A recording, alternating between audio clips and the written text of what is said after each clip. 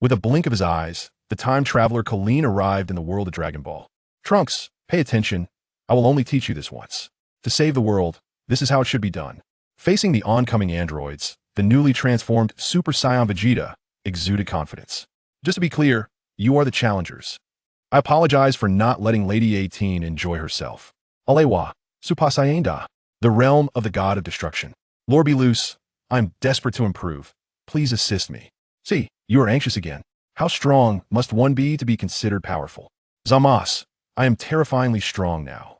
Latka, I was wrong. Don't elbow me. Namek, androids, Majin Buu, Zamas, tournament of power, Super, GT. As long as the universe is obliterated, the savior has much more to contemplate. Chapter 1. Huh? I am to fight Frieza? Is this for real? Uncle Krillin, are you going to run away? Shoo. Gohan, keep your voice down. I am not fleeing. I am executing a strategic retreat. I will count to 3, and we will sneak away. Do not let Frieza discover us. But Dad and Uncle Pika are still fighting. I cannot abandon them. You little fool, having read so many books, how can your mind be so dull? Didn't you see that Frieza has transformed into his final form? His battle power is an astounding 60 million. Even if we self-destruct while holding on to him, we wouldn't harm him in the slightest. Right now, Goku is gathering a spirit bomb, and Pika is holding Frieza back. From Frieza's demeanor, he seems to want to toy with Pika, so he can stall for a bit longer. We have regained some energy, enough to locate a spaceship in a short time. Once the spirit bomb is thrown, whether Frieza lives or dies is irrelevant. We will leave Namek with Goku and Pika. Let us not forget that Bulma is still lost somewhere. The ground trembled, clouds of dust swirling violently. An overwhelming aura surged skyward, and the battle between Frieza and Pika had yet to cease. Rather than a fight, it was more akin to a one-sided mockery. Gohan watched Pika struggle to evade, yet still getting struck squarely by Frieza's tail. His heart was filled with both rage and helplessness. He felt so weak, he couldn't even protect Uncle Pika. Gohan gritted his teeth, his resolute gaze fixed upon Krillin. I understand now, Uncle Krillin. Let's act now. My efforts have finally borne fruit. Gohan, let us go. Krillin's anxious heart finally found solace, as son Gohan had not doubted his intentions to escape. Indeed, this individual yearning to leave Namek was Krillin, the time traveler inhabiting Krillin's body. Upon awakening, he found himself in the world of Dragon Ball, specifically during the Namek saga. The moment Krillin stood upon the surface of Namek, a terrifying pressure descended upon him like a tangible weight. Even with a battle power of 20,000, he could not endure for even a second as he sank into the ground. Having watched Dragon Ball numerous times, he was acutely aware that this was the aura of the cosmic tyrant Frieza. The overwhelming battle power nearly crushed him. How could he dare to remain? Fortunately, with Pika and Sun Wukong as his vanguards, Frieza had not detected his presence. Once the oppressive aura dissipated, Krillin swiftly conspired with Son Gohan to prepare their departure from Namek. It was not out of cowardice. The danger here was simply too great. Having traversed dimensions once, and being the strongest Earthling, far surpassing most anime characters, how could he allow Frieza to cruelly slay him without experiencing the joys of life, such as with 18? Cough, cough. Most importantly, should he die, who would be resurrected? If it were the original Krillin, then his journey would have been in vain, and he would have died for nothing. He did not wish to perish shortly after crossing over. Krillin quickly recounted his experiences, silently apologizing to Sun Wukong. If you cannot transform into a Super Saiyan, you will undoubtedly perish. However, worry not. I shall use the Dragon Balls of Shili to revive you. Turning around, Krillin and Gohan stealthily took flight, leaving the area. Little did they know, just a few minutes into their ascent, an unexpected voice echoed in Krillin's mind. Ding. Host detected. System components updating. System installation complete. Conducting self-check. Self-check complete. Newbie gift pack has been issued. System panel updated. System tasks updated. Krillin's body wavered in the air, nearly causing him to plummet. Suppressing his excitement, he silently uttered, "Open Newbie gift pack." Ding. Newbie gift pack has been unlocked. All aspects of Krillin, including memories, body, strength, martial arts experience, soul form, identity. Krillin felt an even tighter connection to his body. His soul had conformed to the shape of this entity. Is this it? Krillin had expected that the legendary system would empower him to dominate immediately, but instead, it merely granted him a few trivial enhancements. Oh well, I might as well find a spaceship and return to Earth. Being a city dragon king, there isn't so bad. Ding! a mandatory mission has been issued. 1. Defeat Frieza with your own hands. Reward: 1 potential enhancement. 2. Survive the fateful deadlock.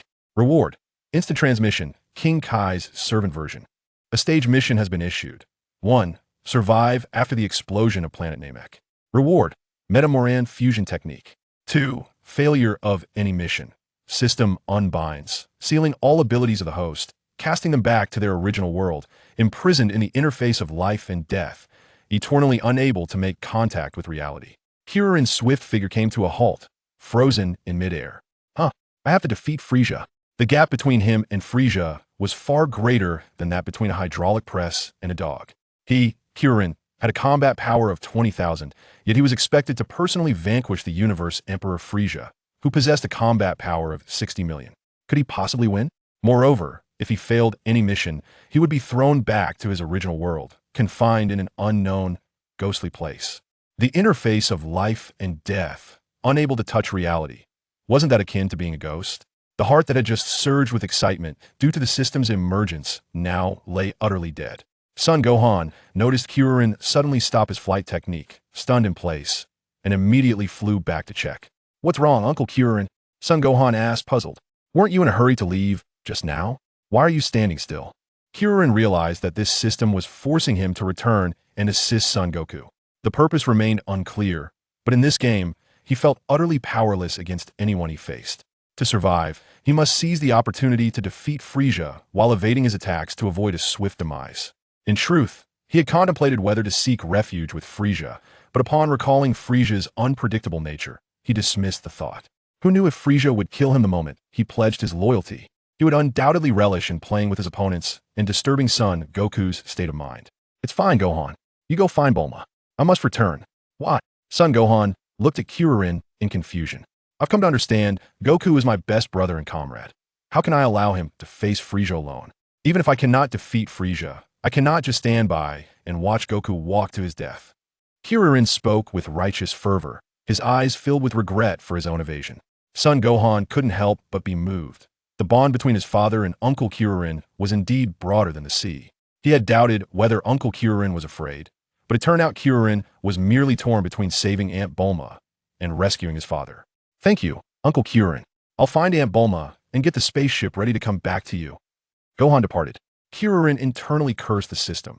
Had he not known the situation, he might have believed he was truly kind-hearted. Taking a deep breath, Krillin calmed his restless heart. Time was of the essence, and he needed to find a means of survival. Open the panel. With that thought, a panel appeared before him, visible only to him. Host, Krillin. Age, 28 years. Combat power, 23015. Race, Earthling. Skills, Solar Flare, Kamehameha, Flight Technique, New Old, Key Sphere / Afterimage Technique, Universal Shockwave, and others. The evaluation was quite objective, but exceedingly unsatisfactory. Krillin had no time to ponder this. He clicked on the skill bar and began to examine each skill. Moments later, Krillin appeared resolute, leaving behind a streak of light as he soared directly towards Frieza and his companions. His energy had restored to 60%, which was sufficient. Upon arrival on the battlefield, he was met with a scene of devastation. The ground was shattered, and the sea beneath surged upwards, while a bright blue star hung in the sky. Piccolo lay on the ground, uncertain of his fate, his left arm broken, purple blood flowing. Frieza stood over him, holding Piccolo's left hand. Son Goku could no longer endure Frieza's cruelty. He roared, "Frieza!" and swiftly brought down the spirit bomb from above. The indigo energy sphere hurtled towards Frieza. By the time Frieza sensed the danger and looked up, it was too late. The spirit bomb, infused with righteous fury, crushed him into the ground. The howling winds assailed him.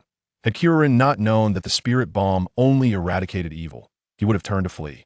Battling against the wind, Krillin quickly located the exhausted Son Goku and the unconscious Piccolo, leading them behind a safe rock to hide. Krillin, you're here," Son Goku gasped, completely drained of energy, collapsing to the ground. Krillin transferred 2% of his energy to him, and Goku felt somewhat better.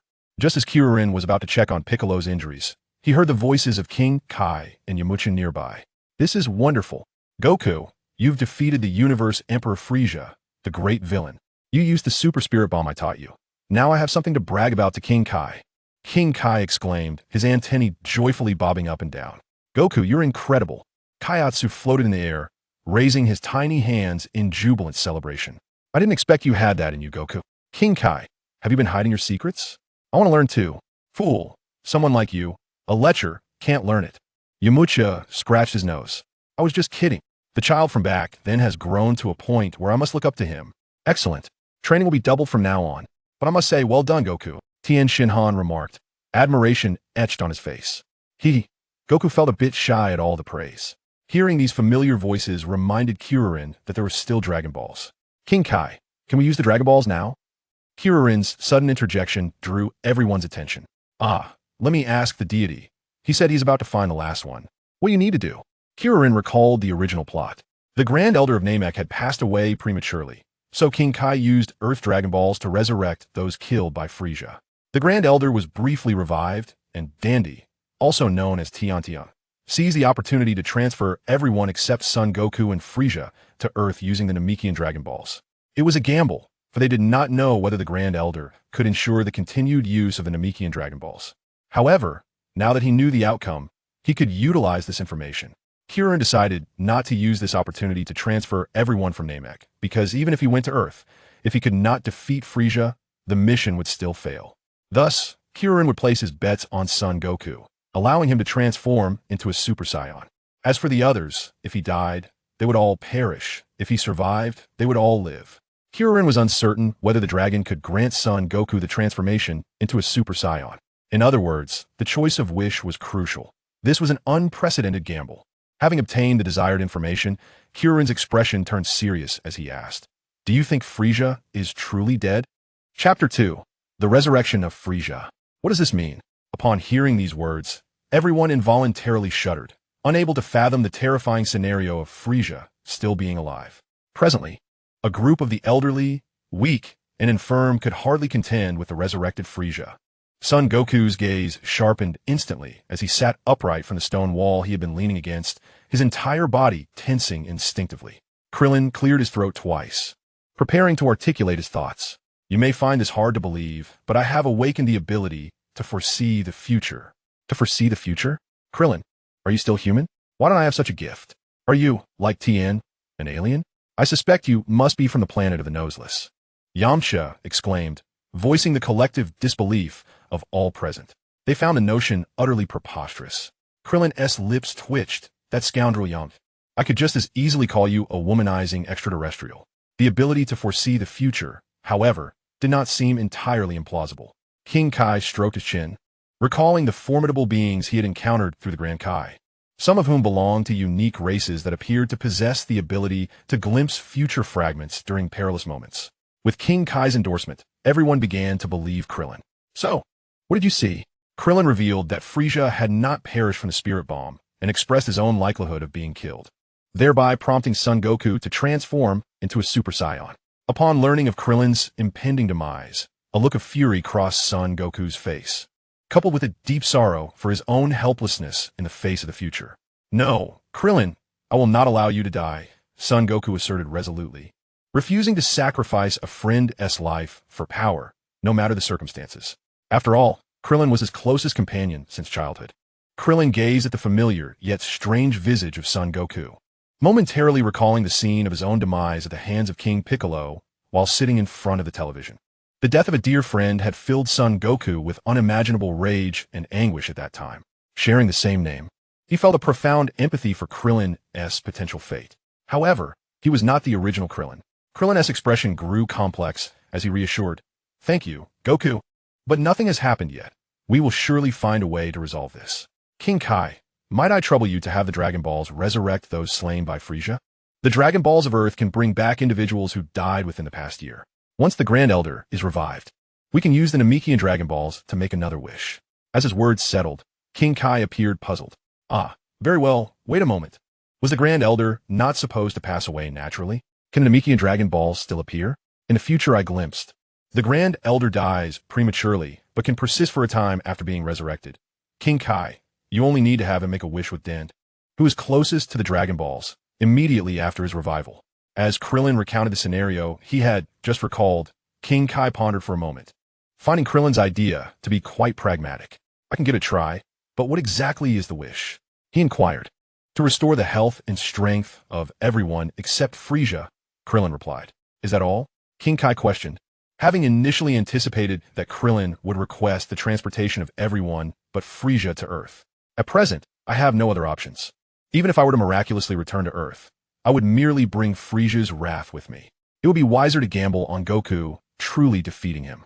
Moreover, rather than leaving a wish for Frisia to grant, it would be better to utilize it now while we still have the opportunity.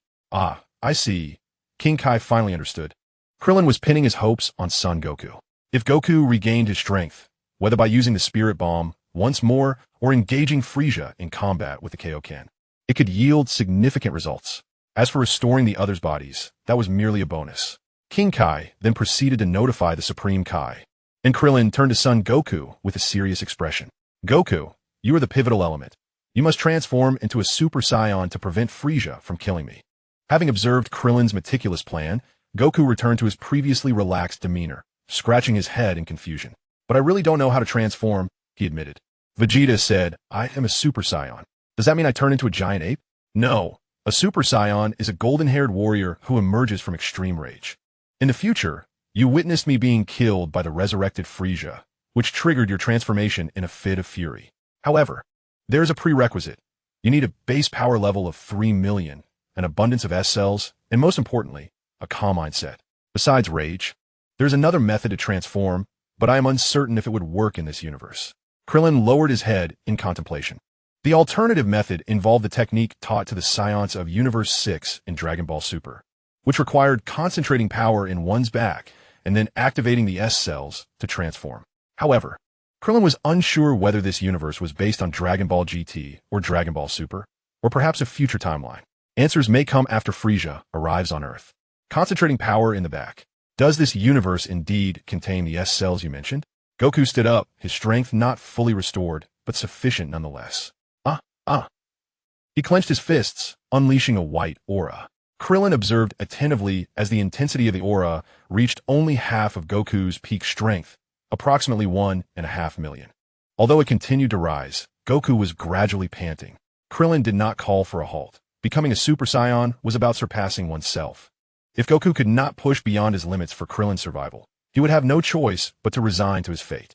At that moment, both Goku and Krillin were startled, as if struck by a lightning bolt, and turned their gazes toward the stone. The ocean surged, crashing against the rocky wall, while the surroundings fell into a profound silence. The furious energy of Sun Wukong has ceased. However, Krillin and he have completely dismissed it. Top, top, top.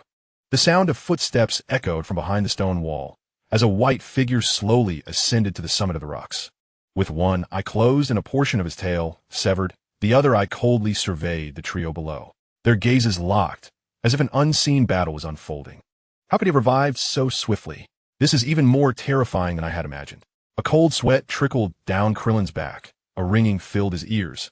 His vision blurred, and his limbs felt utterly weak, rendering any thought of resistance impossible. How are we to fight this? Despair surged uncontrollably within him.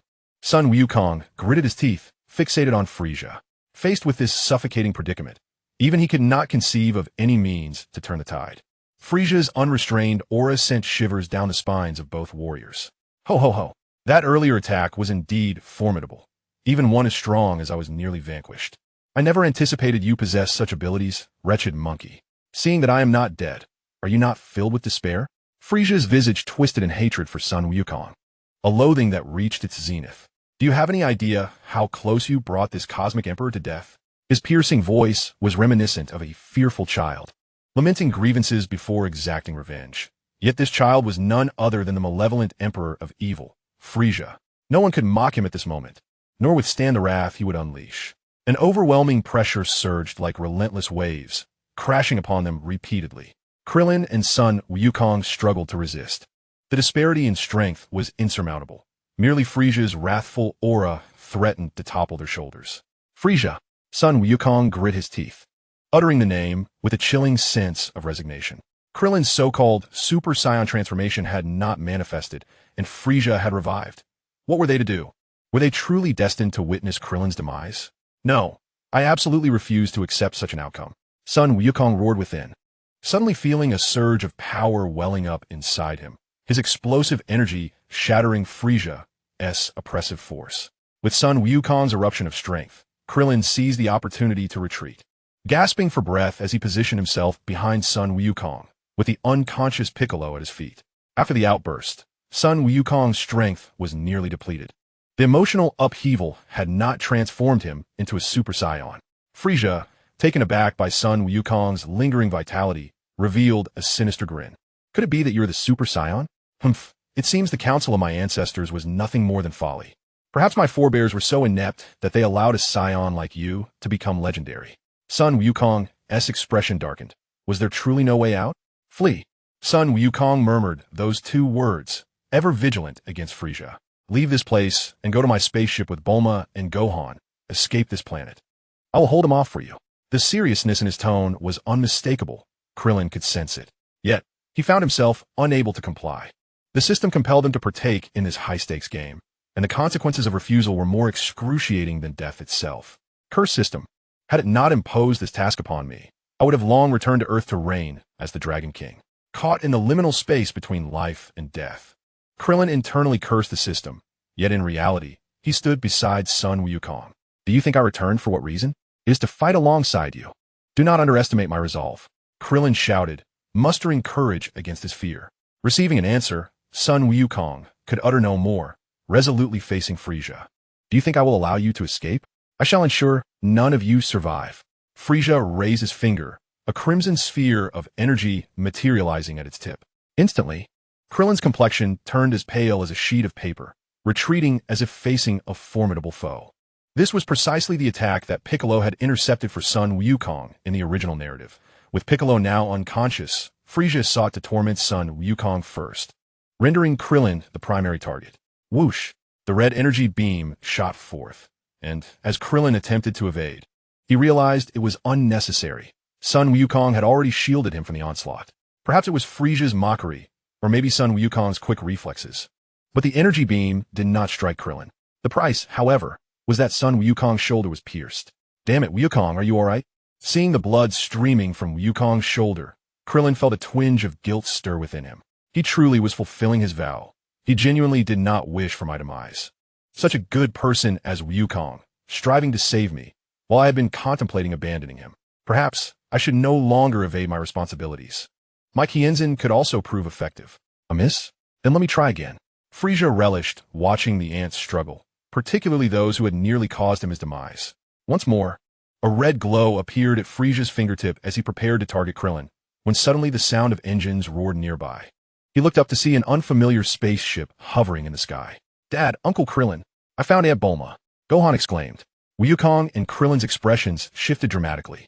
Gohan and Bulma had arrived at the most inopportune moment. Frieza covered his mouth, chuckling lightly. Haha, did you not hear? Son Wukong, your son and that Earth woman are calling for you.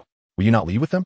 The spaceship floated above, and as Gohan caught sight of Frieza, fear gripped him, causing him to tremble. He turned to see Bulma, blissfully unaware, complaining about why Sun Wukong had not come to find her. Frieza was thoroughly pleased with the expression on Sun Wukong's face: anger, helplessness, guilt, and pain. He aimed to make Sun Wukong experience the utmost depths of despair. At this moment, the intensity was still insufficient. Frieza, poised to eliminate Krillin with a beam from his fingertip, suddenly altered his aim, directing the attack towards the spaceship. The vessel erupted in a tremendous explosion, enveloping the area in a shroud of black smoke. Gohan, Bulma, and Sun Wukong were incensed, their bodies surging with energy as they charged at Frieza. Caught off guard, Frieza was struck by a punch, but swiftly retaliated, driving his knee into Sun Wukong's abdomen. The latter curled up like a boiled shrimp, and, as Frieza followed up with another punch, Sun Wukong was sent flying back even faster than before. Chapter 3. The Death of Dandy. A deafening sound of an explosive impact resonated as Frieza swiftly pursued the retreating Sun Wukong. Countless invisible strikes propelled him from the ground to the sky, then crashing him into the mountainside. Each time, Frieza reached the point of impact faster than Sun Wukong could retreat, like a flash of white lightning, delivering powerful blows that sent him reeling. The speed of Frieza's movements was akin to teleportation, leaving Sun Wukong with no room for resistance. He could barely discern Frisia's velocity, which surpassed the limits of human perception. The areas struck by Frisia felt as if ants were gnawing at them, and the overwhelming pain rendered Sun Wukong incapable of defiance. At last, seizing an opportune moment, Sun Wukong erupted with energy, forcing Frisia back. With the Kaioken multiplied tenfold, a crimson aura ignited around him, his breath quickening as his heart pounded like a frantic drum. His battle power surged to 3 million, a tenfold increase, yet this came at the cost of his physical state deteriorating further, making even a simple straight punch a strenuous effort. Oh, this technique again. Only you feeble, wretched monkeys would require such desperation. What does your increased battle power matter? In your current condition, you need not fear my attack. You will collapse under the weight of your own fatigue, Frisia remarked, arms crossed, coldly exposing Sun Wukong's plight. Observing that Sun Wukong had little strength left to execute a spirit bomb, he resumed his regal demeanor as the Cosmic Emperor. Even if Sun Wukong could muster another spirit bomb, Frisia resolved to eliminate him before he could unleash it. In this state, Frisia stood invincible. Damn it, Krillin thought, his heart stuttering as he witnessed the scene below. Even with Sun Wukong employing the tenfold Kaioken, it merely allowed him to barely withstand Frisia's onslaught. The mental strain of the intense battle rendered Krillin's simple movements a cause for Sun Wukong's heightened vigilance. Frisia toyed with Sun Wukong as if he were a mere plaything, their intertwined forms resembling a graceful dancer mocking a cumbersome gorilla. With each exchange, Frisia displayed effortless mastery. Wukong, can you endure until the hope of victory arrives? As the smoke from the exploded spacecraft dissipated, Gohan and Bulma descended to the ground. Upon catching sight of Frisia, Gohan immediately sensed impending danger. He swiftly took Bulma out of the spacecraft before the beam struck. Recognizing Bulma's lack of utility, Krillin instructed her to hide in a secluded cave, to avoid being used as leverage against them by Frisia. Gohan, come with me. We must rescue Goku. Gohan, witnessing his father's torment at the hands of Frisia, was consumed by rage. Had he not been burdened with Bulma, he would have charged in recklessly. Without further ado, the two ascended into the sky, unleashing their ultimate techniques. Final flash. Kaioken, 2 beams of energy, one yellow and one blue, surged towards Frisia. He did not flinch, allowing the attacks to strike him without resistance.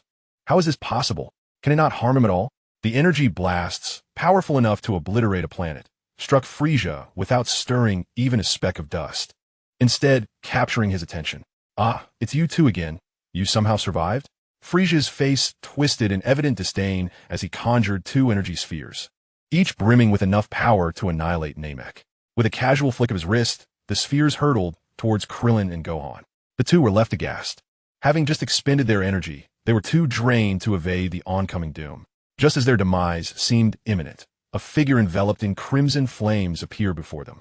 20 times Kaioken. It was Goku. With a tremendous effort, he redirected the energy spheres into the sky, where they soon vanished into the vastness of space, the terrifying energy exploding above them. In this battle, seemingly devoid of suspense, Goku, at the cost of his own life force, unleashed the 20-fold Kaioken, sending Frisia's lethal assault astray. However, the technique was fleeting. Goku soon plummeted weakly from the sky. Goku! Dad! Krillin and Gohan rushed to catch him, gently lowering him to the ground. Gazing at the faintly breathing, unconscious Goku, Krillin's expression darkened while tears welled in Gohan's eyes. Is it truly too late? What a touching scene. Alas, I have grown bored of this. For someone who has forced me into such a predicament, I shall grant you the most dignified demise, one that leaves not a trace behind. Frisia descended, and in the blink of an eye, he viciously stomped on Krillin's neck, his 3 robust toes exerting pressure. Krillin felt as if his very soul was being crushed from his body, a suffocating sensation overwhelming him. Meanwhile, Frisia seized Gohan by the neck with one hand, finding the son of Goku far more intriguing than Krillin. As Frisia concentrated a sphere of energy in his other hand, poised to annihilate the 3, the sky suddenly descended into darkness. The anxious voice of King Kai resonated in Krillin's ear. Hang in there, Krillin. Dend has summoned the Namekian dragon. Frisia gazed curiously at the pitch-black sky, pondering why it had darkened so abruptly. Suddenly, he recalled that during the previous summoning of the dragon, the sky of Namek had similarly turned dark. Damn it, they have summoned the dragon again. The wish is mine. Instantly, Frisia's expression shifted, discarding the 2 like mere rags. unleashing his full power and racing at breakneck speed towards the dragon's location. Krillin gasped for air, as if reborn, sitting up in astonishment as he watched Frisia's retreating figure. He had narrowly escaped death, but there was no time for such thoughts now. Krillin hurriedly informed King Kai. Lord King Kai, Frisia is heading towards Dend. Quickly, let him make his wish. No sooner had he spoken than he felt his strength and energy gradually returning until he was fully revitalized. In the next moment, the sky returned to its normal state. Gohan stood up, marveling at his own body. On the ground, Son Goku slowly regained consciousness, the pain and fatigue evaporating as if erased by an eraser. His energy replenishing completely. I feel as if I've grown a bit stronger, Goku remarked, flaring his energy before Krillin, soon surpassing 3 million in battle power and continuing to rise steadily. 320,000, 330,000, 400,000, 500,000. He had surpassed the minimum threshold. You should be able to transform into a Super Saiyan now, Krillin exclaimed excitedly, hoping that if Goku could successfully transform, he would be spared from death. Goku scratched his head, uncertain. But I don't feel that way. Do I need to break through in battle? I am sorry, Krillin. With a resigned sigh, he continued, well, 350,000 plus 20 times the Kaioken gives me 70 million in battle power. That should be enough to fight back. Perhaps I can survive. You will. After regaining his strength, Goku exuded newfound confidence, bouncing energetically, though he remained oblivious to Krillin's troubled expression. The system demanded that he defeat Frisia himself. Now, all they could do was hope that Goku would have a stroke of luck and transform into a Super Saiyan during the fight. Just then, a colossal energy surge erupted from the spot where the dragon had recently appeared, unmistakably emanating from Frisia. King Kai, in a state of desperation, urgently warned the three. This is bad.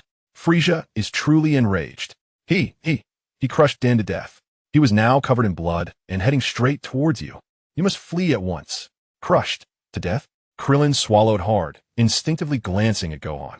The little Namekian Den was a kind-hearted soul who had aided Gohan and Krillin immensely, despite Gohan always seeming to be surrounded by those who cared for him. He lacked peers of his own age, and Den had filled that void perfectly. He had long regarded Dandy as his closest companion. With the brutal murder of his best friend, the fury that burgeoned within Son Wukong reached a boiling point, escalating beyond that of Son Goku in no time. Truly, he exemplified the prodigious talent found within Dragon Ball. Mere anger could elevate his strength. Krillin marveled at this.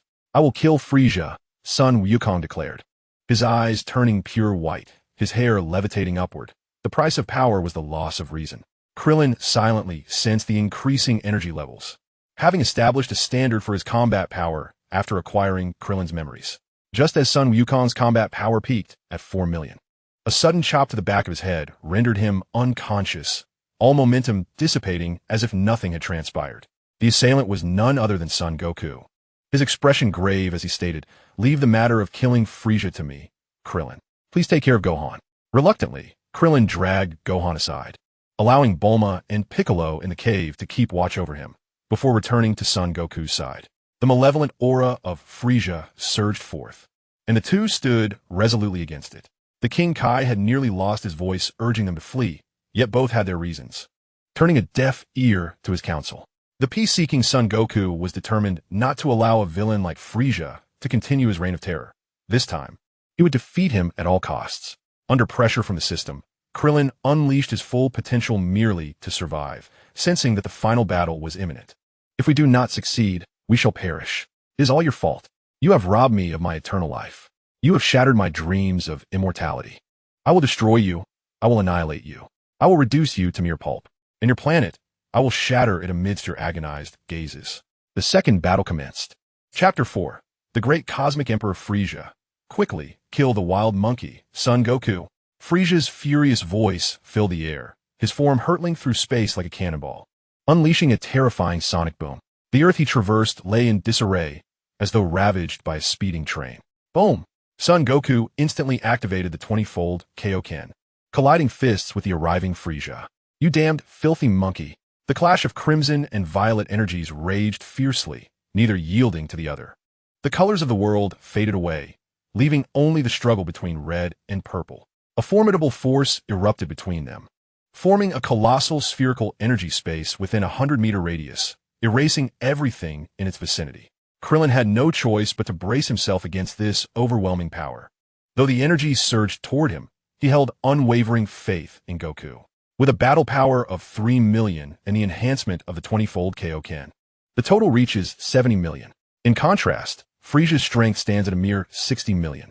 Logically, there should be no room for defeat. With such a disparity, Goku should effortlessly send Frieza flying with a single punch. It is imperative to eliminate him before he unleashes his full power. This is our sole opportunity. However, the anticipated one-sided scenario envisioned by Krillin did not materialize. Frieza managed to withstand Goku's punch, a wicked smile crossing his face as he retaliated with a fist to Goku's face. Goku tilted his head slightly and countered with a punch of his own. The two engaged in a brutal exchange, their battle devolving into a primal brawl. The air crackled with explosive sounds, the already ravaged ground becoming even more desolate as fierce winds whipped the waves, consuming the land. Dark clouds accompanied by thunderous lightning appeared, manifesting countless calamities. Namek was teetering on the brink of destruction under the onslaught of these two titans. In a fleeting moment of combat, Frieza revealed a glimmer of vulnerability. Seizing the opportunity, Goku propelled himself upward, kicking Frieza into the sky. With hands resting on his waist, he gathered blue energy and unleashed a powerful blast that struck Frieza's chest. Goku executed this maneuver with such swiftness that he did not have time to proclaim the Kamehameha, resulting in significant exhaustion as he gasped for breath. Well done, Goku. Keep it up. You can defeat Frieza before he transforms. Krillin shouted from below, excited by Goku's initial advantage. Yet, just as Krillin was cheering Goku on, an unexpected turn of events unfolded. Goku's expression shifted to one of caution as he gazed into the sky. As the smoke from the energy wave dissipated, a white figure emerged. Frieza had not been vanquished by the Kamehameha. In fact, only the outer shell of his abdomen bore minor damage. Meanwhile, Goku was already panting, the Kaioken draining his stamina rapidly. How is this possible? Krillin exclaimed in disbelief. The power of the Kamehameha should be at least twice that of a standard energy blast. Even if Goku had released it at breakneck speed, it should still possess 1.5 times the usual potency. With a battle power of 70 million, the Kamehameha should have dealt a staggering 100 million in damage. How could Frieza have sustained such minimal injury? Clearly, something was amiss. Indeed, a protective shield was evident around Frieza, perfectly safeguarding his body. Humph, he scoffed, though I am unsure how you still possess the strength to resist. I can scarcely be bothered to find out. You have thoroughly provoked my wrath. I will unleash my full power. In just 1 minute, no, in 30 seconds, you shall meet your demise. With that, Frieza's expression contorted into one of sinister agony, surrounded by crackling lightning. His body began to swell like a bloated sponge, muscles expanding and growing larger until he reached his final form. In stark contrast to his previous diminutive form, he appeared as if boulders had been embedded within his skin, exuding an extraordinary and imposing stature. This was indeed Frieza's ultimate form. Krillin stared in disbelief, frozen in place, his body trembling. It was over. Frieza had transformed into his final state, while Goku had yet to attain Super Saiyan form. Was it true that I could not triumph without facing death? Had I known, I would have wished to return to Earth. Even being punished by the system to become a ghost would have been preferable to this impending doom. Alas, it was too late for regrets. Suddenly, a purple aura erupted, and Frieza appeared behind Goku as if teleporting, seizing his arm with an overwhelming grip. The immense force left Goku utterly unable to react, as Frieza swung him around like a mere toy. He then hurled Goku into the air, conjuring 2 orbs of energy imbued with terrifying power in his palms, tossing them one after the other. This was unmistakably the same technique Goku had used to attack him before. Frieza sought to taunt Goku, struggling to regain control in the air. Goku finally managed to assume a defensive stance, but the first energy orb struck him unexpectedly. The colossal force caught Goku off guard, and the second orb seized the moment of his weakened defense, crashing into his chest. A violent explosion erupted, emitting a blinding light, leaving Goku charred and helpless as he plummeted to the ground. Frieza instantly appeared beside him, delivering a kick to his waist, sending Goku crashing down near Krillin. Krillin, run. What led you to believe you could defeat me? Frieza approached Krillin with an elegant stride. You Earthlings are truly ignorant and arrogant, daring to challenge me. The Cosmic Emperor Frieza. Krillin gritted his teeth, overcoming his fear to launch an energy blast, but Frieza effortlessly swatted it away. Pitiful insects, no matter how you resist, you cannot escape your fate. Since you have thwarted my wish for immortality, your existence holds no meaning. You detestable monkey. I will ensure you experience despair before descending into hell. By the way, where's your wild monkey son? Has he fled in fear? No matter. As long as he remains on Namek, he cannot escape. Let us begin with this little bald-headed earthling. I recall he is a dear companion of yours. Watch closely as I cruelly end his life before your very eyes. Frieza, now consumed by rage, had abandoned any thoughts of recruiting Goku as a subordinate. His sole desire was to eliminate Goku and obliterate the planet they cherished, Earth.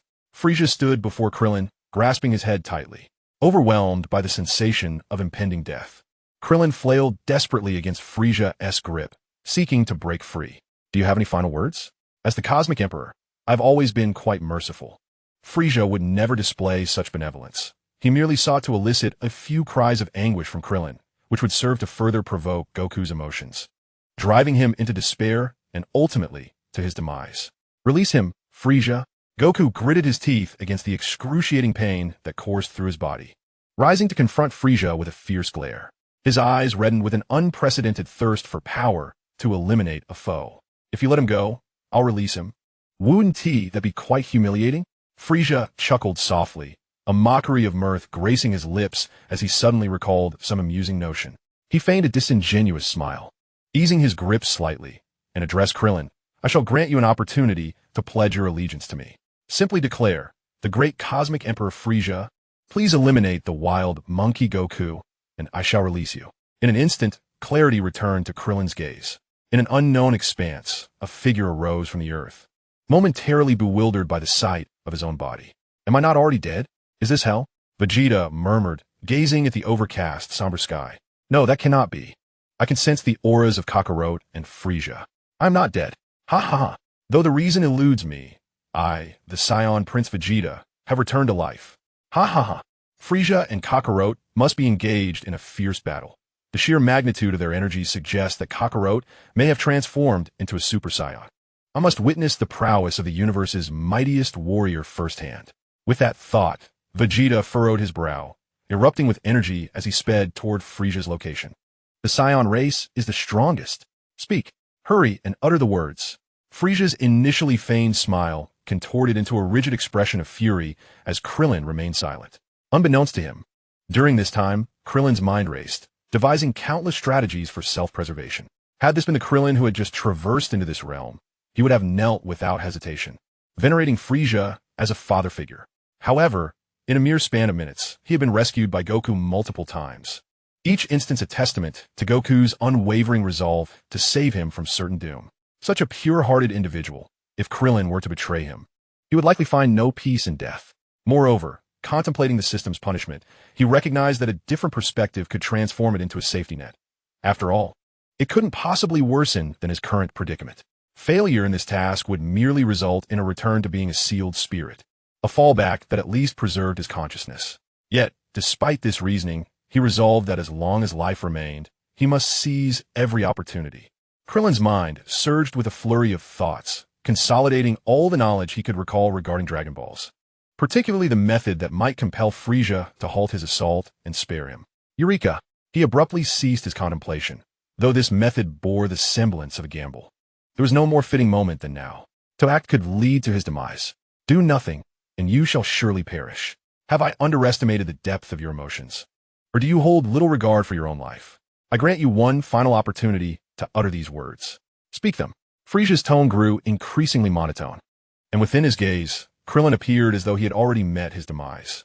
Sun Wukong soared into the air, his fist charged with energy as he aimed a surprise attack at Frieza. However, with a swift motion, Frieza effortlessly swatted Sun Wukong aside. Devoid of the strength to utilize the Kaioken, Sun Wukong was utterly weak. Ultimately, under the duress of impending death, Krillin reluctantly spoke the fateful words that echoed the gravity of a gamble. Chapter 5. The Conceptual Divine Technique of Zero-Frame Initiation. The Energy Sphere Slash. Lord Beerus, you have arrived? Indeed, Frieza replied, momentarily taken aback. Then, a deep-seated fear surged from the recesses of his memory, prompting him to abandon Krillin and turn away, shedding all defenses as he knelt before the ground, murmuring, I am grateful for your presence, Lord Beerus. Your arrival has illuminated my humble existence. For these years, I have diligently eradicated countless inferior planets. Krillin felt an immense pressure suddenly lift from his entire being. A peculiar voice resonated within his mind. Ding. System task. 2. Survive the inevitable demise written in fate. Reward. Instant transmission. Kaioshin servant version. Task completed. Task reward. Instant transmission. Kaioshin servant version. Granted. Having made the correct wager, Krillin realized that hesitating for even a moment would be a disservice to his life. He immediately utilized instant transmission to materialize before Frieza, unleashing the solar flare. Just as Frieza sensed something amiss and raised his gaze, he exclaimed, "Wait, how do you know Lord Beerus?" Zero frame initiation. Solar flare. On my eyes. The blinding brilliance compelled Frieza to shut his eyes. In Krillin's hands, a disc-shaped energy formed, his renowned technique, Energy Sphere Slash. The air at the edges of the Energy Sphere Slash trembled, resonating as if the very fabric of space were being severed. Krillin expended the last of his energy to accelerate the rotation, and when the speed reached its zenith, beyond even his control, he hurled it forth. Krillin and Frieza were not far apart. In the blink of an eye, the Energy Sphere Slash reached Frieza. With decisive resolve, the Energy Sphere Slash aimed for Frieza's neck. With all defenses abandoned, Frieza had no opportunity to react as the Energy Sphere Slash sliced toward him. Yet, in that fleeting moment before impact, Frieza seemed to sense the danger, slightly turning his body. The Energy Sphere Slash merely severed one shoulder and an arm from his form. Frieza's anguished cry elicited no sympathy from Krillin, who, without hesitation, fired an energy blast to sever Frieza's lower half. Just before his energy was entirely depleted, he utilized instant transmission to return to Sun Wukong's side. This seamless combination of maneuvers transpired in mere seconds. Ding. System task. 1. Defeating Frieza with one's own hands. Reward. Potential enhancement once. Task completed. Task reward. Potential enhancement. Issued. Available for immediate use. Faced with this scene, Goku fell silent for 2 seconds, gazing at Krillin. How formidable. The image of Krillin's counterattack against Frieza was so astonishing that even Goku was rendered speechless. The shock of the moment compelled him to draw a sharp breath. It even made him question the purpose of his years of training, wondering if it was merely sufficient to throw a key blast at foes. You have vanquished Frieza. I knew you had a way. Despite his injured body, Son Goku, overwhelmed with unparalleled joy, forced himself to stand. Such a stark contrast astonished everyone, including King Kai. The king had been closely monitoring the battlefield and relaying information to Yamcha and the others on King Kai's planet, as well as to the deities on Earth. Oh dear! Oh dear! The king's antennae trembled violently, his mouth quivered, and he was so flustered that he could barely utter a word. Yamcha, fearing for Goku and the others, urgently inquired, "King Kai, what has transpired? Has Goku been slain? Or has Krillin fallen, causing Goku to transform into a Super Saiyan? Please, speak quickly. This is unbearable." "Yes, King Kai, what is the status of Goku? We're deeply concerned for their safety. Please enlighten us." Tian Shinhan and Kairatsu wore serious expressions, sensing that the situation had likely exceeded their wildest imaginations. The king regained his composure. "It is not that I do not wish to speak, but the revelation is simply too astonishing. I'm beginning to doubt my own eyesight," he said slowly, intensifying the curiosity of Yamcha and the others.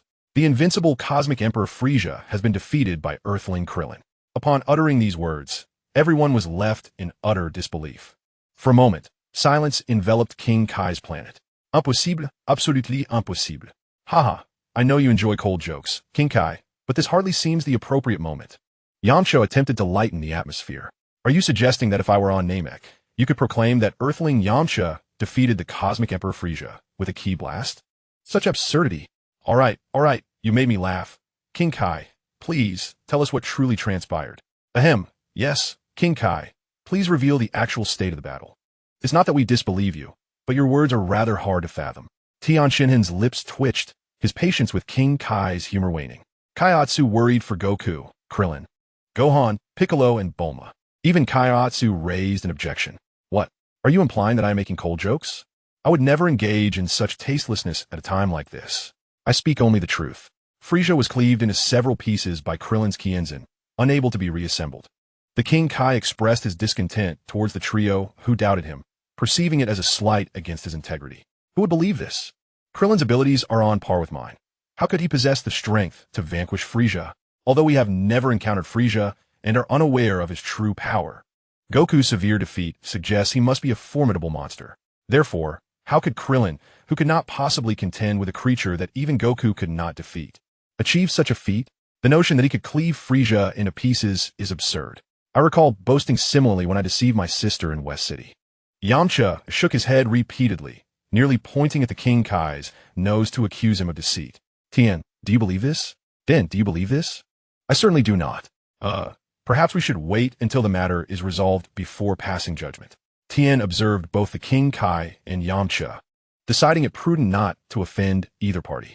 The King Kai, exasperated and at his wit's end, finally managed to utter, "If you do not believe me, you may ask Oka later." Could it be true? Yamcha and the others exchanged glances, reluctantly accepting this absurd reality for the time being. What if Krillin had transformed into a super no-nos being and had thoroughly thrashed Frieza? Hiss, it is quite possible. I must inquire when I see him, to ascertain whether Master Roshi imparted any secret techniques unbeknownst to me. On Earth, in the realm of the deities, the gods began to question their existence upon receiving the news from the King Kai. Krillin killed Frieza? Krillin surpassed Goku? Is Krillin the strongest in the universe? This is simply unfathomable, yet it comes directly from Lord North Kai, so it must be true. Hiss, could it be that I misjudged him? Should I focus on nurturing Krillin? Is he the hope of Earth? Listening to the ramblings of Mr. Popo, not far away on a hill, Vegeta had just landed and witnessed the scene, stepping back in disbelief. In utter incredulity, he slammed his fist into the ground. Had he known it was so easy to defeat Frieza, he would not have risked his life. How could a bald man become the strongest in the universe? I refused to accept this. Krillin was equally dazed, astonished that he had truly succeeded. His Kienzin was an incarnation of the manga's technique, a genuine conceptual killing move, a skill even Cell had to evade. From Frieza's reaction, he realized that this world was indeed the realm of Dragon Ball Super, inhabited by powerful deities such as Beerus, Whis, and Zeno. Moreover, he was utterly unprepared for the extent of Beerus's intimidation over Frieza, having assumed it could only be controlled for a second. Soon, Krillin regained his composure as he noticed Frieza writhing and rising. Realizing Frieza's intentions, Krillin urgently shouted, "Goku, use the Kienzin to sever his head." Upon hearing the unfolding events, Sun Wukong quickly grasped the situation, barely pausing to commend Krillin. He concentrated an energy sphere, larger and sharper than Krillin's, and swiftly approached Frieza. Still reeling from the agony of losing his physical form, Frieza saw Sun Wukong brandishing the energy sphere that had become his nightmare. With one eye forced open, he cast a venomous glare at Krillin, as if to engrave his image in his heart. "If I cannot survive, neither shall you," he vowed, desperate for revenge. Gathering the last remnants of his strength in his remaining arm, he struck the ground with tremendous force. The planet Namek trembled violently, magma erupting from beneath the surface, while a shroud of dark smoke enveloped the sky. In the next instant, Sun Wukong stood beside Frieza, and amidst Frieza's bitter curses, he severed the tyrant's head. Thus, the reign of the cosmic Emperor Frieza came to a decisive end. However, Krillin did not mourn for even a second. He knew that Frieza would inevitably return, and he had little desire to obliterate him, as he needed him to gauge whether Trunks would appear. The pressing matter at hand was to complete their mission and escape before Namek's imminent explosion. Frieza's strike had destabilized the planet's core, and in mere moments, the surface would disintegrate, leading to Namek's explosive demise, a mere firework in the cosmos. Lord King Kai, inform everyone on Namek to unleash their energy. I will teleport them to safety, and we shall return to Earth. Teleport? Certainly. Although unsure when Krillin had acquired this skill, the foreboding knowledge of past events allowed King Kai to understand immediately. Soon, all Namekians were transported to where Sun Wukong stood. Krillin intended to ask King Kai if he had notified Vegeta, a formidable power in his own right, when Vegeta emerged from the nearby mountains, glaring at him fiercely.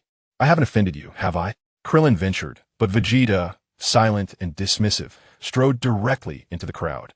The Namekians hastily cleared a space, eager to avoid his ire. "Humph." Vegeta scoffed, disdainful of their behavior. Once everyone had gathered, Krillin and Sun Wukong each took a Namekian in their arms, while a group of others placed their hands on each other's shoulders. "All right then, let's head to Earth." With a swift motion, the scene transformed from darkness to a brilliant blue and white sky, leaving everyone momentarily stunned, even Vegeta. No one, having experienced such a battle, could fail to cherish the tranquility that followed. Except for the system. Ding. Stage task completed. 1. Survive after the explosion of Namek. Roa, métamorphe fusion technique, disbursé. Upon hearing the voice that only he could perceive, Krillin's face lit up with joy.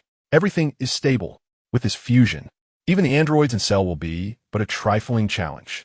Bu is indeed a formidable opponent. However, given the passage of time, even a pig can evolve. Let alone a Scion. System. Activate the panel. Ding. Host. Krillin. Age. 28 years. Battle power. 23015. Race. Earthling. Skills. Solar Flare Kamehameha. Flight Technique. New Old Energy Blade. Instant Transmission. King Kai's Servant Version. Metamoran Fusion Technique. Afterimage Fist. Universal Shockwave. Dodon Ray. Among others. Warehouse Potential Enhancement available. Can be used at any time.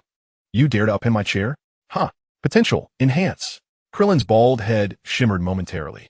Chapter 6. Return to Earth. As Krillin closed his eyes and concentrated, his entire being felt as though it had been purified by some mysterious force, rendering his body remarkably lighter. Most importantly, his energy had significantly increased, and his strength had grown considerably. It seems this is the effect of enhanced potential. System. Activate the panel. Ding. Host. Krillin. Age. 28 years. Battle power. 50015. Race. Earthling. Potential burst. 10 times. Skills. Solar Flare Kamehameha. Flight Technique. New Old. Energy Blade. Instant Transmission. King Kai's Servant Version. Metamoran Fusion Technique. Afterimage Fist. Universal Shockwave. Dodon Ray. Among others. An increase of nearly 30,000 in battle power is quite impressive. However, what does the label indicating a 10-fold potential burst mean? Does this imply that from this moment forth, my training speed is 10 times faster than before? Hiss. If that is indeed the case, then this reward for potential enhancement is rather astounding. Alas, had I transmigrated as a Scion with 10-fold training speed, I would undoubtedly have ascended to become the true emperor of the universe by now. Never mind, I shall not dwell on that. I must prepare to confront Frieza and his son, and ensure that the 3 Scions transform swiftly. Otherwise, one can never predict when they might meet an untimely demise. Moreover, once they arrive, perhaps Trunks will also make an appearance. It remains to be seen how his presence will alter the future. Having reviewed the panel, Krillin now possessed a clearer understanding and more defined objectives for the future. His eyes sparkled with determination. At this moment, he truly grasped the opportunity to survive. His consciousness returned to reality, only to find everyone gazing at him, including Vegeta and the Namekian, without exception. Perhaps it was due to Krillin's victory over Frieza. Or perhaps it was because his energy had suddenly surged, doubling in intensity. After arriving on Earth, Gohan and Piccolo, influenced by the Namekian's magic, had also awakened and were now in a state of disbelief as they learned of the events that transpired. Goku lay on the grass, basking in the warm sunlight. Bulma sat beside him, repeatedly seeking confirmation of Krillin's triumph over Frieza. Why are you all staring at me? Krillin scratched his bald head, and to his surprise, ever since he vanquished Frieza, he no longer felt any aversion to touching it. Surely, there must be a radiant glow emanating from my head, captivating all those around me who are undoubtedly in awe of my boundless charm, he mused narcissistically. If only I had a pair of sunglasses. But I possessed the ability to instantaneously teleport. In a flash, Krillin vanished and reappeared, donned in Master Roshi's sunglasses, his eyebrows playfully arched. This display led everyone to believe he was showcasing his prowess. Indeed, if one is sufficiently strong, even a bald head or fighting in the nude would elicit no ridicule. The Namekians buzzed with speculation. They were aware of the Scion's might, yet none dared to believe that the Earthling before them was the one who had slain the formidable Frieza. Unless they witnessed it with their own eyes, they deliberated whether to confirm the truth, pondering if perhaps the Earthlings had conspired to deceive them. Had the terrifying Frieza truly perished? Had he been vanquished by this diminutive Earthling? How could someone so small possess such immense power? Though he seemed slightly stronger than Nail, it was not by much. How then could he have defeated the mighty Frieza, who was 6,000 times his superior? I do not doubt his strength. I simply wish to understand how he managed to triumph over someone so vastly more powerful. Should we have the Grand Elder examine his memories to ascertain the truth? Hey, that's a bit much, my friend. Krillin couldn't help but glance at the Namekian who had spoken. How could I, as a time traveler, allow my memories to be scrutinized so casually? What place would that leave me in? This glance led the Namekian to believe Krillin was glaring at him, prompting him to retreat into the crowd. Where there are doubters, there are also believers. A portion of the Namekians genuinely felt that Krillin had achieved what they themselves could not. Perhaps their prolonged peace had fostered an exceedingly tranquil mindset, rendering them open to accepting even the most extraordinary claims. Truly, one should not judge by appearances. The spots atop his head must hold some special significance. Perhaps I should acquire a few myself, and who knows, I might attain similar prowess. Indeed, Earthlings are a remarkable race. In truth, aside from the skeptical Namekians, there were a few others who remained unconvinced, the hidden Bulma, and the unconscious Piccolo and Gohan. Despite Goku's endorsement, Krillin's historically timid demeanor, though he was astute in his approach, lingered in their minds, leading to their ambivalence. Ultimately, in an effort to avoid offense, it was Gohan who stepped forward to inquire, "Uncle Krillin, did you truly kill Frieza?" Upon seeing the doubt in Gohan's eyes, Krillin felt a twinge of embarrassment in responding. Should he admit that he had ample time to obliterate Frieza's remains, yet chose to spare him to avoid disrupting the future narrative? Such a pretentious claim would surely earn him a couple of slaps from Goku. However, before he could formulate his response, an unexpected individual stepped forth to answer the question on his behalf. What more need be asked? I, with my own eyes, witnessed the bald-headed warrior's energy blade cleave Frieza's body, and that is beyond dispute. Moreover, with so many of you safely arriving on Earth, would Frieza not come to impede your progress? Vegeta surveyed the gathering, his defiant gaze ultimately settling on Krillin and the sunglasses adorning his face. Do not presume that having vanquished Frieza grants you any cause for pride. You merely triumphed through a trivial scheme. Had I been in your place, I would have successfully transformed into a Super Saiyan and defeated Frieza with honor. Krillin nodded in agreement. You are indeed correct. Everyone knows the illustrious reputation of the Saiyans. Yet, if a truly honorable confrontation were to occur, I fear we would all perish at Frieza's hands. Piccolo, towering behind Krillin, cast a shadow over him, seemingly standing in solidarity with Krillin as he retorted to Vegeta. Lacking true strength, one will inevitably be blinded by a hollow title. Vegeta, arms crossed, scoffed with disdain. Oh, are you referring to yourself, Prince of the Saiyans, Lord Vegeta? Piccolo's calm tone pierced through the last vestiges of Vegeta's pride. As one who holds Saiyan honor in the highest regard, Piccolo's words undoubtedly struck a blow to Vegeta's ego, akin to a boomerang returning to strike its thrower. Do you seek death, foolish Namekian? Vegeta's forehead throbbed with veins, a formidable aura erupting from him, his battle power soaring to 2 million, causing even the diminutive Namekian to withdraw. Yet, Piccolo stood undaunted, unleashing his own battle power in the million range, pushing back against Vegeta's overwhelming presence. Krillin, cough cough. Is Krillin there? Just as the tension between the two escalated, a voice from King Kai's planet reached everyone's ears. Particularly Yamcha, brimming with enthusiasm, shouted, "Krillin, you rascal. Hiding your ultimate technique. You must teach it to me when we meet. And wait, Tien, hold on, let me say one more thing. What I most wish to ask is, Krillin, did you truly defeat Frieza? King Kai mentioned that Namek has exploded. Does that mean Frieza is truly dead? Namek has exploded?" Upon hearing this news, the Namekians instinctively bowed their heads in mourning. Even Piccolo and Den closed their eyes in solemnity. After a moment of contemplation, Krillin replied, "To speak honestly, he is certainly not dead." As soon as Krillin uttered these words, a wave of shock rippled through the crowd. Really, Krillin? Even after being sliced into so many pieces, he remains alive? I severed his head as well. Goku exclaimed in astonishment, never having considered that the enemy he had worked so hard to defeat could possess such resilience. Frieza is truly terrifying. I must confess, Frieza is indeed extraordinarily powerful. My success was a mere 3 parts luck and 7 parts gamble. Fortune played a substantial role. The explosion of Namek could not extinguish him, and I am certain he will return to Earth in a year, accompanied by even stronger allies. Thus, our crisis remains unresolved, and we must all grow more formidable within this year. Is it true that you have defeated Frieza? The silence on King Kai's planet was broken by Yamcha's inquiry. Upon learning of Krillin's revelation, each individual harbored their own thoughts. Piccolo was troubled for the safety of Earth, while Goku felt a thrill at the prospect of battling an adversary once more. Vegeta yearned to slay Frieza himself to prove he is the strongest in the universe. Gohan pondered whether his mother would prevent him from fighting, insisting he remain home to study. The trio on King Kai's planet were eager to witness Frieza's power firsthand. Having only heard tales of his might, their curiosity inevitably piqued. The others, however, were largely consumed by their own concerns for safety. Few were aware of Krillin's ability to foresee the future, and following the incident with Frieza, they were entirely convinced of his judgment. Understood, Krillin.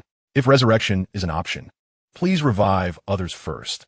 I wish to train longer under Lord Kai, Tien stated after deep reflection. Kaiatsu expressed his desire to remain with Tien. Very well then. Let's rest for a few days before formulating our next plan. As everyone nodded in agreement and began to disperse, Vegeta suddenly stepped forward, grasping Krillin's attire with an air of knowing. Why wait a few days? Just reveal your strategy now. Since you have defeated Frieza once, he will not let you off easily. You must have devised a plan in your mind immediately. Upon saying this, Vegeta released his grip, crossed his arms, and smugly pointed his thumb at himself. Let me make it clear. Frieza's head will be mine to claim first. If your strategy involves some petty ambush or assassination, you might as well flee into the cosmos. This declaration caught the attention of everyone present. Gohan contemplated intervening to assist Krillin, but Piccolo held him back. Do not approach. Vegeta harbors no ill intent towards him. I, too, wish to hear Krillin's thoughts. Have you not noticed that Krillin has changed somewhat since our awakening? After Piccolo's remark, Gohan ceased his insistence, gazing at Krillin in a state of bewilderment. Changed? I do indeed have a plan. I did not expect you to notice. Krillin adjusted his glasses, the sunlight glinting off his shades, imparting an air of mystery that led everyone present to believe that his scheme was anything but simple. It involves transforming Goku and the others into Super Saiyans. Chapter 7. I feel he might just as well call me brother. What? The legendary strongest warrior? A gasp arose from the Namekian side. The fearsome reputation of the Saiyans in the cosmos was well known, and many were familiar with this race. You want me to transform? But I have already failed. As Son Goku heard Krillin mention himself, he was supported by Bulma and brought to the forefront of the crowd. Indeed, it's not just you, but also Gohan. This is utterly laughable. Vegeta tilted his head, casting a disdainful glance at Goku and his son. He's merely a low-class warrior. I foolishly placed my hopes of transforming into a Super Saiyan upon him. The disparity in talent cannot be easily bridged, let alone that little brat. To think he could transform into a Super Saiyan is nothing short of a delusion. Only I, Vegeta, shall transform into a Super Saiyan. Despite Vegeta's words, Goku remained unperturbed, scratching the back of his head and replying, perhaps transforming into a Super Saiyan truly requires some innate talent. Maybe we should let Vegeta try. No. You already possess the essential qualities. With some training, Gohan will undoubtedly succeed, while Vegeta still has a long way to go. What did you say? I have a long way to go. Vegeta seethed. Damn bald head, you seek your own demise. Don't think that just because you defeated Frieza with some clever tricks, you can act superior in my presence. Fuming with indignation, Vegeta positioned his hands in a petal formation, unleashing a barrage of terrifying energy blasts towards Krillin. As Goku attempted to intervene, he found himself immobilized by his aching muscles. Gohan also wished to assist, but Piccolo's large hand rested upon his shoulder, shaking his head to signal him to remain still. Dust and debris erupted from Krillin's location, enveloping the area in a cloud of obscurity. When the haze finally cleared, a massive crater had been carved into the ground. However, Vegeta failed to notice Krillin's presence. With such lowly skills, you claim to have defeated Frieza? I am the true ruler of the universe. On King Kai's planet, Yamcha and the others were left dumbfounded by the sudden turn of events. How did it escalate to a fight so quickly? Krillin can't be dead, right? No, that's impossible. He defeated Frieza. King Kai murmured. Tien Shinhan expressed uncertainty. But Frieza was relentlessly pursuing Goku, while Vegeta is now specifically targeting Krillin. Just as everyone began to question whether Krillin had met his demise, an arm casually draped over Vegeta's shoulder. Vegeta turned around, instantly dumbfounded. Vegeta, clever tricks can also be clever. There stood Krillin, his left hand hoisting a large bag of drinks, his right hand holding a cup of ice cream, his brow raised in triumph behind sunglasses. You insufferable bald head. Vegeta quickly realized he had been outsmarted by Krillin, who had teleported away the moment the energy blasts were launched, making a quick trip to procure numerous beverages. Before Vegeta could launch another attack, Krillin tossed a chilled drink into his arms, and in his flustered state, he failed to catch it. As Krillin distributed drinks to those present, he remarked, Vegeta, allow me to speak first. Once I finish, you may decide your course of action. Although your prowess is still a tad short of transformation, fear not, for I, the one who vanquished Frieza with unparalleled wisdom, assure you that you will undoubtedly achieve Super Saiyan status. Subsequently, Krillin divulged to everyone his newfound ability to foresee the future. It was then that they comprehended the source of Krillin's extensive knowledge. He had acquired memories of the future. I had thought he was an entirely different person, Piccolo mused. Stroking his chin, Gohan gazed at Krillin with admiration, astonished by his uncle's remarkable abilities, pondering whether he would fulfill his mother's hopes of becoming a scholar. Since you know what will transpire in a year, this year shall be orchestrated by you, Krillin, Piccolo intoned solemnly. I guarantee that Frieza and his father will meet their doom. Humph, bald one. Should I fail to transform into a Super Saiyan, I shall promptly end your life. Vegeta retorted, his disdain for Krillin unabated as he crushed his drink in anger. That cannot happen. Krillin must remain unharmed, Piccolo, Gohan, and Goku asserted in unison. Indeed, if you seek to harm Uncle Krillin, you must first contend with us. Krillin has saved us all. Vegeta, you must not be ungrateful. Even the Namekian stepped forward to confront the formidable Vegeta. Earthlings are our allies, and yet you have annihilated countless villages, you fiend. Krillin stood behind them, feeling a sense of relief, relishing the moral high ground. All right, everyone, let us not be tense. Relax a bit. I've already informed my father to bring the airship. We can all retreat to my home and enjoy ourselves. Ultimately, it was Bulma who intervened to prevent the escalation of conflict. Strangely, Vegeta heeded her words, letting out a cold huff before turning away in silence. However, the matter is not yet resolved. Krillin's expression turned grave. Is there another enemy? Gohan inquired. Uncle Krillin, is this about Frieza? No, it pertains to Piccolo and you. Uncle Piccolo. Piccolo furrowed his brow, wondering if Krillin intended to revisit past grievances. While I currently have no aspirations of world domination, after Frieza's defeat, who can say what may happen? Krillin, if you wish to confront me now, do not hesitate. Not at all. Piccolo, you misunderstand. Gohan, how old are you this year? Gohan pondered for a moment, raising one hand, finger splayed. 5. That aligns perfectly, Gohan, in fact. Piccolo is only 4 years your senior. You should address him as brother, not uncle. This revelation left everyone's jaws agape. Even Vegeta glanced sideways, his mouth twitching in disbelief. What? Moreover, I believe he ought to address me as brother. Get lost, bald head. I wouldn't mind being called Uncle Bick. The green visage of Bick contorted with rage, and in his fury, he delivered a swift kick that sent Krillin soaring through the air. Even while airborne, Krillin audaciously urged Bick to call him uncle. Ha ha ha. With this playful banter, all traces of discontent vanished, and amidst laughter, the group made their way to Bulma's residence. Upon arrival, they found Chi-Chi had been waiting eagerly, unfazed by the odd expressions of the others, as she produced a mountain of assorted high school exam papers, insisting that Gohan complete them without fail. Thud, thud. As Krillin entered, a cane struck him on the head, and Goku received the same treatment. The assailant was none other than their esteemed master, Master Roshi. Otherwise, their reflexes would have allowed them to evade the blows. Why did you two provoke Frieza? Why not simply seize the Dragon Balls and escape? Master Roshi chided, his voice stern yet laced with concern. And you, Krillin, return my glasses at once. Ouch, Master Roshi, Krillin exclaimed. Oh dear, Master Roshi, please stop. We VE returned. And besides, Frieza had already acquired several Dragon Balls. If we don't confront him, he will come after us. Krillin respectfully handed back the sunglasses, muttering under his breath. You would have fared worse than I. Do you think I cannot hear you? Daring to speak ill of your master, are you? I was wrong. Ouch. After their scolding, Master Roshi spoke more gently.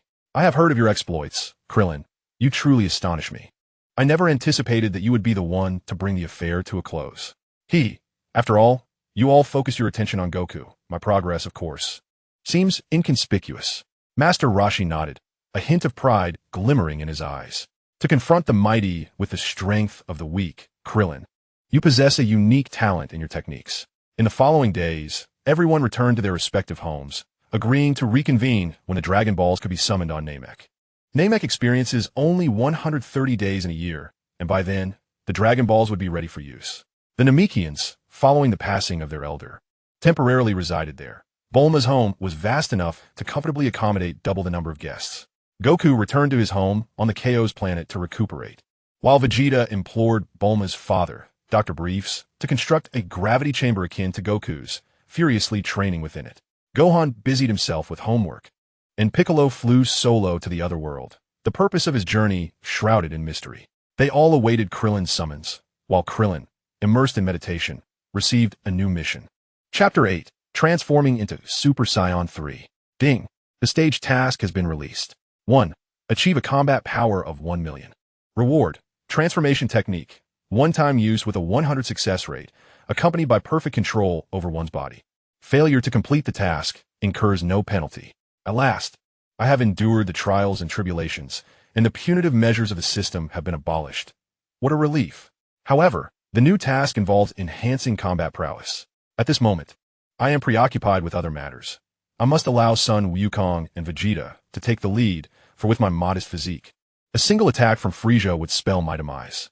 Moreover, even with a tenfold training speed, it is unrealistic to expect to reach the same heights as a Saiyan in such a short span. That said, the new assignment is unlike the previous ones. There are no time constraints, granting me ample opportunity to fulfill it. Should I ever tire of being human, perhaps I could employ the body-switching technique to assume a different form, thereby swiftly bridging the gap to the elite tier. But should I really consider switching to Frieza's form? His body has undergone extensive modification, and it is uncertain whether he retains his exceptional training aptitude, even if his innate talent persists. The transition of his physiology may not keep pace with the evolution of his corporeal form. Speaking of which, he appears to be asexual. I still have my thoughts on Android 18, cough cough. It is premature to dwell on such matters, for now. Let us focus on ensuring that Son Wukong and the others successfully transform. Witnessing the Super Saiyan transformation firsthand would certainly validate my journey through time. Suddenly, a gust of wind caught my attention. I opened my eyes to see Vegeta. When did he arrive? Oomph. Vegeta gestured toward himself, asserting that he had no obligation to answer trivial inquiries. I simply needed to expedite my transformation into a Super Saiyan. In a flash, 3 figures appeared. It was Son Wukong and his son, along with Piccolo. I, too, wish to witness the might of the so-called strongest warrior, Piccolo remarked. Despite being among the top echelon of fighters, he has yet to adopt the mentality of a caretaker, his pride and self-esteem rivaling that of Vegeta. Very well. Everyone follow me to the Celestial Realm. There, you will find what you need to transform. Upon arriving in the Celestial Realm, the deity acknowledged Krillin with a nod directed at Bubbles. A few days prior, Krillin had requested preparations be made in advance. Bubbles activated a machine capable of traversing fictional timelines, which Son Wukong had previously used to journey back 3 centuries, encountering Master Roshi and the youthful turtle and crane hermits. What is this? Piccolo inquired, utterly unaware of such technology existing in the Celestial Realm. If it could enhance combat capabilities, why had the deity not revealed it sooner? Gohan and Vegeta shared his curiosity. Son Wukong scratched his head, struggling to recall, before suddenly pointing at the machine with realization. This is what allowed me to meet the young Master Roshi. What? The trio of Vegeta, Gohan, and Piccolo were taken aback. Could this machine indeed traverse time and space? No, it merely allows you to visit a simulated past. It is not a gateway to the real world, Bubbles clarified. Vegeta turned to Krillin. Understanding dawned upon him. So, the little bald one intends for us to visit the past? Upon grasping the machine's purpose, Vegeta swiftly comprehended Krillin's intentions. Upon witnessing the situation, Krillin conceded that it was indeed correct. They would traverse different timelines, with him personally orchestrating the scenarios. It became evident that Krillin intended to stimulate the trio through visions of the past, thus enabling them to transform into Super Saiyans. Piccolo deduced the conditions for this transformation from Krillin's words. The others were momentarily taken aback. Goku, having heard Krillin speak of this before, remained composed, while Vegeta clenched his teeth in realization. TCH, it should have been obvious. Transformation requires anger. Very well, everyone should proceed. Piccolo need not partake. Krillin beckoned the 3 Saiyans to enter the machine, subsequently initiating the simulation. He approached the control panel, sending each of them to different temporal realms in succession. As Goku stepped into the machine, darkness enveloped him, rendering everything around him invisible, the energies of the others dissipating entirely. Uncertain of the formidable adversary Krillin would conjure for him, Goku felt the blood of his Saiyan heritage surge within him, his body, now fully healed after 3 days without a battle, igniting a thrill that made him leap. A soft sound echoed, and the surrounding darkness rapidly faded, revealing the familiar, verdant landscape. A white figure stood atop a rock, one eye shut, the other coldly observing him. It was Frieza. Before Goku could comprehend the unfolding events, he saw Frieza extend a hand behind him. Turning to look, he witnessed Krillin being drawn skyward by an unseen force. In stark contrast to reality, Frieza's attack was devoid of any preamble. Krillin barely had time to call out Goku's name before being engulfed in an explosion, his body disintegrating into a mist of blood. Goku could almost perceive the metallic scent of blood. You killed Krillin, Frieza. A golden aura erupted from within him, a terrifying power breaking through the heavens, as Goku's pupils vanished and reappeared, finally settling into a pale green hue. I shall kill you without mercy. Gohan entered the machine, the oppressive darkness instilling a sense of insecurity within him, prompting an instinctive call for his loved ones. Father, Uncle Piccolo, are you there? Light swiftly filled his vision. Gohan found himself transported back to the time of the Saiyan invasion. Nappa, one of Vegeta's subordinates, wore a sinister grin as a massive energy sphere coalesced in his hands, hurling it towards Gohan. Had this been earlier, Gohan might have dodged, yet now he stood resolute, raising his hand to deflect it. However, indifference towards the energy sphere did not extend to others. Gohan suddenly perceived a flash of green, the energy blast obliterating half of the green figure's body, leaving the upper half to fall perfectly into Gohan's embrace. Coughing, he heard Gohan survive. Only you will treat me as a normal person. Oh no, don't die. Uncle Piccolo. Please, hang on. No, Uncle Piccolo. The anguished roar, mingled with tears, erupted from Gohan as he unleashed a golden aura, an overwhelming force that caused the very earth to tremble. Vegeta, I shall annihilate you. Before Vegeta and Nappa could comprehend the unfolding events, they were obliterated by a single blast of energy. Vegeta entered the chamber, confronting the frailty of his youth, struggling under Frieza's oppressive reign. Despite his rage, he felt a deeper animosity towards his past self, realizing he was still far from meeting the transformation's criteria. Is this all? Baldy, I know you can hear me. If I fail to transform, I will surely kill you. All right, just come out. I have good news, came the response. With a haughty demeanor, Vegeta stepped out of the machine, only to find Goku and Gohan both adorned with golden hair. Goku, spurred on by Krillin, was transforming repeatedly. No, it cannot be. Is that the Super Saiyan? How can Kakarot, that lowly warrior, and his half-breed son, surpass me in achieving this transformation? As Vegeta emerged, all eyes turned towards him. Oh, Vegeta, have you failed? It's hardly surprising. After all, you're merely a prince in name. Ha ha ha. It's inevitable that you couldn't succeed. Piccolo mocked, seemingly avenging their previous confrontations. We already have 2 Super Saiyans. We don't need a worthless one like you. What did you say? Vegeta's fury ignited. Krillin chimed in. Isn't that the truth? Ultimately, yes, just an invader. Perhaps we should prevent him from transforming at all. Given the chance, he couldn't seize it. So it would be better for Goku and Gohan to eliminate him now, ensuring he poses no further threat. I have no objections, Goku agreed. I wish to take matters into my own hands, to break his limbs and cast him into space. After all, he is merely inferior to Goku, Gohan declared. You bastards. The humiliation of being outpaced by Goku and Gohan in their transformations had wounded Vegeta's pride deeply. Coupled with the betrayal of Krillin and the others, his fury surged, veins throbbing on his forehead. Such a useless being, unable to rival Goku. How dare he claim to be a prince? He should just take his own life. Krillin instantaneously materialized behind Vegeta, whispering ominously in his ear. In a reflexive motion, Vegeta swung an elbow, but Krillin vanished before contact. Humiliated and unable to retaliate, Vegeta resembled a defeated player who had lost not only the match but also his family, collapsing in a fit of impotent rage. This impotent fury was the source of Vegeta's greatest wrath, which quickly escalated beyond 3 million in power. You scoundrels! I will kill you, like a deflated balloon. Vegeta unleashed his fury without restraint, overwhelming everyone present with his immense energy. The machine activated, and 3 terrifying auras surged forth, vying for dominance. Son Wukong and his son Gohan, were drenched in blood, exuding an aura of lethal intent. Vegeta emerged last, his pale green eyes widening upon seeing Krillin and the others, and he charged forward with a grimace. Grabbing Krillin by the collar, he snarled, I know this is all a ruse. If you dare to mock me again, I will end you. Krillin swiftly teleported behind Wukong, only to find that Wukong was equally unhinged, wrapping his arms around the teleporting Krillin with such force that it nearly left Krillin breathless. I will not allow you to perish again, Krillin. Can you set me down now, Wukong? Gohan, upon spotting Piccolo, rushed toward him. Rarely did Piccolo refuse to acknowledge Gohan's enthusiasm after witnessing his transformation, and he affectionately ruffled Gohan's hair. After detaching from Piccolo, Gohan coldly approached Vegeta. Vegeta stood defiantly, arms crossed, nostrils flared in arrogance as he faced Gohan. His hair, still a resplendent gold. Fearing that this transformation might be fleeting, he longed to maintain his golden locks for an entire day. What do you intend to do, little brat? If you continue to slaughter the innocent, I will surely kill you. Gohan's eyes burned with a fierce resolve. In response to the young one's threat, Vegeta scoffed dismissively. I will slay whomever I choose. Your opinion matters not.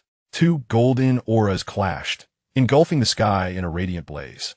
Piccolo, along with the god and Bobo, braced themselves against the overwhelming force. This power surpasses even Frisia's. Is truly terrifying. The strongest warrior lives up to his reputation. Son Wukong instantaneously positioned himself between the two, his tone impassive. Cease this at once, Vegeta. If you wish to fight, I will gladly oblige. Gohan, stand down. Very well. I shall spare Vegeta this time. With a huff, both warriors retracted their auras. The combative genes of the Super Saiyans were unmistakable. Yet considering the presence of others who could not withstand the battle, they ultimately refrained from continuing. Krillin exhaled deeply, relieved that the transformation was complete. Indeed, everything within the illusion had been orchestrated by him, from the scent of blood that Wukong detected to the drastic changes Gohan witnessed, as well as Piccolo's grim fate and Vegeta's entirely new narrative. Although their personalities had shifted, they had ultimately evolved for the better. Thus, a sweet smile spread across his face. Since you have all successfully transformed, it indicates that Frisia is no longer a concern. However, for the sake of caution, let us discuss the variations and applications of the Key Sphere / Chapter 9. I detest being called bald. Time flew, and soon 6 months had passed. During this period, the Dragon Balls of Namek were restored, allowing them to revive Dandy, Yamcha, and Kairatsu, while Tien sought to train further with King Kai. Krillin, alongside the Z Warriors, diligently trains, primarily focusing on enhancing the foundational combat abilities of Goku, Gohan, and Vegeta within the gravity chamber. The aim is to normalize their Super Saiyan forms and engage in rigorous training to achieve full power as Super Saiyans. As for Piccolo's strength, Krillin need not worry. Piccolo has his own training regimen. Thus, Krillin merely instructs him on the utilization of the Key Sphere / and leaves it at that. The remaining members, Yamcha and Kairatsu, after their training on King Kai's planet, have achieved power levels exceeding 10,000, albeit Kairatsu barely surpasses that threshold. Their roles in future battles will be minimal. It would be more beneficial for them to master the Key Sphere / which may yield unexpected results. Regarding Krillin himself, with a 10-fold training speed, he effortlessly surpasses a combat power of 100,000, reaching a level of 120,000, equivalent to Captain Jinyu. It is no surprise that he is striving so hard. After all, he did not have the best lineage, and the inherent potential of Earthlings is rather limited. Had he been a Saiyan, a foundational combat power of less than 10 million would be considered a waste of time. However, Krillin remains unperturbed. For not only is the mission devoid of time constraints, but also the long-awaited moment is upon him. The son of the previous generation's contender for divinity, Carrick, known as Carrick II, is set to descend upon the Demon Star. During this time, his subordinates will utilize a potion known as a Quaya to transform everyone into demons. Furthermore, under the enhancement of the Demon Star, all demon beings will experience a power increase ranging from dozens to hundreds of times. This presents a fortuitous opportunity for Krillin. Since he will soon undergo a body transformation, any increase in combat power would be inconsequential. It is far more prudent to seize the rewards while possible. Krillin is acutely aware that the skills from the system are his true foundation. As long as he accomplishes the task, the enhancement of his combat power will not lag significantly behind the top tier. Today appears to be the day. Krillin gazes skyward, sensing a sudden decrease in the divine energy. He promptly summons the 3 Saiyans and Piccolo. Baldy, do you wish to perish by interrupting my training? Vegeta, clad only in shorts and holding a towel to dry himself, retorts without hesitation. For the sake of training convenience, everyone, except for Piccolo, has temporarily taken residence at Bulma's home. Krillin is uncertain how others feel, but he genuinely wishes to stay at Bulma's house for the sheer comfort it provides. One can simply order whatever food they desire, with no limits on supply. Training is facilitated by the world's leading scientists, and when in the mood for leisure, friends are readily available for impromptu parties. Who wouldn't want to indulge in such a divine lifestyle? Even Vegeta has succumbed to this allure. The incident involving the theft of a spaceship, as depicted in the original narrative, never transpires. Chi-Chi joins them as well, enticed by Bulma's ability to arrange a team of top-tier educators and the absence of cooking responsibilities. Goku and his son are equally pleased, as the finest chefs are typically found among the wealthy. Thus, at Krillin's suggestion, everyone decides to stay, and Bulma, finding no objection, welcomes the arrangement. As the cost is trivial, having friends to enjoy life with is the greatest reward of all. Having grown accustomed to a life of simplicity and detachment, Piccolo declined to stay, but often trained alongside the three Saiyans. Upon learning of Krillin's summons, they gathered. "Krillin, is Frieza coming?" Goku exclaimed, striking his palm with a fist, his eyes ablaze with fighting spirit. Ever since transforming into a Super Saiyan, he longed for an exhilarating battle with Frieza. Even if Frieza arrives, I, Vegeta, shall be the one to vanquish him first. "Krillin, do you sense it too?" Piccolo, draped in a white cloak, descended slowly, joining Krillin in gazing towards the direction of the heavens. "Yes, as this opportunity is rare, I have summoned you all to assist me with the task." Krillin's expression grew serious as he revealed his plan. "To enhance our combat power using the water of Yakia? Your idea is audacious," Piccolo remarked, astonished by Krillin's boldness. "You must understand that exceeding the time limit could result in our bodies being transformed into demons by the water of Yakia. Haha, we have 3 Super Saiyans with you. If all else fails, we still possess the Dragon Balls. Resorting to such unorthodox methods to bolster our power?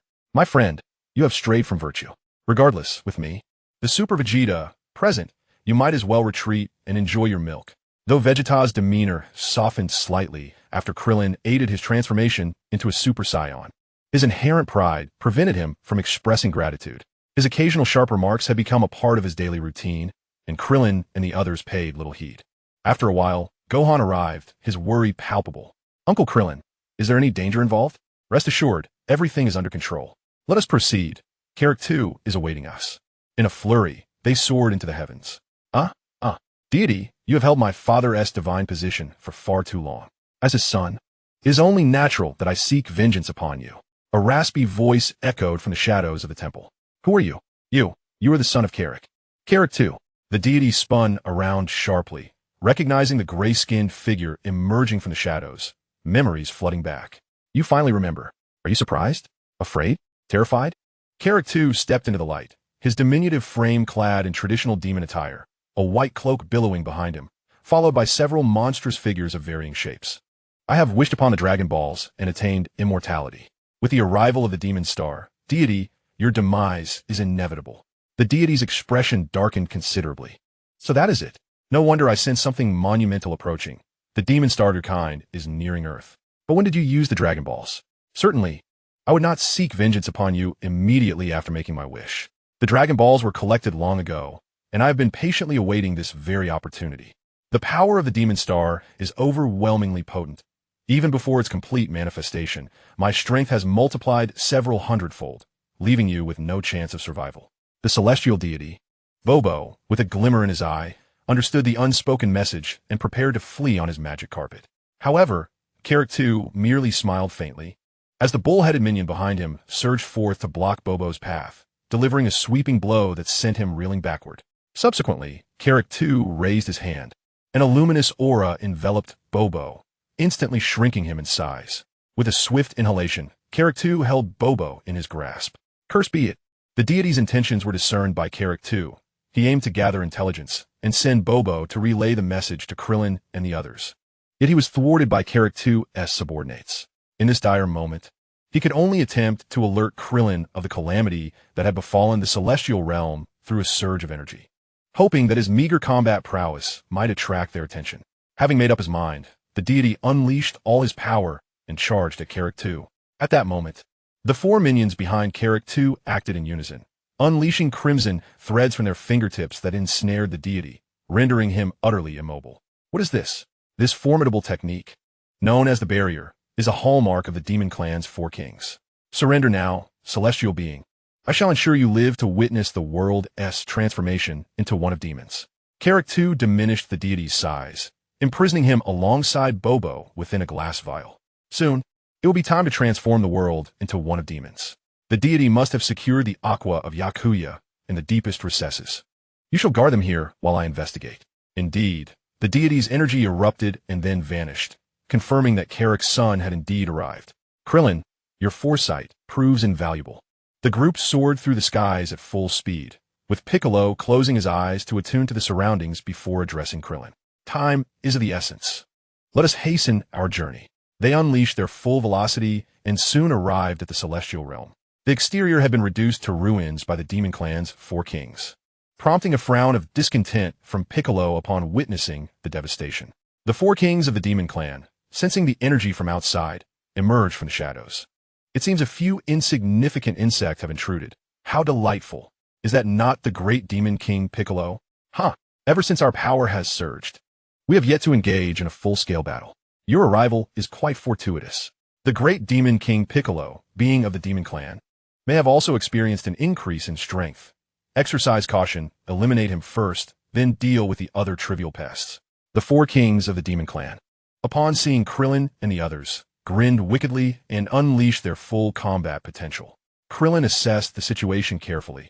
Their collective power was approximately several tens of thousands, nearing 70,000 at most, and thus not particularly daunting. Hey, Vegeta, they're calling you a trivial pest. Are you not going to retaliate? Klein, consumed by a desire to swiftly enhance his combat abilities, found himself lacking the motivation to engage in battle. However, he could not rely on Son Wukong and Son Gohan to fight. One withheld his true strength while the other hesitated to inflict harm. Given Piccolo's contemplative nature, he was not certain his words would sway him. Thus, Klein resorted to provoking Vegeta. Such drivel is nothing but nonsense. Handle it yourself, and do not underestimate my intelligence. Bald head. Very well. Vegeta remained unfazed, leaving Klein with no option but to take matters into his own hands. You're so frightened that you only dare to send forth a little bald fellow. The burly demon with twin horns bellowed with laughter, pointing derisively at Klein. The other 3 also regarded Klein with disdain. Unperturbed, Klein maintained a power level of several hundred as he gradually ascended to a position a few dozen meters away from the 4 kings. Vegeta and his companions hovered above the temple. Since Piccolo is unwilling to act, let us eliminate this bald dwarf and diminish his momentum. The red-haired king cackled. No need for you to intervene. I shall strike first, as I have longed for bloodshed. With that, he advanced, vanishing momentarily before delivering a punch aimed at Klein. Klein's expression remained unchanged as he awaited the blow. The red-haired king smirked, confident, but his fist merely passed through Klein's form, striking nothing but air. In the next instant, the king's countenance shifted dramatically as he realized he had struck at an illusion. His fist had made no contact with flesh. Almost imperceptibly, a figure appeared beside the red-haired king. Klein raised a single finger. Firstly, I despise being called bald. Secondly, I resent being labeled a dwarf. Furthermore, I abhor being referred to as a bald dwarf. Therefore, I bid you farewell. In an instant, the red-haired king's body shattered into countless fragments before his bewildered eyes. What? Gag has fallen, the Minotaur king exclaimed, astonishment etched across his face. The event transpired in the blink of an eye, leaving them unable to comprehend the technique employed. This is dire. That bald one is the strongest among them. The demon kings were both shocked and enraged, not out of grief for Gag, but due to the belief that Klein and his allies had acted dishonorably, deceiving them. Damn it, the red-skinned, diminutive king spoke up. Perhaps your strength is formidable, but know when to draw the line. Gag was merely the 3rd strongest among us. Oh, and what rank do you hold? Klein raised an eyebrow, inquiring. This individual, in Klein's perception, was the weakest of the group. I may be the 4th, but our leader, Gasu, is the mightiest. You stand no chance against him. Surrender now. And who might Gasu be? Klein asked, intrigued. A figure with white hair, swelling like a scion, stepped forward, pushing aside the shorter member of the 4 kings who attempted to speak. His piercing gaze was fixed upon Krillin. Your strength is commendable. Would you be interested in serving under His Majesty, King Kalek II? Your recent technique, capable of vanquishing Gag, truly surprised me. Yet I assure you, I possess equal prowess. Not interested. You are equally weak, Krillin dismissed with a wave of his hand, reveling in the rare opportunity to encounter an opponent with lesser combat power. What did you say? Gasu ignited with fury, his face contorting in rage as veins bulged. In an instant, he launched himself forward. The remaining 2 members, The Minotaur and the Short One appeared to foresee the outcome. The diminutive one was doomed. He had provoked the leader and would likely be crushed. I suspect he will be stomped to death, but I must leave him alive. I intend to torment him for 10 days and nights. Before Krillin, Gasu's speed seemed as sluggish as that of a snail. A second before Gasu's attack, Krillin even yawned. Gasu unleashed a multitude of red threads. The signature technique of the Four Kings, ensnaring Krillin's arms while Gasu propelled energy blasts toward him. Instantly, the area where Krillin stood was engulfed in a cloud of dust. You foul bald head. As he envisioned Krillin's demise, Gasu could not help but feel a surge of pride. He had anticipated that while Krillin's speed was impressive, once ensnared, he would be as helpless as a fish on a chopping block. Next, it is your companion's turn. Piccolo and the others watched the battle below with indifference. Goku even remarked, "How boring. They need to intervene yet." From behind Gasu, a hand emerged amidst the shattered red threads, resting upon his shoulder. What? Impossible. Gasu's eyes widened in alarm as he swiftly retreated and shouted to the Minotaur and the Shorter One, "He's still alive." Attacked together, the two charged toward the battlefield. Yet as they advanced, their necks grew weaker and blood began to seep from them. Ultimately, they collapsed, their bodies reduced to mere fragments. "No, I refuse to die." Gasu watched in horror as his companions fell without warning, a chilling fear gripping him. He conjured countless energy blasts and unleashed them in a frantic assault, enveloping the arena in smoke before he slipped away deeper into the temple. Krillin did not immediately strike him down. Instead, he informed Piccolo and the others before following Gasu into the temple's depths, intending for Gasu to lead the way. However, before departing, Vegeta intercepted Krillin. "Baldy, don't you dislike being called that? You know full well and still say it." Krillin silently grumbled to himself. Yet outwardly he regarded Vegeta with a scowl, awkwardly responding, "You are the exception. I was referring to others. There is no alternative. One can only endure the discomfort of being outmatched. So it is best this way." Vegeta, with a disdainful smile, boldly stepped into the temple. Chapter 10. Krillin silently positioned himself in front of the others. Deep within the temple lay an ancient and dimly lit hall. King Karek II had retrieved the dark, mist-like liquid known as the aqua of Yakuya, contained within a transparent vial. At that moment, he turned to glance behind him as a disheveled figure rushed through the passageway. Gasu, with a face full of terror, appeared more elated to see King Karek II than he would have been to see his own father, eagerly kneeling before him. King Karek II's expression darkened, clearly displeased by Gasu's interruption. Unfazed, Gasu hastily exclaimed, "It's terrible. Your Highness, King Karek II, Lord Piccolo has invaded with his forces. The 3 demon kings, aside from myself, have been slain. I barely managed to escape in time." "Oh, Lord Piccolo?" King Karek II pondered, recalling the pain inflicted upon him by that very being. It was indeed that fiend, along with the father-son duo named Gohan and Goku, who had imprisoned him within their hellish vortex until his strength had burgeoned enough for him to escape. The memories of their actions stirred within him an indescribable loathing. "I remember now, that traitorous demon, the embodiment of evil in this realm," he scoffed, casting a discontented glance at Gasu.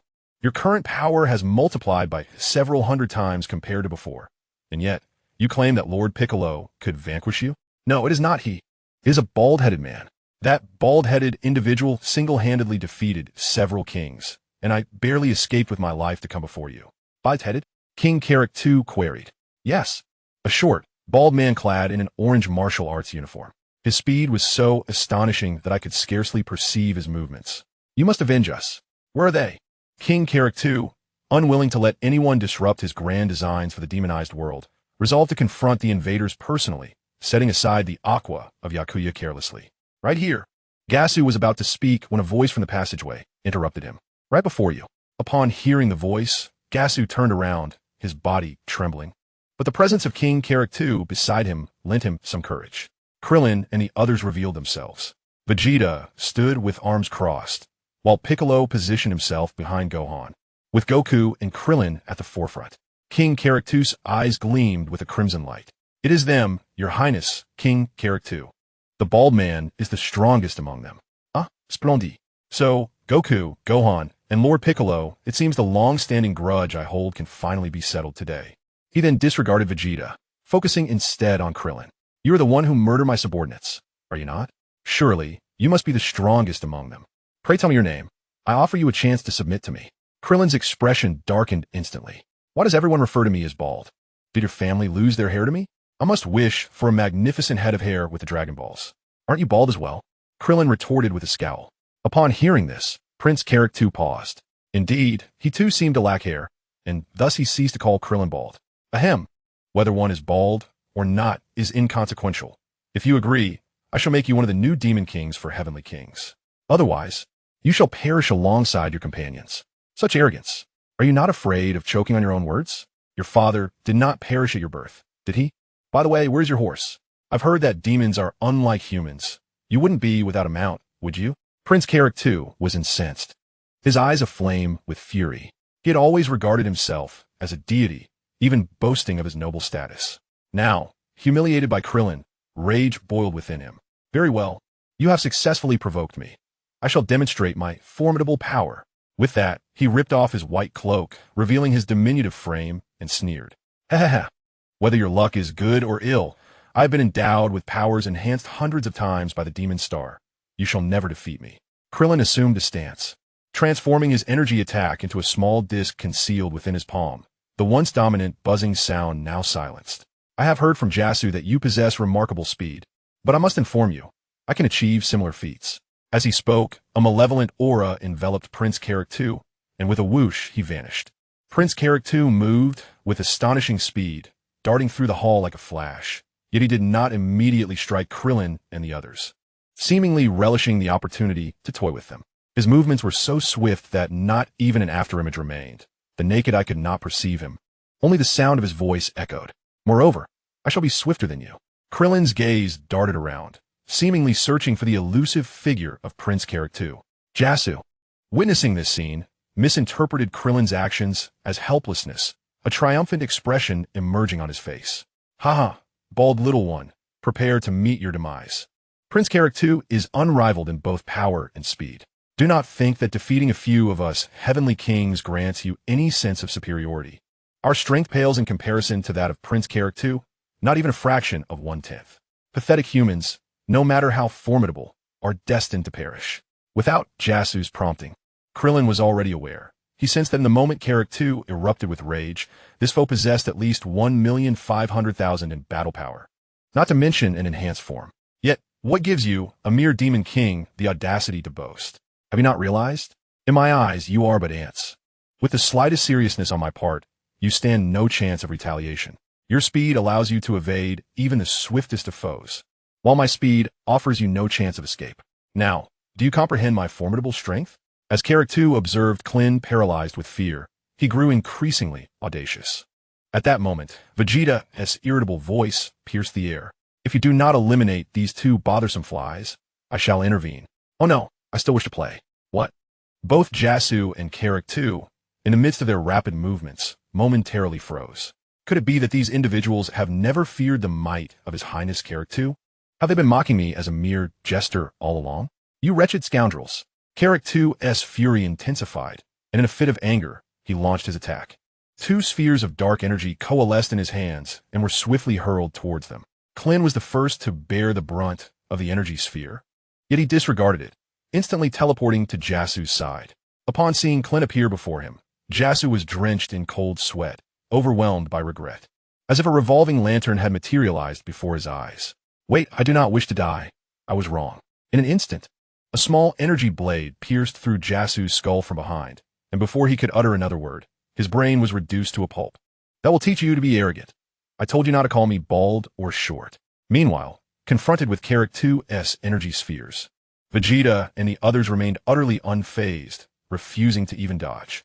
It was only when the energy spheres approached Gohan that he swiftly pinched them with both hands, causing them to dissipate effortlessly. No, this cannot be. My attack is potent enough to obliterate the heavens. How could you withstand it? The sudden reversal of the situation nearly caused Carrick too's mind to explode. He had never anticipated Krillin's speed to reach Jasu so swiftly, nor had he foreseen Gohan's terrifying power, which easily crushed his energy spheres. You must be concealing your true strength. Of course, who would divulge the extent of their prowess? So, Jasu was intentionally allowed to join your ranks. You despicable fiends. Yet, this was of little consequence. You merely dispatched my subordinates. Carrick too suddenly regained his composure. a sinister smile spreading across his face. Time is of the essence. The power of the demon star now fully envelopes me. My strength has reached its zenith. I only need to eliminate you, and then I shall plunge the entire world into darkness, amassing as many subordinates as I desire.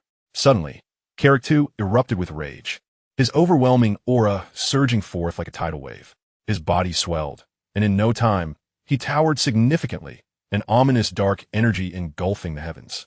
This is my ultimate power. Prepare to meet your demise. Krillin sensed that Karaktu's combat ability had soared to 2.5 million, an increase of 1.6 times from before. While his transformation played a role, it was primarily the power bestowed by the demon star that fueled this enhancement. Upon evaluation, the strength was overwhelmingly formidable, rendering any resistance futile. As the saying goes, a gentleman does not stand beneath a wall. Thus, Krillin instantaneously teleported behind Gohan. The aura surrounding Karaktu was impenetrable, as the energy blade could not slice through it. Do not accuse me of holding back. The truth is, you are simply too weak to warrant my effort. Hearing Krillin's taunt, Karaktu's eyes ignited with fury, as reason appeared to be exchanged for raw power. What did you say? I shall be the first to eliminate you. Krillin silently positioned himself to shield the others and urged Gohan, Gohan, unleash your might and show him your strength. A golden aura forcefully dispelled Karaktu's dark energy, the immense power of 200 million battle strength overwhelming him, rendering him immobile. Krillin approached and delivered a sharp slap. How arrogant, still so defiant. Did you not claim you would kill me? Here I stand, come at me. Can you even touch me? How infuriating. Even Gohan contemplated releasing his restraint, wishing to allow Karaktu a chance to retaliate against Krillin, who was being insufferably cocky. Karaktu, towering in stature, knelt upon the ground, tears of regret streaming down his face. Ultimately, Gohan's decisive strike left Karaktu alive. Through the Dragon Balls, he attained immortality. Although he could weaken the resurrection effect by continual deaths, the others had little inclination to indulge him, resulting in his sealing instead. Thus, Krillin ensnared him within a magic seal wave, confining him in a rice cooker, which was subsequently placed within the depths of a divine capsule by a deity, its release remaining uncertain for ages to come. Next, Krillin retrieved the vial of aqua water and consumed its contents. Chapter 11. I should return home. Mother called for me to complete my homework. Krillin felt a profound hum as his cognitive faculties dulled, his mind engulfed in brutality and madness. You needn't drink it all. A mere inhalation through your nose suffices, Piccolo interjected. Krillin lifted his head, incredulous as he replied, Why didn't you mention that earlier? Upon uttering those words, a shroud of dark energy enveloped Krillin entirely, his eyes turning crimson, fangs sprouting, and his consciousness vanished completely. Fortunately, his energy surged rapidly, multiplying exponentially in mere moments, and the data on his panel began to escalate. Battle strength: 1, 275, 803, 526, 748, 732, 441, 327, 950. Eventually, his battle strength stabilized at 681,000 points, while the sound of task completion echoed in his ears. Ding! Phase task completed. 1. Battle strength reached 1 million. Reward: Body transformation technique. One-time use with 100% success rate, accompanied by perfect control over the body, dispersed. There is no penalty for task failure. In the next instant, the frenzied Krillin charged at Piccolo, striking ruthlessly, intent on attacking him. Piccolo, with swift reflexes, seized Krillin's hands and lifted him effortlessly. Krillin struggled in vain, his legs flailing wildly, but to no avail. His combat prowess paled in comparison, and his diminutive stature rendered him incapable of landing a blow. At this juncture, Krillin's sole remaining hope lay in seeking assistance to utilize the super divine water to revert his transformation. What shall we do next? Should we restore Krillin with the super divine water? Inquired Goku. However, Goten suggested, I believe we should wait a while longer. If Uncle Krillin's objective remains unfulfilled, we may not have another opportunity. Let him experience the power of the demon race for a while longer, and then restore him just as he is on the brink of complete transformation. I concur with Goten. Exercising caution is always prudent, Piccolo added. Just then, an unexpected voice cut through the tension. Vegeta, wearing an amused expression, interjected, So you mean the bald one still needs some time before regaining his senses? Hand him over to me. I've longed to give him a beating. Absolutely not. Your power far surpasses Krillin's, and I cannot permit you to harm him. Goku firmly objected. TCH, Vegeta scoffed, seemingly struck by a thought. He addressed Piccolo. Hey, Namekian, don't you want to give the bald one a beating? 6 months ago, he had you calling him brother. Piccolo's face turned a shade of deep green, his anger palpable. Damn you, Vegeta. I'd almost forgotten, and now you've brought it up again. Yet, Vegeta's taunt stirred something within Piccolo, who found himself glancing at Krillin. He reassured himself that as long as he didn't inflict serious harm, Krillin would surely forgive him. A light scuffle wouldn't count as a beating. Gazing at Vegeta, Piccolo's intent became clear, prompting Vegeta to block Goku's path. Piccolo, what are you planning? Goku exclaimed, realizing Piccolo's intentions and growing anxious. Without instant transmission at his disposal, he was unable to reach Krillin in time due to Vegeta's obstruction. Relax, Goku. I'm merely playing a joke on Krillin. He will forgive me, Piccolo asserted. No way. Goku vehemently opposed, refusing to allow Piccolo and Vegeta to torment Krillin. He then urged Goten, hurry and rescue your Uncle Krillin. However, Goten hesitated, glancing at Piccolo with a conflicted expression. Enough with the hesitation. Quickly go, Goku urged, desperation creeping into his voice, while Vegeta transformed into a Super Saiyan, standing defiantly in Goku's path. Goten, don't worry, I won't harm Krillin. Just teach him a lesson, Vegeta asserted. I think I should head home. Mom called me back to do my homework, Goten muttered, guilt gnawing at him as he sped away towards West City, even transforming into a Super Saiyan to fly at full speed. Goku was left speechless, realizing that Krillin was destined to endure a beating that day. Meanwhile, Piccolo had already begun to unleash his fury upon the frantic Krillin. The transformed Krillin immediately cried out in pain. Roar, roar, hey, stop howling, hit me, oh ah. With each punch, Krillin began to speak. Piccolo targeted his eyes and cheeks with every blow. Had Krillin possessed a nose, he might have truly ended up with a bruised visage. Nonetheless, he was not far from that fate. With every strike, Piccolo silently chanted, "Forgive me, Krillin." His speed was so swift that he appeared to leave after images, but fortunately, Krillin's power level had temporarily surpassed 1 million, enhancing his resilience to the onslaught, resulting merely in superficial injuries. Piccolo felt a sense of relief, yet Krillin's limbs hung limply, unable to withstand the beating, even in his demonic form. Vegeta, witnessing Krillin's miserable state, couldn't help but burst into laughter. Ha ha, the wretched bald head. Serves you right for mocking me. He held no grudge against personally delivering the blows. He was simply pleased to see Krillin humbled. Once Piccolo ceased his assault, he no longer obstructed Goku. Goku swiftly approached Krillin, and upon seeing his face, gasped in shock. Piccolo had been excessively brutal. Krillin's face was marred with bruises, leaving no unscathed skin visible. Piccolo, hurry and fetch the super divine water and senza beans.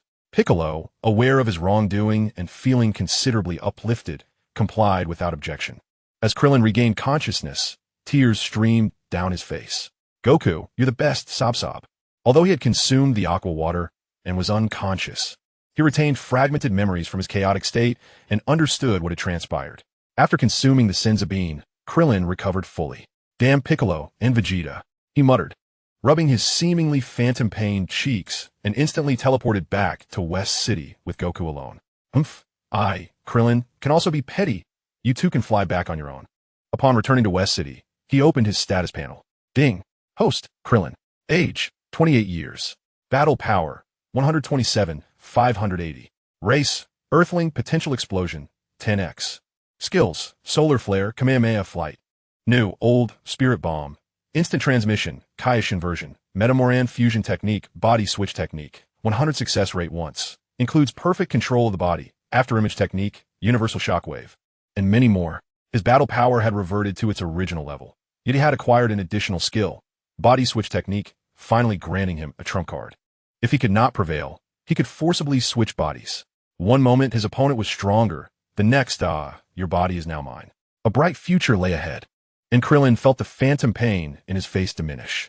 In the ensuing 6 months, the group continued their training. Eventually, after the revival of the Dragon Balls, Tien was resurrected, and the Namekians discovered a new planet to which their entire race relocated. Before departing, the newly appointed Grand Elder of Namek bestowed upon Krillin the coordinates of the new Namek. He understood that should the Namekians face another calamity, they would inevitably seek assistance from the Earthling endowed with the ability of instantaneous movement, thereby establishing a bond of friendship between the two planets. As matters settled peacefully, Krillin and his companions awaited the return of the cosmic tyrant, Frieza. Chapter 12. The Revenge of Frieza in the Dim Expanse of the Universe. A fleet comprising dozens of colossal spacecraft was preparing for a spatial leap. Within the largest of these vessels, King Cold reclined in his chair, his immense form cradling a goblet of red wine, which he gently swirled in his grasp. Beneath his right hand stood the diminutive Frieza, whose physique was largely replaced by machinery. Although Krillin's energy sphere had incapacitated him, it had not resulted in the loss of his physical form. However, the explosion on Namek had severely damaged his body, necessitating mechanical augmentation for his survival. At that moment, Frieza cast a frosty gaze upon the star map before him, with the planet Earth standing out prominently. As he scrutinized the celestial chart, his mechanical tail writhed in agitation, sending arcs of electricity crackling through the air, betraying the tempest of fury brewing within him. The soldiers of the Frieza force trembled in dread, fearing they might be struck down by the very tail that indicated their leader's wrath. Most of the past year had been devoted to the transformation of his body. Fortunately, rather than diminishing, his combat prowess had seen a slight enhancement. Frieza, my son, why do you allow such trivial matters to perturb you? The adversaries are merely a handful of Saiyan remnants and an Earthling. You are merely being careless. Their annihilation is a simple task, King Cold remarked, propping his chin on his hand with a nonchalant air. As the mightiest race in the cosmos, you must master the art of elegance. Your brother excels in this regard. Yet I hold greater faith in you. You are the most formidable genius of our lineage. Upon hearing King Cold's words, Frieza was roused from his reverie, a faint smile gracing his lips. I comprehend, father. I merely recalled some unpleasant memories. That Earthling and the Saiyans are the source of all my suffering. Thus I cannot help but feel a surge of rage. Yet soon that will pass. Frieza's countenance darkened as he gazed upon the planet depicted on the star map, the skin on his face contorting in a grimace as he gritted his teeth. Soon, I shall eradicate them all. However, this time, you must not underestimate them. Should those Saiyans transform into Super Saiyans, it could spell trouble, King Cold mused, recalling the ancient legend of the golden-haired warriors. The thought brought a sardonic smile to his lips. A band of weaklings with mere combat powers in the tens of thousands could never rival those with powers exceeding millions. Perhaps it is the frailty of our ancestors that allowed the tale of the Super Saiyans to endure. After all, the father and son duo are the mightiest of the mutants. Frieza was born with a battle power of a staggering 12 million, an unparalleled force in the universe. Even stars can be effortlessly obliterated by them. Apart from certain ancient beings, they reign as the strongest in the cosmos. Fear not, father. Before I eliminate those wretches, I shall indulge myself just once by methodically extinguishing every living creature on Earth, one by one, Frieza declared, raising his hand as his fingers slowly closed together, as if the entire planet rested within his palm. Do as you wish, replied King Cold nonchalantly. After all, accompanying Frieza on this venture served two purposes: to assist him in settling scores and to revel in the exploration of this remote corner of the universe. Allowing for a moment of leisure, Frieza's profound gaze seemed capable of piercing through the spaceship, directly reaching Earth. He muttered to himself, that bald-headed one. I can still vividly recall his face and the moment he cleaved through my body. As the Emperor of the universe, I am gripped by fear. No, I shall not permit this. I must eliminate him. Additionally, a lingering thought gnawed at him. During the ambush, Krillin had deceitfully invoked Beerus's name, causing him to instinctively dissipate his power and expose a vulnerability. This time, upon arriving on Earth, he was determined to uncover how that bald-headed one came to know Lord Beerus. With only one day remaining until Frieza's arrival, Krillin and the others had just hosted a party at Bulma's home, where joy radiated from nearly every face, seemingly oblivious to the impending crisis. Yet, Krillin understood the underlying anxiety that gripped them all. He alone was privy to the outcome. Even Vegeta and Goku, having transformed into Super Saiyans, felt little confidence in their ability to contend with Frieza, at best, believing they might be evenly matched. After all, during their last encounter on Namek, Goku could barely withstand Frieza's onslaught, relying solely on the Kaioken technique. And once Frieza unleashed his full power, he was left defenseless. Vegeta's power had surged immensely. When he perished on Namek, his battle power was merely around 100,000, only to see a significant boost upon his resurrection. Frieza's transformations had left an indelible mark on him, instilling a fascination for watching others undergo metamorphosis. Thus, They found themselves unable to accurately gauge the disparity between Frisia's strength and their own. This Damocles' sword hung ominously overhead, tightening their hearts with trepidation. Krillin was acutely aware of this, as fear gripped him. He feared that Frisia might simply perform push-ups, transforming into Golden Frisia and effortlessly obliterating him with a mere finger. Consequently, Krillin resolved to impart the Metamoran fusion technique to Goku and Vegeta.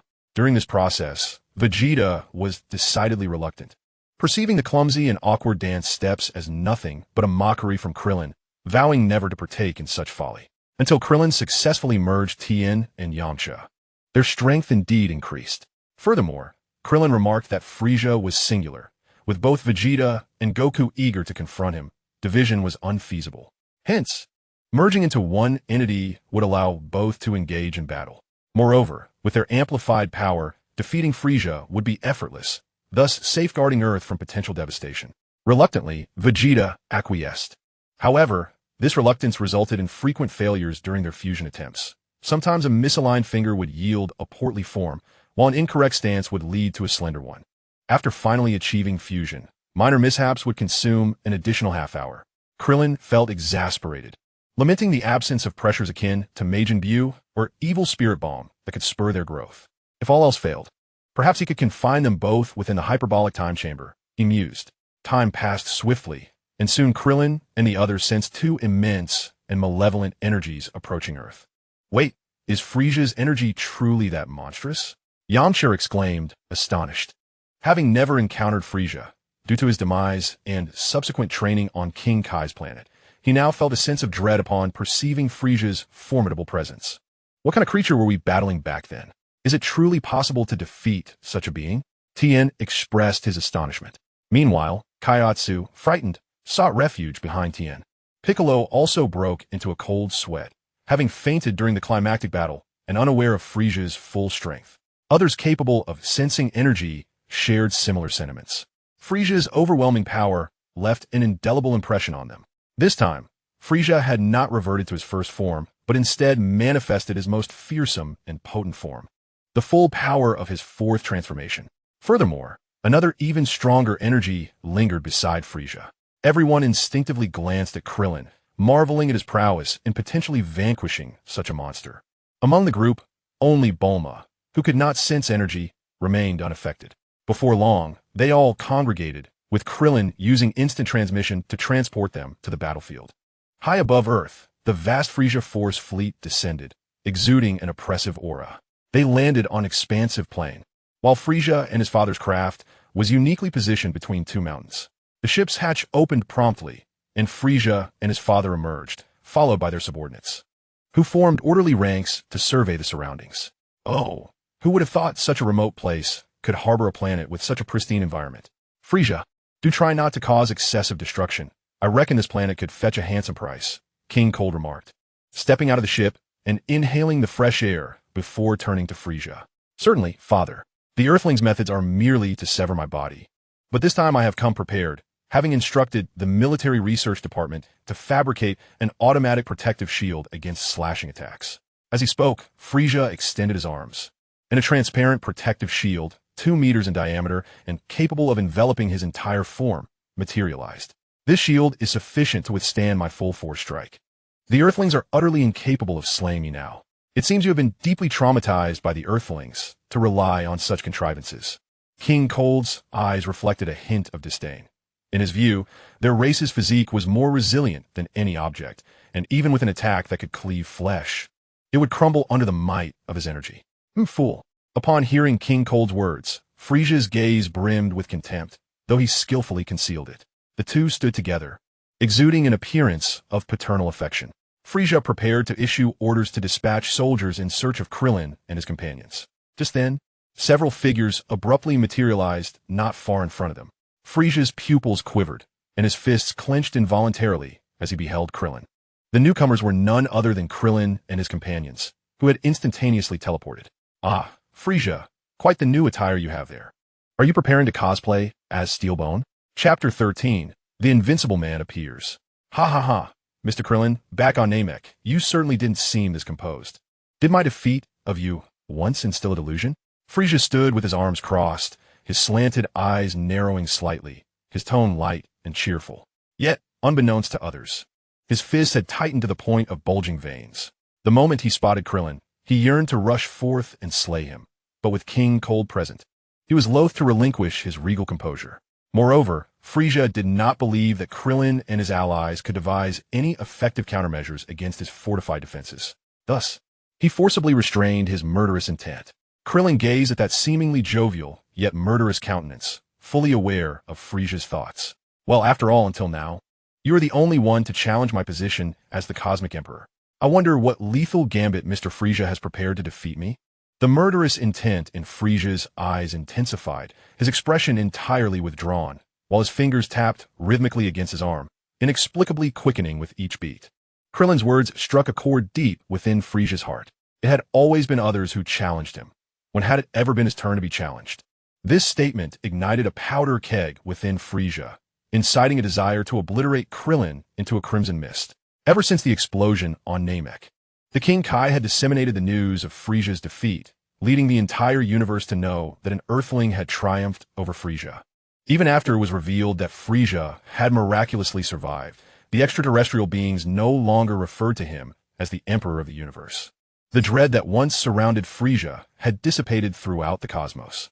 Over the past year, as Frieza focused on healing and transformation with vengeance in his heart, he paid little heed to the disparaging remarks of others and remained in seclusion. Consequently, they conferred the title of Emperor of the Universe upon Krillin. Perhaps they recognized that Krillin's home planet, Earth, was technologically primitive and incapable of interstellar travel. Even if he were to assume the title of Emperor, he would merely be a frog trapped in a well, posing no threat to them. Moreover, they could lure Frieza to such a remote location as Earth, inciting a rivalry between the two reigning emperors of the universe. In this double-edged strategy, they actively promoted Krillin's renown, ensuring that his title as emperor was widely acknowledged across the cosmos. At that moment, when Krillin made his statement, it was as though he were tearing open Frieza's old wounds and blatantly displaying them. On a cosmic scale, it was indeed the former Emperor Frieza challenging the new Emperor Krillin. Frieza, do not allow these insects to provoke you. Eradicate them without hesitation, remarked King Cold, observing Krillin and his companions, which included children, elderly individuals, and women, with a look of disdain. Can such a motley crew truly defeat Frieza? How laughable. Yet, Frieza opened his mouth several times to retort, but ultimately chose silence, burying his resentment deep within. All right, Dad.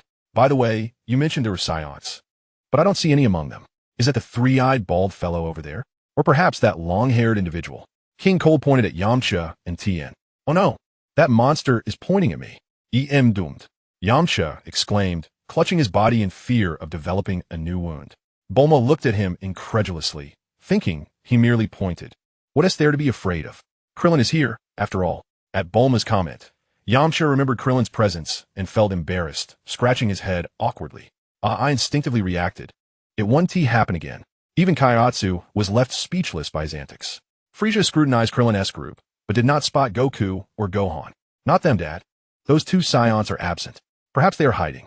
He remained oblivious to the fact that Vegeta had also been resurrected, still trapped in the memory of having killed him. Let us capture these individuals first, then we'll seek out the Saiyans. This time, we must eradicate the root of the problem and obliterate the legend of the Super Saiyan, commanded King Cold with a sweeping gesture. Seeking Super Saiyans, are we? At that moment, Krillin suddenly smiled confidently, pointing his thumb at himself. We have 3. In the next instant, Krillin and his companions vanished from sight. Originally, the intent was to provide those who had never encountered Frieza a glimpse of the universe. Having done so, they would naturally return him home.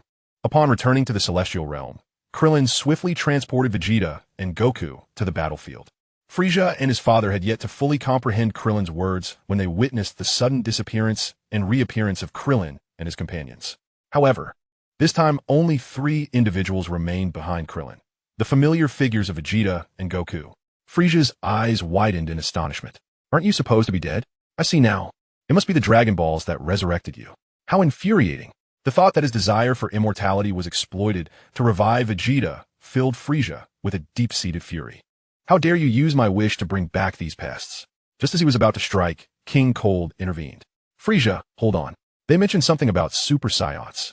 I want to see which of these three Saiyans can transform. Even if they do, we are undoubtedly stronger than any Super Saiyan. Only by defeating the legends of our forebears can we truly become the mightiest race. He then commanded, bring forth a device to measure the battle power of the opposing Saiyans. One of Frisia's subordinates hurriedly produced a machine, quickly operating it before reporting, King Cold. The bald one has a battle power of 500, while the other three have powers of 200, 100, and 1 respectively. Ha! Such lowly battle powers. Frisia, what are you afraid of? Where's this so-called Super Saiyan you mentioned? Frisia, however, sensed that things were not as simple as they appeared. He had encountered such tactics on Namek. Vegeta smirked, pointing a thumb at himself with confidence. Fool, do you not know that battle power can be concealed? You merely wish to know my true power. Allow me to demonstrate. With that, Vegeta rapidly ascended his energy. Meanwhile, the device operated by Frisia's subordinate emitted a series of beeps. The subordinate's expression shifted rapidly from disdain to concern, then to shock, ultimately settling into sheer astonishment. 500, 2,400, 100, 000, 3 million, 4, 2 million. How is this possible? He is merely a Saiyan. After reaching his peak in base form, Vegeta immediately transformed into a Super Saiyan, his battle power skyrocketing 50-fold to an astounding 210 million. With a loud explosion, the machine reached its limit and detonated, killing Frisia's subordinate instantly. Did you see that? This is my power. I am now Super Vegeta. Goku and Gohan also transformed into Super Saiyans, their auras blazing with equal intensity as Vegeta's. Frisia and his father were filled with dread. Who would have thought the legends were true? The golden-haired warriors. Had I known, I would have exterminated all Saiyans. Frisia, this is your fault for showing mercy. Though King Cold was momentarily taken aback during his transformation, he remained oblivious to the energy around him. He believed that even with a combat power of merely 4 million, Vegeta's transformation into a Super Saiyan would not significantly elevate his strength. He still considered himself and Frisia to be the ultimate power. Father, it is my fault. I never anticipated that letting them go would lead to such a grave threat today, especially now that we face 3 of them. The king maliciously declared, I no longer desire this planet. We shall eliminate them all at once, and then obliterate the planet to prevent any future complications. Indeed, I share your sentiments, father. The prince replied. With that, the duo charged towards their adversaries, launching an assault. Upon hearing this, Krillin furrowed his brow, realizing that Frisia, unable to defeat them, was intent on destroying the planet. Fortunately, he had been prepared. The combat powers of the 3 Saiyans indeed surpassed that of Frisia and his father. Yet their reckless nature was magnified, posing a risk of Earth meeting the same fate as Namek. Krillin, valuing his life, always favored a cautious approach. For reasons unknown, after a considerable amount of time had passed, Krillin still had not spotted Trunks. After all, he had appeared when Frisia arrived. Could it be that he felt embarrassed in front of his father? Setting aside his thoughts, Krillin resolved to deal with Frisia and his father first. Go on, hold him off. Vegeta, Goku, you must fuse quickly. Otherwise, Frisia will obliterate the Earth. Understood, Uncle Krillin. Vegeta reluctantly positioned himself alongside Goku, adopting the pose for the Metamoran fusion technique. A plan Krillin had previously shared with them. He was acutely aware that without overwhelming combat power to suppress Frisia, a single misstep could lead to the planet's destruction. The unusual dance of the 2 bewildered Frisia and his father, who were advancing to attack. What were they doing in such peculiar stances? Is this a fighting style of the Super Saiyans? Frisia chuckled. Vegeta, I never imagined you would share traits with Captain Ginyu.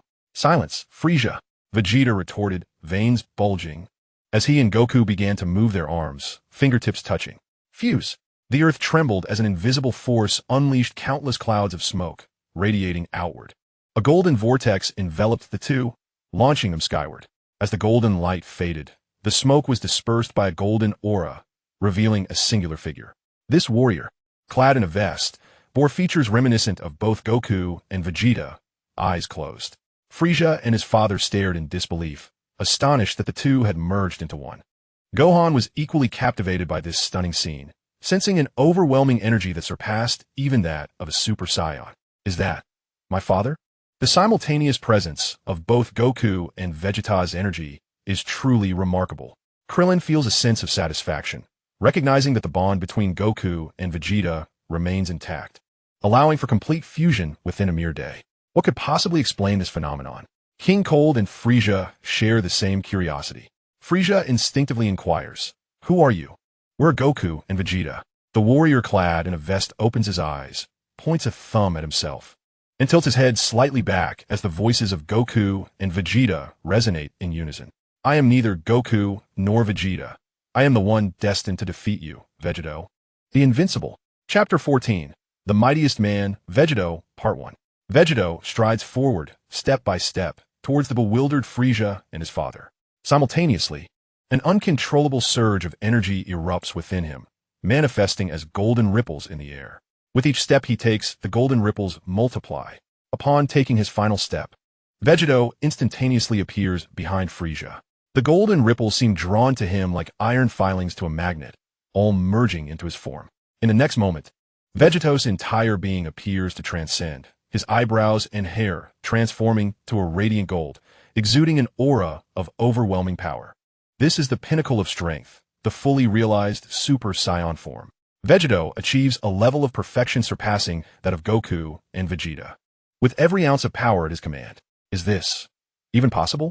Frieza gasps as Vegeto suddenly vanishes from view, only to realize, upon looking back, that Vegeto has materialized behind him. No one present could discern Vegeto's movement. It was neither instantaneous travel nor a skill, but sheer velocity. Such incredible speed, Gohan exclaims, noting that unlike Krillin, he can appreciate the distinction in power, being a Super Saiyan himself, thus grasping Vegeto's formidable strength more clearly. Just moments ago, even he could only perceive the infinitesimal fraction of a second in which Vegeto moved before witnessing him appear behind Frieza. Not a trace of energy was released during his movement, making it appear akin to teleportation. Frieza, witnessing Vegeto's sudden appearance behind him and yet remaining inactive, is filled with dread and hastily retreats to a safe distance. Once secure, he grits his teeth and activates his protective shield.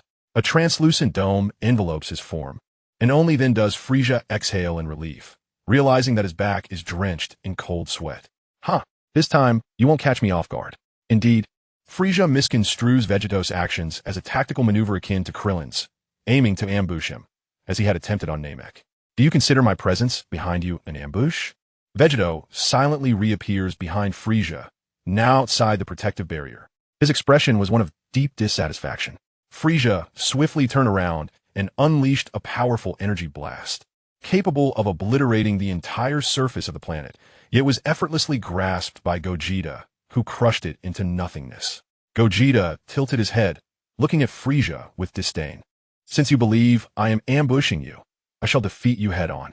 Frieza, propelled away by the energy blast, reveled in Gogeta's confident declaration. "As long as this fool remained before me, when he attacked my shield, I would replicate the moment when that bald-headed warrior defeated me, swiftly dispatching him with my spinning energy discs. It was merely a matter of speed. If you have the ability, then break my shield." Frieza deliberately provoked him. A smirk crept across Gogeta's lips, and in an instant, he appeared before Frieza. "Is this what you mean?"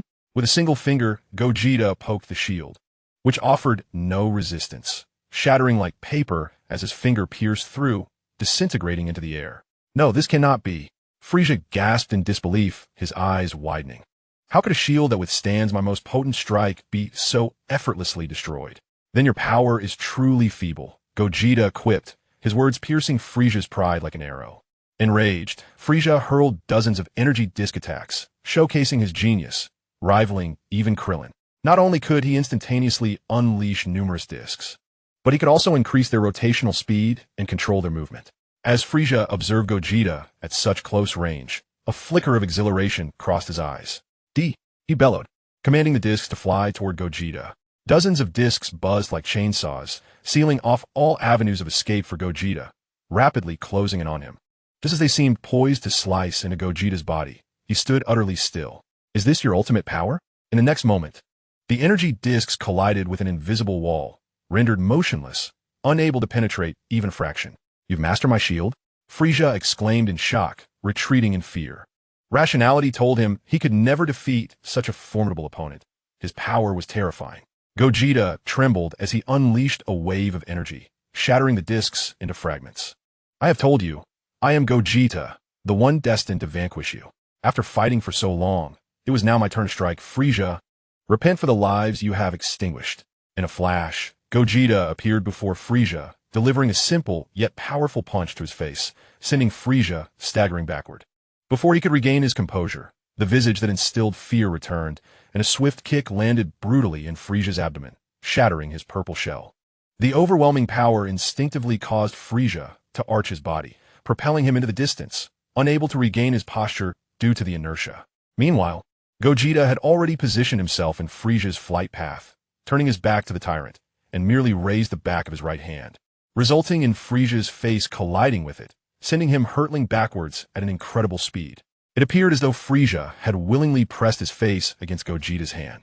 Subsequently, Frieza was tossed around like a mere sack of sand, utterly powerless to retaliate. Witnessing Frieza's pitiful state, King Cold was thoroughly frightened, shedding his arrogant demeanor. Even in the presence of Gohan and Krillin, he dared not act rashly, instead adopting a sycophantic smile. Such astonishing power. Please do not attack me. It was all Frieza's doing. I had no part in it. For instance, the destruction of your Saiyan planet was his doing. Very well. I shall hand him over to you for judgment. And the planets of the solar system can also be yours. I have matters to attend to, so I shall take my leave now. Gohan would not allow him to escape unscathed, transforming into a Super Saiyan and standing before him. Are you still unsatisfied? If not, I can offer you Frieza's army and planets. If all else fails, I can even cede my territory to you. King Cold's face was a mask of obsequiousness, devoid of any malevolent intent.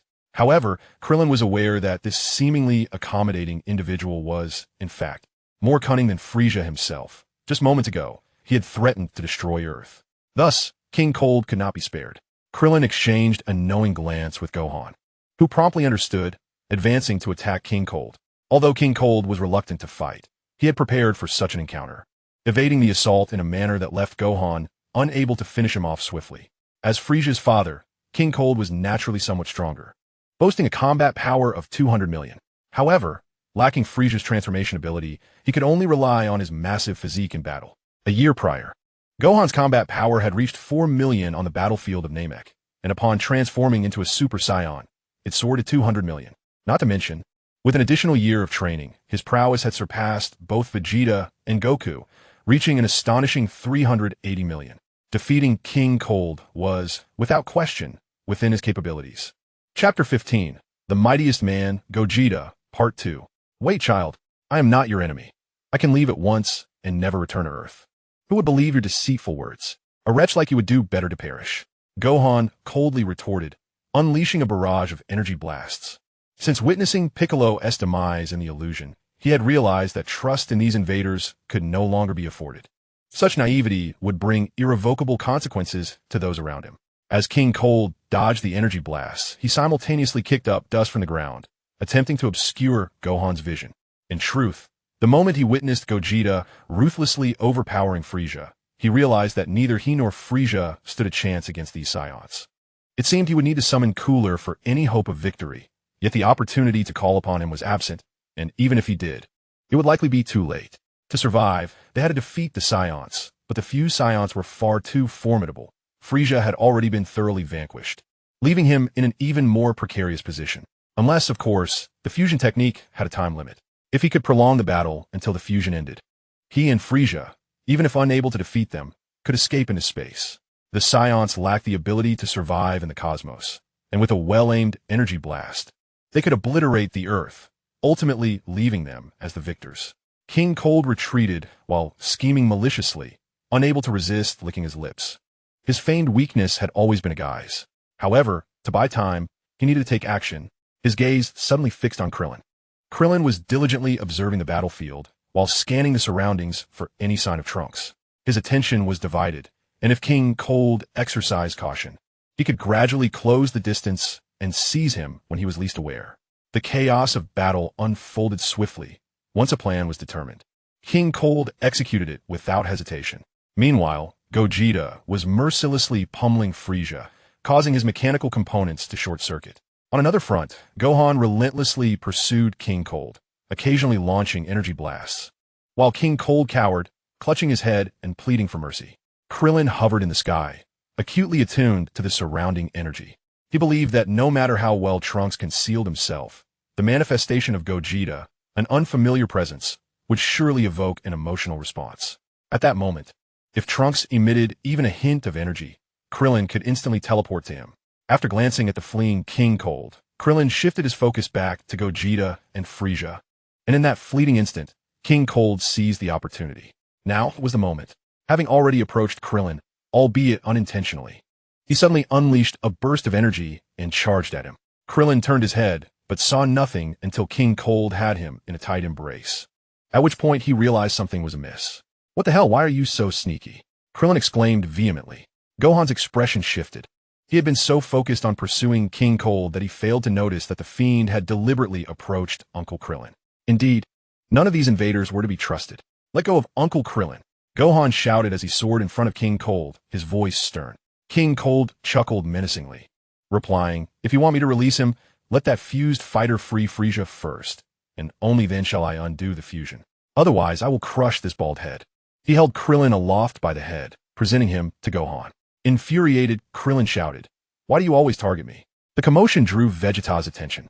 He seized Frieza by the head and soared into the air. "What is the situation?" King Cold inquired, his hand gripping Krillin's head as he cast a sinister smile towards Vegeta. "If you wish for the bald one to survive, then release your transformation. Your speed may be impressive, but it pales in comparison to my ability to annihilate him. The moment you make a move, I shall crush his skull. Should you desire his demise, feel free to attempt it." Vegeta furrowed his brow but soon relaxed, replying, "If you possess such capability, do as you wish." What? He is your ally. Do you not wish for him to live?" King Cold's urgency grew.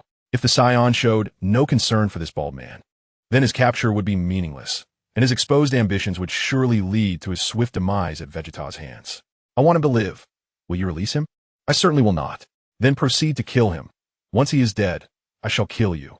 King Cold's anxiety escalated, and finally, with a clenched jaw, he declared, "I know you doubt my resolve to kill him, but watch closely. I shall crush him now." In the next moment, King Cold exerted force, only to find his hand grasping nothing. Krillin had vanished. "What is happening? Where has he gone? Could it be that you saved him? How could you possibly be so swift?" King Cold gazed at Vegeta in terror. To his surprise, Vegeta merely shook his head.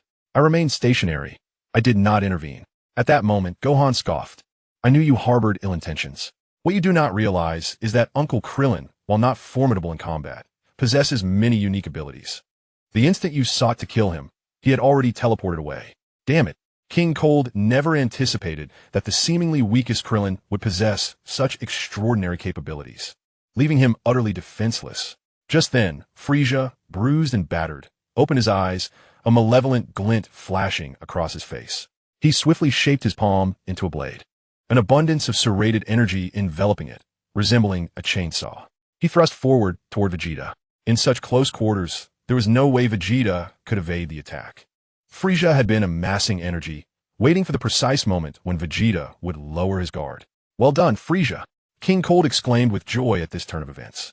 As long as Vegeta perished, Gohan would be left vulnerable to their whims. Gohan was taken aback by Frieza's unexpected opportunity to launch a sneak attack, his expression turning desperate. "Dad, be careful! Dai Son Goku and Vegeta." Frieza venomously extended his palm, this strike harnessing all his strength, akin to Krillin's energy sphere, a formidable technique capable of overcoming his foes. Should he land a hit, the tides of battle would undoubtedly shift. Frieza's thrust was as swift as lightning. Before anyone could react, he had already closed in on Gogeta. A gleeful expression illuminated Frieza's face as he perceived the dark blade grazing Gogeta's skin. However, his meticulously planned strike was thwarted. Gogeta had firmly grasped his arm. With a sharp crack, Frieza's arm snapped like a pencil, causing the ominous energy blade to dissipate. A sharp cry of pain escaped Frieza's lips. Gogeta's gaze was chillingly cold. "I must admit, I am somewhat disappointed in you. I expected more, alas. Your skills are merely this." The time for games had ended, and the forthcoming strike would ensure your complete obliteration. Simultaneously, the voices of Goku and Vegeta reached Frieza's ears. Just as he prepared to lift his head, the hand gripping his arm had already lifted his entire body. Like the Hulk swinging Loki, Frieza was hurled into the sky. As he soared at high speed, the soreness in his muscles rendered him paralyzed. Unbeknownst to him, Gogeta had already brought his hands together at his waist, an endless blue radiance emanating forth, casting the entire sky into dullness. The Kamehameha, a technique exclusive to the Turtle School, manifested on the battlefield. King Cold, sensing the imminent danger, turned to flee, panic-stricken. "No, I cannot die. You shall not escape." Gohan scoffed, pursuing him.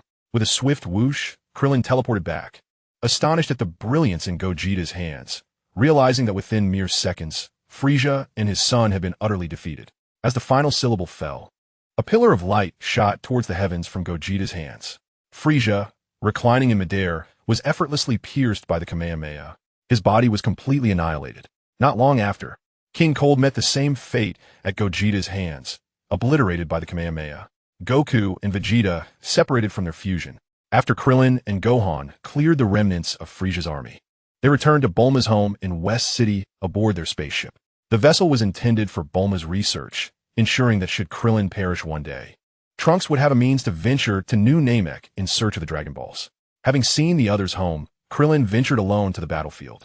The desolate plain bore no traces of the time machine. After patiently waiting for a moment, he murmured to himself, "Trunks is still absent.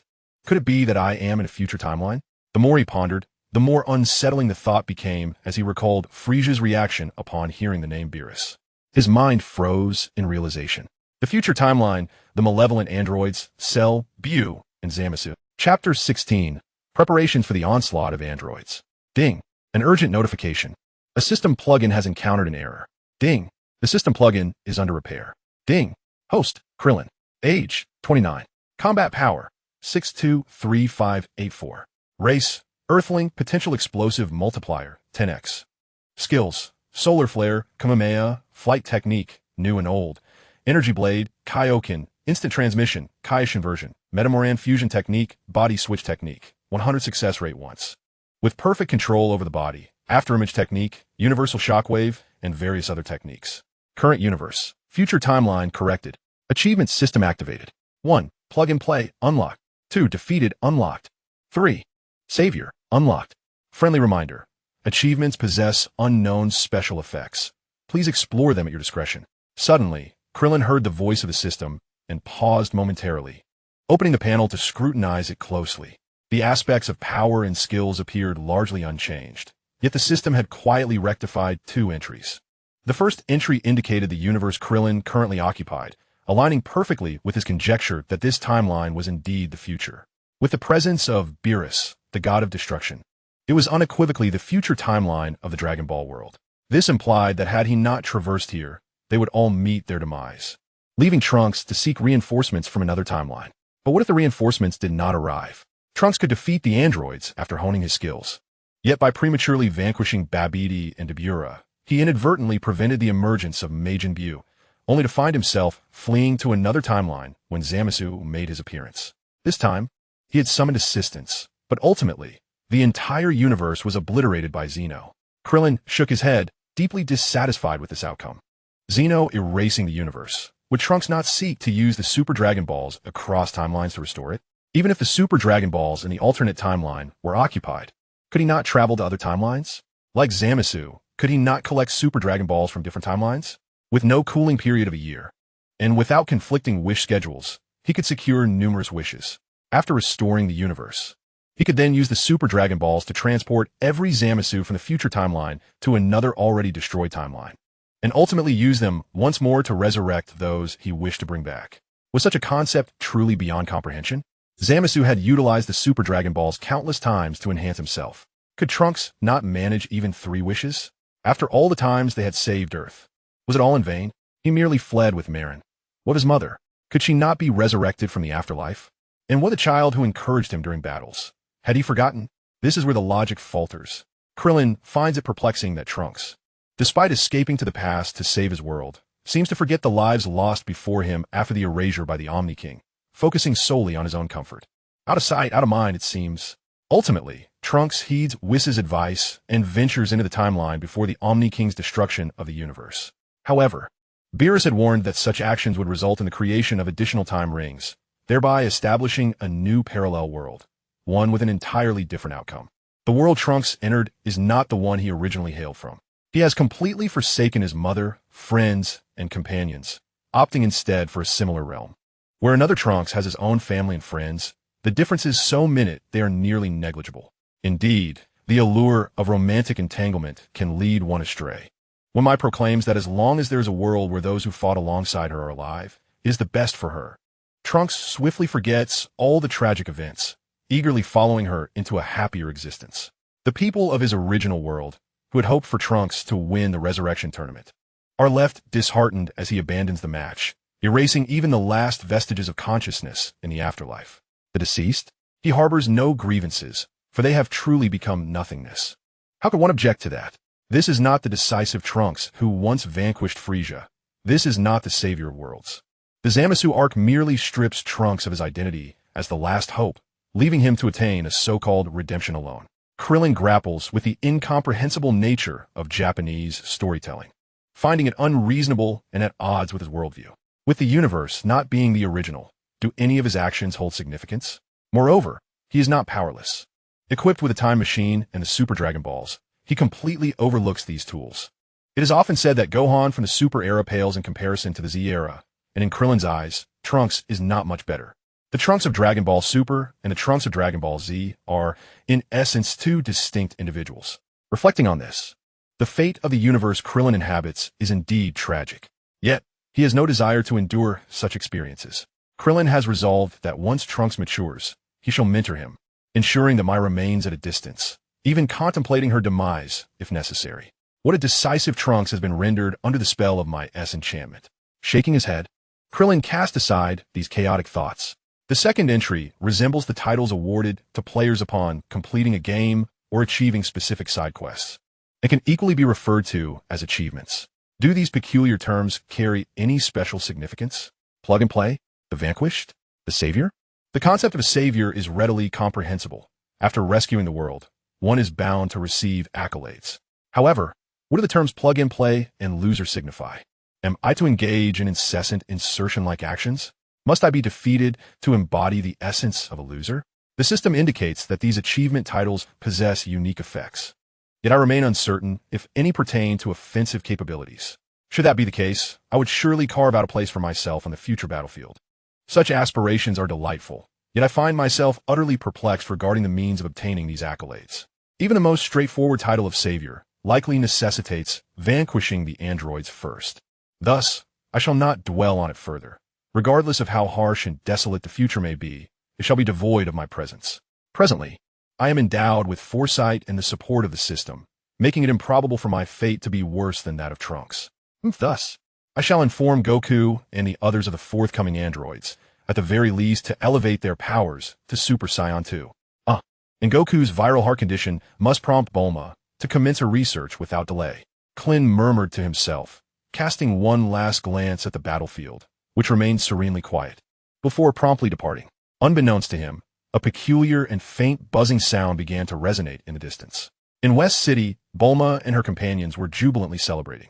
Upon Krillin's arrival, he observed that everyone was present. Even the gods and bubbles had descended to the mortal realm. The atmosphere was filled with joy, as the ominous clouds that had loomed overhead dissipated, leaving hearts lighter and spirits elevated. Particularly for Vegeta, who had personally conquered his long-held psychological shadows. He sat alone in a corner, a rosy hue gracing his cheeks as he absently held a glass of red wine. Meanwhile, Goku indulged himself at a table, feasting heartily, while Yamcha and the others engaged in lively toasts, creating a vibrant scene. Upon spotting Krillin's sudden appearance, everyone warmly beckoned him to join their feast. "Hey, Krillin, come try this pudding I painstakingly snatched from Oolong," exclaimed Yamcha. "You scoundrel, get it back to me. I offered it to Krillin, didn't you see? You clearly devoured it yourself."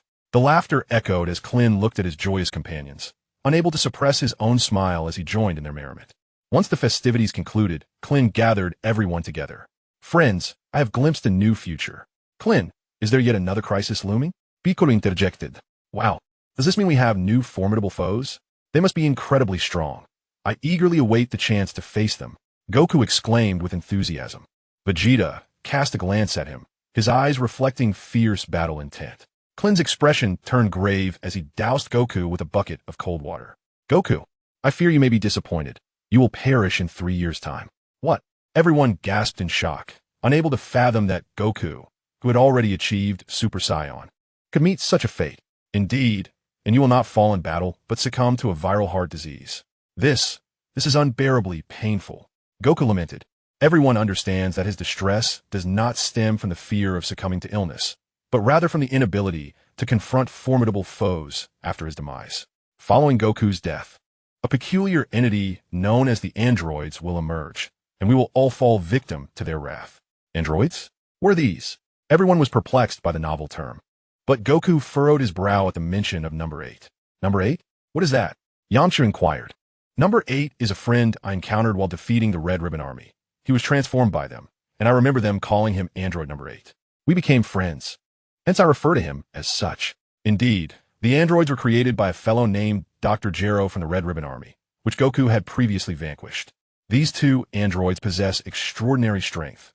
Upon their arrival, they swiftly eliminated Dr. Gero and resorted to annihilating cities and slaughtering humanity to compel Goku to appear, Krillin recounted slowly, causing everyone to instinctively fall silent, listening intently to this bleak future. Goku had long since perished, thus the androids' rampage would not cease. Everyone rallied to thwart them. Vegeta, Piccolo, Tien, Kaiatsu, Yamcha, and even Chi-Chi and Master Roshi all fell victim to their merciless slaughter. Am I to be killed by such machines?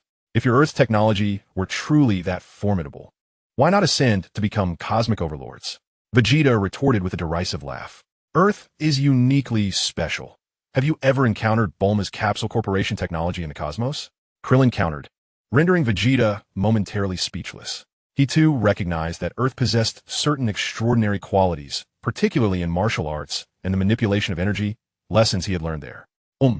I am curious. Are the androids as powerful as the fusion of Goku and Vegeta? Piccolo suddenly queried. Krillin pondered for a moment and concluded that they likely were not. Instantly, the atmosphere lightened. I thought they were more fearsome. We can simply let Vegeta handle it, Krillin remarked, always one to jest. Krillin was exasperated. If it were that simple, would I even need to inform you? What if the androids prevent them from fusing? Individually, Goku and Vegeta would struggle against them. The group acknowledged the validity of his point and ceased their banter, turning to Krillin for direction. Krillin then spoke earnestly. First, we must have Bulma develop a specialized antidote for Goku's viral heart condition. Secondly, all of you must undergo my rigorous training regimen to prepare for the android's assault. There were no objections. Oolong and Por timidly raised their hands. Do we have to join in, Krillin? With a slight grimace, Krillin replied. You will be undergoing intense transformation training. In the ensuing 2 years, Krillin led the Z fighters through relentless training, allowing only a month of respite each year, with the remainder dedicated to honing their skills in the other world. It was through this strict regimen that their combat prowess significantly escalated.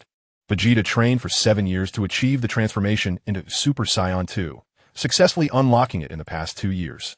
Among the 3 Saiyans, only Gohan has yet to succeed in his transformation, perhaps due to his unique circumstance of frequently descending to the earth to complete his studies, or perhaps due to a lack of rage within his heart.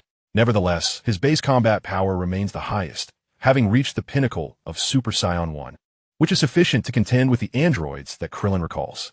Piccolo's combat power exceeds 20 million, while the others have also enhanced their strength, ranging from 1 to 500,000. Currently, Krillin possesses the highest combat power within the second tier, boasting over 297 million, utilizing the Kaioken 10 times. He can exchange blows with Piccolo for a considerable duration. Tien's power stands at 120,000, while Kaiatsu's is 45,000, and Yamcha's is 53,000. Goku currently holds the highest strength, with his Super Saiyan 2 energy surpassing that of Vegeta. With such a formidable lineup, they are far stronger than in the original narrative and should be capable of defeating the androids, Krillin mused, feeling his internal vigilance gradually ease. Coincidentally, this year marked the birth of Trunks. Yamcha and Bulma, however, have parted ways. During the month that Krillin granted them leave, Vegeta successfully impregnated Bulma. Krillin then allowed everyone a few days off and even granted Vegeta an additional 2 months to spend time with his wife and child. Everyone gathered to celebrate Trunks' first month. Krillin gazed at little Trunks in his arms, reflecting, if I had not appeared, all future burdens would rest upon your shoulders, young one. You ought to express your gratitude to me, Trunks. Little Trunks waved his small hands, trying to reach Krillin's bald head, but failing to do so. His tiny mouth pouting in frustration and beginning to cry. Oh dear, Vegeta, could you lend a hand? After the banquet concluded, everyone departed. Goku and Gohan went to Capsule Corporation to find Chi-Chi. Yamcha headed to West City, and Tien and Kaiatsu returned to the other world to train. Krillin inquired about the progress of Bulma's heart disease antidote, learning that due to her pregnancy, there was still a portion yet to be completed. However, considering there was nearly a year remaining, Krillin reassured that it was of no concern and advised that Bulma should rest well. Subsequently, he departed from Master Roshi's island, after which he brought the old turtle back to the other world. Chapter 17, A Major Incident. The Attack of the Androids, Bulma's Demise. That night, 5 days had passed since Trunks' celebration, and everyone had returned to the other world after resting, except for Vegeta, Goku, and Gohan, who were permitted by Krillin to remain home for a few extra days to spend time with their wives. I need to add this. It seems like something is still missing over there. A cheerful voice hummed along, the owner being Bulma. She was in her laboratory, diligently researching the antidote for viral heart disease. It was not merely due to Krillin's previous urging. She had decided long before that upon Trunks' birth, she would immediately commence developing the antidote. After all, Goku is someone she has known since childhood. She has witnessed all his adventures, and their bond is incredibly profound. Thus, she would never allow Goku to perish. Krillin has mentioned that those who die from illness cannot be resurrected with the Dragon Balls. Meanwhile, Vegeta is somewhere nearby, fervently training in a gravity chamber, unable to rest even on his days off. After all, Goku has surpassed him, and he cannot bear to leave that unchallenged. Where has that element gone? I should call the department and have them send it over. If I can complete 80% of this tonight, Krillin can take it to Goku tomorrow. This is the brilliance of Bulma, the world's foremost genius. Krillin, prepare to be astonished. As Bulma spoke, she removed her protective gear and prepared to make the call. Just then, in a shadowy corner, a low voice emerged. It cannot be mistaken. Such distinct hair color can only belong to Bulma. Another voice, unexpectedly, was a crisp female tone. Then let us take action. Vegeta stepped out of the gravity chamber, wiping the droplets of water from his skin with a towel. He returned to the bedroom, as usual, casting a glance at the sleeping Trunks before seeking out Bulma in the laboratory. Bulma, are you still in the lab? He said, pushing open the door with an expression of impatience. I want to blame you for making an antidote for that low-class warrior Kakarot, but you cannot neglect me in the process. Vegeta was particularly irked. Hey, why aren't you saying anything? Upon entering, Vegeta was met with the sight of a disordered lab and two unfamiliar figures. His gaze sharpened instantly. To his perception, it was impossible for anyone to infiltrate Capsule Corporation unnoticed. Even if Goku suppressed his power level to 1, Vegeta would still detect him immediately. Unless, of course, they were the androids that Krillin had spoken of. He truly felt no energy from them, so that must be the case. Vegeta swiftly analyzed the situation, but everything lost significance when he saw the figure lying on the ground. It was unmistakably Bulma. What have you done to my Bulma? Get away from her. In an instant, Vegeta transformed into a Super Saiyan, his speed so swift that he appeared behind the two strangers in the blink of an eye, kicking them away. The two figures had no chance to react as they crashed through the laboratory wall and landed on the lawn of Capsule Corporation. However, they quickly regained their footing, expressionless, as if they felt no pain. The intelligence was indeed accurate. Vegeta's power had risen to a terrifying level. Just now, we didn't even have a chance to react. My arm is broken. One of them stated, expressionless, as she reattached her arm. Use that and quickly eliminate him. We still have Goku to deal with. Taking advantage of others' momentary surprise, strike them when they least expect it, and preferably eliminate the one named Krillin as well. Inside the laboratory, after kicking the two away, Vegeta immediately scooped up Bulma and checked for a breath. It had ceased entirely. A flash of lightning seemed to course through his mind, leaving him momentarily stunned, his thoughts a blank slate. As clarity returned, an uncontrollable rage ignited within his gaze. You wretched fiends, how dare you take my Bulma from me? Vegeta's power surged to its zenith, the overwhelming aura of Super Saiyan 2 illuminating the entire West City. Fueled by fury, even if Son Goku were to appear now, he would be no match for his wrath. Two figures, illuminated by the radiance, finally revealed their true forms. A man with long black hair adorned with a red scarf around his neck, and a woman with a charming visage and stylish attire, possessing golden locks. They were indeed the androids Krillin had spoken of. Even in his rage, Vegeta recognized his adversaries with clarity. 3 years from now, perish in the depths of oblivion. For daring to kill my Bulma, I shall reduce you to nothing but ashes. With a terrifying energy radiating from his hands, he unleashed his assault upon the androids. Galagun. The earth where the android stood was obliterated, creating a massive crater. As the smoke began to clear, a shimmering green protective barrier enveloped the androids. Their shield proved even more resilient than Frisia's, allowing them to survive Vegeta's Galagun. The energy of the barrier has diminished by 9%. The doctor noted, this attack expended too much energy. Number 17, for safety's sake, eliminate Vegeta quickly. Should he find an opening, we shall not escape. Number 18, her golden hair, cascading, spoke with an air of calm. Vegeta, receive my attack. Number 17 suddenly grinned, launching a crimson energy beam at Vegeta. Vegeta casually swatted it away, only to discover that alongside the energy beam, number 17 had also released a capsule-like object.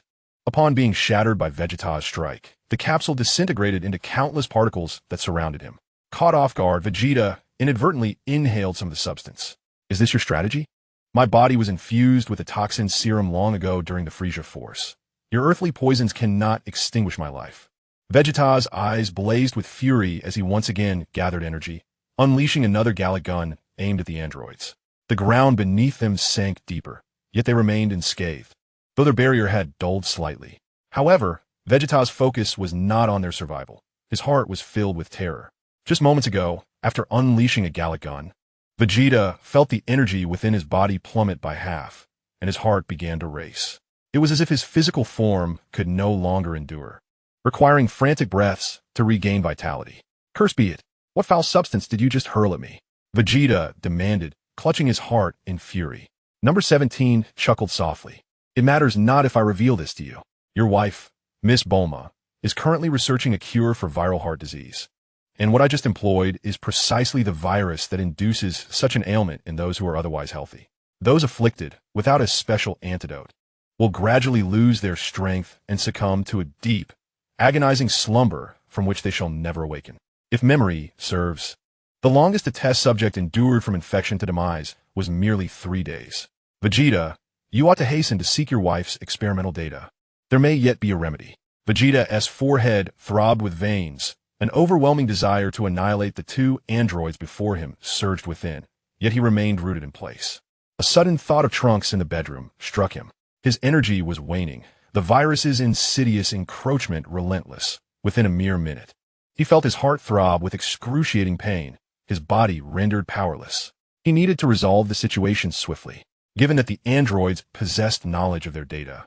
They would assuredly eliminate Trunks upon his demise. Moreover, should he unleash another Galagun, the androids might not perish while he would exhaust his own energy. A decidedly unwise exchange. In that brief span, Vegeta meticulously contemplated all strategies and arrived at a singular conclusion. Escape. Under normal circumstances, he would easily vanquish these two androids. However, they employed a tactic he had never encountered before: poison, and a virus for which no antidote existed. Even the most malevolent and vile Frisia had never resorted to poison against him and his allies. This oversight led Vegeta into a cunning trap. The threat of Bulma's death and Trunks' survival left him in an agonizing predicament. With no other option, Vegeta swiftly deduced that he must evacuate with Trunks post-haste to the other world or vicinity close to it. Krillin would surely sense his energy, and once he evaded these two androids, Krillin could assist him, thus ensuring Trunks' safety. Furthermore, he needed to relay the androids' information, lest Kakarot fall victim to their scheme. Having clarified all crucial elements, Vegeta dared not linger for even a moment. In an instant, he vanished from sight and reappeared in the bedroom, seizing Trunks and fleeing. Number 17 and number 18 observed Vegeta's escape, remaining unmoved. Are we not to pursue him? 18 inquired, rummaging through the rubble for a few of Bulma's garments and comparing them against her own form. Unnecessary. He will surely meet his end. Let us first deal with Son Goku. Once he is eliminated, there will be no further obstacles. And what of that Krillin? His combat prowess is not particularly formidable. We can manage. Very well. My dear sister, could you refrain from trying on Bulma's clothes? Wearing the garments of those you have slain? Does that not strike you as peculiar? Peculiar? I find it not so. I shall wear them for a time, and once we arrive at Goku's home, I will reconsider his wife's attire. Number 17 helplessly raised his hands. They did not depart immediately. During number 18's selection of clothing, Bulma's parents, Dr. Brief, and his wife, were tragically slain by two of number 17's energy blasts. In the other world, a meditative Krillin suddenly opened his eyes, surveying his surroundings, where several of his fellow disciples mirrored his actions. Did you all sense that? It's Vegeta's energy. Why has he suddenly unleashed such formidable power? Is there an enemy?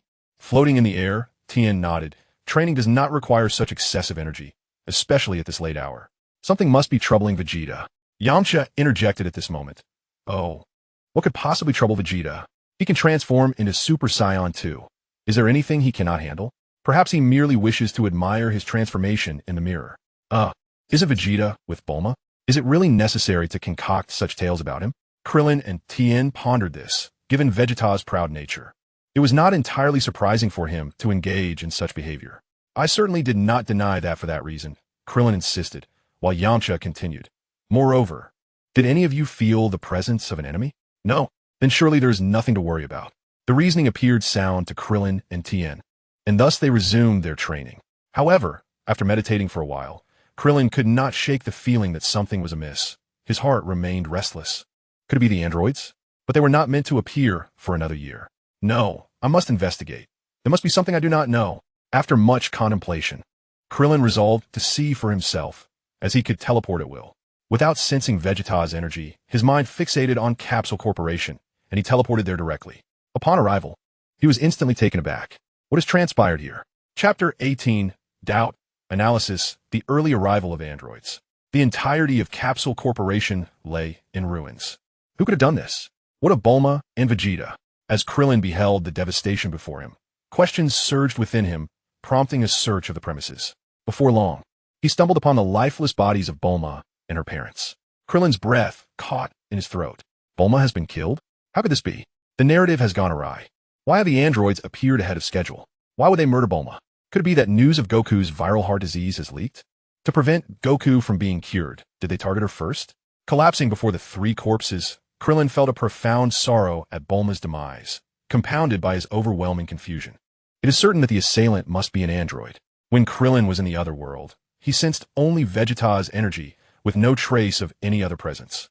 The individual capable of transforming Vegeta into a Super Saiyan must possess formidable strength, yet there was not the slightest hint of energy leakage, which is evidently abnormal. Furthermore, the obliterated Capsule Corporation serves as ample evidence that unless the attacker is a deity, they must be an android. Krillin felt a deep sense of guilt, for due to his negligence, Bulma, who had accompanied Goku through countless adventures, had lost her life for the first time since his arrival in this world. Whether it was the arrival of King Cold or Frisia, events had unfolded precisely according to the scripted timeline, leading Krillin to believe in the existence of some narrative correction. Regardless of his actions, enemies would emerge sequentially as if following a theatrical program. Little did he know that this misguided belief had brought unimaginable calamity upon his friends. Was it Android 19 and 20, or perhaps 17 and 18? No. I can no longer cling to the notion that I alone possess knowledge of the storyline and that everything is under control, regardless of who killed Bulma. Even if it were my so-called wife, I would show no mercy. Krillin's gaze burned with intensity, his teeth grinding in fury. Suddenly, a crucial thought struck him. Vegeta and Trunks were seemingly absent. Where could they have gone?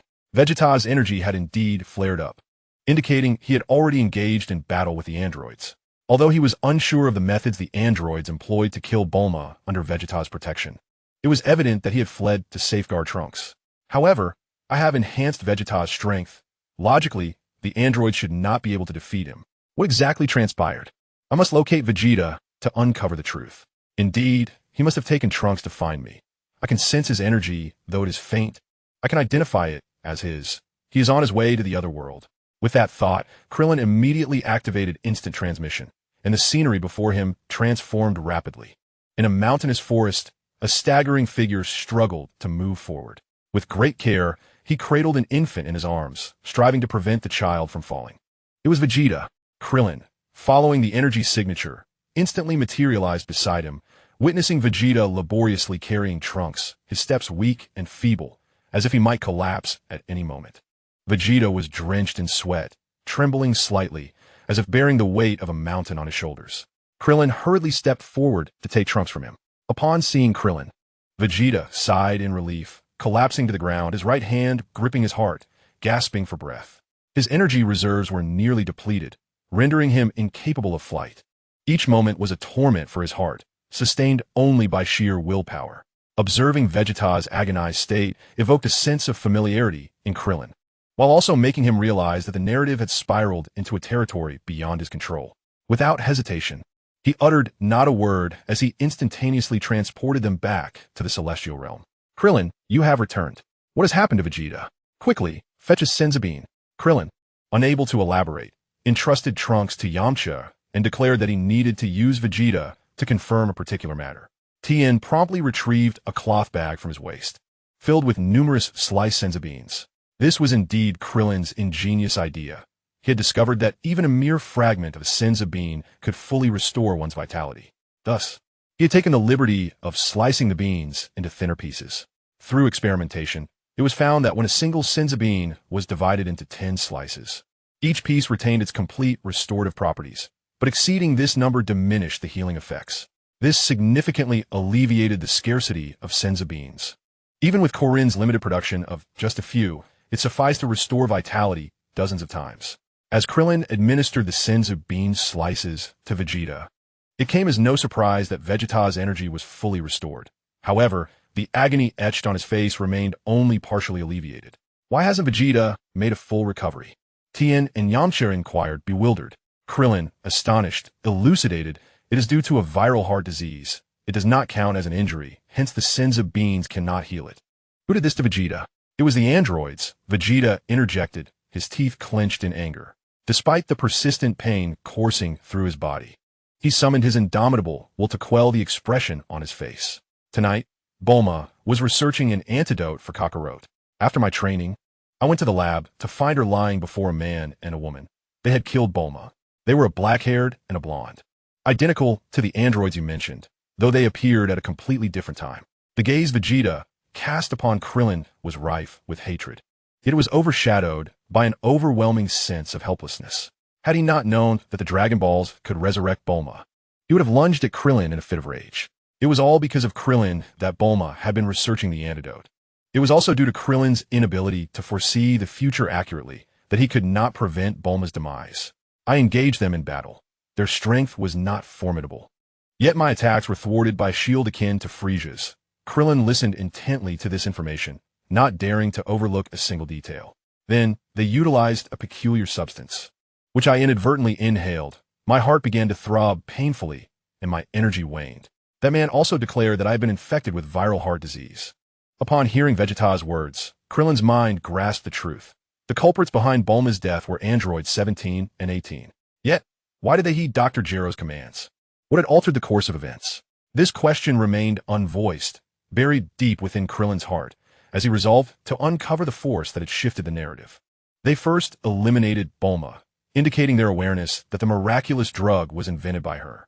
But how did they come by this knowledge? Krillin deduced that their understanding of the drug's significance led them to target Bulma, which implies they must also possess information about Goku's impending heart disease. Most crucially, those who perish from viral heart disease cannot be resurrected by the dragon. By killing Bulma and subsequently using the virus to eliminate others, they ensure no one can be brought back to life. At this point, a profound intensity filled Krillin's gaze. Their adversaries employed remarkably cunning tactics, considering every possible angle. Chapter 19. The Orphan Trust, the dragon's inability to revive the chaotic lower realm. I do not care about the reasons behind this. I only need you to bring Bulma back to me. Vegeta interjected, rising to confront Krillin, his grip tightening on his collar, his eyes betraying sorrow and fury. The blow of Bulma's death weighed heavily on this warrior. His homeland had been ravaged. He had lived alone for decades, and after finally finding stability on Earth, the Z-Fighters were not particularly amiable towards him due to his past actions and temperament. At that moment, only Bulma, with her carefree and vibrant disposition, had managed to bridge the gap between them. Thanks to Krillin's influence, Vegeta had reached a serene state akin to the full power of Super Saiyan alongside Goku and his son. Consequently, much of his pride faded in Bulma's presence. After years of solitude, Vegeta finally had a family, experiencing the warmth of home, not to mention the joy of having a son with Bulma. Her tenderness had etched her into the very core of his being, making her the most significant person in his life, even surpassing Trunks. I understand. I will summon the deity to resurrect Bulma. She was also my friend, and her death grieves me deeply. Please let me go. I will return with Bulma's body to revive her. Krillin stated with an impassive expression, internally burdened by guilt over Bulma's demise. However, he was the one with the most knowledge of the current situation, and he needed to guide the Z fighters in making the right decisions. "Oomph," Vegeta retorted, releasing Krillin, who immediately turned to Tien and the others, issuing commands. Yamcha quickly informed Goku and Master Roshi to be wary of the android attacks. If possible, they should arrive in the other world at the earliest opportunity. Goku and Gohan are vital combatants and must remain unharmed. 10. Summon the deity and Piccolo. Relay everything to them and gather the Dragon Balls while I retrieve Bulma's body. With that, before either could respond, Krillin vanished from sight. Time was of the essence. They had to act swiftly to overcome their foes. Upon his return, the lifeless forms of Bulma and her family appeared alongside him. Vegeta instantly materialized before Bulma, embracing her body tightly, feeling the warmth of Earth once more. The once proud Vegeta had all but vanished. As once articulated by Krillin, the world-renowned netizen, Vegeta transitioned from a Saiyan to a terrestrial being, while Son Goku evolved from a human into a Saiyan. Upon being summoned back by Yamcha, the deities, and Piccolo, recognizing the urgency of the situation, called forth the Eternal Dragon. The immense form of the dragon coiled through the heavens, casting the sky into darkness. "I can grant any wish. Speak your desire," it proclaimed. Without heeding the subtle flaws in the dragon's words, Krillin voiced his request. "Please resurrect Bulma's family, who were slain by the androids." The dragon's eyes glimmered with a crimson light, and after a brief pause, it responded, "I can only revive Bulma's parents. I am powerless to restore Bulma herself." The dragon's declaration astonished all present. Vegeta immediately transformed into a Super Saiyan 2, his fury surging forth. His scarlet eyes fixed upon the dragon. "If you cannot bring back Bulma, I shall slay you." The dragon, taken aback, broke into a cold sweat. "No, please do not act so rashly," it implored. "Why can you not resurrect Bulma?" Krillin and the others were bewildered. After all, Bulma had never truly perished. So how could she not be revived? The dragon pondered for a moment before stating, "Since your intent is to save the world, this information shall not count against your wishes. The reason I cannot revive her is that Bulma succumbed to illness. I can reveal no more. Now, hasten to make your wish." Illness? Indeed, Krillin's greatest fear had come to pass. The androids were aware that killing Bulma would render those afflicted by the virus-induced heart disease irreparable, and thus, they would never allow her resurrection. It stood to reason that using the virus to terminate Bulma was the optimal choice. With Bulma beyond revival, the androids could infect the other Z warriors. When none could be revived to thwart the androids, the Earth would inevitably fall under the dominion of Dr. Gero. The enemy's knowledge far surpassed their expectations. Vegeta roared towards the heavens in a fit of rage, unleashing an overwhelming aura. His sudden outburst startled everyone, particularly Krillin, who felt immense guilt for his oversight that led to Bulma's demise. That Vegeta had not immediately taken his life was a testament to his restraint. After venting his frustration, Vegeta quickly regained his composure, soaring towards the others, taking Trunks from Yamcha and approaching Krillin. Although Krillin yearned to retreat, he sensed that Vegeta's gaze held no malice, but rather a serene calm, as if a profound transformation had occurred. "Krillin," Vegeta uttered for the first time, addressing him by name, "regarding Bulma's fate, I shall not hold you accountable. However, I have one request." Krillin, taken aback by Vegeta's sudden change, swallowed hard, for reasons unknown. He found this version of Vegeta even more intimidating than before. "You may proceed," he stammered. Vegeta's gaze remained fixed on Trunks, who slept peacefully, a sight Krillin had never before witnessed. He gently placed Trunks into Krillin's embrace. "Rest assured, I harbor no ill intentions towards you. To me, eliminating you would yield little consequence. I still have Trunks to protect. Therefore, I implore you to safeguard Trunks. I have faith in your abilities. With your power of instantaneous movement, you can evade harm as long as you exercise caution. Regardless of circumstances, no one can bring about your demise. Should that day ever arrive, ensure that Trunks is sent to Namek, never to return to Earth. Furthermore, do not disclose the identities of his parents. Do not allow him to seek vengeance." Krillin, listening to these words, was momentarily perplexed until a realization struck him, and he looked at Vegeta in disbelief. You mean?" Vegeta turned, standing at the precipice of the other world, all eyes upon the Saiyan Prince. "You need not venture forth. We could simply wish for a cure for the viral heart disease using the Dragon Balls." "There is no need," Vegeta replied. "Bulma cannot be revived. A slight chuckle escaped him. That woman, in hell, will surely be quite lonely. I wish to accompany her. But perhaps she has ascended to heaven. It matters not. As long as we inhabit the same realm. In that moment, Vegeta cast aside his former pride, choosing to dedicate himself to love. Resolutely heading towards Goku's home in search of the androids. He understood that curing the heart disease would allow him to survive. Yet he remained steadfast in his decision to confront the androids, not only to be with Bulma, but also to avenge her, for one who harbored a death wish. No counsel would suffice, as Bulma's revival was impossible. Krillin could only watch helplessly as he marched toward his demise, though it was beneficial for him. If Vegeta could eliminate even one android, it would be of assistance to Krillin. Take care, Vegeta, he said. Trunks, your father is a man of great respect. He is a true hero now. After Vegeta's departure, admiration filled the hearts of those remaining. Subsequently, Krillin acquired a substantial quantity of the antidote for the viral heart disease through the Dragon Balls, distributing it to everyone, ensuring they each carried some. However, they had yet to receive a response from Yamcha, apart from Goku's family. At that moment, the deity, who had been observing the lower world since the wish was made, gravely addressed Krillin and the others. I have witnessed numerous dire events. The androids have ravaged many cities en route to Goku's home, claiming countless lives. Chaos reigns in the lower realm. Goku and Gohan have encountered the androids, and both, infected by the virus, are drastically weakened, unable to contend with them. Were it not for Gohan's valiant efforts to escort Chi-Chi to safety, they would surely have perished. And Goku? Krillin inquired urgently. As Goku was on the brink of being slain, Vegeta intervened, engaging the androids in battle, though his strength was waning and the situation was grim. The deity shook his head and replied, given these circumstances, Krillin resolved to retrieve them himself. At such a time, every additional fighter represents a glimmer of hope for victory.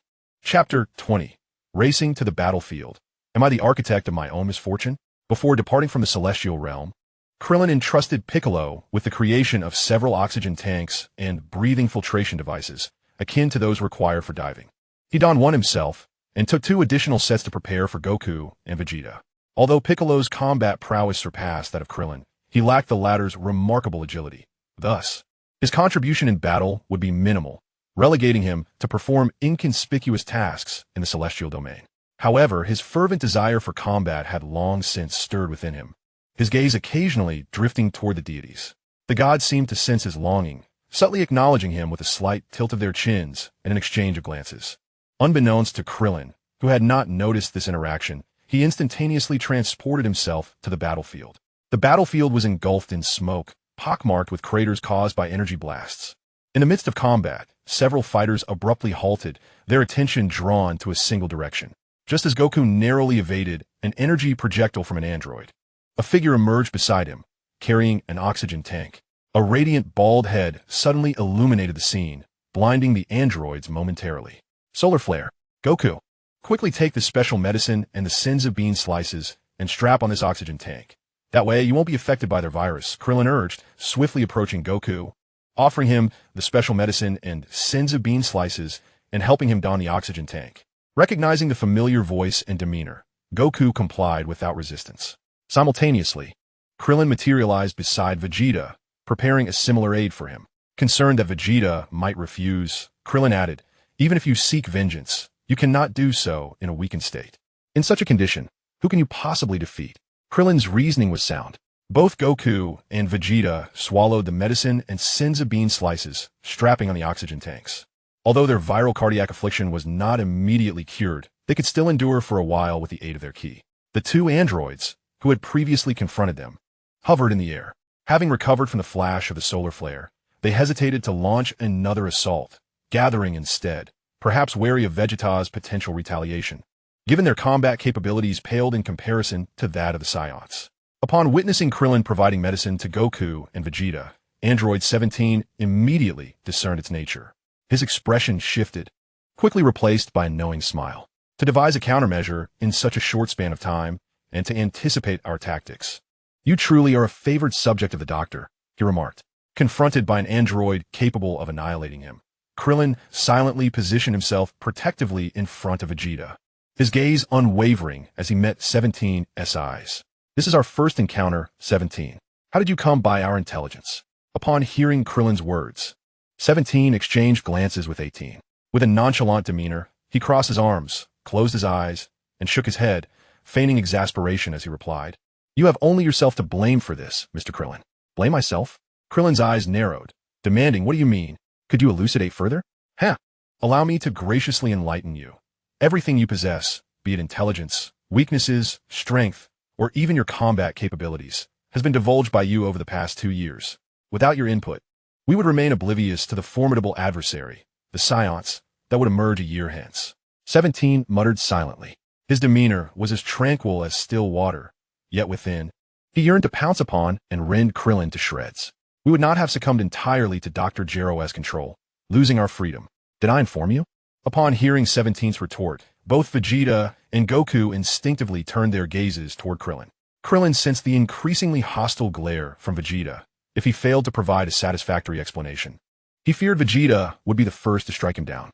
Goku, however, felt little trepidation. He trusted that his dear friend would never betray them. 17 observed the trio, teetering on the brink of internal conflict, and smirked derisively. "Indeed, you ought to feel honored, for due to your intelligence, both 17 and 18 desire your demise. It is worth noting that had the Doctor not failed to locate the realm of the heavens, you would have been the first to perish. I wonder, with your ability to foresee the future, did you catch a glimpse of your own death? Does he truly possess foresight? This ability he claims to have is merely a fabrication based on his deep familiarity with the original narrative, crafted to mislead others regarding the true nature of his altered essence. Since arriving on Earth, he had scarcely mentioned it, only boasting privately to Yamcha and the others. How could they possibly know? Krillin racked his brain, unable to fathom how Dr. Gero had acquired such intelligence. While he pondered, he failed to notice Vegeta's countenance darkening ominously before him. The first to die will be Krillin? Did this imply that Bulma was never meant to perish? But rather it was Krillin's concealment in the heavenly realm that led to her being the first to be slain? Vegeta was aware that his thoughts were erroneous. Yet he found himself unable to quell his rising fury. His breathing grew ragged, and his gaze sharpened as arcs of electricity crackled around him. His hair transformed from black to a radiant gold. "Calm down, Vegeta. Do not allow the enemy's words to ensnare you," Goku shouted, positioning himself protectively before Krillin. The sound reverberated in Vegeta's ears like a hammer, jolting him back to reality. The tension dissipated, restoring the atmosphere to its previous state. Vegeta's eyes cleared slightly as he coldly scoffed, as if I would be unaware. "Spare me your words." Krillin, oblivious to the peril he had narrowly escaped, pondered deeply before asking, "How did you intercept our conversation?" "Continue. Since you've already revealed so much, it indicates you care little for the remaining intelligence. If we are to achieve our mutual objectives, let us dispense with the subterfuge. Truly astute of you to grasp my benevolent intentions so swiftly. I remain perplexed, however, as to whether your ability lies in foreseeing the future or in astute analytical prowess." On the 17th, there was a sincere admiration expressed. Krillin let out a cold snort. It was evident to all that 17 harbored intentions of using his abilities to eliminate Dr. Gero, a notion blatantly written across his face. "With such a bloodied history, I would never conspire with you. Once I gather the intelligence, I shall eradicate you." Unbeknownst to Krillin, 17 continued. The Doctor's espionage machine insect project had initially been abandoned. Yet the task of automatically collecting the cells of formidable beings persisted. By chance, the Doctor witnessed the cellular data of Frisia and his progeny, astonished at the existence of such powerful entities. Simultaneously, he observed you through the eyes of the spy machine insects and heard the future that Krillin had foretold. From that day forth, everything about you has been laid bare before the Doctor. This is the source of our intelligence. Even now, the spy machine insects are incessantly monitoring each one of you. Krillin, despite your modest stature, you certainly have a penchant for verbosity, 17 jested. Krillin's gaze swept the surroundings, finding no trace of machine insects. Yet 17's words bore an unsettling truth. It was highly likely that the insects were too covert to be detected. Given that Krillin had pinpointed the timeline of the android crisis, everyone had let their guard down. Coupled with the stealthiness of the spy insects, it was no surprise that all were under surveillance. "I do talk quite a bit," 18 chimed in, casting a fierce glare at Krillin. It was Krillin's first encounter with what he deemed his wife in this timeline, and for a fleeting moment he was entranced. Quickly regaining his composure, he had resolved that, even if she were his spouse, he would show no mercy for having harmed Bulma. Not to mention, this version of 18 was a ruthless executioner, the original Krillin having met his demise at her hands. Even now, countless lives had fallen victim to her merciless slaughter, and he would not spare her. I distinctly recall you mentioning on multiple occasions that 18 is to be my future wife. How utterly repulsive, he retorted. Baldy, remember this. Even in death, I would never cast my eyes upon you. Relinquish that thought. 18 exhibited no pretense in her disdain for Krillin. 17 observed the exchange with amusement. Haha, Krillin, were you not my adversary? Having you as a brother-in-law would indeed be entertaining. Ugh, I would never marry this bald man. 18 declared. Though Krillin had long since dismissed any romantic notions, he nonetheless felt a pang of hurt. I may be a bit shorter and bald, yet I still possess charm. Otherwise, how could I have wooed Marin in the original tale? Krillin found solace in the thought. Fortunately, he believed that Cell would eventually meet his end at the hands of himself and his companions. Hence he had not taken it to heart, nor disclosed it to the Z-Fighters, rarely even mentioning it.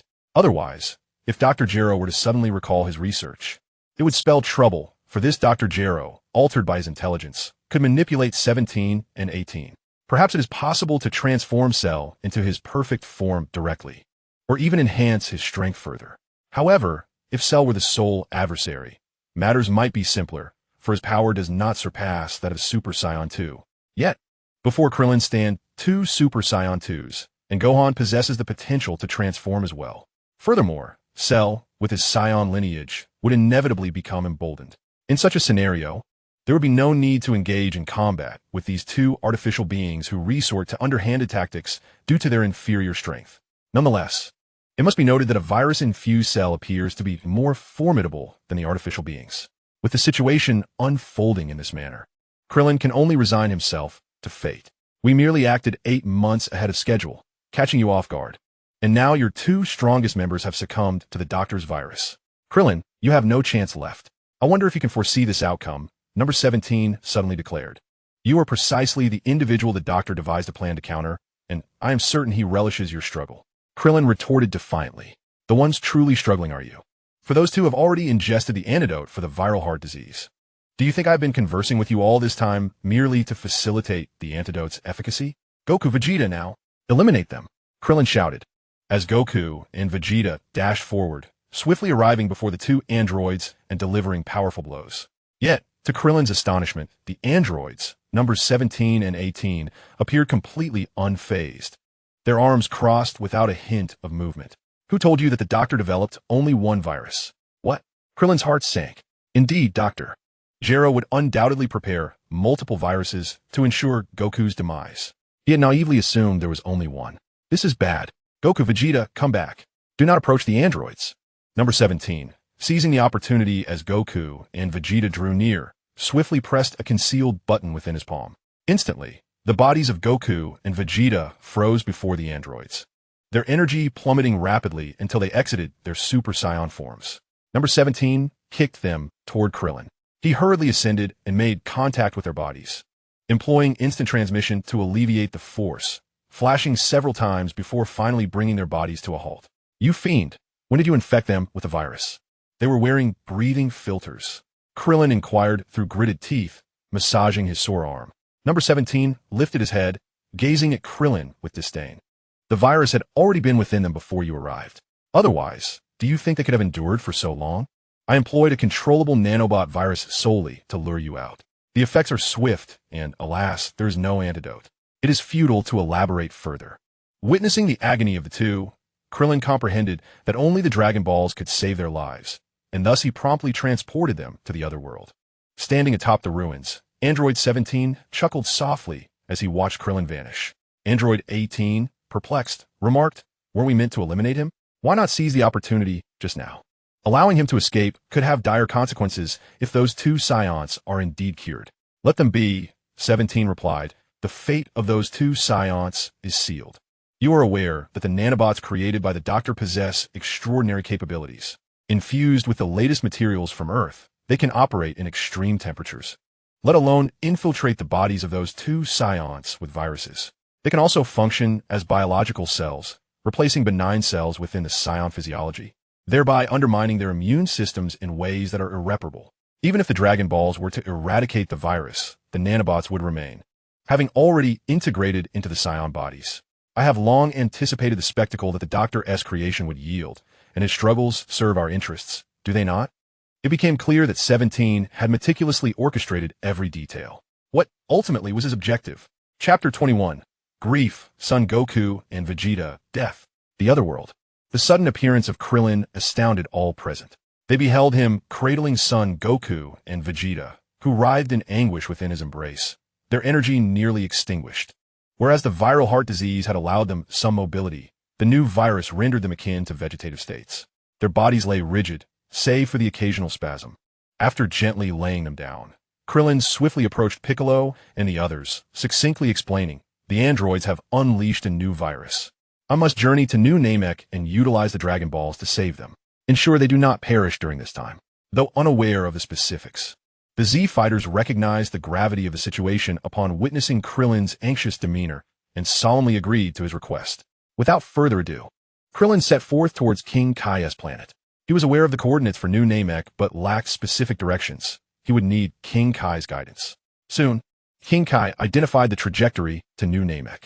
Before departing, Krillin instructed, "King Kai, I implore you to maintain constant communication with me, providing real-time updates on Goku and Vegeta as conditions. Otherwise, Earth is in peril."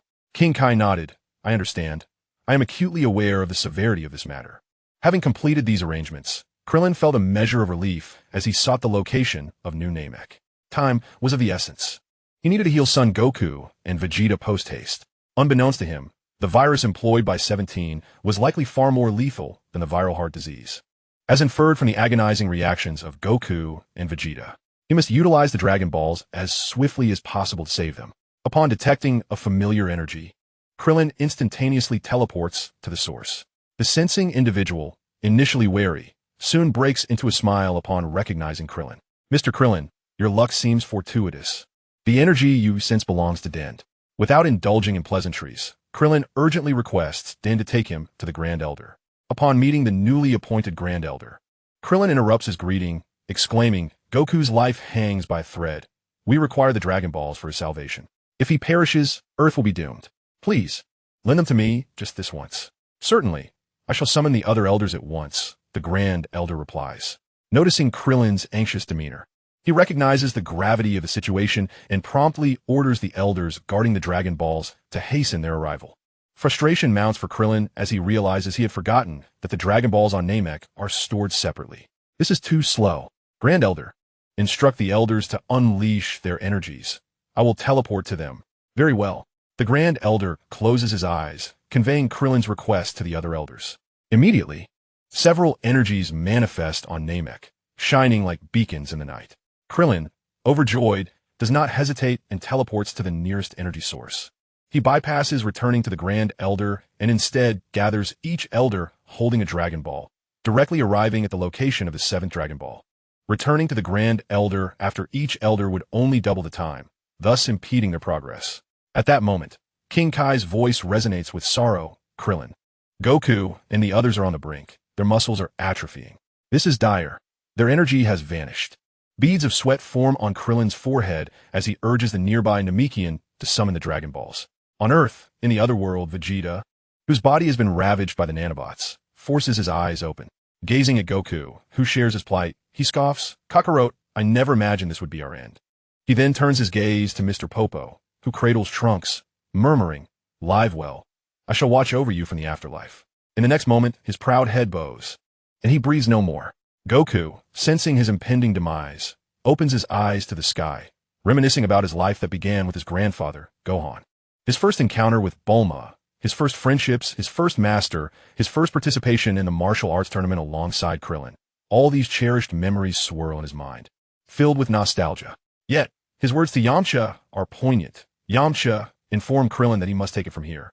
Also, convey my apologies to Chi-Chi and Goten. I am a failure as a father. I am sorry, everyone. I could not protect Earth." The sound gradually faded. At the moment Sun Wukong closed his eyes, only the whisper of the wind lingered in his ears. No matter how fervently those around him called out, he could not hear them. A pervasive atmosphere of sorrow enveloped the entire celestial realm. "I cannot endure this any longer. Even if my strength falls short, I will avenge Wukong by slaying the androids.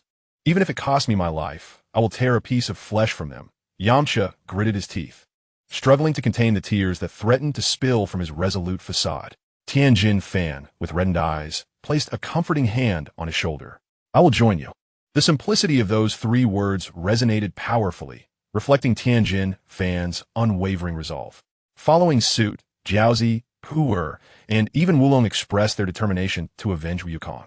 Master Roshi had just arrived in the celestial realm, only to bear witness to the death of his disciple, a devastating blow for an old man. Even this old body can still be of some use. Tianjin Fan, do you remember the Mafuba technique I taught you? Among all present, only Piccolo stood with his back to them, lost in his own thoughts. Krillin, Wukong, and the others have already departed for the underworld. At the moment the king of the world spoke, Krillin became frozen, like a statue, his mind a blank slate, unable to process the reality before him. What meaning do my actions hold? He pondered within the recesses of his mind. How is this any different from what Trunks faced? If destruction is inevitable, why should I strive at all? Krillin, this is not your fault. The distance between Namek and Earth is vast, and the differences in time are entirely natural. While a minute has passed here, 10 minutes have elapsed on Earth. Yes, Krillin replied numbly to the king's words. The Namekian elder beside him observed Krillin's disoriented state, unsure of how to intervene, remaining rooted in place at a loss. The Namekian dragon Purunga had been summoned, yet he was far less benevolent than the Namekians. His thunderous voice reverberated in Krillin's ears. Gatherer of the 7 Dragon Balls, state your wishes. Any wish can be granted. You may make 3 wishes. In the weight of that voice, Krillin regained his focus. Indeed, no matter what, I must first deal with the androids. I must avenge Wukong. Previously, he hesitated out of fear that Wukong and Vegeta might contract a virus, but now that they could no longer be revived, it was time to go all in. Furthermore, he had placed too much emphasis on the ascension of Son Wukong and Vegeta. His own strength had proven futile on the current battlefield. Perhaps this was the root of his failure. Relying on others was a notion more foolish than resignation itself. With that thought, Krillin turned his gaze to Purunga. I wish to make my first wish. In a far-off corner of the universe, a wish was made to create a planet akin to Earth within our solar system. The second wish was to transfer all virtuous souls, as well as the remains of the good-hearted, to this newly formed celestial body. The third wish was to be held in abeyance, awaiting further contemplation. The elder of Namek nodded and recited these words in the tongue of his people. In a flash, the eyes of Purunga glimmered with a crimson light, and in that instant, your desires were manifested. With the realization of his wishes, Krillin felt no further attachment and prepared to return to Earth. At that moment, King Kai communicated with Krillin anew, cautioning him against the destruction of Earth, lest it lead to the demise of both the planet and the androids. He warned that Purunga had not informed him that his friends had all declined to transfer. Should he obliterate Earth, they would perish as well. Among those mentioned were Ten, Yamcha, Kaiatsu, Master Roshi, Piccolo, Kami, Yajirobe, Pu'er, Oolong, and Mr. Popo, while Trunks had already made his way to the new planet. And Gohan had also refused to leave, although his mother Chi-Chi had accepted the transfer. Listening to King Kai enumerate the names, Krillin felt a mix of exasperation and emotion, just as he endeavored to make a selfless sacrifice. His friends rallied together for Goku's sake. How surprising it was to find Pu'er and Oolong among them. Enough of this, he thought. Krillin raised his head, smiling as he wiped away his tears. With a swift motion, he returned to the other world. Chapter 22. Desperation? Hope. Krillin. This is the last of the Senzu beans left by Master Karen before his departure. Upon Krillin's return, Yajirobe stepped forth, presenting him with a cloth bag. Krillin opened it to reveal 5 Senzu beans. With a deft motion, he utilized his energy to slice them, each transforming into 10 pieces. Thus, they secured 50 opportunities for recovery. Suddenly, a notification echoed in Krillin's mind. Mandatory task issued. 1. Personally eliminate an android. Reward: 200 cubic meters of portable space, capable of storing living beings. Despite the system's alert, Krillin paid it no heed. All the denizens of the other world gathered, their gazes fixed upon Krillin, their eyes alight with the flames of vengeance that burned fiercely within each soul. The deity who had been observing the lower realm spoke gravely, his tone hoarse. Krillin, the androids have commenced their slaughter. Over half of humanity's cities lie in ruins. They are compelling us to reveal ourselves.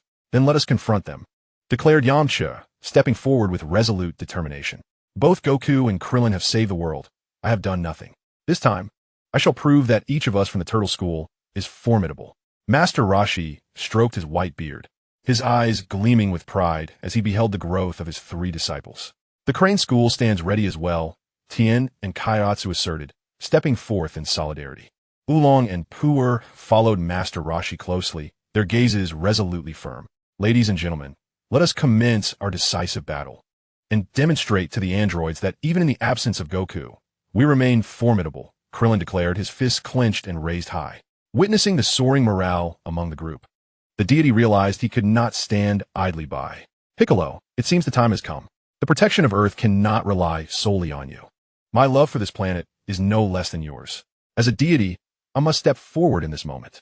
Are you truly willing? Piccolo hesitated, doubting the god's selflessness. Assimilate my essence, you who are younger than I. Take my power and vanquish the androids. The deity spread his arms wide and, without hesitation, lunged toward Piccolo. The instant their forms connected, a brilliant white light erupted forth. The unexpected spectacle left all in attendance momentarily stunned. As the radiance dissipated, a more imposing figure emerged. His visage more defined than Piccolo's, imbued with an air of divinity. The aura emanating from him, though not as potent as that of Super Saiyan 2, surpassed even that of the newly transformed Super Saiyan Goku. Are you Piccolo, or the deity? Master Roshi inquired. The figure paused briefly before responding. I am neither Piccolo nor the deity. I am merely a Namekian who has forgotten his name. However, you may continue to refer to me as Piccolo. He then turned his gaze toward Krillin. I shall accompany you in confronting the androids. However, Krillin, we must prepare for contingencies. Your instant transmission makes you ideally suited as a reserve force, so you should remain in the other world. Once you locate Gohan, guide him into the hyperbolic time chamber to train and emerge even stronger than Goku and the others. But I understand your desire for vengeance against Goku's foes. But even I cannot guarantee protection from the android's virus. Do you truly believe you stand chance? Stay behind as a beacon of hope and find a solution to the androids. With your foresight, you surely can. We have always believed in you. Piccolo placed a hand gently atop Krillin's head, imparting all the skills he possessed. Yamcha and the others comprehended Piccolo's intentions, a knowing smile gracing their faces. Krillin, we have faith in you. With that, Piccolo soared into the sky, heading toward the location of the androids, followed in succession by Yamcha and the others. As Master Roshi was preparing to depart with Pu'er and the others, a thought struck him, prompting him to approach Krillin alone. Observing Krillin's dejected demeanor, he felt compelled to pat his bald head as he had done in the past. Yet, as his hand extended toward Krillin, it transformed into a gentle caress. You are now capable of standing on your own, Krillin. Do not lose heart. Dawn will inevitably break. At this moment, Master Roshi, in his role as a mentor, offered his final words of encouragement to his disciple. 2 years prior, I, alongside others, privately deliberated that if the day ever came when we were all to be extinguished, the beacon of hope would undoubtedly be you. Surprising, isn't it? I'll let you in on a secret. Even Vegeta harbored no objections. Master, Krillin shed tears. Remaining here is not an act of cowardice. It is an adherence to our innermost convictions and a commitment to endeavor. These are my final words to you. The turtle sage gently patted Krillin on the shoulder before ascending into the aircraft, waving goodbye through the glass. Krillin understood that this farewell would be one of great difficulty to overcome. His eyes brimmed with tears, a testament to his profound emotions. I shall, with every ounce of strength, strive to rescue you and save this world. The Mafuba technique is indeed a formidable challenge. The Spirit Bomb. What wretchedness is this? The Kamehameha Wave. Curse be it. 18. Activate the protective barrier. The special beam cannon. How could Piccolo wield such power through a virus? Taste my blade. Depart. Krillin lingered in the other world for an extended period, and as the familiar auras dissipated, he clenched his fists in anguish, unleashing all his energy. Androids, I shall vanquish you. At that moment, Gohan's energy approached the other world, and soon he soared in. Uncle Krillin, why are you the only one here? Where has everyone gone? Gohan, they have all perished. Krillin turned and handed him the antidote for the viral heart disease, while divulging everything that had transpired. The androids. Gohan furrowed his brow, his teeth clenched, and a surge of fury ignited within him, his energy escalating to unprecedented heights, transcending the Super Saiyan 2 form. Uncle Krillin, my current strength is absolutely sufficient to eliminate them. Gohan's gaze was chilling, electric arcs flickering around him as his energy radiated outward in concentric circles. Krillin struggled to withstand the overwhelming force. Gohan, the androids do not rely solely on raw power. They wield terrifying viruses and possess energy shields capable of withstanding Super Saiyan 2 assaults. I am uncertain whether they harbor other hidden abilities. Without absolute strength to obliterate them from a distance, we find ourselves at an impasse. The most prudent course of action is to elevate your power to an even greater level. Shall I then await their annihilation of all life on Earth? No. Just as Krillin was about to nod in agreement, he suddenly hesitated, sensing a familiar energy. No, there remains hope. Gohan, focus on the energy from below. Energy? This. It's Dad's energy, Vegeta's energy, Yamcha's and TN's. They have all been revived. Overwhelmed with joy at the realization that his friends were alive, Gohan continued to sense further. Yet, as he delved deeper, uncertainty crept in. And what of my own energy and Uncle Krillin's? What does this signify? This is hope. Chapter 23, Body Swap, The Lament of Cell. City of the North. A gentle drizzle fell from the sky as the rain clouds moved languidly, coalescing into a dark mass. Accompanied by the rumble of thunder, a green creature, resembling an insect, stood upright like a human, having evolved limbs. It clutched a terrified human amidst the ruins of collapsed buildings. Its compound eyes scanned the surroundings, searching for new prey. Without a glance, a long, spiked appendage from its back pierced into the hapless victim. Within mere seconds, the man's body was drawn into the creature's tube, as if it were a gelatinous substance, leaving only a few articles of clothing behind. I require more energy. With the absorption of several cities, my power will be sufficient. I shall soon seek out the 17th and 18th of this timeline. Prepare to be willingly absorbed. The creature continued its survey of the area, and upon finding no signs of life, it flapped its wings and ascended into the sky.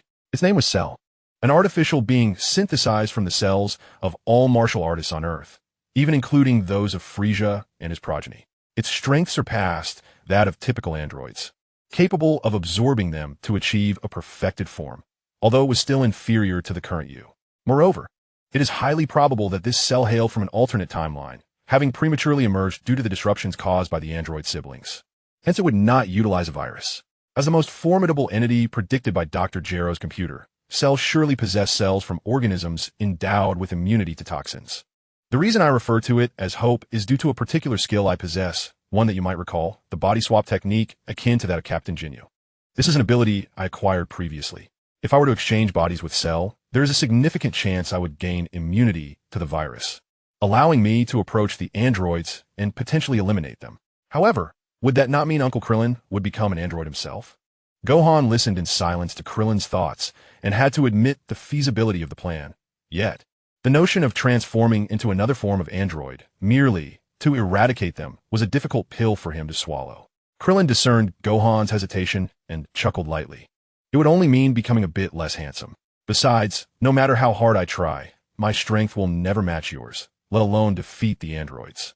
With this opportunity, I might become stronger, just don't mind me being less than aesthetically pleasing. The carefree smile pierced Gohan's heart. In his eyes, if there were truly no other options, who would willingly relinquish their identity to become a monster? Uncle Krillin had sacrificed far too much. All right, Gohan, let us set off. Soon, it may conceal its energy, making it difficult to track. 17. Shall we continue the killing spree? Goku's master had been slain, indicating that Goku was undoubtedly dead. Continuing on this path of destruction would not bode well for Dr. Gero's plan to dominate the world. Inside a women's clothing boutique, 18 was trying on the latest dress. Addressing 17, who stood nearby, arms crossed and eyes closed in contemplation. On the 17th, I opened my eyes and my gaze lingered on the face of the 18th, suddenly breaking into a smile.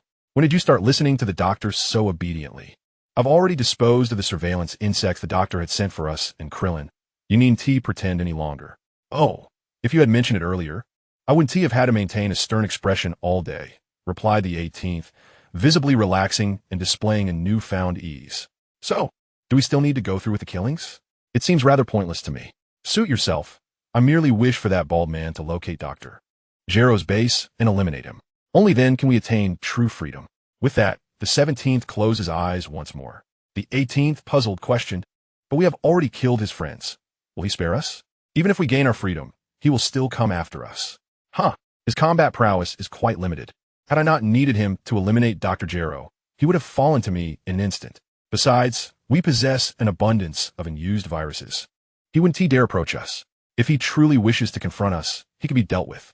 In the city of West, a creature that had come from the city of North floated in the air, surveying the city below, keen to catch sight of its prey. It meticulously sensed the atmosphere, honing in on a specific direction before diving downwards. Whoosh! A look of panic crossed a person's face as the creature descended from the heavens, seizing him by the neck. Please, monster! No, don't eat me. The creature's gaze was as cold as that of a serpent, offering no mercy to the human's pleas, mercilessly driving a needle into his body. With the pulsating of its tubes, yet another human transformed into its evolutionary energy. Suddenly, the creature sensed an anomaly behind it and turned to observe. Gohan had appeared in the open, gripping Krillin's shoulder. The moment he laid eyes on the creature, Gohan's vigilance surged. Krillin was right. Cell was indeed a monster. Krillin felt a surge of anxiety as he faced the real Cell for the first time, uncertain whether the system's abilities would prove effective. Any interruption could spell disaster. That is Cell. Gohan, prepare yourself. The creature, no longer merely a monster, but Cell, shifted its vertical pupils. Instant transmission, you are Krillin, and he is Gohan. How do you know my name? Cell's horn stood erect, its gaze flat. The hoarse voice seemingly forced from its throat. Krillin, how did you perform instant transmission? Krillin swallowed hard, bracing himself against Cell, choosing not to respond to the question. Instead, he shouted, Gohan, go. Gohan stood behind Krillin, and upon hearing the command, transformed into Super Saiyan 2 in the blink of an eye, charging towards Cell. The creature, taken aback by Gohan's overwhelming energy, widened its eyes in shock. In the next moment, its vision suddenly blurred. Son Gohan delivered a powerful blow to Cell's forehead, following it up with a spinning kick that sent Cell flying. In midair, Cell experienced excruciating pain and was taken aback by the sheer strength of Son Gohan. How could he be so formidable? Before Cell could ponder further, two hands seized his neck and the absorption tube behind him, gripping tightly. Come on, Uncle Krillin. What are they planning? Cell's fear was palpable, reminiscent of the humans he had absorbed. Although he was unaware of Krillin's intentions, Cell instinctively resisted. Yet Son Gohan's arms were, as if welded to him, rendering him unable to escape. Reluctantly, Cell resorted to pleading for mercy. Don't kill me. I can help you deal with the androids. In an instant, Krillin appeared before Cell, uttering not a single word as he initiated an exchange. A beam of white light emanated from Krillin's mouth, directly connecting to Cell. Cell attempted to evade, but it felt as though he was locked in place, and he was struck squarely. As the brilliance faded, Son Gohan, with a grave expression, released his hold on Cell's body and tentatively called out, Uncle Krillin? Cell's eyes opened as he flexed his wrists. It's me, he rasped. In the next moment, he materialized behind Krillin and swiftly pierced through his heart with his right hand. Krillin, with a look of resignation, reached out but slowly lowered his hand, his breath gradually fading. Eradicate the root, Cell, now Krillin, declared. This body possesses immense power, far surpassing my previous form. Gohan, we must enter the hyperbolic time chamber to train for a while. I need to adapt to this body. Upon hearing Cell's gravelly voice mention the hyperbolic time chamber, Son Gohan finally relaxed his guard and approached with enthusiasm. Uncle Krillin, your plan was successful. We still have a long way to go. But when we emerge next time, those two androids will surely meet their end. Gohan nodded in agreement, his expression one of consensus. Soon, Krillin brought his former body along with Son Gohan back to the other world. Before entering the hyperbolic time chamber, Krillin paused as a notification sounded in his mind.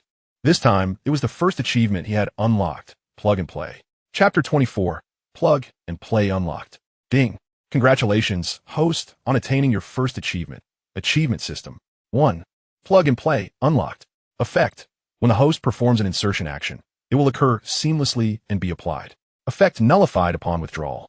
2. Defeated Lock. 3. Savior Lock. Friendly reminder. Achievements possess unknown special effects. Please explore them on your own. This effect.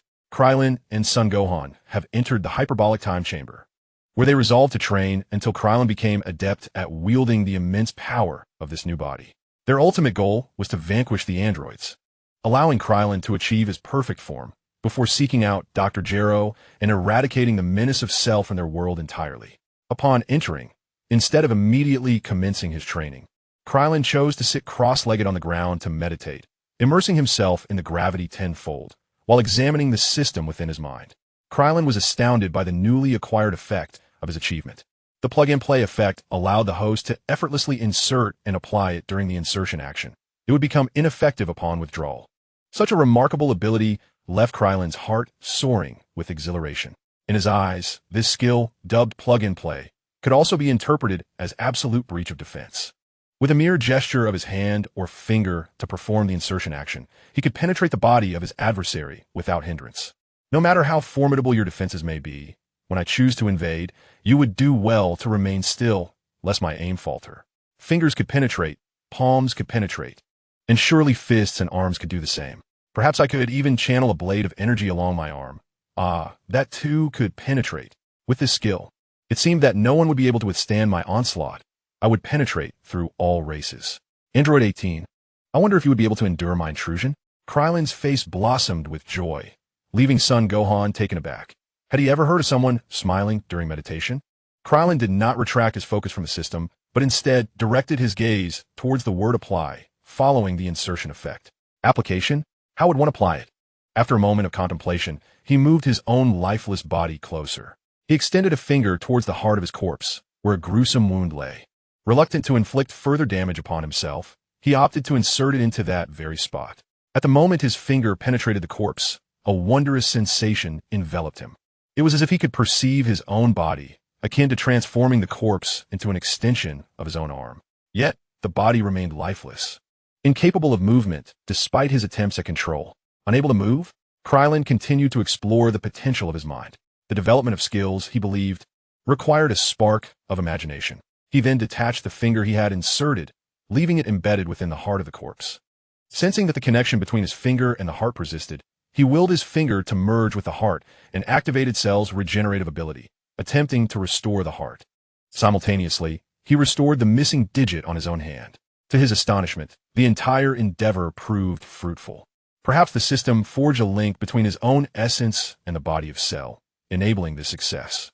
Time became an abstract concept as the damage upon the corpse's chest gradually healed, culminating in Krillin forcibly compelling the heart to beat once more. The chest began to rise and fall, and blood commenced its circulation. The corpse's temperature began to rise, and its functions gradually restored until Krillin attempted to open its eyes. The lifeless eyes of the corpse slowly fluttered open. The corpse, no, Krillin's original self, was resurrected.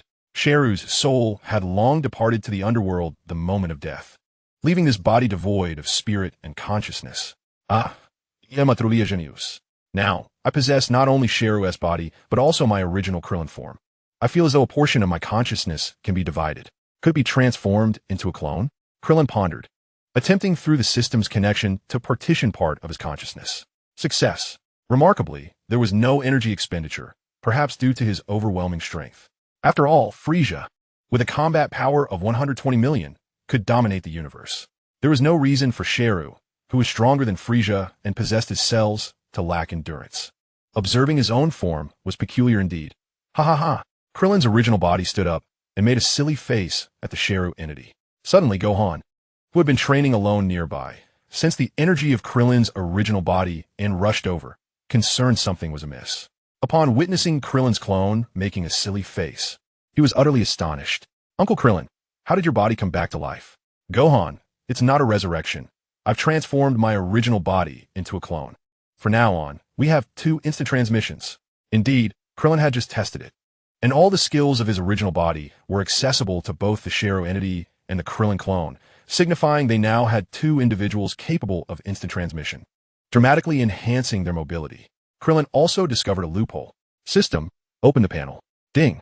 Host, Krillin, Sheru entity, Krillin clone. Age, 31 years. Combat power, 640,298,4368.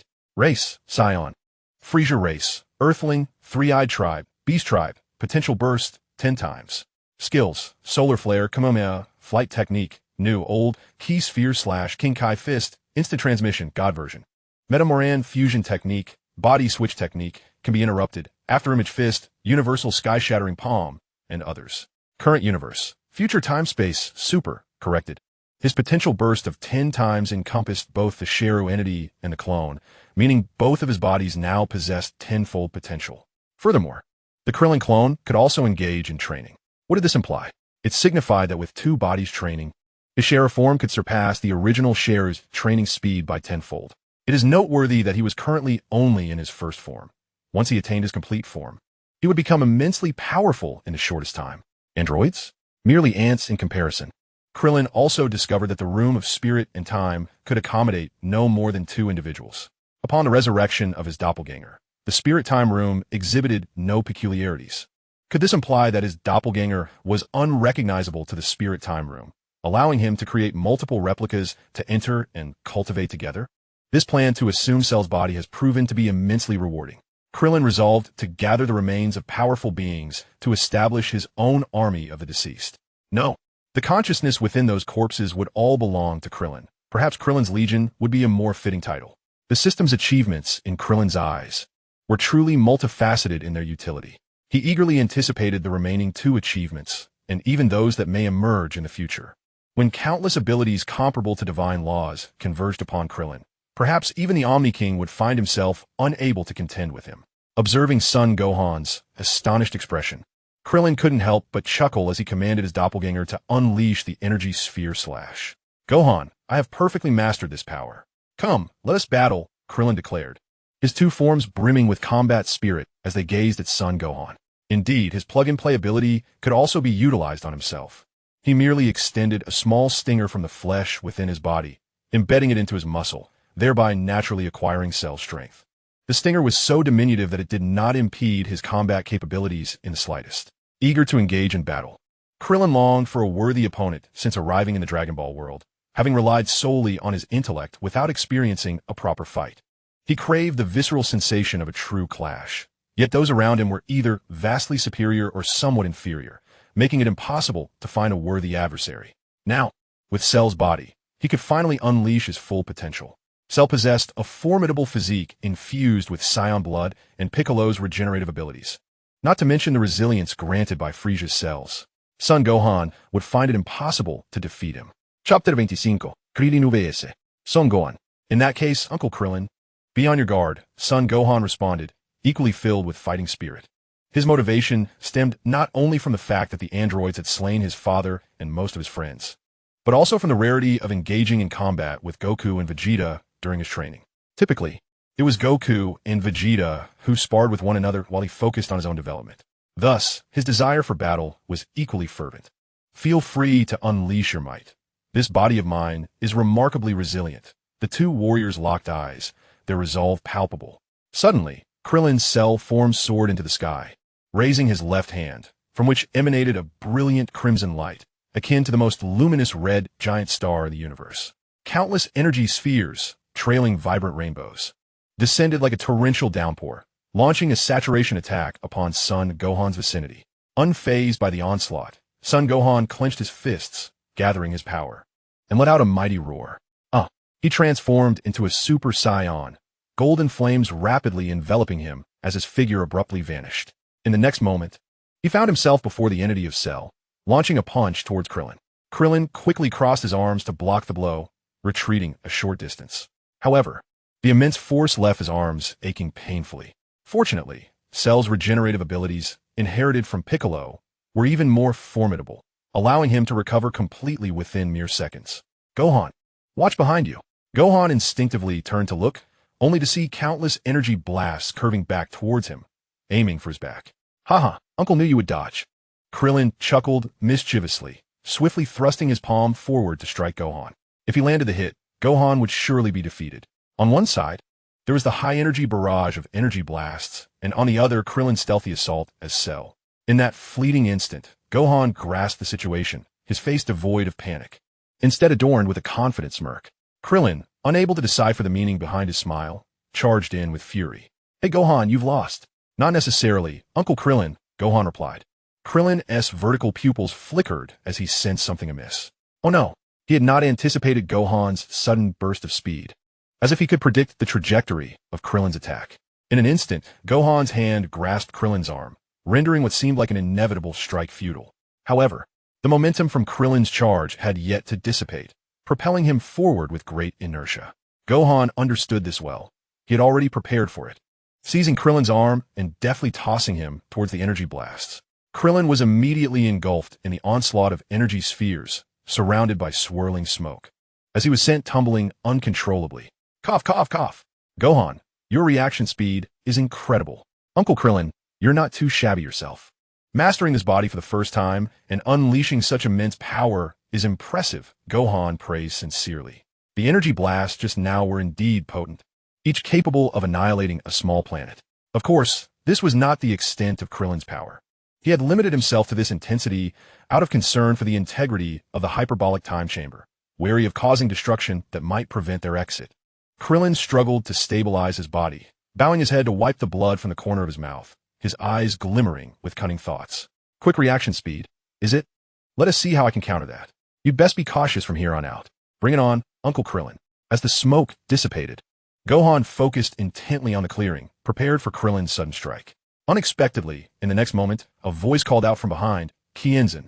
From behind, Gohan furrowed his brow, simultaneously attacking backward, only to find a beaming bald head. It was none other than Krillin's clone. He had done nothing but call out the Kienzan.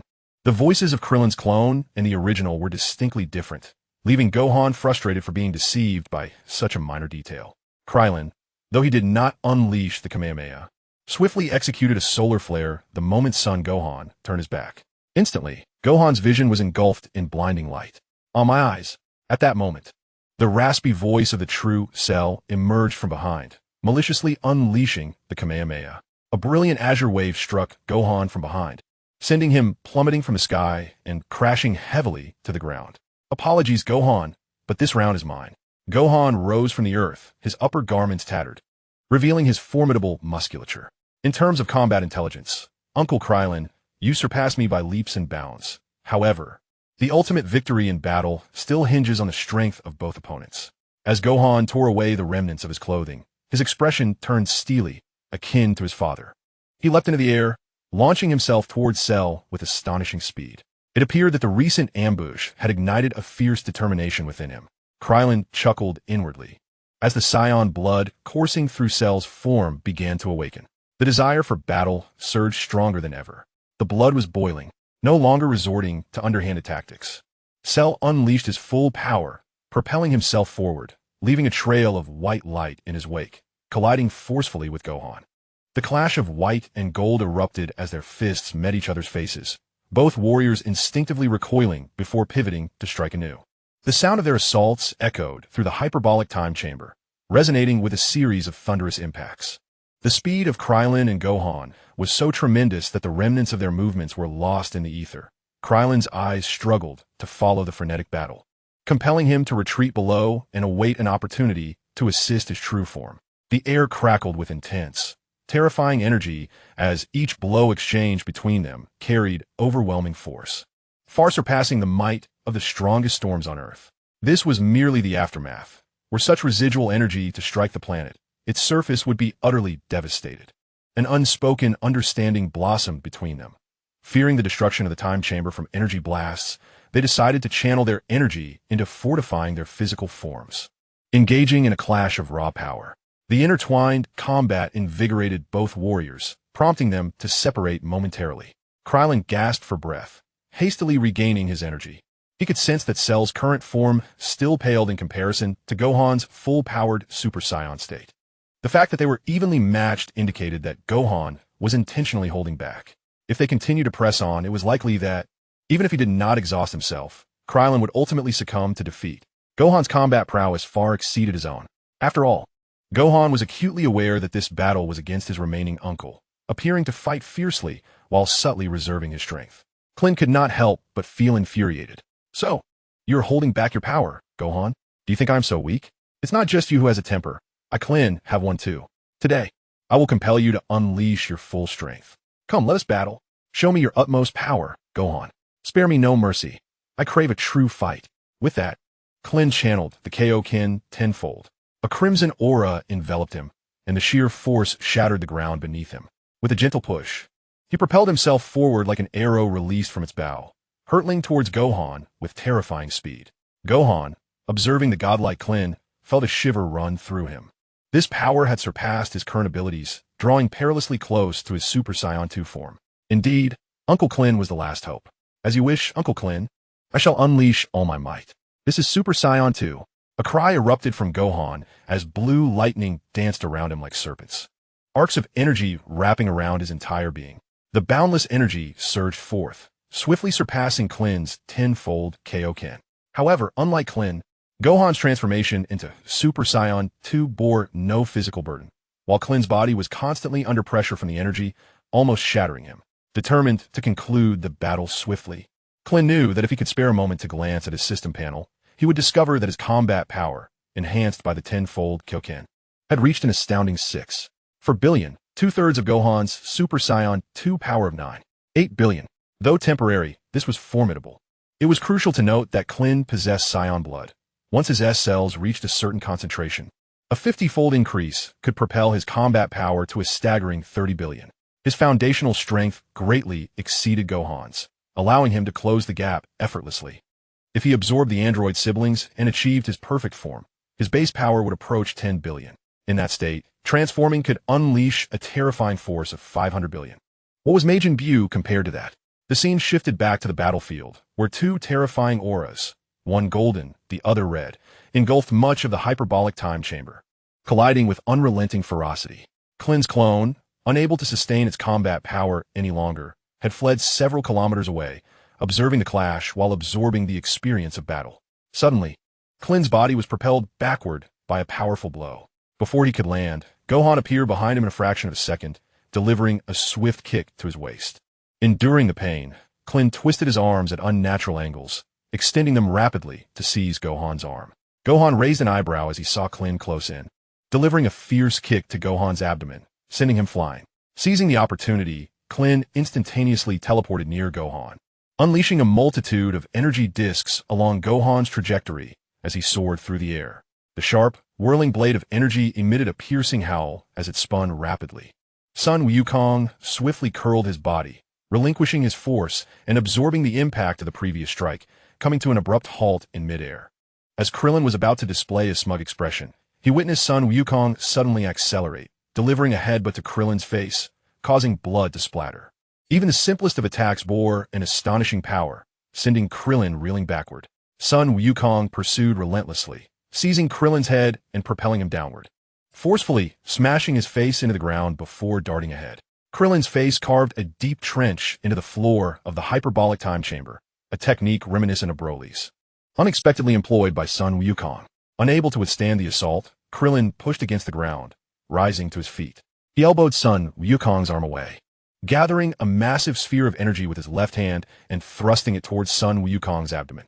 Reacting with remarkable speed, although his open stance left him vulnerable, he quickly pressed his other hand against the energy sphere.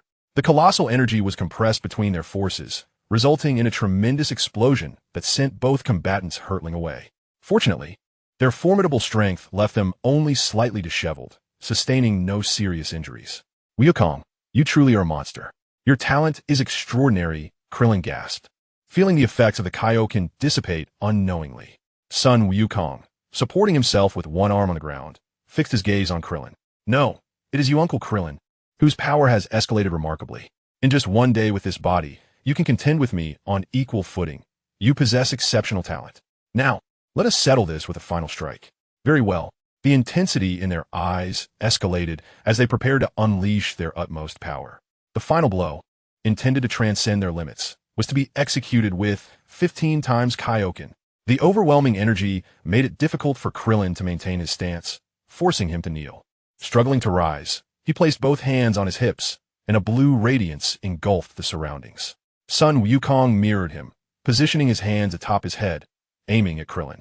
Their gazes locked, and in unison they shouted Kamehameha, destructive wave. The blue and yellow beams collided violently, causing the hyperbolic time chamber to tremble fiercely.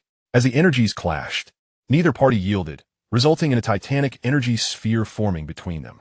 Neither diminished their energy output, as if a resolution was imperative that day. The energy sphere grew ever larger until it became unmanageable, culminating in a cataclysmic explosion. The deafening sound of an explosion resonated throughout the confines of the hyperbolic time chamber. Klein's doppelganger felt a jolt and instantly materialized beside Klein's original form and Gohan, whisking them away from the blast radius. The shockwave from the explosion rippled for hundreds of kilometers before finally dissipating. Exhausted, both Both Klein and Gohan collapsed beside the doppelganger, exchanging a knowing smile. Though unspoken, the implication was crystal clear. Gohan had only recently attained Super Saiyan 2, while Klein had merely exchanged bodies with Cell less than a day prior. Remarkably, he managed to hold his own against Gohan purely through the Kaioken technique. It's worth noting that he had yet to unleash the full potential of his plug-and-play ability. Had he made contact with Gohan at that critical moment, be it a fist or an open palm, his body would have been instantly under Klein's control. While such a victory would have been achieved, it would have contradicted the exhilarating battle Klein sought. Thus, he decided to reserve plug-and-play for Android 18. Klein's doppelganger retrieved 2 sins of beans and offered them to the duo, who swiftly regained their strength. Habitually, Klein glanced at the system panel and was astonished to discover that his battle power had reached a staggering 700 million. A wave of elation washed over him. He had not anticipated Cell's formidable potential. Just from their skirmish, his power had surged by 60 million. Who could have foreseen such a leap? If he were to employ the 10-fold Kaioken, his power would likely soar to 7 billion. Although the 15-fold version could not be sustained for long, its short-lived burst would still be remarkable, potentially reaching a battle power of 5 billion, an estimate that might align with Gohan's Super Saiyan 2 explosive power. With a newfound understanding of his capabilities, Klein resolved not to engage Gohan in further combat. The priority now lay with the androids. After a brief respite, Gohan and Klein dedicated themselves to rigorous training, striving to amass the strength necessary to obliterate the androids. Yet, he felt an insatiable hunger for power, yearning for the ability to utterly annihilate the androids. Chapter 26. Emergence, Cell's second form. Creaking open, the door to the now desolate otherworld revealed 3 figures stepping forth. Klein's 2 forms alongside Gohan. Their expressions radiated determination, faint traces of confidence gracing their lips. A testament to the considerable strength they had gained during their time in the hyperbolic time chamber. Gohan, prepare yourself. It is time to conclude this, Klein rasped. Gohan nodded, responding with a calm demeanor. This time, we must not only eliminate the androids, but also Dr. Gero, their creator. However, Uncle Klein, can you handle this alone? Klein chuckled, asserting, even if it costs me this body, I shall ensure I take them down before I fall. Should I falter, you can strike from the shadows.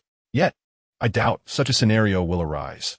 The more I harness the power of Cell's body, the more I sense its terrifying potential. Even though this body has not yet reached its full potential, my strength continues to escalate rapidly. Should I advance further, I could easily eliminate the androids, even from a great distance. Krillin's words resonated with confidence, and indeed, it was a fact. Together with Gohan, they had trained in the hyperbolic time chamber for 3 months, during which Krillin's battle power surged from 700 million to an astonishing 8 billion, particularly fearsome when employing the Kaioken technique. Gohan was not to be outdone.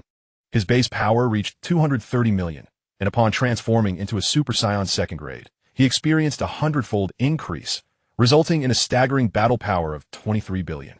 This formidable growth was the source of their confidence. However, they remained vigilant. Should the android siblings blanket the area with viruses, they too would be susceptible. Gohan tugged at the tattered rags he wore, a remnant from their 3-month stay in the time chamber, where he had been preoccupied with training. He hadn't noticed until now, but as he stepped out, a pungent odor of sweat engulfed him. Observing Gohan's discomfiture, Krillin suddenly recalled that Piccolo had imparted all his techniques to him. Some of these skills were beyond the capabilities of Krillin's earthly physique, so he had not given them much thought. Yet, now with the presence of Cell, who possessed Piccolo's cells, he could apply them. With a gesture towards Gohan, his attire transformed instantly into Piccolo's demon garb, and his body was cleansed. Oh, Uncle Krillin, you possess this ability too. Now I need not worry about lacking clothing, Gohan exclaimed with delight. This is a technique taught to me by Piccolo. Now, seems the perfect time to utilize it. Without further ado, let us proceed to confront the androids. In an unnamed small city, the buildings leaned at precarious angles. The ground was fractured, and thick black smoke billowed from the flames above. The entire city resembled a desolate wasteland. At that moment, a luminescent energy sphere descended onto the asphalt road. With a thunderous boom, the ground erupted, unleashing an unforgiving whirlwind that mercilessly engulfed the small town. Hey, number 18. There are still survivors in this city whom I have yet to eliminate. We only need to dispatch 2 more to claim victory. Don't be deceitful. I shall not concede this round to you, declared a figure hovering in the sky, arms crossed, clearly displeased. He was one of the architects of this devastation, known as Android 17. His skin was as smooth as a woman's, adorned with a red scarf around his neck, dressed in fashionable attire. With a handsome visage and an air of aloofness, his gaze imbued with indifference towards the world. Huh, quarreling with a woman over deceit? You're truly naive, 17. Retorted the other android, the one responsible for the city's destruction, known as Android 18. As siblings, her appearance bore a striking resemblance to 17. The only difference being their hair color, one dark, the other blonde. As the elder sister, number 18 exuded an unparalleled beauty, surpassing even number 17. With every gesture, she embodied the allure of a goddess, her skin as delicate as an ivory sculpture. A mere flick of her hair could render the world around her dull and lifeless. Clad in nothing more than a denim jacket and a short skirt, her aloof demeanor made her exceptionally radiant. Number 17, with a slight smirk, turned away in exasperation, thinking, someone like you hardly qualifies as a woman. They had just been engaged in a novel game, one that unfolded in the sky, where the destruction of the city was employed to flush out all hidden humans. Each android took turns firing beams to eliminate them, vying to be the last one standing. The humans still in hiding had not anticipated that number 18 would suddenly obliterate the entire city. Noticing number 17 sulking and ignoring her, she flew off towards the next city alone. With the grace of a youthful maiden, number 18 couldn't help but smile triumphantly. No one could fathom that such a beautiful girl was, in fact, a heartless demon android. Just as she prepared to stealthily follow number 17 to startle him, a hand, as withered as a branch, silently clasped around her slender, fair neck, gripping it tightly. Another hand pressed a single finger firmly against her waist, leaving number 18 feeling utterly powerless. At that moment, a deep and hurried voice whispered in her ear, 18, do not look back. It is Krillin. The haunting words caused her eyes to widen in surprise. Indeed, turning back was no longer an option. Under the plug-and-play condition, even if one were the king, movement was impossible. One would inevitably succumb to Klin's grasp. The instant Klin made contact with her, her entire physical structure appeared in his mind, as if he could scan her like an X-ray. If the opponent were human, his martial expertise would swiftly reveal their weaknesses. With a swift motion, Klin's tail lashed out from behind, casting a dark shadow over number 18's face, filling her with despair. Come now, dear, embrace the glorious evolution. A vast, deep pipe enveloped her entire body, beginning at her head.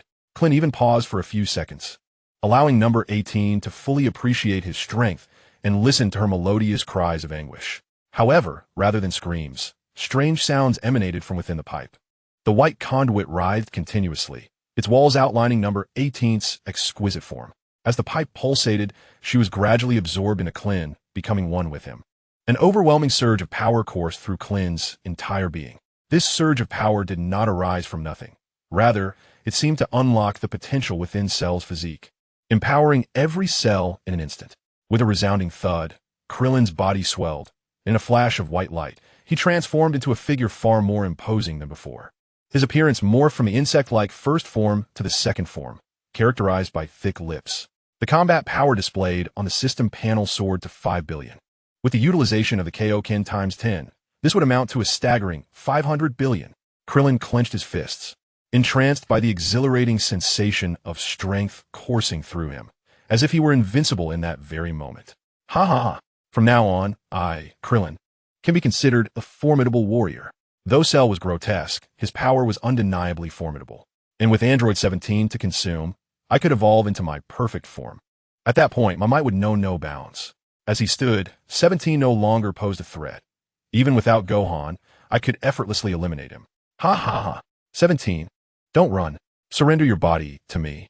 Krillin immediately erupted with energy, his terrifying combat prowess amplifying his speed severalfold, akin to being propelled by more powerful engines. As he surged towards the direction where 17 had fled. Before long, he caught sight of 17's silhouette. Chapter 27. Devour, Cell's perfect form. Android 17 soared through the skies. Suddenly, he felt an unsettling jolt in his heart, as if something ominous was afoot. Yet, he dismissed it, internally lamenting why Android 18 had not yet caught up. That Android 18, could she have been distracted by a clothing store again? Instinctively, 17 considered turning back, only to be met with the sight of a monstrous figure. Its body a blend of green and black spots, grinning widely as it barreled towards him with astonishing speed that left even him feeling inadequate. What manner of beast is this? From a moment he spotted a dark blur, Mere seconds passed before he could discern the creature's full form. This is bad. It's coming straight for me. 17's expression shifted dramatically. He was no fool. A being with such speed approaching him could not be benign. Moreover, its strength was undoubtedly formidable. Thus, he acted swiftly, deploying a protective shield while saturating the path ahead with nanovirus. He then retreated hastily. Krillin surged forth like an arrow, crashing directly into 17's viral trap. Instantly, he sensed something invading his body. Krillin paused momentarily, realizing it was the virus infiltrating him. The nanovirus, detecting the presence of flesh, immediately unleashed its full potential, relentlessly dismantling the surrounding bodily tissues. Krillin experienced waves of mild discomfort, yet the plug-and-play effect allowed him to maintain perfect control over his body. Now was the moment to showcase the prowess of the system and Cell's formidable form. Krillin focused intently, for a flesh spike he controlled was embedded within his body, allowing him to sense and govern every part of himself at all times. Within mere seconds, countless minute orifices appeared on Klin's form, through which he manipulated the flesh wall to grind the myriad tiny viruses into pulp, expelling them from his body. Your viruses cannot affect me any longer. Turning to face him, Number 17 noticed that the creature's speed had not diminished in the slightest. It was on the verge of catching up to him. Gritting his teeth, he shouted, "Who on earth are you? I have not wronged you." Krillin chuckled heartily, instantaneously appearing before Number 17 and delivering a forceful punch against the luminescent shield. "You ask who I am? I am Krillin 17. Prepare to experience despair. I bring you death." The shield emitted a thunderous crash as it was struck. Number 17's eyes widened in disbelief as he exclaimed, "This is impossible. How can you be Krillin, that bald-headed fool? You are clearly a monster." Krillin laughed boisterously, flames of crimson energy igniting around him as he rained down punch after punch upon the shield. At last, the shield, unable to withstand the onslaught, shattered into particles of light. Krillin seized Number 17 by the collar, delivering a resounding slap that sent him flying. In an instant, Krillin was at his back, steadying Number 17's body and crushing all the capsules containing viruses, growling, "It is because of you that I have become a monster." Another swift kick landed in Number 17's abdomen. Though he attempted to fight back, he was met with a flurry of blows that moved too swiftly to leave an afterimage. Blood spewed from his mouth as his eyes bulged, losing all semblance of the handsome youth he once was. "How can you be so powerful after just one day?" Number 17 exclaimed, his mind reeling with shock. "It is all thanks to you. Without the immense pressure you imposed, how could I have harnessed my rage to grow stronger and come to eliminate you?" It was no wonder Number 17 found it hard to believe. Since his attack on Bulma, only a single night had passed on Earth. He could not comprehend how the weak Krillin from mere hours ago had transformed into such a terrifying force. Though he could not sense energy, the almost tangible aura and speed emanating from Krillin indicated that his strength exceeded all expectations. "Please do not kill me. I can provide you with information about Dr. Gero." Number 17, completely defenseless in Klin's grasp, his disheveled black hair hanging loosely, his face bruised and battered, pleaded desperately. "And Number 18, I will bring her to you. Please accept me as your brother-in-law." Overcome with the fear of death, Number 17 hastily begged for mercy, even willing to sell out his sister. Klin's gaze turned icy. He could not abide such shamelessness. "One shameless individual is sufficient. You may take your leave." Number 18 has long since met her demise, but I must admit, I am quite intrigued by the information you possess regarding Dr. Gero. Krillin had long harbored the desire to eliminate Dr. Gero, the architect of all misfortune. It was precisely because he realized that Dr. Gero had survived due to his own actions that he became even more determined to eradicate this foe. Upon hearing the news of Android 18's demise, Android 17's breath caught involuntarily. His demeanor slumped, and he spoke in a somber tone. "Doctor, Gero's base was located in the northern region. After monitoring you, he relocated there, and before we regained consciousness, he completely seized control of both my and Android 18's bodies. The moment we acted against him, the bombs implanted within us would detonate. The virus we possessed was bestowed upon us by him. Prior to receiving orders to eliminate you, I uncovered a crucial piece of information. The doctor was researching time, seemingly influenced by you." "My influence?" Krillin inquired. "Indeed, your foresight into the future piqued the doctor's interest, prompting him to abandon much of his ongoing work. He has not enhanced our combat abilities, but merely supplied us with a virus to commit murder. While he delves into the study of time." Suddenly, Android 17 recalled something and added, "Oh, he also instructed us that regardless of whom we kill, We must bring you back to the laboratory. Bring me back? Klin pondered, stroking his chin. It appeared that Dr. Gero wished to personally investigate Klin's precognitive abilities. So you deliberately spare my life? Realizing the truth, Android 17 ceased to conceal anything. Yes, we hope to enhance your strength further and then accompany us to the base. If you could manage to ambush and eliminate Dr. Gero while his other android, Android 16, was unaware, then both I and Android 18 would be free. No wonder you have consistently refrained from killing me, and even seem to be stalling for time. It was at this moment that Klin comprehended everything. His actions and words had been recorded by the spy insect, drawing Dr. Gero's attention. Subsequently, he had inadvertently disclosed too much information, which Dr. Gero utilized to create a virus specifically targeting the Z fighters, assigning Android 17 and 18 the task of executing them. Because he had hidden in the other world, a realm distinct from Earth, Dr. Gero was unable to capture him directly, thus dispatching the android siblings to catch them off guard. The notion of Dr. Gero researching time was something Klin had not anticipated, and he wondered whether the doctor had made any breakthroughs. However, considering Dr. Gero's brilliance, it was likely that he had achieved significant progress. After a moment's reflection, Klin resolved to confront Dr. Gero immediately. No longer could he allow this world to harbor a lingering threat. Turning his gaze towards Android 17, he smiled, yet Android 17's expression was devoid of joy. No, I have divulged everything. Please do not kill me. I cannot spare you. My friends would deem me a fool.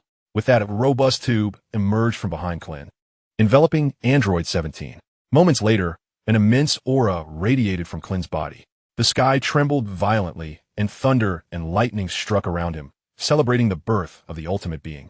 I was utterly exhilarated. Emerging from the haze was a strikingly handsome visage, reminiscent of humanity. Krillin's cell form had thus transformed into its perfected state, boasting a combat power of 8 billion. Chapter 28, Devouring the Cell Embryo. In the north, atop a mountain blanketed in snow, Krillin and Gohan concealed their presence, stealthily observing the mountainside. There, they beheld a grand metal door. Had it not been for Krillin's fortuitous glance, they might still be searching. Dr. Gero should be right there. Gohan, you stay here and do not move. I shall return shortly. Are you going alone? What if there's danger, Uncle Krillin? Gohan spoke with evident concern. Krillin chuckled, pulling over his bald doppelganger. My clone and I share a unified perspective. Should I encounter peril, he can swiftly teleport you to safety. Moreover, do observe my current appearance. I am the ultimate android, Cell, personally crafted by Dr. Gero. Although he has entrusted the project entirely to computers, my successful manifestation before him will surely delight him. Even so, he may not open the door for you. Very well, but you must be cautious, Uncle Krillin, Gohan replied, his brow furrowed with worry akin to a devoted spouse concerned for their partner's safety. This was hardly surprising, for now, his closest ties were limited to Krillin and Chi-Chi. A lapse in caution could render him utterly alone. Understood, Gohan. Await my good news. With that, Krillin instantaneously materialized before the door and politely knocked. Knock, knock, knock. Hello. Is anyone there? I seek Dr. Gero. A mechanical whir ensued. Who is it? A metal panel ascended, revealing an electronic screen and a camera. On the other side appeared the elderly Dr. Gero, his brow furrowed, seemingly displeased to be disturbed. Upon seeing Krillin's cell visage, he initially mistook him for a male model from a television station seeking to film a commercial. However, upon closer inspection, he realized Krillin was no mere human. He scrutinized Krillin's face, feeling a strange familiarity mixed with unfamiliarity. Who are you? This is quite the opportunity. Krillin inwardly rejoiced while maintaining an outwardly courteous demeanor. Dr. Gero, I am Cell. Cell? Dr. Gero's eyes widened in disbelief. How is this possible? Wasn't Cell the project I abandoned? Wasn't he supposed to remain in the petri dish? How could he have escaped? Who is this before me? Countless thoughts raced through Dr. Gero's mind as he examined Krillin's face with keen scrutiny. This face. It seems rather familiar. Subsequently, he swiftly departed from the camera's view, hastening to the basement in search of information. Upon discovering the design blueprint of the perfect cell, identical to that of Krillin's, he was filled with astonishment and an overwhelming sense of joy. I never imagined that the strongest artificial being I studied would come to fruition. I, Dr. Gero, am indeed a genius. Moreover, he has transformed into his perfect form. The Red Ribbon Army shall finally dominate the world. After releasing his exuberance through laughter, Dr. Gero hurried back in front of the camera. Despite his elation, he retained his composure and inquired, Cell, how did you absorb androids 17 and 18? My cell embryo in the basement still exists, which means you do not belong to this timeline, do you? Krillin nodded slightly, a smile gracing his face as he relayed the explanation he had prepared for Dr. Gero. Yes, Doctor, all the androids in my timeline were eliminated, forcing me to traverse time and space to this dimension to merge with 17 and 18. Just recently, I absorbed them. Doctor, you do not hold it against me, do you? They were merely two failures, utterly incomparable to you. If you kill them, so be it. Come in, I wish to observe you closely. Dr. Gero, overjoyed by the success of his ultimate creation, had no inclination to blame him and promptly opened the door. He was oblivious to the reasons behind Cell's seemingly amiable demeanor, but assumed it was a design of the Gero from that timeline. None of this mattered, for his eagerness to study Cell's core was already overwhelming. Krillin, unfazed, stepped into the laboratory. Upon entering, he beheld numerous experimental devices in operation, particularly after navigating through several corridors and arriving at Dr. Gero's chamber. He found a plethora of equipment. Perhaps it was more appropriate to refer to it as a plaza, as a colossal machine loomed above, occupying half the space, adorned with countless tiny red lights, the purpose of which remained a mystery. Dr. Gero rubbed his hands together, a beaming smile on his face as he approached. Behind him stood a tall man with a distinctive pompadour hairstyle, his expression serious and unwavering. Evidently the android number 16, designated to protect Drive Gero. Doctor, I'm finally meeting you, Krillin said, his face alight with joy as he grasped Dr. Gero's hand, reminiscent of a reunion between old acquaintances, tears glistening in his eyes as he affectionately addressed him. Dr. Gero was momentarily taken aback by the warmth of this enthusiastic Cell, but quickly regained his composure, realizing it was likely a design of the Gero from that timeline to better control the androids. With this thought, he reciprocated Krillin's enthusiastic handshake. It is wonderful that you have successfully transformed into your perfect form. It is a pity that Goku and the others from this timeline have perished. Otherwise, you could have slain them yourself. Krillin's gaze flickered momentarily. No matter, I have already defeated them in that timeline. Ah, splendid. Come here, Cell. I must thoroughly examine your data to ensure your enhancement. I appreciate your cooperation, Doctor. However, before we proceed, I must scan your data. I trust you won't object. Will you? Of course not. I shall fulfill all of the doctor's commands. A warm smile adorned Krillin's face, yet his eyes glimmered with a chilling intent. Once I ascertain your temporal research, I shall end your existence, old man. Throughout this exchange, number 16's expression remained unchanged, adhering rigidly to Dr. Gero's side. Before long, Dr. Gero led Krillin to the basement, the very site of his prior studies on Cell.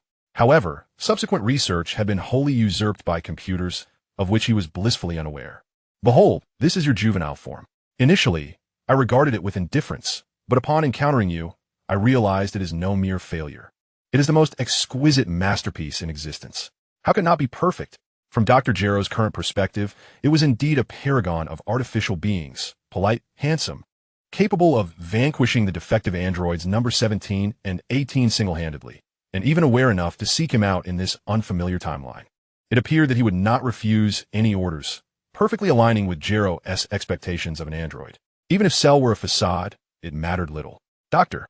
Gero surmised that Cell, upon achieving his complete form, must have been dissatisfied with his current power and sought further enhancement, prompting him to seek out Gero. As long as he could complete his research on Cell and possess the means to create even stronger androids, betrayal would be rendered impossible. Hence, Dr. Gero could confidently allow Cell to draw near and even escort him to this location. As Krillin leaned in closer, he beheld Cell's embryo, a diminutive cocoon suspended in a nutrient solution. Suddenly, the container holding Cell's embryo shattered without warning. An unexpected turn of events unfolded as a tail shot forth from behind Krillin, penetrating the glass and engulfing the embryo whole. Krillin immediately felt a surge of primal energy coursing through him, strengthening his being beyond that which the sibling androids had ever bestowed. He sensed that he could delve deeper into the myriad and potent bloodlines within him. A formidable aura erupted within the basement, sending countless papers swirling through the air. Number 16 swiftly positioned himself before Dr. Gero. In a fit of exasperation, Dr. Gero shouted, "What are you doing, Cell? Why did you consume the embryo without my command? Spit it out immediately." Krillin smirked, his demeanor brimming with audacity. "I've consumed it, and so what? In this world, one cell suffices. I am the strongest." Dr. Jiro's gaze instantly turned cold. Is it the influence of Saiyan blood? No wonder, in that world, I imagine even androids 17 and 18 would be difficult to control. Without such subtle manipulations, a formidable being like Cell would undoubtedly resist his commands. Reflecting on this, Dr. Jiro's previous affability vanished, and he huffed in discontent.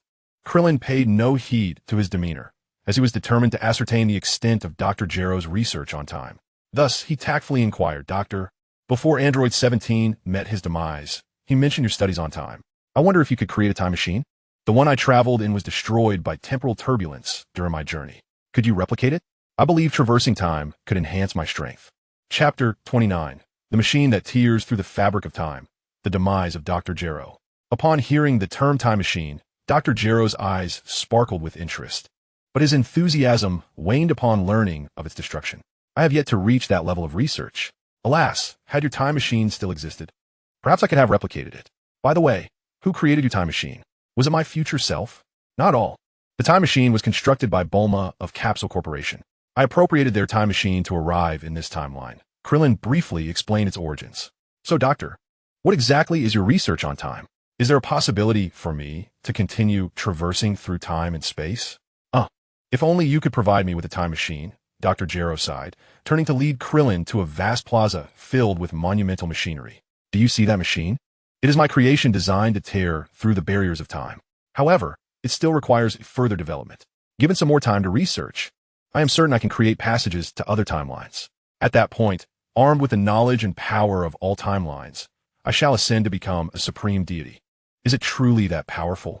Krillin approached the machine, eager to assess its capabilities, only to find himself utterly perplexed by the array of buttons. Dr. Jiro quickly intervened, shielding the machine from Krillin's touch. Suddenly, a thought occurred to him. The androids I dispatched to capture Krillin were absorbed by Cell. Who will retrieve Krillin now? Cell, I need you to assist me with a task. Bring me this timeline's Krillin. That fellow possesses an inexplicable ability to foresee the future. If I can capture him, I will surely enhance my machine and open a temporal gateway. This way, you too can consume androids from other timelines and grow stronger. Hearing this, Krillin couldn't help but chuckle softly.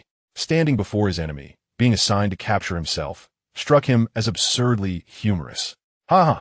Dr. Jiro, mistaking Krillin's laughter for disbelief, hastily activated the machine to prove his capabilities. A dark purple fissure appeared out of thin air, though it was no larger than a palm, vanishing after mere seconds.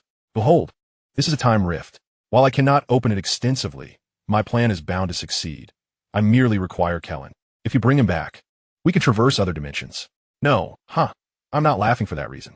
Krillin chuckled, casually launching an energy blast at the machine capable of tearing through the fabric of time, rendering it instantly inoperative. My machine, how could you do this, Shiro? Doctor, Jiro exclaimed, seething with rage, both shocked and furious. Do you have any idea how long it took me to create him? He is worth 100 times more than you, you insect. Who exactly are you? Dr. Jiro fumed, his ire spilling forth. Android 16 immediately shifted into battle readiness. Krillin, no longer feigning innocence, laid his cards on the table.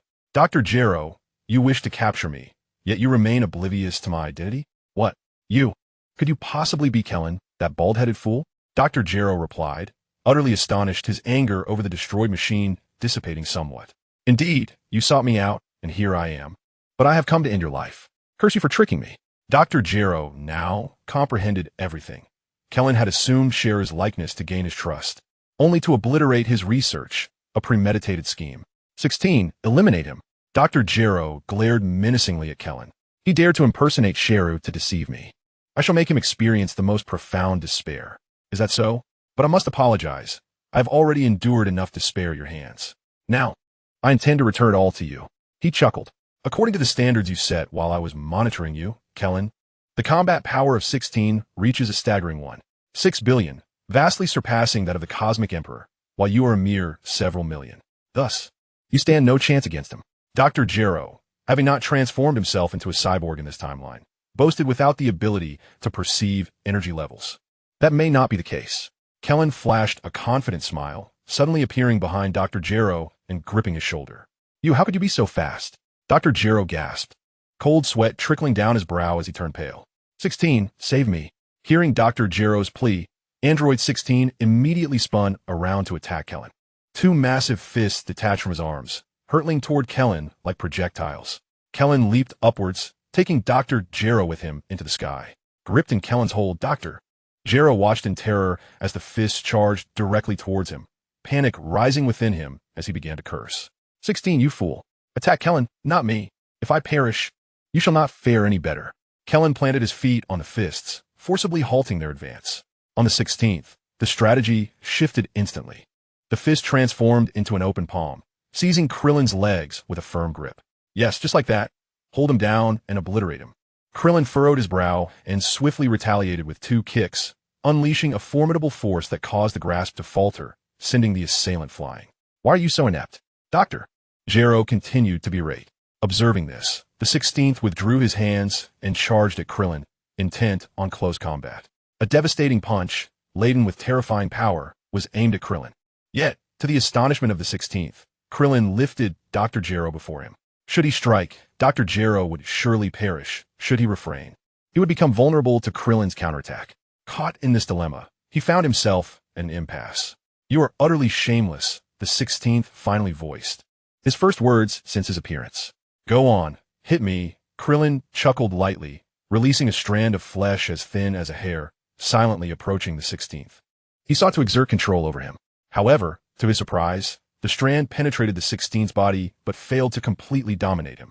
Krillin could only sense a metallic fragment within. Could it be that a robot is impervious to control? He was taken aback, realizing that even the system had its flaws. Yet upon reflection, it seemed quite reasonable. After all, robots were composed of countless individual metal components, entirely distinct from human beings.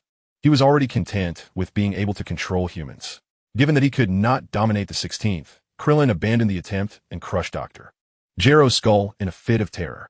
He then delivered a kick toward the 16th. The 16th raised his hand in defense. Yet the overwhelming force drove both his arm and head inward. Following this, Krillin unleashed another punch, and the 16th met the same fate as Dr. Gero. Sustaining a grievous wound to his chest, his circuits severely damaged, and he fell to his knees. This shall be the end. Let you vanish along with this place, 16th. Krillin soared out of the base, hurling an energy orb toward it.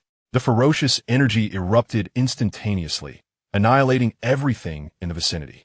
Is Dr. Gero dead? Uncle Krillin? Gohan and Krillin's doppelganger approached. Krillin nodded, a hint of sentimentality in his voice. It is finally over, Gohan. I have one wish left on Namek. How do you think it should be used? Chapter 30, Black Goku. Majin Buu emerges, Crisis reemerges. Gohan pondered deeply. It should probably revive the deceased. Like Dad and Vegeta, who perished due to the virus. We will have to find another way. Then it is up to you, Uncle Krillin. What will you decide? Me? Krillin was taken aback by Gohan's counter-question, as he had initially intended to entrust this wish to Gohan for usage. Perhaps it is indeed a matter of resurrecting them. But no, Krillin's true self and his doppelganger exchanged a knowing glance, simultaneously uttering, and they're the Super Dragon Balls. Krillin nearly forgot about this artifact. It is important to note that this universe is a future timeline of the Dragon Ball Super world, where not only the gods of destruction and angels exist, but also the Super Dragon Balls. Super Dragon Balls? Gohan had never encountered this term before. Scratching his head in confusion, he inquired, what is that? Is it also a type of Dragon Ball? Indeed, Krillin replied with a chuckle. Just as the Saiyans possess the Super Saiyan form. Why shouldn't the Dragon Balls have their own super version? The Super Dragon Balls are the ultimate wish orbs created by the legendary dragon god Zalama, said to be capable of fulfilling any wish. With a finger raised and arms crossed, Krillin elaborated for Gohan. This means that if we find the Super Dragon Balls, we can resurrect our comrades who fell victim to the virus.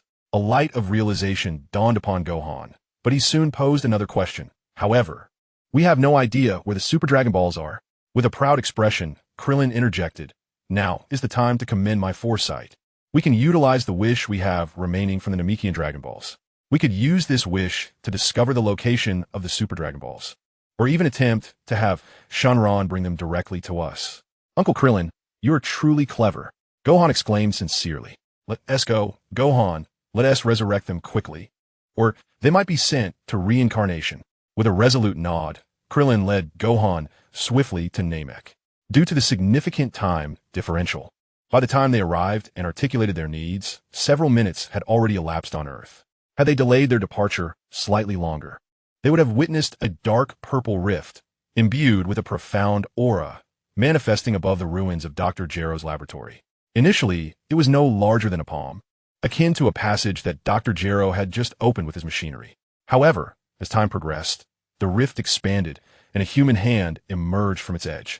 With a firm grip on the rift's border, the opening widened enough for a person to pass through.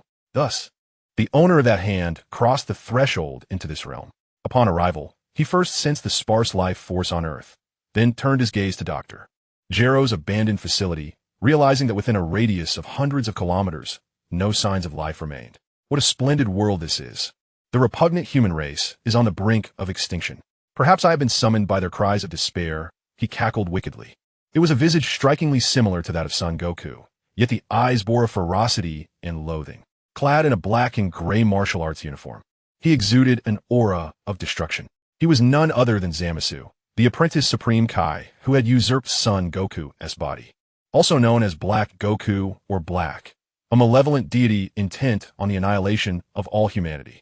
In the realm of Dragon Ball, it is understood that regardless of their peculiar forms, any sentient being outside the divine lineage is regarded as human. This implies that Black Goku aspires to forge a world solely inhabited by deities, a realm where humanity is utterly eradicated. Alas, the cosmos is not as desolate as he desires. Otherwise, it would serve as my 10th collection piece. Moreover, I must address the issue of the god of destruction.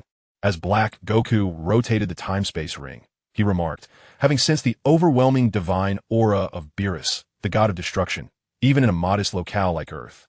If I eliminate Beerus and his angel, I can entirely annihilate humanity and transform this universe into a collection piece using the Super Dragon Balls. First, I shall dispose of the Supreme Kai, a being I have effortlessly vanquished numerous times, so weak that it hardly merits the title of God. Just as Black Goku prepared to journey to the realm of the Supreme Kai, he suddenly sensed something lurking within the depths of Earth. Is this presence emanating from the demon realm? With a forceful punch to the ground, a gaping chasm opened and an ominous energy materialized into a colossal hand. Extracting something from the Earth's core, a black cocoon appeared before Black Goku. Ah, I remember now. This is the creature known as Majin Buu. How fortuitous that he has arrived. I can utilize this being to cleanse humanity from the universe and ultimately eliminate him, completing my collection. With that thought, Black Goku channeled his immense divine power into the black cocoon. Instantly, it burst open, releasing a cloud of white mist. As a corpulent figure emerged, Black Goku's face lit up with a satisfied grin. Haha, Majin Buu, eliminate all humans from this universe. Oh, Majin Buu initially believed that Babidi had set him free and contemplated seeking vengeance, only to realize that it was an odd figure who liberated him. Who are you? Why should I heed your commands? Black Goku's words triggered painful memories of Majin Buu being manipulated by Babidi, causing his eyes to narrow. You dare to command me? Buu despises you. Buu will kill you and turn you into chocolate. With a swift motion, a beam shot from the tendrils atop Majin Buu's head. Black Goku evaded it with a sudden flicker, causing the mountains behind him to transform into colossal chocolate sculptures. Black Goku smirked at Majin Buu. It seems you are unaware of the situation. Very well. I shall employ magic to ensure your obedience. With that, Black Goku extended his hand towards Majin Buu, his palm radiating a purple glow, and a beam struck Buu. Buu is in pain. Majin Buu shrieked in agony, black flames erupting from his body as he transformed from his corpulent form into the slender, primal version of Buu, his eyes shifting to a hue representing pure malevolence. Under the divine augmentation bestowed by Black Goku, Majin Buu digested the myriad powers within him. An immense aura erupted, causing the entire solar system to tremble.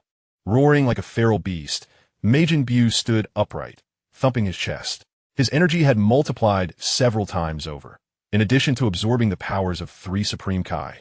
He had also received enhancements from Black Goku. Now, Majin Buu, with his extraordinary talent, awakened a unique dark divine power belonging to the denizens of the demon realm. His combat power had surpassed 1 trillion, reaching an astounding 3,580,000,000,000. When he gazed at Black Goku, the hostility had vanished, replaced instead by a pet-like obedience. Black Goku, satisfied with this transformation, commanded, Majin Buu, eliminate every human you encounter in this universe. Leave not a single one alive. Majin Buu nodded, thumping his chest in acknowledgement. After preparing the instruments for the extermination of humanity, Black Goku instantaneously departed from Earth, appearing in the realm of the Supreme Kai. The ability to teleport was indeed within Black Goku's repertoire. If so, his earlier claim of possessing 9 universes in his collection might hold truth. His mastery of instantaneous movement and control over Majin Buu must have been acquired during his battles against Goku and the other Z fighters. The collection and destruction of 9 universes indicated that this Black Goku possessed unparalleled power. After Black Goku's departure, Majin Buu pondered briefly before vanishing himself, only to reappear beside a man with an explosive hairstyle. Remarkably, he had learned Black Goku's teleportation technique in an instant. Such talent was truly terrifying. The man, startled by Majin Buu's presence, leaped from his bed. Seeing the creature's inhuman appearance, he mistook him for a monster akin to the androids, raising a shotgun in defense. "Get away, monster, or I'll shoot." Majin Buu noticed the explosive-haired man, and his dark, emotionless gaze only intensified the man's fear. In a panic, he pulled the trigger, releasing a bullet. Oh, the bullet traveled swiftly, but Majin Buu was swifter still. He caught the bullet in his hand, examined it with curiosity, found it inconsequential, and tossed it back. The explosive-haired man was instantly pierced through the heart, meeting his demise. In his final moments, he wondered how it was possible for someone to catch a bullet with their hand. It must have been some trick. Exiting the explosive-haired man's room, Majin Buu discovered a gathering of humans, a wicked smile creeping across his face. Eliminate all humans.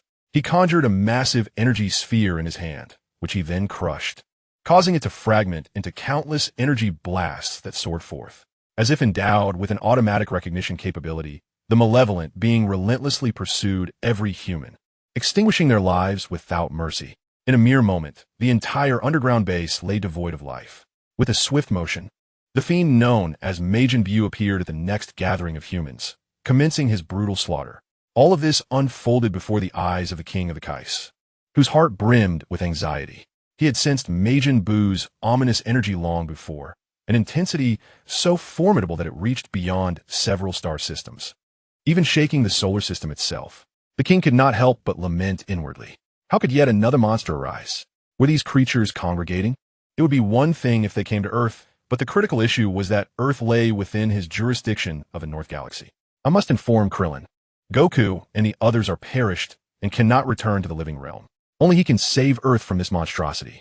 The king hastily utilized his telepathic communication to reach Krillin, who had only been on Namek for 2 minutes. At that moment, Krillin and Gohan had summoned the eternal dragon Porunga, yet had not yet made their wish. Krillin, can you hear me? Just as Krillin was about to articulate his wish to transport the Super Dragon Balls, the king's sudden interjection caused him to momentarily abandon his desire. "What is it?" "Lord Kai," he responded, wiping the sweat from his brow with a handkerchief. The king spoke with urgency. "This is dire, Krillin. A new monster has appeared on Earth, possessing immense power, likely capable of annihilating the universe. He is currently engaged in the wanton slaughter of humanity, moving with astonishing speed, and seems to possess the ability to teleport. I predict that within 5 hours, he will have eradicated all the nefarious individuals you left behind on Earth and will move on to the new Earth." "A new monster? Surely not. I have only just arrived on Namek, and already there is another enemy?" The theory of relativity is utterly absurd. After a moment of frustration, Krillin shook his head, resolving to deal with the creature before considering anything else. "Lord Kai, what does this monster look like? Let me think. Oh, his skin is pink. His eyes are dark, and his physique is exceedingly slender, resembling that of a child. Pink? Could it be Majin Buu? But wasn't he just a plump creature when he first appeared? And how could he teleport? I haven't even faced him yet." Krillin habitually pondered the mystery, seeking to unravel the enigma step by step. "Gohan, it seems we must momentarily set aside our wish. A new adversary has emerged on Earth." Gohan nodded, placing a reassuring hand on Krillin's shoulder. "It's all right, Uncle Krillin. With our current strength, no matter how formidable the enemy, we will surely prevail." The two implored the Namekian elder to keep the dragon around a little longer before returning to Earth. They materialized above Dr. Jero's base, where Krillin immediately sensed the unmistakable, unbridled malevolence of Majin Buu. The aura was so vast that even Gohan's expression turned grave. The overwhelming energy emanating from him was such that even my transformation into a Super Saiyan second grade could not rival it. His power far surpassed ours. Krillin nodded in agreement. This force was significantly more potent than the hundreds of billions of battle power speculated by online commentators. He estimated it to be at least in the realm of 1 trillion. A sense of seriousness washed over Krillin as he pondered the situation. How could Majin Buu possess such strength? Determined to uncover the source of this energy, he resolved to investigate personally, curious to see if it indeed was Majin Buu and whether it was the original Kid Buu. He instructed Gohan to remain in place and instantaneously teleported to a location near Majin Buu. Upon arrival, Krillin immediately recognized him. It was indeed the most malevolent and primal form of Kid Buu. Noticing Krillin's sudden appearance, Buu turned his head with a wary expression. The peculiar shape of Krillin's body had piqued his interest. He recalled that Black Goku had conveyed information suggesting that any sentient being was considered human. Tentatively, he launched an energy blast towards Krillin. Krillin deftly swatted the energy sphere away, mentally preparing himself for the Kaioken and instant transmission. He refrained from fleeing immediately, as he wished to inquire about Majin Buu's emergence. "Buu, who released you? Was it Babidi?" he asked. Buu tilted his head, repeating Babidi's name slowly. Ba-B-D, who is that? In this timeline, Babidi had yet to appear, so Majin Buu was unfamiliar with him, though the name itself resonated with familiarity. Oh, Krillin was taken aback. If not Babidi, then who could it be? Why do you wish to kill humans? He altered his question. Buu scratched his ear, pouting in annoyance. Yatomans. If I want to kill, I will. You are equally detestable. I will kill you, he declared. In response, Krillin swiftly hurled an enormous disk of energy, catching Buu off guard and bisecting him. The situation appeared to tilt in Krillin's favor, yet he understood that Buu had not sustained any real damage. Kid Buu's immortal form was the strongest among his various manifestations, requiring the combined energy of countless humans in a spirit bomb from Super Saiyan 3 Goku to be vanquished. Not to mention that his current power was even greater. Interesting. Your technique is quite fascinating, Buu exclaimed, his body instantly regenerating after being sliced. He then raised his voice in exuberance. With a single hand raised, a disk of energy identical to Krillin's manifested above his palm, even larger, tenfold the size of Krillin's. With a swift motion, Kid Buu sent the colossal energy disk hurtling towards Krillin. Reacting quickly, Krillin activated the tenfold Kaioken, unleashing a battle power exceeding 1 trillion, easily evading Kid Buu's energy attack. Realizing that his current strength was insufficient to subdue Majin Buu, let alone eliminate him, Krillin acknowledged that merely engaging in combat was feeding Buu's strategies without inflicting any harm. He understood that further training was imperative. Krillin had long since resolved within himself to unleash the solar flare. The intense radiance compelled Majin Buu to instinctively shut his eyes. When he opened them again, he could no longer sense Krillin's energy. In an instant, Krillin teleported beside Son Gohan and brought him back to the other world. Chapter 31, God of Destruction, Death. Then congratulations, host. The mandatory task has been completed. 1. Personally eliminate an android. Reward: 200 cubic meters of personal space, capable of storing living beings, dispersed. Ding detection indicates the host has exceeded the task by 200. Reward: binding technique. The binding technique, dispersed, restrains a single enemy, rendering them immobile. If the enemy's combat power exceeds 30% of the users, it becomes ineffective. As Krillin approached the room of spirit and time, a notification suddenly echoed in his mind. It dawned on him that the androids within him required a period to digest. It should have been fully digested by now, which led to the automatic completion of the task. He opened his panel. Ding host, Krillin, Sheru's essence, Krillin's avatar. Age, 31. Combat power, 12. 6,002,984,368. Race, Scion, Frisia clan, Earthling, Three-Eyed Tribe, Beast clan, potential burst, 10 times. Skills: Solar Flare, Kamehameha, Flight Technique, New. Old, Key Sphere / Kaioken, Instant Transmission, KO Shin version, Metamoran Fusion Technique, Body Switch Technique, can be interrupted, Binding Technique, Afterimage Fist, Universal Cataclysmic Palm, and more. Personal space: 200 square meters, capable of storing living beings. Current universe: Future timeline, Super, corrected.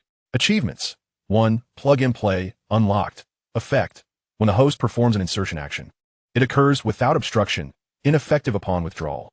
2. The Defeated, not unlocked. 3. The Savior, not unlocked. Note: achievements possess unknown special effects. Please explore them at your discretion.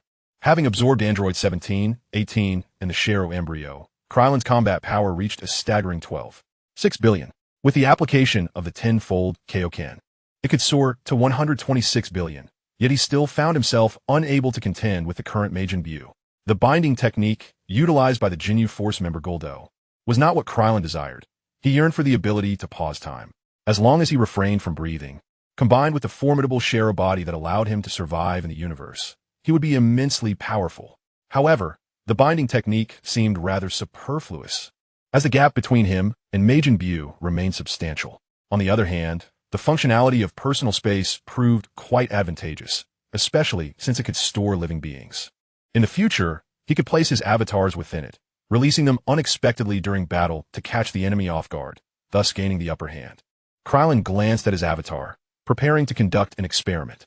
In an instant, the avatar was drawn into the personal space, its consciousness remaining intact. Krillin, perceiving through the lens of his doppelganger, beheld a stark white cubicle chamber reminiscent of a storage room, sprawling over 200 square meters, ample space to accommodate dozens of individuals. After accomplishing his preparations, Krillin entered the hyperbolic time chamber alongside Son Gohan. Gohan, we have merely 5 hours, equivalent to 2.5 months. Within this fleeting period, we must cultivate unparalleled strength, far surpassing that of Buu. I harbor a premonition that a more formidable adversary lurks behind Buu's emergence. Understood, Uncle Krillin. But we previously spent 3 months only to augment our battle power by mere billions. How do you intend to grow stronger in such a limited time frame? In response to Gohan's skepticism, Krillin offered a confident smile. Gohan, you have overlooked a crucial detail. At that time, I was merely in my initial phase. Now, I have attained my complete form. Not to mention, having absorbed the embryonic essence of Cell from this timeline, my bloodline's potential has been significantly enhanced. I have devised a plan to evolve my transformation into that of a Super Saiyan, which will undoubtedly expedite my ascension in strength. Krillin elucidated his thoughts to Son Gohan. In the realm of the Supreme Kai Shin and his attendant Jebet sat upon the grass, observing a crystal sphere that depicted a primordial planet. They watched as the inhabitants of that world donned animal hides and hunted for sustenance. Supreme Kai, would aiding them in driving away the beasts contravene the edict against interfering with the mortal realm? Not at all. I am the sole Supreme Kai. Who would dare question my actions? Assisting these mortals through their harsh winter is my desire. Suddenly, a figure materialized beside them, prompting both to adopt a vigilant stance. Who dares intrude upon the realm of the Supreme Kai? I have slain you countless times. We are quite familiar now, aren't we, Supreme Kai Shin? The figure, Black Goku, grinned malevolently, his right hand enveloped in dark energy that coalesced into a razor-sharp blade. Who are you to address the Supreme Kai in such a manner? Jebet stepped forward to sternly confront Black Goku, fulfilling his duty, yet he remained oblivious to the true identity of the menace before him. Where did this trash emerge from? Black Goku casually glanced at Jebet, who instantly erupted into a crimson mist. Jebet, who are you? Witnessing Jebet's gruesome demise, Supreme Kai Shin clenched his fists, his countenance filled with rage as he glared at Black Goku. I can sense your divine power. You must be an evil deity. Who am I? Huh. I am the god destined to eradicate humanity across infinite timelines. You may call me Black. Eradicate humanity? Deities are meant to observe. Yet you, Supreme Kai Shin's face paled in terror as he stumbled backward, inadvertently tripping upon the grass. Observe? Are you suggesting that your prior actions of assisting the lower realm were merely observations? Black Goku chuckled sinisterly, gradually advancing toward Supreme Kai Shin. I merely assist them in surviving. Otherwise, that planet would be devoid of intelligent life. Black Goku approached, seizing the collar of King Kai Shin with a sinister grin. If you cannot uphold the rules, why should I? He taunted. You wish to create, while I shall bring destruction. Sooner or later, all of time and space will resonate with my voice. The harbinger of demise, Zamasu's death knell. King Kai Shin was engulfed in despair, utterly powerless against this fiend. Tell me, where is the divine sword? Black Goku ceased his laughter, his tone suddenly grave. King Kai Shin, momentarily revitalized, realized the true intent was the divine sword. Impossible. I shall never reveal its location. That is of little consequence, Black Goku replied with a chuckle. He released King Kai Shin's collar, letting him tumble to the ground. Believing he had been spared, King Kai Shin attempted to flee. Yet, before he could take more than a few steps, he sensed the malevolent power of Black Goku intensifying to a terrifying degree. I can obliterate the entire King Kai realm and still achieve my goals, he cackled. The dreadful black energy surged forth like a black hole, swiftly engulfing a significant portion of the King Kai realm. King Kai Shin could only watch helplessly as his home was annihilated. Demon, I curse you. You shall surely meet your end. Whether I perish is uncertain. But you will die now, Black Goku retorted, casting one final glance at King Kai Shin before departing the King Kai realm. Soon after, the realm was devoured by the insidious power, and King Kai Shin perished within. Meanwhile, in an unknown star domain, Beerus, resting upon his pillow, suddenly awoke, noticing a circular halo appearing above his head. He realized he could no longer intervene in the mortal realm and was transported to the realm designated for deities after their demise. Whis, busy preparing exquisite dishes in the kitchen, sensed the disturbance and swiftly retrieved his staff, learning of the death of King Kai. He then hurried to a luxurious bed, lying down and losing consciousness. In his final moments before slumber, Whis thought, Lord Beerus would never suspect that the universe's most comfortable bed and pillow are right here with me. Chapter 32. Krillin's Super Saiyan Transformation Success. On Earth, the restored vision of Majin Buu revealed Krillin vanishing in an instant, inciting a furious rampage as he wreaked havoc upon the city. Blinded by Krillin's cunning tactics, Majin Buu failed to perceive how he had escaped. Once again deceived in life, his heart brimmed with a desire for destruction. I will find you, and I shall consume you as a cookie, he roared, unleashing countless energy blasts into the air. At this pace, it is estimated that within 5 hours, humanity on Earth will be entirely extinguished. Meanwhile, within the hyperbolic time chamber, Krillin and his companions remain oblivious to the tumult outside. In pursuit of enhancing his S-cell concentration, Krillin has devoted an entire month to meditation, even enlisting his clones to join in. Remarkably, the doubled training speed has yielded commendable results. After a month, his mental power has surged, and he can distinctly sense the fervent bloodline energy burgeoning within him. With a sudden burst of energy, Krillin springs to his feet and calls out, drawing the attention of Gohan, who has been diligently honing his foundational combat abilities. After Krillin had previously guided him on the next stage of his training, Gohan has also made tremendous progress, achieving a battle power of 13 billion. His Super Saiyan 2 transformation now surpasses that of Super Saiyan 3, boasting an astounding increase of 100 times, resulting in a staggering 13 billion power level. It is undeniable that the pressure of crisis has propelled his strength to new heights. Only with the tenfold potential burst can Krillin elevate his battle power beyond Gohan's. Yet, this is insufficient. He must become even stronger. Gohan has consistently held on to Krillin's assertion that he is their last hope. He attended the private meeting of Master Roshi and others, where he first heard those words. Initially, he was skeptical until Krillin vanquished the androids that had eliminated Goku and Vegeta and articulated a method of salvation through the Super Dragon Balls, leading Gohan to believe wholeheartedly in Krillin's foresight. Interestingly, Buu had speculated during that gathering that Krillin's ability to foresee the future might not be entirely authentic. Perhaps it was merely a reflection of memories from an alternate timeline. His visions of the future do not necessarily guarantee the orderly progression of their world. The moment Krillin resolved to alter the future with this knowledge, the trajectory of their reality began to shift. Those who toy with time will ultimately be ensnared by it, a truth evidenced by Krillin's unexpected encounter with the androids. However, no one holds Krillin accountable, for his intentions are rooted in salvation. Even without this foresight, fate would unfold as it must. Goku would succumb to heart disease, Vegeta would perish at the hands of the androids, and the Z-Warriors would meet their demise. In the end, only Gohan, Bulma, and the newly born Trunks would remain, struggling for survival. The situation has merely transitioned from Bulma to Krillin, yet it has markedly improved. Krillin possesses greater strength, the potential to annihilate foes, a sharp intellect, adaptability, a cautious demeanor, and a profound appreciation for relationships, coupled with the fortunate knowledge of a means to save them. He is a complex individual. At times, Gohan feels as though he is encountering Krillin for the first time. How can such disparate qualities converge within a single person? Can someone like him truly save the world? Gohan answers for Krillin. Yes, without a doubt. Uncle Krillin is indeed their final hope. Gohan has etched this belief deep within his heart. Regaining his composure, son Gohan approached Krillin. The tension in Krillin's body, under the strain of the pressure emanating from the essence of Cell, was palpable, as white energy engulfed the entirety of the hyperbolic time chamber. He was harnessing his mental prowess to facilitate the fusion of the Saiyan bloodline and the S cells. Merging these two conflicting forces was no trifling matter. Krillin felt as though his body was on the verge of bursting under the immense strain. Every cell within him bore witness to the clash of these formidable powers.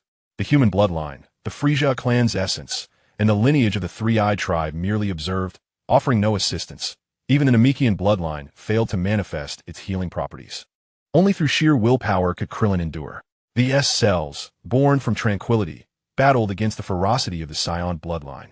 Reminiscent of the yin-yang fish in the Tai Chi symbol. Interdependent yet antagonistic, each containing the essence of the other, yet unable to coalesce into a singular entity.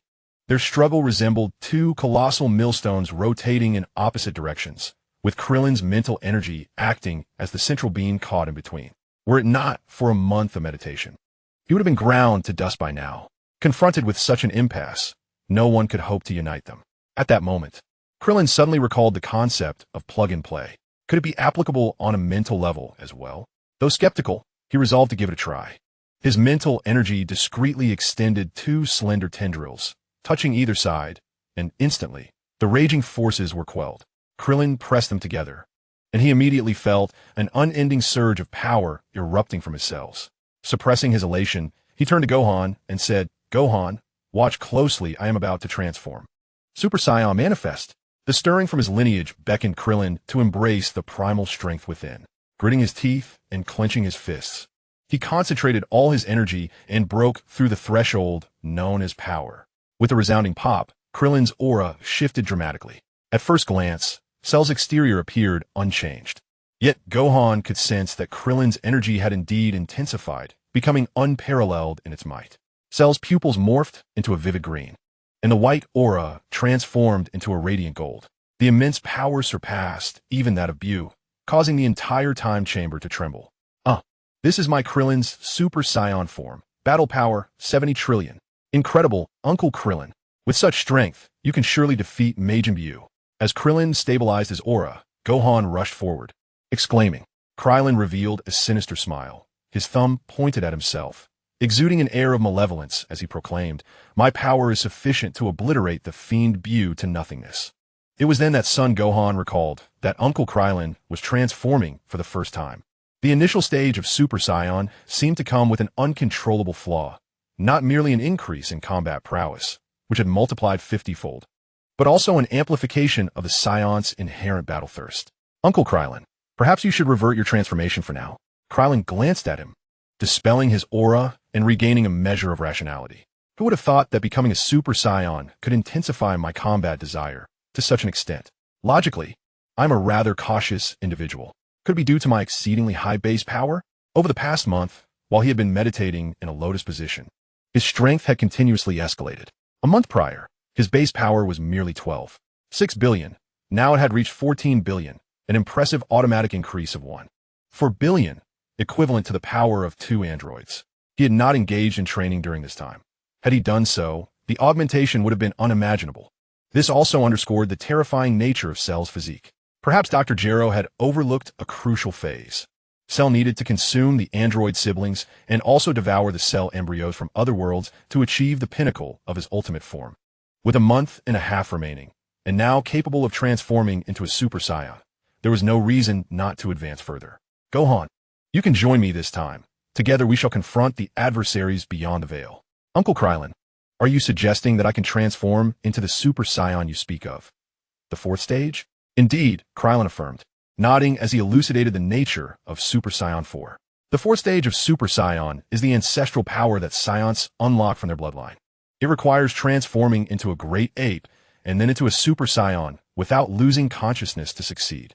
The prerequisite for becoming a great ape is the presence of a Saiyan's tail. Son Gohan suddenly grasped the concept but then furrowed his brow.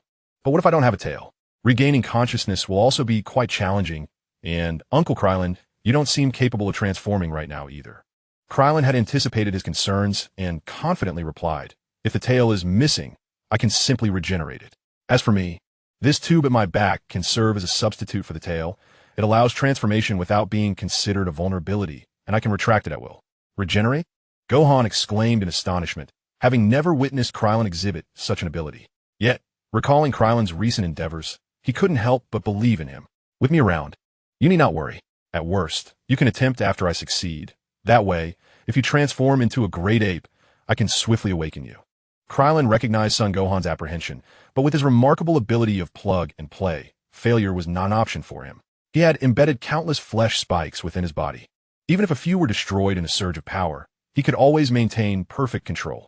Son Gohan, of course, would not doubt Krillin's intentions, hurriedly explaining, "It's not that I don't trust Uncle Krillin. I fear that I may not be able to transform and end up holding you back." Krillin chuckled heartily, patting Gohan on the shoulder. "If necessary, we could take a different path. There are numerous ways to grow stronger. As long as we achieve our goal, it matters not.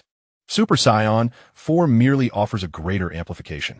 He continued, "Besides, my power has already surpassed that of Majin Buu. You need not be overly anxious, Gohan." "I understand. Uncle Krillin." "Thank you." Upon hearing Krillin's words, Gohan visibly relaxed.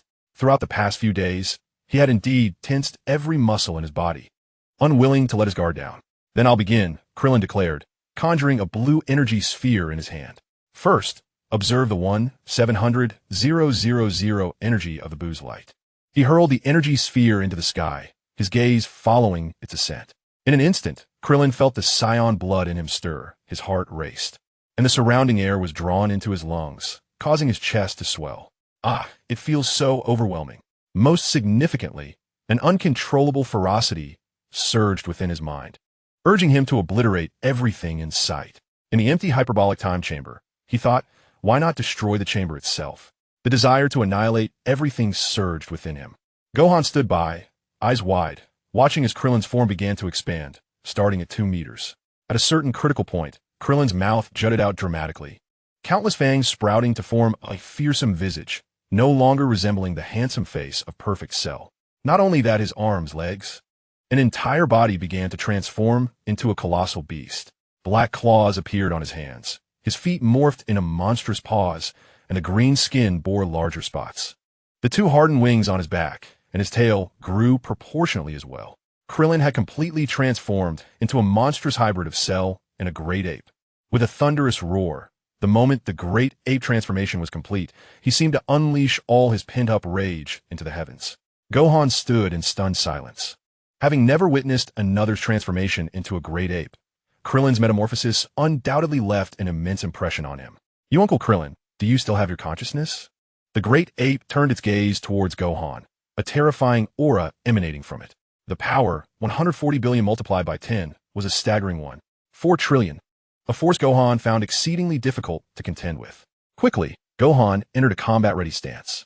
If Uncle Krillin were to lose his sanity, he would have no choice but to sever his tail. Gohan, the great ape suddenly spoke, catching Gohan off guard. "I simply am not accustomed to speaking in this form. My consciousness remains clear. Uncle Krillin is still aware. That is wonderful," Gohan exclaimed. "Does this mean you have successfully taken your first step?" "Indeed, I shall commence now." "Gohan, be cautious," Krillin commanded the colossal ape, his voice resonating like a thunderous bell. The great ape clenched its fists, reminiscent of the earlier transformation into a Super Saiyan. The S cells, the Saiyan bloodline, merged within him. A golden aura erupted as a magnificent, yellow-furred golden ape emerged. It appeared that Cell's exterior could not alter the potent Saiyan ancestral lineage, aside from its head and the wings and tail at its back. It had become entirely akin to the golden Saiyan ape. "Marvelous! We have succeeded." Gohan raised his arms in jubilation, for this signified that Krillin would soon ascend to the 4th level of Super Saiyan. However, in a realm unseen to him, Krillin's mental fortitude was in disarray. The rage he had previously contained surged with a ferocity 50-fold, nearly compelling him to relinquish his transformation. Fortunately, countless spines were embedded in his body, perpetually functioning to stabilize him. Only then could he regain a semblance of control over his immense form. He began to move, leaping left and right, performing a series of calisthenics. The ground trembled beneath his colossal frame as Krillin exhaled deeply, finally dispelling the negative emotions that had plagued him. "Gohan, it appears I have triumphed." Gohan nodded enthusiastically, exclaiming, "Uncle Krillin, you truly are remarkable. But why do you still retain the form of the golden ape? Is this the Super Saiyan 4? "No, there remains the most challenging step, compression." No sooner had he spoken than Krillin's body began to shrink rapidly, transforming into a remarkably aesthetic physique. The lower half of his body remained largely unchanged, though his muscles had become significantly more robust. The upper body, however, underwent a dramatic transformation. The two horns that adorned his head morphed into a V-shaped ornament, while a cascade of dense, straight black hair flowed down his back, with two strands resting upon his shoulders, resembling a fusion of Goku and Vegeta. The black shell that had covered his chest was supplanted by powerful muscles. Even the hardest metal known in the cosmos could not rival the density of his current form. Finally, his abdomen and shark-like muscles were adorned with a coat of black fur. Krillin placed one hand on his hip, lightly tapping his forehead with a finger. A faint smile gracing his lips as he descended slowly before Gohan.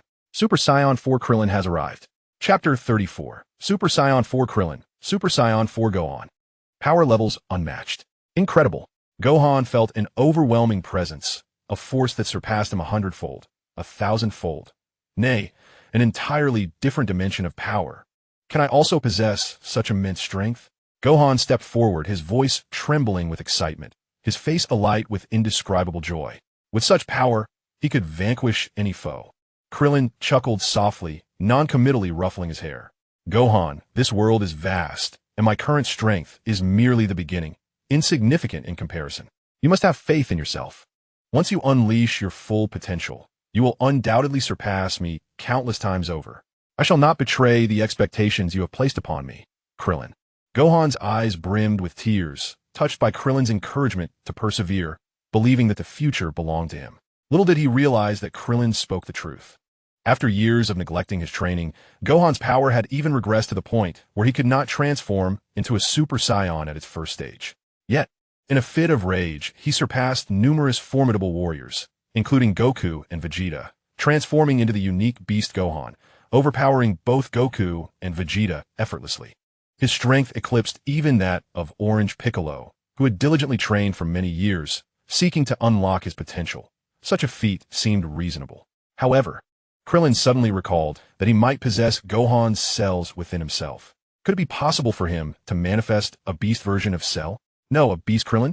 Returning to reality, Krillin glanced at his system, pleasantly surprised to discover that his power had ascended to a new echelon. His base combat power stood at 14 billion. As a Super Saiyan at the first stage, his power was amplified by 50 times, resulting in a staggering combat power of 700 billion.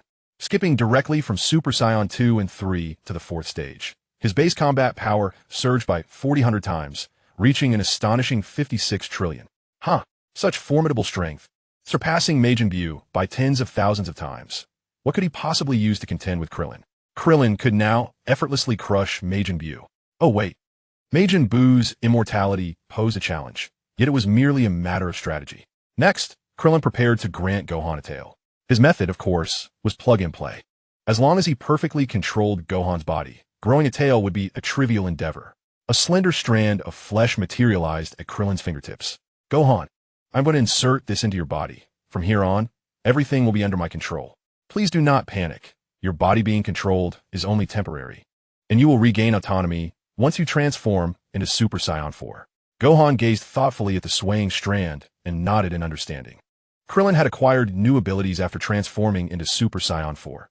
It seemed imperative for him to grow stronger to keep pace. Krillin was puzzled as to why Gohan's expression suddenly turned resolute while he inserted the strand into Gohan's body, despite its delicate appearance as it danced in the air. The strand was forged from the cells of Krillin's current Super Saiyan 4 form, incredibly resilient. Nothing but Krillin himself could withstand or sever it. This was a specialized tool crafted for controllable adversaries.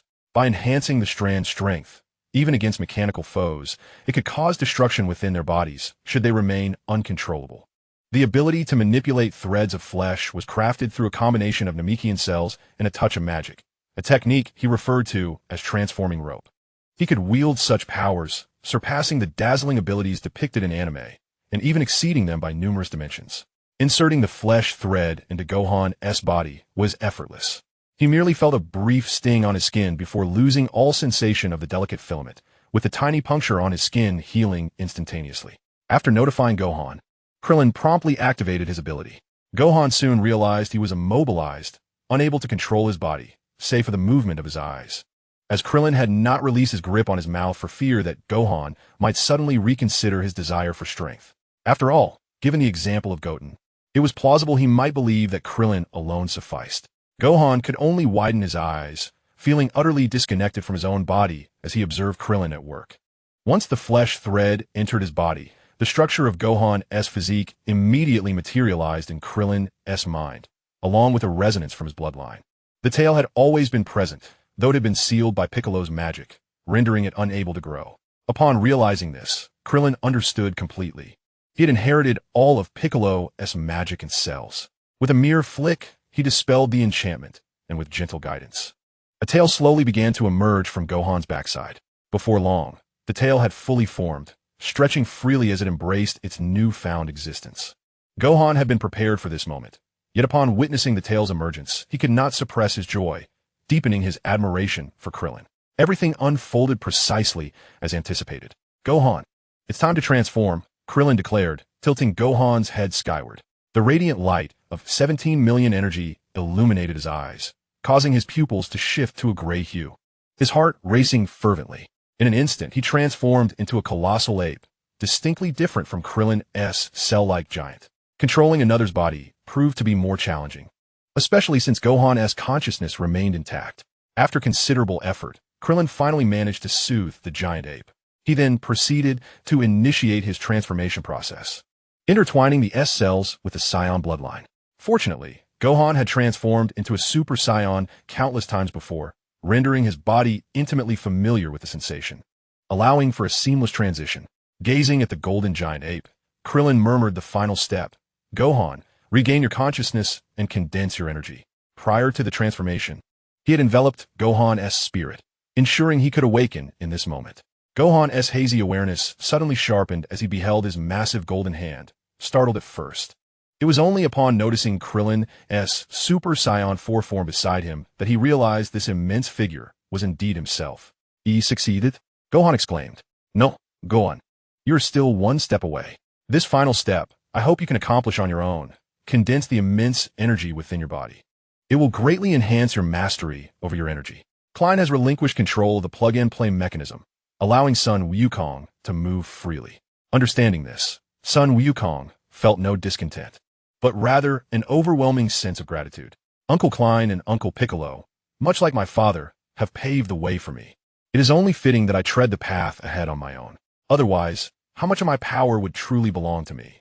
Sun Wukong calmed his mind, closing his eyes to deeply feel the compressed energy that Klein had described. The golden great ape represents a fusion of Super Saiyan and great ape forms. In a sense, it parallels the great ape form of Broly from a different timeline, albeit in a humanoid shape. What Sun Wukong aimed to achieve was to retain the power of the great ape combined with Super Saiyan while reverting to human form. The golden great ape boasts a 5000x amplification, while Super Saiyan 4 offers a 4000x boost. The remaining 1000x represents the energy that has been compressed. This also reveals the enigma of Super Saiyan 4's endurance surpassing that of Super Saiyan 3. Sun Wukong swiftly grasped these concepts, and due to his base combat power being lower than Klein's, the compression became more manageable. "Uncle Klein, I have succeeded." As Sun Wukong opened his eyes, the golden great ape rapidly diminished in size. His tall figure appeared before Klein, complete with jet black hair, chest hair, and red eyeshadow. His immense aura, unrestrained like Klein's, filled the entire hyperbolic time chamber. Sun Wukong's base combat power stood at 1.3 billion. In the first stage of Super Saiyan, it reached 65 billion. In the second stage, the base combat power increased by 100 times, resulting in 13 billion. In the fourth stage, the amplification soared to 4,000 times, culminating in an astonishing 5.2 trillion. With their current power levels, exiting the hyperbolic time chamber required no effort. A mere roar would suffice to break free. Klein gazed at Sun Wukong, who resembled him in every aspect, with a sense of profound satisfaction. "Wukong, splendid work. Since we possess sufficient strength, we need not linger here any longer. Let's confront Majin Buu. This time, I am eager to unleash my strength against an enemy." "Ah, no problem." Sun Wukong in Super Saiyan 4 form. Chapter 35. Confrontation with Majin Buu. As the duo maintained their Super Saiyan 4 forms while exiting the hyperbolic time chamber, the very fabric of reality trembled under the weight of their immense aura, causing the space near the heavenly realm to become exceedingly unstable. The clouds beneath the heavenly realm spiraled outward, parting at the center as if offering a tribute to the strong. Klein's perception swept across the earth, swiftly locating Majin Buu. Turning to Sun Wukong, He exchanged a knowing glance and declared, Wukong, I have found him. Let us proceed. All right. I am eager to witness the true power of this so-called Majin. With a whoosh, the two vanished from their location, restoring tranquility to the heavenly realm. Surrounded by crumbling ruins and an expanse of pitch-black scorched earth, the sinister figure of Majin Buu perched atop the highest point of a concrete pillar. Resting his chin upon his hand, bored, he flicked his fingers to unleash beams of laser light, each targeted strike igniting terrifying explosions that obliterated all matter within their reach. Those unfortunate enough to be caught within such a carpet bombing were invariably annihilated. Initially, Majin Buu found amusement in this game of exterminating pests, but soon his interest waned. He yearned to locate the elusive Krillin, the cunning individual who had deceived him and fled.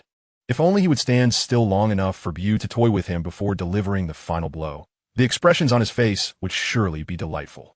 An eerie smile crept across Buu's visage, a sinister giggle escaping his lips. Perhaps having claimed too many lives had drawn the ire of the earth itself. For in an instant, both Krillin and Gohan materialized a short distance behind him. The familiar aura of Gohan surged forth, prompting Buu to turn sharply, and indeed, he beheld the fleeing figure of Krillin accompanied by another. The dual thrill of vengeance and amusement filled Majin Buu with exhilaration, causing him to pound his chest in delight. Kois. Krillin observed with a bemused expression. It was intriguing to witness such unrestrained malevolence manifest in such a primitive form. Majin Buu, whose intellect had plummeted to an abysmal level due to the countless souls he had absorbed, resembled a madman. Gohan, be cautious with your strikes. I wish to inquire how he managed to escape and gain such strength. There must be foes at play that we cannot yet comprehend. Gohan nodded slightly, his gaze immediately locking onto Majin Buu upon his arrival. The overwhelming aura of evil radiating from Buu was unlike anything, surpassing even 1,000 Friesias. In his former state, Gohan would have stood no chance, but now, a wicked smile graced Gohan's lips as he clenched his right fist, an immense power bubbling just beneath the surface.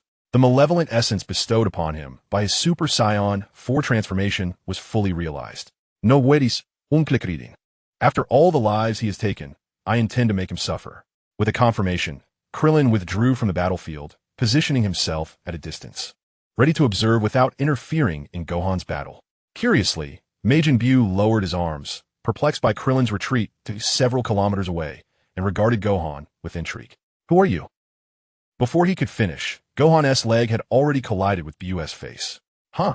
Buu's eyes widened in disbelief as a bead of cold sweat trickled down his forehead, struggling to comprehend Gohan's sudden movement. Gohan's leg pressed firmly against his face. Yet no force was exerted, nor was he harmed.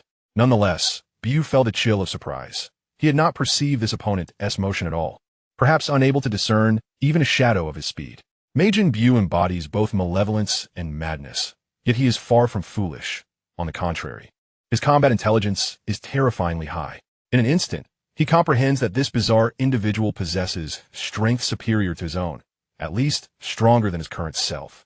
Gohan observes the motionless Majin Buu, whose eyes are wide with disbelief, and retracts his leg. The two diminutive figures stand face to face.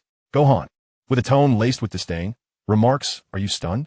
It seems you are no longer worthy of being my adversary. I imagine the one behind you never anticipated my strength to be so formidable." With that, Gohan casts a disinterested glance at Majin Buu, deeming him unworthy even of compelling him to exert a quarter of his power. He turns to depart. Suddenly, Majin Buu snaps back to attention, a glint of cunning flashing in his eyes. Clenching his fists tightly, he sweeps his right leg in a strike aimed at Gohan's side. The impact resonates. He has struck true. Majin Buu rejoices, poised to unleash his next attack with full force, only to find Gohan standing utterly still, unaffected by the blow. "I knew you were feigning ignorance," Gohan remarks, turning his head. Majin Buu distinctly observes the youthful wildness in Gohan's expression, brimming with a sense of triumph. Without hesitation, Majin Buu gathers an energy sphere before his chest, preparing to be propelled away alongside Gohan in an explosive confrontation. One must concede his strategy is astute. Possessing an immortal body, he is unscathed by the impending blast, while the ensuing explosion would undoubtedly inflict some harm upon Gohan, an advantage for the battles to come.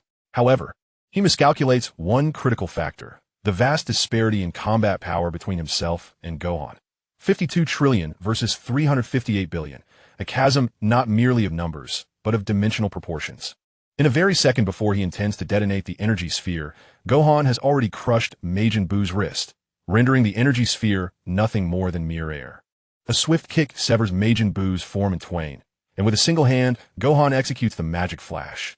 A brief yet blinding radiance that causes the lower half of Majin Buu to vanish in the blink of an eye. Even as he accomplishes this feat, Majin Buu's expression remains fixated on the pain in his wrist. A flicker of fear crosses his eyes. Gohan's power eclipses his own by such a margin. Gritting his teeth, he disperses into countless small orbs, bouncing away from Gohan before regrouping. Throughout this process, Gohan remains motionless, intent on amplifying the pressure to torment Majin Buu. If this is the extent of your abilities, my patience is wearing thin. As Majin Buu panics and retreats, Gohan stands proudly aloft, surveying the gritting teeth of Majin Buu with an air of superiority. The deep crimson aura flickered like flames, as a terrifying power converged and flowed inward from the external realm, akin to a chaotic black hole that suddenly manifested in that space, harboring the capacity for apocalyptic destruction. Majin Buu comprehended that if he did not reveal his strength, Son Gohan would swiftly annihilate him. With a determined grit of his teeth, Majin Buu plunged his hand into his own head, where he had assimilated the dark divine power of Black Goku and the creative force of the Kaishin. The fusion of these two divine energies resembled a crystal of black and white hues, a power identical to that of the Kaishin he had absorbed. He loathed the Kaishin, for that power was painfully familiar, compelling him to seal it away in his mind. Yet the current predicament left him no choice but to wield this power. Son Gohan sought his demise, and the chance of survival depended solely on his own efforts. With a forceful squeeze, the crystal shattered, and a stellar radiance instantly enveloped Majin Buu's form. Ah! Roar! Son Gohan lowered his crossed arms. Curiosity piqued as he gazed at Majin Buu. To his astonishment, Majin Buu indeed possessed a hidden card. Realizing that a fierce battle lay ahead, Son Gohan felt his blood surge with excitement. Let us grow stronger. Let a true battle commence. After a painful howl, Majin Buu's body transformed into a deep black, seemingly repelling all light. His physique sculpted itself into a statue-like form. The full liberation state, the evil god Buu, had arrived. Majin Buu opened his eyes, now darker than before, locking onto Son Gohan with a slight tilt of his head, revealing a confident, sinister smile. His aura expanded nearly tenfold compared to before. Krillin felt the intensity, sensing it had reached an astounding 3 trillion. You will die, Majin Buu declared, each word dripping with arrogance. Son Gohan could not help but scoff, his crimson eyes narrowing. Come, let us fight. In the next instant, their fists collided like divine weapons, a moment of fierce confrontation. The very fabric of the cosmos trembled as the encompassing dark clouds were obliterated, and the concrete below collapsed 1,000 meters. Sunlight cascaded upon the two formidable warriors. Krillin, watching from a distance, was invigorated. This was his first glimpse of a battle surpassing the trillion level. Although he too was of that caliber, such powerful beings rarely engaged without caution. For moments, neglect could yield catastrophic consequences. Thus, witnessing such a clash was a rare opportunity. Moreover, observing diverse battle strategies would greatly enhance his own combat approach. You are indeed powerful. However, you will die. Majin Buu's dark aura surged violently, the ferocious energy blazing like molten lava. Countless strikes of fists and feet surged forth towards Son Gohan. With a cold snort, Son Gohan unleashed an almost tangible aura that enveloped the surrounding area for thousands of meters. His fists roared like a tempest, and his legs moved with the swiftness of lightning, each motion seemingly stirring the very heavens and earth, resonating with the sound of thunder. In an instant, the two combatants engaged in a fierce exchange of blows, trading over 100 rounds. The city, the ground, and the land silently vanished amidst the tumult of their battle. As the land disappeared, the ocean surged forth. Yet, even the vast expanse of water could not endure the terrifying energies of black and red for long. This space had been irrevocably transformed into a desolate wasteland devoid of life. During the fray, the Majin Buu soared into the sky, gathering energy with a single hand. Darkness suddenly enveloped the earth as an energy sphere, comparable in size to an asteroid, manifested beyond the atmosphere. Majin Buu cackled maniacally as he hurled it towards Son Gohan. With a cold gaze, Son Gohan observed his aura boiling fervently. A brilliant blue light erupted as he struck the energy sphere, infusing it with an endless torrent of power. The energy sphere was swiftly propelled into space. With a deafening boom, the entire solar system trembled. "Ha, I understand now. You wish to protect this planet." Majin Buu's laughter echoed as he ascended rapidly, positioning himself beyond the Earth. He intended to obliterate the planet, knowing that while Son Gohan obstructed him on the surface, the realm beyond was unguarded. Humans could not survive in the vacuum of space. Perish. The energy, as dark as a black hole, consumed all light as it descended into the atmosphere. The basketball-sized energy sphere expanded explosively, becoming larger than its predecessor in an instant. It was no longer merely an energy sphere, but a dark sun, rivaling the brilliance of the actual sun. Son Gohan hovered in the air, gazing up at this dark sun before turning his attention to Krillin. Understanding his intent, Krillin smiled and nodded. "Go ahead. Everything is possible with the Dragon Balls." In a flash, Son Gohan vanished from his position, propelling himself off the dark sun. The dark sun, forced to endure this overwhelming power, was unceremoniously kicked away from the Earth. Upon witnessing this, Buu realized that Son Gohan had pursued him. In the next moment, a figure appeared beside him, seizing his tendrils and yanking them fiercely. Majin Buu stumbled, his expression dark and foreboding. Automatically shedding his tail for survival, he flickered to a distance. Angrily, he questioned, "How can you possibly survive in space?" In response to his incredulity, Son Gohan chuckled, "I have a protective shield, you fool." It turned out that Son Gohan had employed a protective shield to safeguard himself from the pressures of space, simultaneously storing oxygen within it, enabling him to survive in the void for a short duration. Buu's face contorted in rage as he lunged at Son Gohan. In a flash, Son Gohan met him head-on, a streak of red lightning amidst the darkness. With a powerful kick, he struck out, and though Buu did not attempt to block, his body was cleaved in two. Nevertheless, he achieved his goal, extending his neck infinitely to ensnare one of Son Gohan's arms, with a ghastly grin revealing his pale teeth. Majin Buu sank his fangs into Gohan's arm. Gohan instinctively clawed at him, delivering blow after blow to Majin Buu's head. Meanwhile, his lower half, neglected, surged forward with terrifying force. Reacting on instinct, Gohan extended his leg to block, but Majin Buu's leg inexplicably softened, ensnaring Gohan entirely. Such a brazen assault could only be employed by Majin Buu, and it proved surprisingly effective. For a moment, Gohan found himself unable to break free from this relentless clinging. Yet, hope was not lost.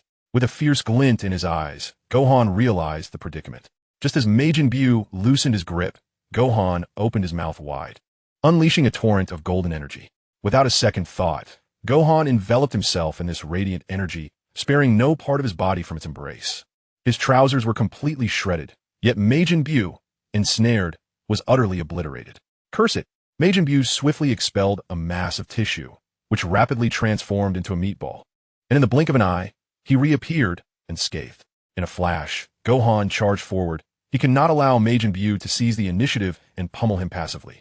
With a flurry of fists, Gohan unleashed hundreds of punches, leaving countless holes in Majin Buu's form. Seizing an appendage from atop Buu's head, he yanked with precision. Majin Buu, unable to recover in time, was lifted by Gohan, twirling like a whirlwind in the vast expanse of darkness. "I shall make you sore," Gohan exclaimed as he violently swung Majin Buu, delivering powerful kicks that sent the dazed creature reeling. A crimson aura erupted behind him, propelling him forward like a rocket. Before long, they returned to the surface of the Earth. Gohan forcefully slammed Majin Buu down. At that moment, Krillin instantaneously teleported to their side. "Uncle Krillin, look at this," he exclaimed, pointing his palm at Majin Buu. Binding technique. Majin Buu was instantaneously immobilized, his eyes unable to shift even a fraction. The damaged parts of his body could no longer regenerate due to his immortal nature. Majin Buu, capture successful. Chapter 36, Gohan's Death, Rage and Despair Surpassing the Limits. Breaking through the Super Saiyan threshold. Krillin, observing Gohan, now devoid of pants, flicked his wrist, and a fresh pair of trousers materialized on Gohan's legs. "Thank you, Uncle Krillin." "Not all. Why did you stop fighting him?" "I'm not accustomed to his fighting style. It's too troublesome to grapple with him." "I thought it best to leave it to you," Gohan replied, scratching his head. "That is fair enough." Krillin nodded, his gaze shifting to Majin Buu. The creature had lost all semblance of his original pink hue, now shrouded in darkness. An ominous aura emanated from within, sending shivers down Krillin's spine. Could this truly be Majin Buu's true form? Was he a demon from the underworld? Incorrect. Within the essence of his power lies a tranquil aura. Could it be that Majin Buu has comprehended the divine might of the Kaioshin and forged a dark power of his own? Krillin furrowed his brow, realizing the terrifying talent possessed by Majin Buu. Contemplating this, he resolved to implement an additional layer of precaution by inserting a strand of flesh into Majin Buu. Instantly, Majin Buu fell entirely under his control. Uncle Krillin, how shall we deal with him next? Gohan inquired, perceiving that allowing such a formidable foe like Majin Buu to remain at large would be catastrophic. After all, he could teleport at will. The only reason he and T fled earlier was that Gohan had thoroughly battered him, believing himself to be victorious. Krillin pondered for a moment before replying. Let me first inquire how he was released, and then we shall eliminate him. With that, Krillin lifted the restrictions on Majin Buu's mouth. Let me go. Majin Buu roared, glaring fiercely at Krillin, malevolence radiating from his eyes. Krillin remained vigilant, wary that he might attempt to regurgitate some flesh. However, considering Majin Buu's intellect, he likely lacked the foresight to do so, merely raging impotently on the ground. Majin Buu, who released you? I will kill you. Why do you wish to annihilate humanity? I will kill you. You. Roar. Very well. Communication is futile. Krillin sighed, exasperated. Majin Buu uttered nothing beyond those two phrases. It seemed that only in battle would he be more loquacious. Destroy him, Gohan. Since we cannot glean any information, we must seek other leads. Krillin had attempted to project his consciousness into Majin Buu's body to seize control, but upon entry, he was met with a strange force that forcefully expelled his consciousness.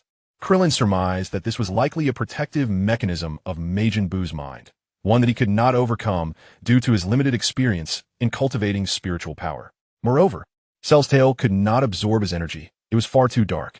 If one were to liken an ordinary person's energy to a small cake, then Majin Buu's energy resembled an ultimate dark dish laden with unpalatable ingredients. One wouldn't even wish to smell it, let alone consume it.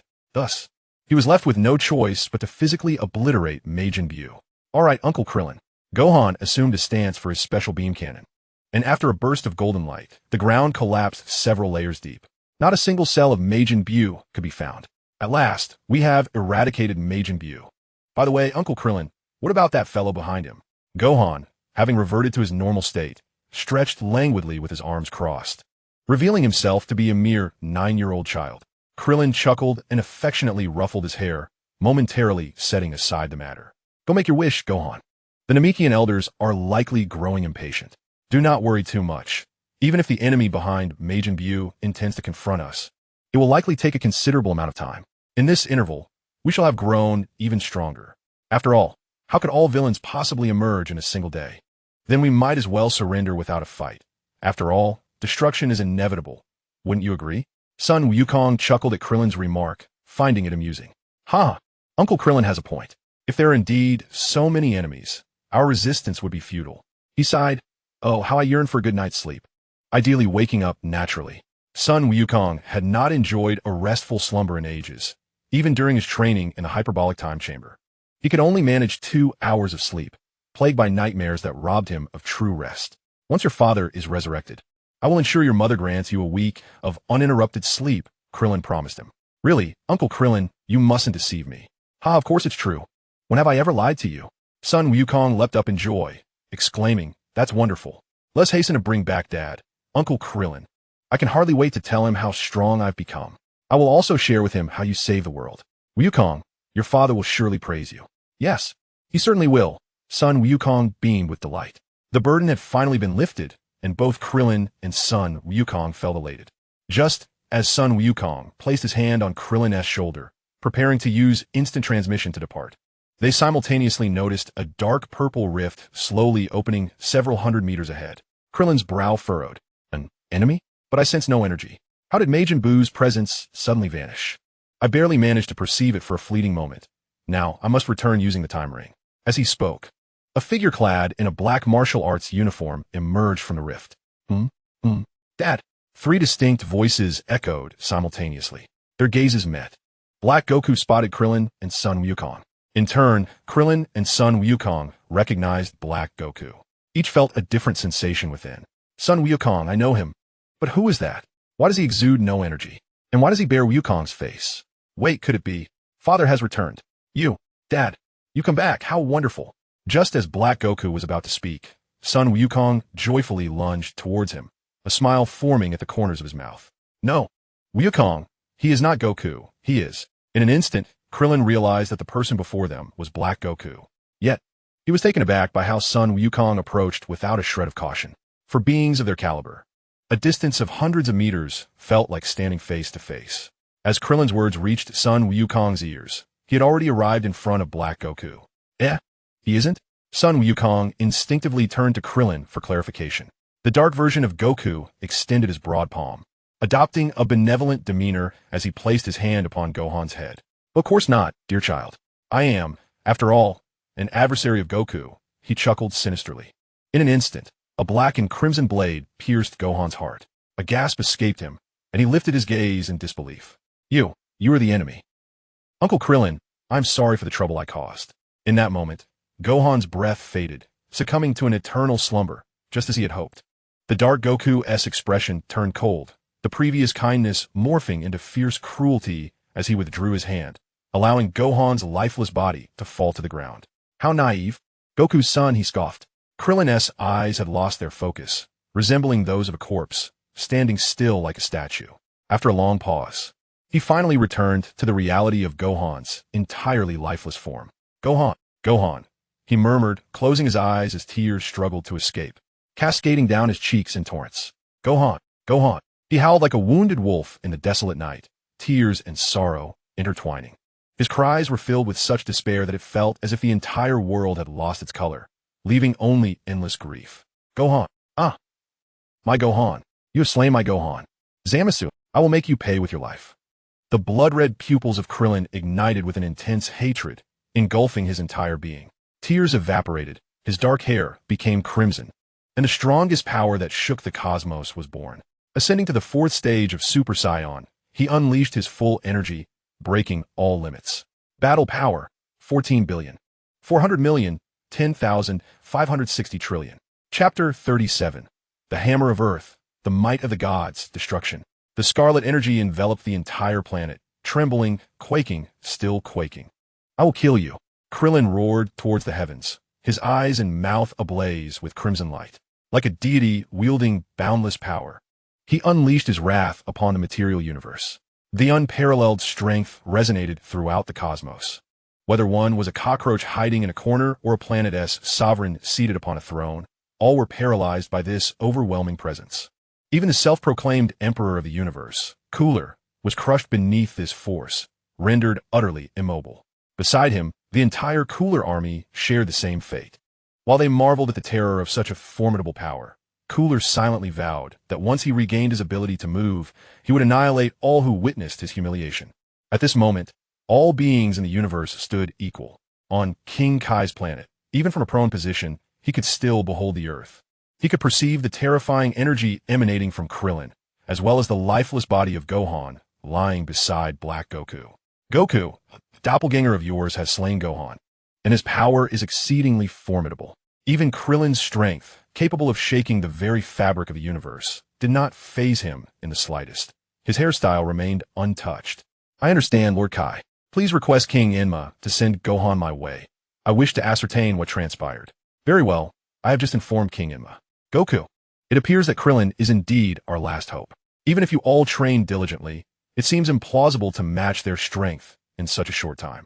Those two have transcended the dimensional gap that separates us, Lord Kai remarked, wiping the sweat from his brow, acutely aware of Krillin's overwhelming might. Indeed, Lord Kai. Please provide a live broadcast. If possible, I would like you to convey a few words to Krillin at the end. Certainly, say whatever you wish. I will connect you to Krillin. No, not just yet. I will wait until I see Gohan. Very well, I shall continue to observe. Until we meet again, Lord Kai. On Earth. Oh, your power is quite impressive. Yet, why have I not encountered you in other timelines? You bear a striking resemblance to one named Cell. Are you a variant from an alternate dimension? Black Goku, unfazed by Krillin's overwhelming aura, remained utterly indifferent, as if this level of might were inconsequential. Krillin remained silent, his eyes reddening as he channeled his energy, propelling himself towards Black Goku like a cheetah in full sprint. As Zamasu, Black Goku stepped back, and with Krillin's punch, A shock wave erupted upon contact with his palm, instantly annihilating the ground beneath them. The wave of energy surged for miles, only diminishing as it breached the edge of the earth. You know my name. This only deepens my intrigue, Black Goku mused, resembling a master testing the strength of his apprentice. He neither attacked nor evaded, absorbing Krillin's strikes one after another. In the blink of an eye, hundreds of exchanges had transpired. Krillin's melee attacks failed to inflict any damage upon Black Goku. He had not even transformed, indicating a disparity of at least 50-fold between them. Suddenly, Black Goku's body froze, sensing himself ensnared by an invisible force. Oh, is this magic? What a remarkable skill. Then, he unleashed a burst of energy. Boom! Krillin's binding technique was instantly shattered. However, this fleeting moment of vulnerability was sufficient for Krillin to seize his opportunity. Solar Flare. Energy Sphere Slash. With a swift motion, a scarlet disk larger than the Earth itself materialized. Krillin struck down with tremendous force. Boom! The ground was cleaved, creating a profound chasm. The sheer power sending plumes of dust soaring into the air. As the dust settled, Black Goku placed one hand behind his back, while the other ignited with a rosy flame, effortlessly catching Krillin's energy sphere slash. The solar fist and energy sphere, such familiar techniques. It dawned upon me that you are Krillin, a dear brother of Son Goku. I have encountered this move countless times before. I know precisely how to counter it. However, I am curious. How did you transform into Cell? Black Goku inquired, retracting his aura, from which a cruciform divine halo emerged. His hair, liberated from gravity, ascended towards the heavens, gradually tinged with a rosy hue. He had transformed into his own version of the divine state, Super Saiyan Rose. With measured steps, Black Goku ascended the valley, akin to climbing a celestial ladder. How noisy! Krillin gritted his fists, his aura surging once more as his body erupted with millions of slender threads, intertwining with all things around him. He sought to control Black Goku. Yet, as the threads approached, they were met by an intense heat, preventing any advance. Unable to subdue Black Goku, Krillin resolved to dominate the Earth instead. His heart was consumed by rage, dismissing the remaining humans as mere villains cast down by the dragon. With this thought, Krillin soared into space, countless threads resiliently linking him to the Earth. Intrigued by Krillin's actions, Black Goku refrained from interference, simultaneously expanding a pale violet shield and ascending into the cosmos. At that moment, Krillin appeared as if he were dragging the Earth along, and indeed, that was precisely what he was doing. He gathered all the threads, forming a robust rope that he grasped tightly. Like wielding a meteor hammer, Krillin twisted the threads, and with combined force, the entire planet was propelled by his terrifying might. Accelerate, accelerate, and accelerate again. Black Goku observed as Krillin spun in circles, disregarding the magnetic fields of the sun and moon. So what if it became a chaotic tangle? So what if it crumbled? The Earth must turn. As the acceleration reached its zenith, the very matter of the Earth began to disintegrate and explode. Krillin's eyes blazed red with fury, gritting his teeth as he clutched the threads and shouted, "Zamasu, you shall perish." This was a strike with the Earth serving as a meteor hammer, carrying an unfathomable inertia of quintillions of tons, hurtling towards Black Goku. Such a novel concept. Black Goku marveled at Krillin. Yet, it was futile. Beyond the material realm lies energy. A seemingly unremarkable energy blast met the Earth with a resounding crash. Boom! The Earth vanished, leaving no trace in the cosmos. "Did you think I was powerless?" Krillin exclaimed, summoning a clone that instantaneously teleported before Black Goku. Exchange. A beam of white light surged towards Black Goku. Yet he vanished in an instant. Krillin subconsciously turned around, and indeed, Black Goku stood behind him. "I can teleport, he said, his words laced with a childlike playfulness. Yet a sense of despair gripped Krillin's heart. What good was it if he could unleash his full potential? Black Goku was a being capable of confronting Super Saiyan Blue, and even Vegeta could only toy with him, unable to vanquish him. His power was on a different plane altogether, akin to Krillin being a mere level above Majin Buu. Black Goku transcended Krillin's strength by not just one, but multiple dimensions. He was a being of the level of Kai and even Ji, while Krillin was but a mere Zhao, still distant from the realm of Jing. As a human, your strength is commendable, surpassing that of many I have encountered. However, the chasm between gods and mortals is far beyond your reach. Krillin, is it your name? He taunted. As a weakling, prepare for destruction. A sphere of pitch-black energy materialized in Black Goku's hand, the very essence he used to obliterate the Kaioshin realm. A force synonymous with annihilation. Danger loomed ominously. Krillin trembled and retreated. He had never witnessed such energy, but its destructive nature was evident. It could yield nothing but ruin. Black Goku had even mastered the art of destruction. How could one possibly combat this? Hey, Krillin. A voice suddenly echoed in his ear. It was a voice he would never forget. It belonged to his dearest friend, Son Goku. Chapter 38. Transcending Time and Space, the Universe's Ruin. Krillin, you have fought valiantly. Son Goku's voice rang with an unusual lightness. Tears streamed down Krillin's face uncontrollably. Goku, I'm sorry I let Gohan. It's all right, Uncle Krillin. A familiar voice caught Krillin off guard. Gohan? Uncle Krillin, it's my carelessness that led to my demise. I'm truly sorry, but for what lies ahead, we cannot assist you. You must rely on yourself. No, Gohan, it's my failure to protect you. Enough of this, Krillin. Time is of the essence. Son Goku interjected. Krillin, flee. Zamasu is too powerful. We stand no chance. The only way for you to find an opportunity to defeat him is to escape this universe. Just as he had advised Krillin during their battle on Namek, Son Goku urged him once more. Run. I will hold off the enemy. Krillin's gaze became distant. In the end, was he truly going to abandon his companions? Krillin, Goku continued. Avoiding confrontation for now is not cowardice. Everything you have done is witnessed. No one could have done better than you. You are the hope of this universe. The dragon on Namek has been waiting for you. Use its power to traverse time and space. Goku's words ignited a spark within Krillin. The Dragon Balls. There is still hope within the realm of reality. Krillin, startled, evaded the destructive energy unleashed by Black Goku. Utilizing his signature technique, the rope trick, which is essentially his own energy threads, he connected with the moon that reflects sunlight. At that moment, the sun shone directly upon the moon's surface. The solar fist, a beam of sunlight emanating from the moon, enveloped the conical horizon in front of it. Both Black Goku and Krillin found themselves ensnared within this radiant trap. A terrifying wave of heat surged forth alongside the light, compelling even Black Goku to shield his eyes and retreat into a protective black energy dome. In an instant, Krillin appeared beside Mr. Popo on New Earth and took Trunks from his arms. Huh? Krillin, what are you doing? I'm sorry, Mr. Popo. I promise I will return to save you, he said, leaving the perplexed Mr. Popo behind. Krillin then made his way to Namek. The Namekian elder had been prepared for this moment and immediately confirmed the wish upon seeing Krillin. Mr. Krillin, is your wish to gain the ability to traverse time and space at will? The others looked on, and Krillin hesitated. Did he truly wish to abandon them? To leave just like this? Goku's voice echoed once more in his ears, but this time it bore a sense of urgency rather than the usual lightheartedness. Krillin, make your wish quickly. Don't delay any longer. Zamasu is on the verge of recovery. Gohan also encouraged him. Uncle Krillin, bring back hope.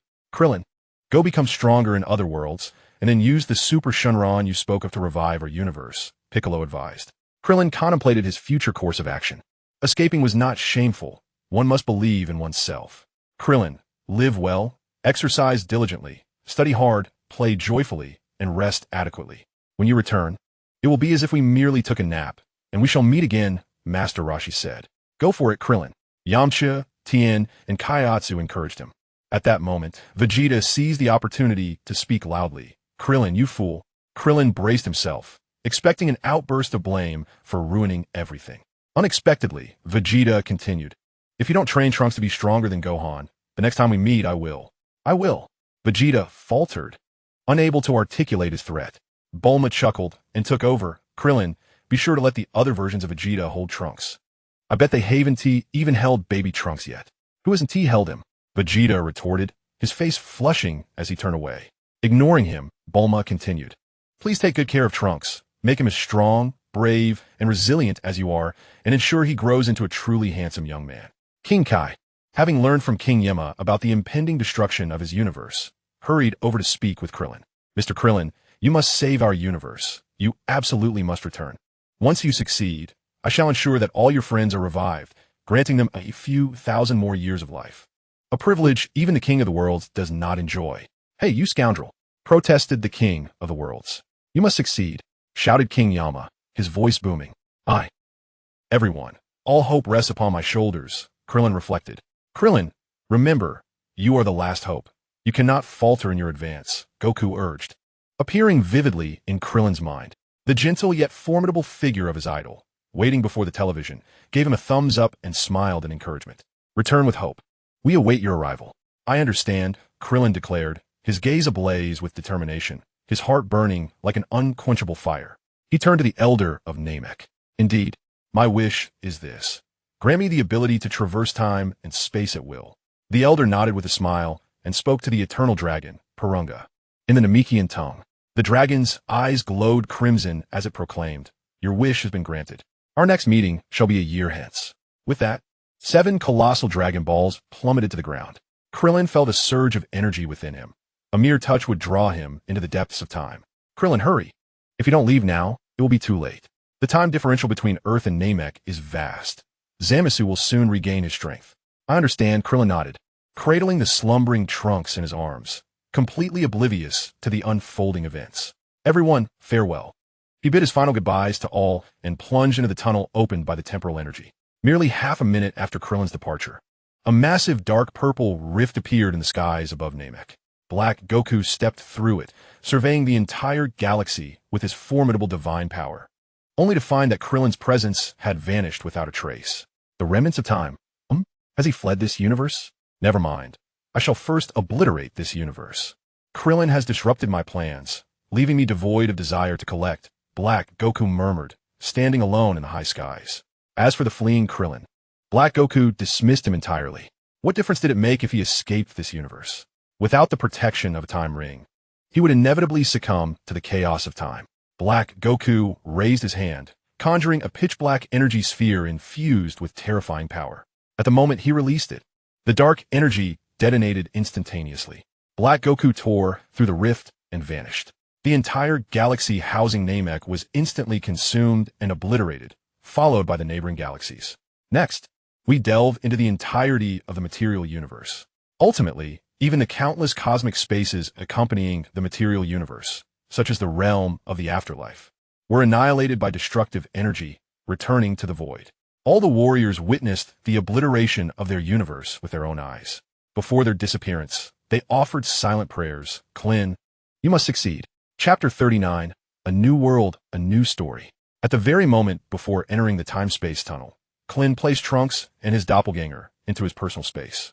He sensed the terrifying force residing within the time-space tunnel, potent enough to shatter the fragile Trunks into fragments. No matter the hardships that lie ahead, I, Krillin, will undoubtedly revive you and grow immeasurably powerful to vanquish that scoundrel Zamasu, Krillin vowed silently. Yet, in the next instant, he was met with a harsh reality. Within the resplendent time-space tunnel, myriad lights dazzled, both beautiful and enchanting. However, an equal number of terrifying dangers lurked. The gravest threat was the relentless erosion of time pressing upon Krillin from the tunnel. In an instant, Krillin felt an overwhelming fatigue enveloping his spirit, akin to waking up refreshed only to find oneself catapulted from morning directly to 10 at night, with a protesting body demanding rest. Krillin's form was that of Cell, a being of seemingly limitless energy. How could fatigue be a factor? Something was amiss. He summoned his strength, using his agility to probe his own body. He soon discovered that all his cell cells were hastening their division simultaneously.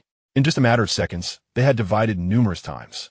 It is known that an ordinary human cells can only divide 50 to 60 times before succumbing to death, marking a lifespan of 50 to 60 years. In contrast, even if cells multiplied by dozens or hundreds, they could not withstand the rapid erosion of the time-space tunnel. In mere seconds, he had lost years of his life. He needed to find a way into the time-space continuum swiftly. Krillin unleashed all his power, gathering the terrifying energy of Super Saiyan 4's limit-breaking aura at his surface. Yet it could not withstand the might of time. Fortunately, it did augment his propulsion speed. Everything around him appeared dreamlike. Each world sparkled like the brightest stars in the sky, radiating an alluring glow, though some were utterly dim. Krillin glanced back at his own time-space. It had been engulfed by darkness. Clenching his fists, he resolutely turned towards what seemed to be the most brilliant light surrounding him. However, to Krillin's astonishment, the more potent the light, the greater the repulsive force, accompanied by a gravitational-like pressure that permeated every cell within him. Krillin's anguished roar echoed through the void. The pain was excruciating, akin to the weight of dozens of massive black holes pressing down upon him. His muscles and skin began to tear apart, with blood seeping from the fissures, only to be obliterated by the forces of space-time.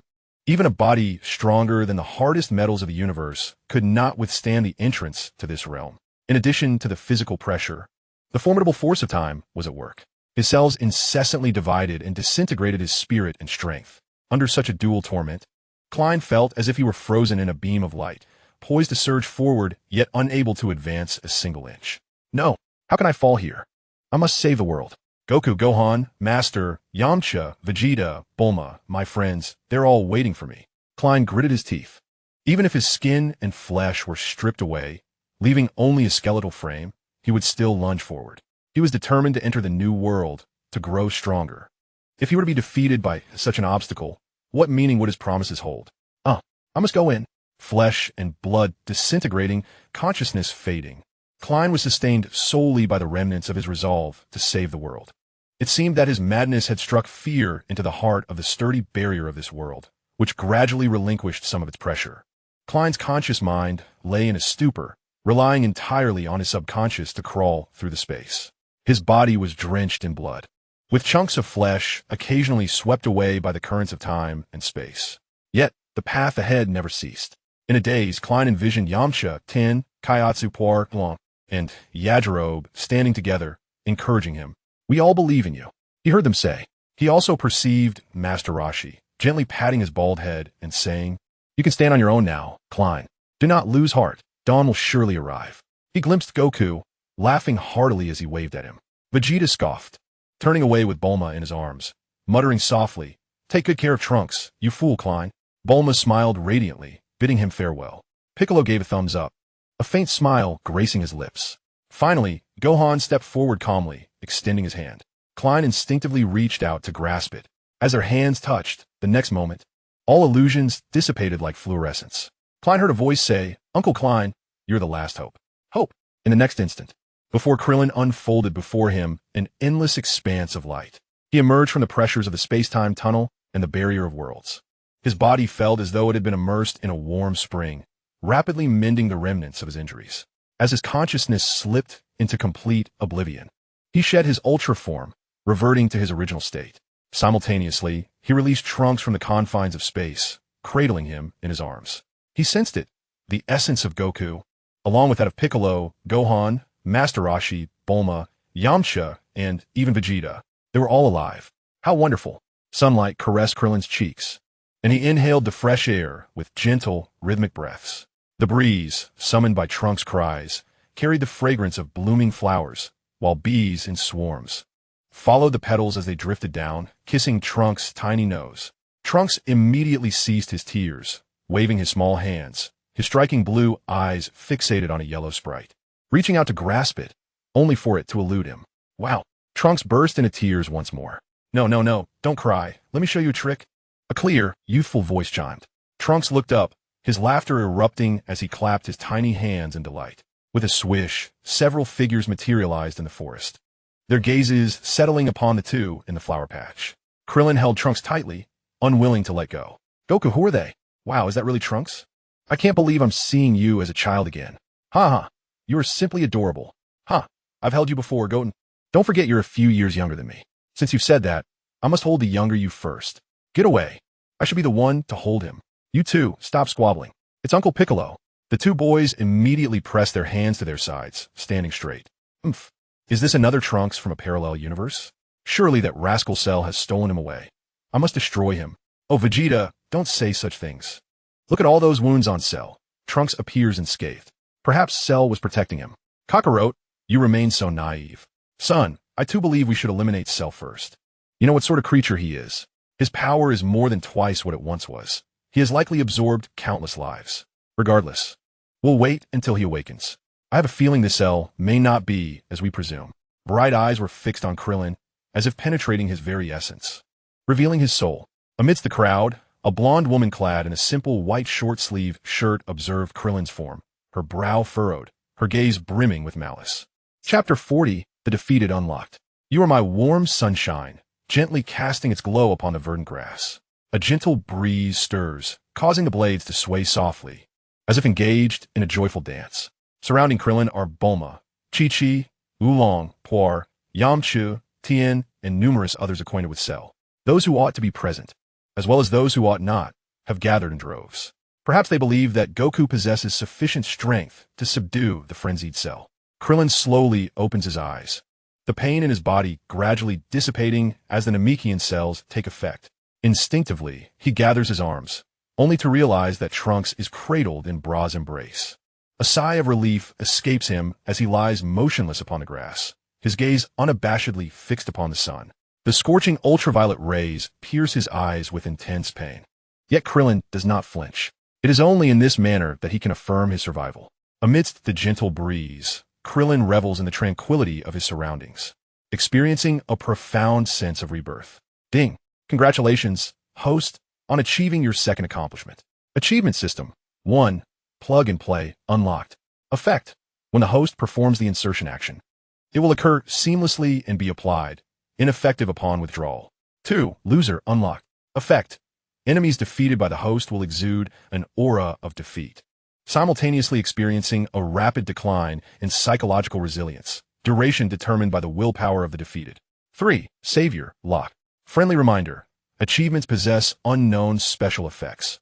Please explore them independently. System: you truly strike a chord. Krillin chuckles wryly, aware of his failure, yet questioning the necessity of such reminders. The effect of loser sounds akin to a control skill. After its application, seizing the moment when his opponent's focus falters might allow him to utilize plug and play to take possession of the vanquished foe. His prior attempt to control Majin Buu likely failed due to the latter's ever-vigilant and elevated emotional state. With loser, he might be able to create additional copies of himself. After lying on the ground for an extended period, the others quickly notice his awakening and regard him with caution. Krillin props himself up, sitting cross-legged, one hand pressed to his forehead, feeling slightly dizzy. Piccolo and the other Z fighters observe his movements, frowning and silently gathering their strength. Piccolo, in particular, is acutely alert. This individual's posture reveals the terrifying strength he possesses. At that moment, Krillin lifts his head, scanning the group before finally resting his gaze on Vegeta. With calmness, he speaks. Vegeta, embrace Trunks. What'd you just say? The others are taken aback, astonished that Cell would utter such words, unable to ignore the fact that they are all on guard against him. Originally, one might have expected that upon seeing them, Cell would at least adopt a cautious demeanor or utter a threatening remark, if not launch an attack. Yet, to their surprise, he remained remarkably calm. Krillin continued in a nonchalant tone, "This is Bulma's wish." Vegeta's face was taut, his eyes twitching, and his mouth twisted in irritation. What on earth possesses Bulma to harbor such a desire? In this timeline, Bulma and Chi-Chi supported each other, laughing so heartily they could hardly stand upright. "Ha ha ha." Bra chimed in with a voice as melodious as a bell. "Daddy, come on, give me a hug." "Indeed, Vegeta, you have yet to embrace little Trunks. So why not seize this opportunity?" Goku added, playfully encouraging him. If anyone in attendance was truly unperturbed, it would undoubtedly be him. With his arms resting behind his head, he laughed heartily, perhaps sensing that Cell posed no immediate threat. Everyone began to jestingly urge Vegeta. "Who hasn't held GT Trunks?" whispered Goten to Goku. "Aside from that time, with Majin Buu, Father has never held me." Almost everyone present was a superhuman, and even in hushed tones, their words could be heard clearly within a 20-meter radius. Even Bulma, being so close to Trunks, caught the remark immediately. Hence, everyone shared a knowing glance with Vegeta. Aware of his shortcomings, Vegeta shot a fierce glare at Goten before reluctantly taking Trunks in his arms. This was his first opportunity to see what this alternate version of his son looked like, or rather, it was the first time he observed Trunks as a child with such scrutiny. Without the interference of future Trunks, he might have ignored Bulma and her child until Trunks matured. The child appeared quite similar to Trunks. Bulma truly was something else. TCH, with blue locks, blue brows, and wide, innocent blue eyes, Trunks gazed curiously at Vegeta. However, as soon as Trunks caught sight of Vegeta's awkward grimace, he burst into tears. Wah, wah. GT Trunks and Goten exchanged amused glances. "All right, Vegeta, that's quite enough. You shouldn't frighten the child like that." Bulma assertively reclaimed Trunks from Vegeta's arms. Vegeta's eyes widened as he defiantly glared at Bulma. "How did I frighten him?" he cried the moment he saw me. After the commotion settled, Goku, like Krillin, sat cross-legged before Krillin and inquired, "Can you tell us, Cell, from which timeline do you hail, and what transpired in your world?" How did you come to possess Trunks? Krillin cast a deep glance at Goku before retrieving a clone from his spatial pocket. The clone produced a Senza bean and handed it to Krillin. After consuming it, Krillin felt his energy replenish instantly, even experiencing a notable enhancement. Suddenly, Aki blessed Zero toward Krillin. Krillin, without even a glance, casually crushed the energy blast. With a frigid tone, he addressed the direction from which it came. 18, do not compel me to eliminate you. Then come and try. Krillin, huh, that's me. GT Krillin exclaimed. Unsurprisingly, the moment the doppelganger appeared, he captured everyone's attention. Even Sun Wukong's gaze toward Klin's body, which belonged to Cell, turned decidedly unfriendly. If Krillin failed to provide an explanation, it was likely that Wukong would strike immediately. What is the matter with him? Sun Wukong's tone dropped significantly. He is my doppelganger. Krillin replied succinctly. Which means you killed him. Sun Wukong's demeanor grew increasingly cold, his aura intensifying. 18, too, stood beside Wukong, her expression as frigid as ice. Krillin turned his gaze to GT Krillin. What is the connection between you and 18? Krillin was well aware of all their circumstances. Yet he did not wish to reveal his knowledge of the plot in any manner, nor did he intend to place his faith in it. The narrative could only serve as a reference. The moment he stepped into a different timeline, the trajectory of events had irrevocably altered. Otherwise, it would not have been possible for his universe to have been annihilated within a single day. I, of course, am married to 18. What? In your timeline? I was not with 18. GT Krillin, now aged with hair and beard turned gray, spoke nervously, in front of their former foes. Expressing such sentiments elicited an inexplicable sense of embarrassment. After all, who would have thought that 18 would end up with him? Of course not. I personally killed 18. She will never have another chance. Klin's words sent a wave of tension through the crowd. Yet, the subsequent revelation left them even more astonished. In this world, you indeed married 18? I never anticipated that. Wait, did I hear you correctly? Cell, what did you just say? Krillin is you in this world? Sun Wukong retracted his energy, while 18's eyes widened in disbelief. Piccolo gaped, and Vegeta wore a look of incredulity. Chi-Chi and Bulma covered their mouths in shock. GT Krillin stared at Krillin, then at himself, pointing at his own figure. You are me. Chapter 41. I am Krillin, the Earthling who destroyed the Earth. You say you are Krillin. Sun Wukong pointed at the Krillin inhabiting Cell's body. Krillin nodded. I am indeed Krillin. Then, how do you explain this doppelganger of yours? 18 stammered. I have usurped Cell's body and created my own as a doppelganger. Is this difficult to comprehend? The thoughts of everyone present echoed simultaneously. This is hard to evaluate. Creating a doppelganger from one's former body. This is utterly bizarre. Krillin. Sun Wukong found it quite challenging to refer to the creature resembling Sheru as Krillin. What transpired in your timeline? Why have you brought Trunks here? Upon hearing Sun Wukong's inquiry, everyone gathered closer, eager not to miss a word. Our universe has been obliterated, and Earth, too, fell victim to my destruction. Indeed, the revelation was staggering. Gasps escaped the lips of the onlookers, their astonishment directed at Krillin. The cause, it turned out, was the androids. Slowly, Krillin recounted the harrowing tale of his universe, explaining the transformation into Sheru, albeit with a touch of artistry, portraying his metamorphosis as a gift from the Dragon Balls. The Dragon Balls of Earth had also been enhanced by Dandy, granting the power to make 3 wishes. Thus, within a single day, our universe was laid to waste. I carry the hopes of Goku and all his companions to this world. As he spoke, a profound silence enveloped the crowd. Each had experienced the devastation wrought by the androids and Sheru, understanding the depths of despair. Had it not been for Gohan's remarkable transformation into Super Saiyan 2, they might have perished. Moreover, the overwhelming adversaries that emerged in Krillin's universe within a day, including the unfamiliar Zamasu, must have been terrifying. Piccolo, astonished by Krillin's narrative, remarked, "What a desolate timeline." Yet Krillin shook his head, countering, "No, it is not despairing. I am the bearer of their final hope. If I were to perish, that would signify true despair. Thus, despair cannot exist in my heart." He continued, "What of Trunks?" Krillin paused, gazing at the infant Trunks, and smiled gently. "Indeed, as the homeless, we must rely on one another.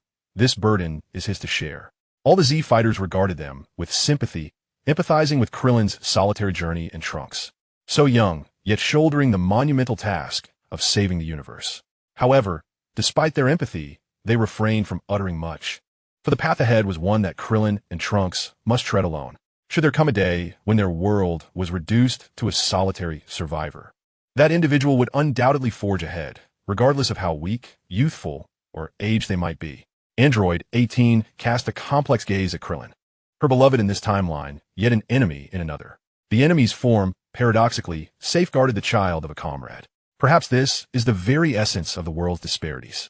Hearing Android 18's words, Krillin smiled softly and replied, "In light of my identity, I bear but one name." The Android 18 of another timeline would likely harbor no affection for me, only disdain and loathing. Navartalas y arbo no regrets. What does it matter if I possess no personal love? My objective is to save the universe. A hero is one who forsakes themselves for everything. Upon concluding his words, he turned to Trunks, saying, "Trunks, this is the first lesson I have imparted to you." Trunks replied, "What? How old do you think I am? Is this how you play?" At that moment, Bulma stepped forward, warmly inviting everyone. "All right, everyone, let us lighten up. Come to my house for a party. Let us all relax together." Vegeta turned his head away, disinterested in the festivities. Instead, he was curious about Cell, or rather, Krillin's current strength. According to his descriptions, Krillin had once battled against Zamasu, a being capable of annihilating the universe. Attaining the power of Super Saiyan 3 would grant one the ability to destroy worlds. Presently, both he and Goku possessed a base strength comparable to that of the former Majin Buu. If Krillin were to quantify his power, it would exceed 800 billion. Vegeta was currently able to transform into Super Saiyan 2, while Goku could effortlessly shift into Super Saiyan 3 at any moment. It wasn't that Vegeta lacked the capability to transform. Rather, he simply chose not to. As one's strength escalates, the distinction between Super Saiyan 2 and Super Saiyan 3 gradually diminishes, and the inherent drawbacks of Super Saiyan 3 significantly hinder combat effectiveness. Thus, he rejected the Super Saiyan 3 form, with Super Saiyan 2 being his utmost power. Bra, like Bulma, invited everyone to their home. Everyone believed the matter was settled. They had anticipated a new adversary, but discovered it was merely another version of Krillin from a different timeline. Yet, Krillin remained motionless, gazing intently at Goku, who returned the stare. They both rose simultaneously. "I wish to engage you in battle," Krillin declared. Goku's eyes sparkled with intensity, fixated on Krillin, sensing the immense power concealed within his form. "You wish to fight me?" "Huh." Krillin grinned widely. "Come to think of it, I have never fought you before. In the past, I was far too weak, but I'm confident that I can now hold my own against you." GT Krillin grasped his departing wife's hand, having overheard Krillin's declaration. Indeed, this resonated with his own sentiments. Day by day, Goku grew stronger, having long surpassed them without notice, achieving an astonishing level of power in the blink of an eye. Once comrades who fought side by side, he now stood on the sidelines, merely an observer, feeling utterly ineffective against increasingly formidable foes. Now, Goku had reverted to the form of a child, while what of him, Krillin? He had aged poorly. GT Krillin, with a bright and resolute gaze, addressed Krillin, "Android 18, I wish to witness his battle with Goku." However, Android 18 hesitated but ultimately consented. "All right, I will keep you safe." GT Krillin silently vowed, "Another me, carrying my name, go forth and battle with Goku to your heart's content." Vegeta and Piccolo, who were initially poised to depart, halted their steps and turned their gaze towards the two individuals. Not only they, but everyone else also ceased their movements. "Hey, Kakarot, and that Krillin too, I wish to join the fight." Krillin, upon hearing this, glanced over and nodded. "You two can come along." Vegeta's forehead throbbed with indignation.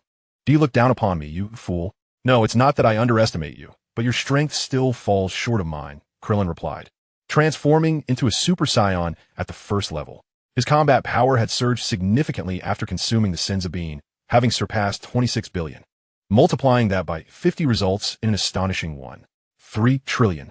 This was merely his first revival from the brink of defeat, given his Saiyan lineage. He could certainly enhance his power further through similar means. Goku and Vegeta simultaneously transformed, also into the first stage of Super Saiyan, yet in full power mode, amplifying their strength by 80 times. Their combat power now stood at a minimum of 64 trillion. "Is this truly your strength? You just about surpassing us." Vegeta, enveloped in a golden aura, pointed a dismissive thumb at Krillin. "Well then, it seems I must unleash my full power," he declared. "Goku, do not hold back. Let us all exert our might." After a moment's contemplation, Goku smiled and acquiesced to Krillin's challenge. "Come forth, My power surpasses even your Super Saiyan 4. Krillin's hair elongated into a cascade of black, and his physique grew robust. Combat power, 104 trillion. Super Saiyan 4. Goku and Vegeta were taken aback, astonished to discover that beyond the third level of Super Saiyan, there existed yet another transformation. Witnessing Krillin's formidable strength, Goku finally ceased to conceal his own power, exuberantly unleashing his full potential. With hair billowing behind him and blue lightning flickering around, Goku's combat power soared to 32 trillion. Vegeta gritted his teeth, his aura surging dramatically as he transformed into Super Saiyan 2, achieving a combat power of 8 trillion. Then, Vegeta erupted with energy once more, harnessing the power of Babbidi's magic, which was sufficient to double his strength. At that moment, Vegeta's combat power reached 16 trillion. Chapter 42, Journey to the Kaioshin Realm. The battle. 2 golden and 1 crimson energy collided with a ferocity that could only be described as terrifying, causing the very fabric of a universe to quiver. A tempestuous gust, accompanied by swirling dust, radiated outward from the center of the three. Even the Z fighters were compelled to unleash their full energy to withstand the backlash of the forces unleashed. The weakest among them, Bulma and Oolong, were nearly swept away. With a wave of his hand, Piccolo conjured a protective shield before the group, yet it was soon threatened to collapse under the pressure. Only when Android 18, GT Trunks, and Goten joined their efforts were they able to barely maintain their defense. Could such power truly be possessed by mere mortals? Bet gazed at the 3 individuals, gritting his teeth and murmuring with great difficulty. GT Krillin's eyes sparkled with excitement, almost radiating light as he focused intently on Krillin. It was astonishing. When did my father become so powerful? And that Uncle Krillin, capable of overpowering both my father and Uncle Goku. What kind of training has he undergone? GT Trunks proposed to Goten. Why don't we ask him later? Perhaps in his universe, I am also formidable. Goten and Trunks transformed into Super Saiyans, continuously channeling their energy. You shouldn't even consider it. I'm still so young, and at that time, you hadn't even been born yet. In the Kaioshin realm, the ground suddenly began to tremble. The fusion of Jebit and the Kaioshin, Jebit Shin, stumbled and fell to the ground. Nearby, the old Kaioshin, released from the Kaioshin sword, had already seated himself, but was now nearly shaken to pieces. Old ancestor, what has happened? How would I know? The old Kaioshin replied, rubbing his backside, and upon seeing Jebit Shin remaining motionless, he scolded, "Fool! Hurry and fetch the crystal ball to investigate." Okay. Jebit Shin retrieved the crystal ball, swiftly searching for the source of the tremor. Before long, they beheld Goku, Vegeta, and the Super Saiyan 4 version of Krillin. It's Goku and the others. I knew these Saiyans couldn't remain calm. Who is that person? A new enemy? Regardless of who he is, want you inquire? Do I have to teach you everything about being a Kaioshin? Understood. After receiving a thorough reprimand from the old Kaioshin, Jebit Shin promptly, instantaneously transported himself to the scene. Observing his departure, the old Kaioshin quickly glanced around and, with an air of mystery, produced a magazine for young girls, gazing at the exquisite illustrations with a captivated smile. On Earth, the 3 of them, Krillin, Goku, and Vegeta, sensed each other's energy. Goku and Vegeta wore solemn expressions. Yet there was a glimmer of joy, a spark of warrior spirit ignited by encountering a formidable foe, a stirring from their Saiyan bloodline. Krillin's assessment was entirely accurate. His strength surpassed theirs by a considerable margin. Goku's power was double that of Vegeta, while Krillin's strength exceeded Goku's by several times over, leaving the possibility of hidden strength yet undisclosed.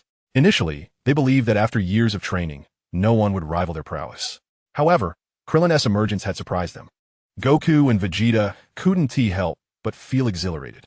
The path ahead remained open, perhaps even more thrilling than before. For them, this was indeed the greatest fortune. Krillin, on the other hand, was somewhat astonished by Goku and Vegeta's strength. He had anticipated that their robust foundational combat abilities would allow them to catch up to him. Yet, he discovered that the immense power he had gained after his near-death experience, close to doubling his energy, had left them far behind. This is merely the extent of his Super Saiyan 4 prowess. He has yet to unleash the energy of the Super Saiyan 4 limit break. That represents a significant enhancement, a tenfold increase in strength. However, perhaps after transforming into Super Saiyan 4, Goku and Vegeta could catch up through their foundational combat power. In essence, regardless of the timeline within Dragon Ball, Fundamental combat power is of paramount importance, as it directly impacts their upper and lower limits. Krillin pondered for a moment and halved his energy. Even so, his power level of 52 trillion still surpassed that of Goku and Vegeta considerably. Hey, why would you do that? Vegeta questioned, his eyes ablaze with indignation. To his fiercely proud nature, this act seemed to reflect Krillin's disdain for him. Krillin chuckled lightly, reasoning that it was merely a sparring session, not a cosmic annihilation. Such immense power was unnecessary. Are you underestimating me? Vegeta furrowed his brow, his voice low and serious. Huh, you're still the same as before. If I truly looked down on you, I would have brought Trunks along, Krillin retorted. Upon hearing this, Vegeta's expression softened. He exhaled a frustrated breath and turned away, opting for silence. Even the hardest stone, over the years, learns to cherish family. Though Vegeta remained taciturn, he harbored gratitude towards Krillin. His sharp tongue was merely a facet of his character.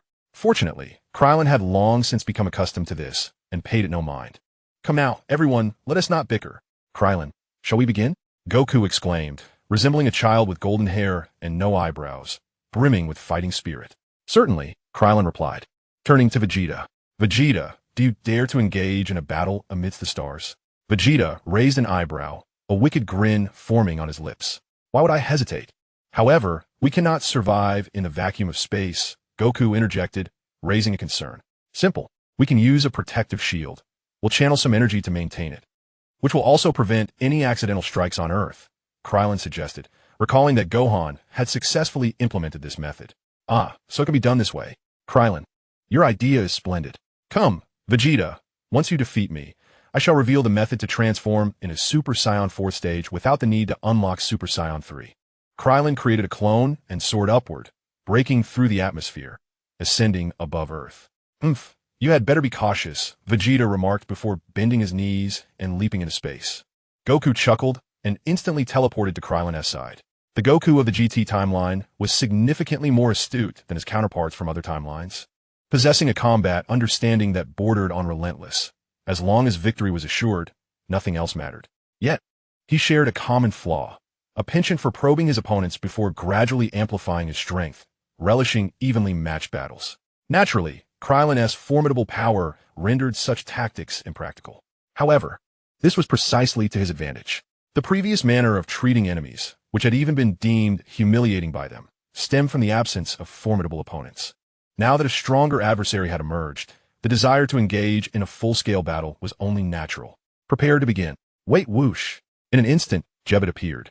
He gazed at the oddly shaped Krillin, who, startled, quickly hid behind Sun Wukong. Wukong, who is he? An enemy? You mustn't fight in the lower realm. It has only recently begun to recover and cannot withstand any turmoil. It's you, Jebbet. No need to worry. He is not an enemy. The reasons are somewhat complicated, but I will explain later. Can you go to Earth first? We wish to spar a little. Rest assured, we will hold back our strength, Sun Wukong explained to Jebbet. Not an enemy? Very well then. By the way, you could go to the King Kai's realm. It should be able to withstand your battle. Upon hearing that he was not an enemy, Jebbet sighed in relief, suddenly recalling a method that would not endanger the lower realm. Sun Wukong pondered, indeed. That is a good idea. Krillin, Vegeta, what do you think? Vegeta responded, I have no objections. That works. I hope the King Kai's realm can withstand my power. Krillin nodded, agreeing to Jebbet's proposal. Ah, so he is Krillin? I will explain later. Let's have a match first. Oh, all right. Everyone, hold on to my shoulders. With a whoosh, the three followed Jebbet to the King Kai's realm. Huh, they've left. How can I watch the battle now? GT Krillin exclaimed anxiously, realizing he had just been on the verge of kicking Vegeta and punching Sun Wukong. Why had they left? What was the point of waiting now? Do not fret. Krillin's doppelganger, the original body of Krillin, responded. He walked over, patting the hunched GT Krillin on the back. I have already devised a solution. Look, suddenly, the eyes of Krillin's doppelganger glowed, projecting a luminous screen in the air ahead. It displayed the scene that Krillin's main body was witnessing.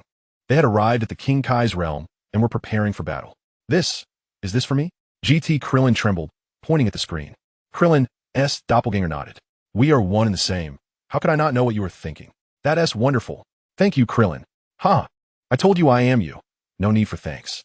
Indeed, only oneself truly knows what one desires. Tears welled in the eyes of GT Krillin as he embraced Android 18 and his daughter Marin, gazing with excitement at the screen. Bulma quickly summoned people to bring in sofas and drinks, and everyone gathered to witness this battle of the universe's strongest.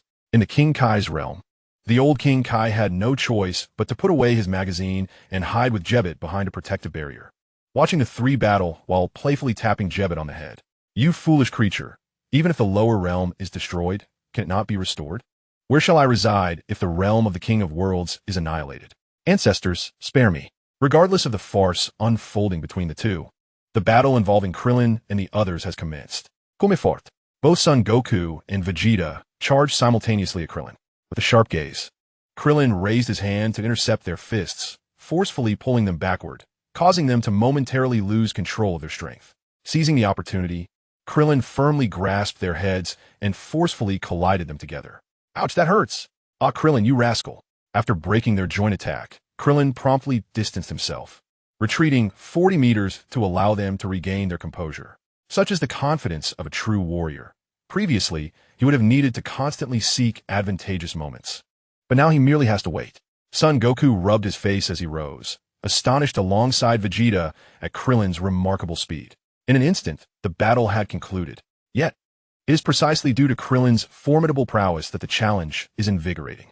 Flames of battle ignited in their eyes as they exchanged glances. Vegeta unleashed his full strength, swiftly circling around Krillin, launching energy blasts from the side to divert Krillin's attention. In a flash, Son Goku appeared behind Krillin, sweeping his leg towards Krillin's neck. Whoosh! Son Goku's strike missed again. "Goku, this technique pales in comparison to my solar flare and spirit bomb." As his words faded, Son Goku's voice resonated suddenly. "Solar flare." Krillin was compelled to shut his eyes. Well, learning on the fly, are we?" Krillin smirked, finding this skirmish rather delightful. He unleashed several energy waves, not merely for offense, but to prevent them from launching a surprise attack during his momentary blindness. The duo, Goku and Vegeta, were similarly intent on seizing this golden opportunity. Gallic Gun, Kamehameha, two formidable energies, one blue and one golden, surged toward Krillin. He stood his ground, seemingly unfazed, just before the Gallic Gun and Kamehameha collided with him. His figure abruptly vanished. Where did he go? Son Goku and Vegeta were left dumbfounded. Could Krillin possess such astonishing speed? Right here, Krillin delivered a powerful kick, sending Vegeta sprawling. Upon hitting the ground, Vegeta's body curled up like a cooked shrimp. Cough. The overwhelming force caused him to spit out blood. Meanwhile on Earth, GT Krillin watched with excitement. "See, Vegeta? You used to be so arrogant, yet here you are, getting trounced by me. Krillin, how did you accomplish that?" Son Goku, supporting Vegeta, gazed at him in disbelief. In an instant, to escape the energy center, he could only fathom using his instant transmission. Could it be that Krillin has also mastered this technique? Krillin tilted his head, tapping his forehead with his fingertip, and confidently replied, "In order to keep you unaware of my ability to teleport, I ascend through the Earth's atmosphere by flying. Were you already plotting against us back on Earth?" Krillin, upon reflecting on these words, swiftly grasped their meaning, leaving Sun Wukong utterly astonished. The essence of combat wisdom lies in mastering the rhythm of battle, ensuring that everything remains within one's control. This is the combat philosophy I have come to understand. But how can you defeat your adversary in such a manner? Sun Wukong inquired, perplexed. An enemy that appears suddenly will not be deterred by your intelligence. Naturally, they possess their own methods of engagement. I wish to witness your approach to confronting foes. Sun Wukong's eyes sparkled with anticipation. He yearned to experience pressure to attempt a breakthrough into Super Saiyan 4. He presumed that the transformation into Super Saiyan 4, akin to Super Saiyan 3, could be achieved through the stimuli of battle or anger. With such a mindset, he might never attain Super Saiyan 4. Krillin smiled faintly, not declining the challenge. "Then you must proceed with caution. I am well aware of all your intel." Chapter 43. The Conclusion of Battle, the Year's End. The golden aura clashed with the crimson, as Sun Wukong unleashed a flurry of punches, creating 1,000 shadowy fists. Krillin deftly countered. Simultaneously, he retaliated with the solar flare stance, prompting Sun Wukong to immediately close his eyes. In that fleeting moment, Krillin executed a full 360-degree spin, channeling immense power into his legs and striking Sun Wukong's waist. The ground shattered beneath them, clouds of dust swirling into the air as Sun Wukong was sent crashing into the depths of the King Kai realm. Krillin hovered aloft, and in the next instant, he pivoted to block a kick from the approaching Sun Wukong, who grinned mischievously before vanishing in an instant. When he reappeared, it was behind Krillin. Krillin instinctively defended against Sun Wukong's assault, only to be taken by surprise as Sun Wukong cunningly brought Vegeta along. Vegeta's punch landed squarely on Krillin's face, causing his head to jerk to the side, blood trickling from his mouth. At last, the battle bore a semblance of intensity. However, as Sun Wukong noticed Krillin preparing to counterattack, he intended to whisk Vegeta away, but grasped at nothing. Krillin's hand firmly clutched Vegeta's leg. Feel the force of rotation, Vegeta, Krillin declared as he swung his arm with great might. Vegeta struggled in vain, unable to escape. Krillin's strength far surpassed his own. With each rotation, Vegeta was flung around, the speed so tremendous that the entire King Kai realm seemed to be stirred by a tempest of hurricane-like ferocity. Vegeta's predicament signified their disadvantage in the skirmish, yet also presented a prime opportunity. In an instant, Sun Wukong readied himself, channeling a formidable energy of destruction to launch a surprise attack on Krillin, aiming to rescue Vegeta. The Kamehameha wave, a beam radiating with the power to obliterate galaxies, surged toward Krillin. Krillin had sensed something amiss. At this moment, he smiled faintly as he faced the Kamehameha wave, shielding Vegeta behind him. The immense energy struck Vegeta squarely in the back, eliciting a pained cry from him. Unable to regain his footing in the air, Krillin and he were propelled far away until they crashed into the ground of the Kaioshin realm, finally coming to a halt. Damn it, muttered Son Goku inwardly. Vegeta was too injured, which would undoubtedly affect their combat effectiveness. It begged the question, why did Krillin always seem to target Vegeta? Goku had not anticipated Krillin's swift reaction. He missed the opportunity, inadvertently causing Vegeta greater suffering. You all are weaker than I imagined, Krillin remarked as he released the nearly incapacitated Vegeta, soaring into the sky. He resolved to withdraw a portion of his power, opting for a fighting strength equivalent to Son Goku's 32 million. For an unbalanced fight would be exceedingly dull. Nevertheless, even with some energy retracted, Krillin's prowess remained formidable. With a sudden burst, he shot forth like an arrow, enveloped in crimson energy, scorching the earth beneath him as he passed. Come on, Son Goku declared with determination, launching himself forward to collide with Krillin. However, upon contact, Goku immediately sensed something was amiss. How had Krillin's strength diminished so significantly? It seemed he could contend on some level. Indeed, in the ensuing close-quarters exchange, no matter how many techniques they unleashed, each was met with equal resistance. It appeared the two were evenly matched. In the distance, GT Krillin wore a serious expression. As GT Trunks suddenly voiced his confusion, do you feel that? It's as if Uncle Krillin from that world has suddenly weakened. Piccolo nodded, observing that everyone else appeared oblivious to the reason. He spoke in a low tone. This is because Krillin desires a fair fight with Son. He must find it tedious if both Son Goku and Vegeta cannot challenge him. Thus he has chosen to impose some difficulty upon himself.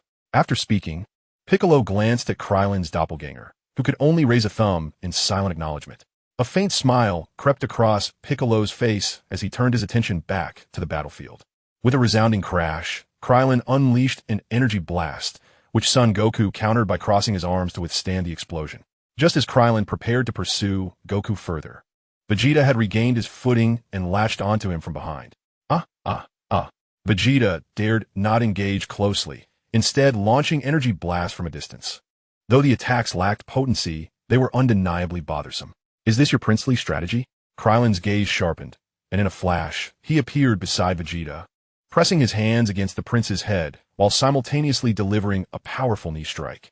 Following this, he executed a swift kick, sending Vegeta sprawling far away, once again robbing him of his combat capability. As Son Wukong unleashed his full energy, a golden aura danced in the wind. He felt a twinge of regret within, lamenting his diminished form that hindered his ability to engage in battle freely.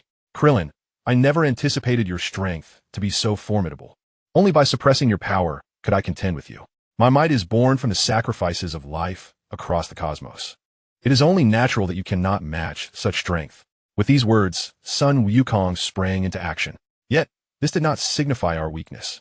A divine dragon, an ethereal shadow stretching across the heavens and earth, materialized behind him. Dragon Fist, he roared, unleashing an explosive wave of energy that stirred the winds and sent debris, dust, and fallen leaves swirling around the dragon. Krillin, in perfect harmony, assumed a stance of his own, a massive golden ape's silhouette roaring behind him. However, this ape bore an uncanny resemblance to Krillin's Super Saiyan 4 form. In an instant, even the scattered stones and branches encircling the divine dragon failed to perceive its sudden disappearance. Sun Wukong then launched his dragon fist at Krillin.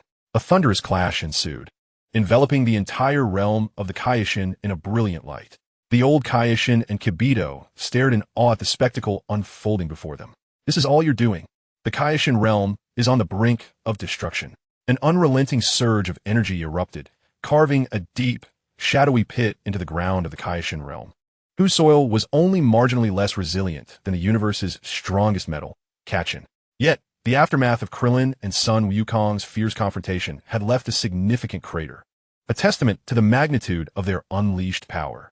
At the edges of this pit, resembling sheer cliffs, lay two figures who, despite being nearly 100 miles apart, erupted into simultaneous laughter. Ha ha!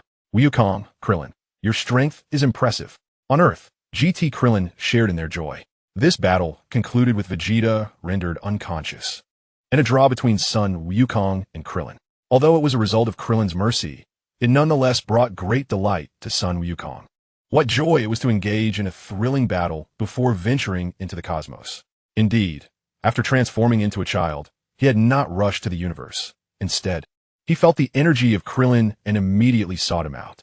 Once the dust settled, he journeyed with Xiao Fong and GT Trunks towards the universe in search of the Black Star Dragon Balls.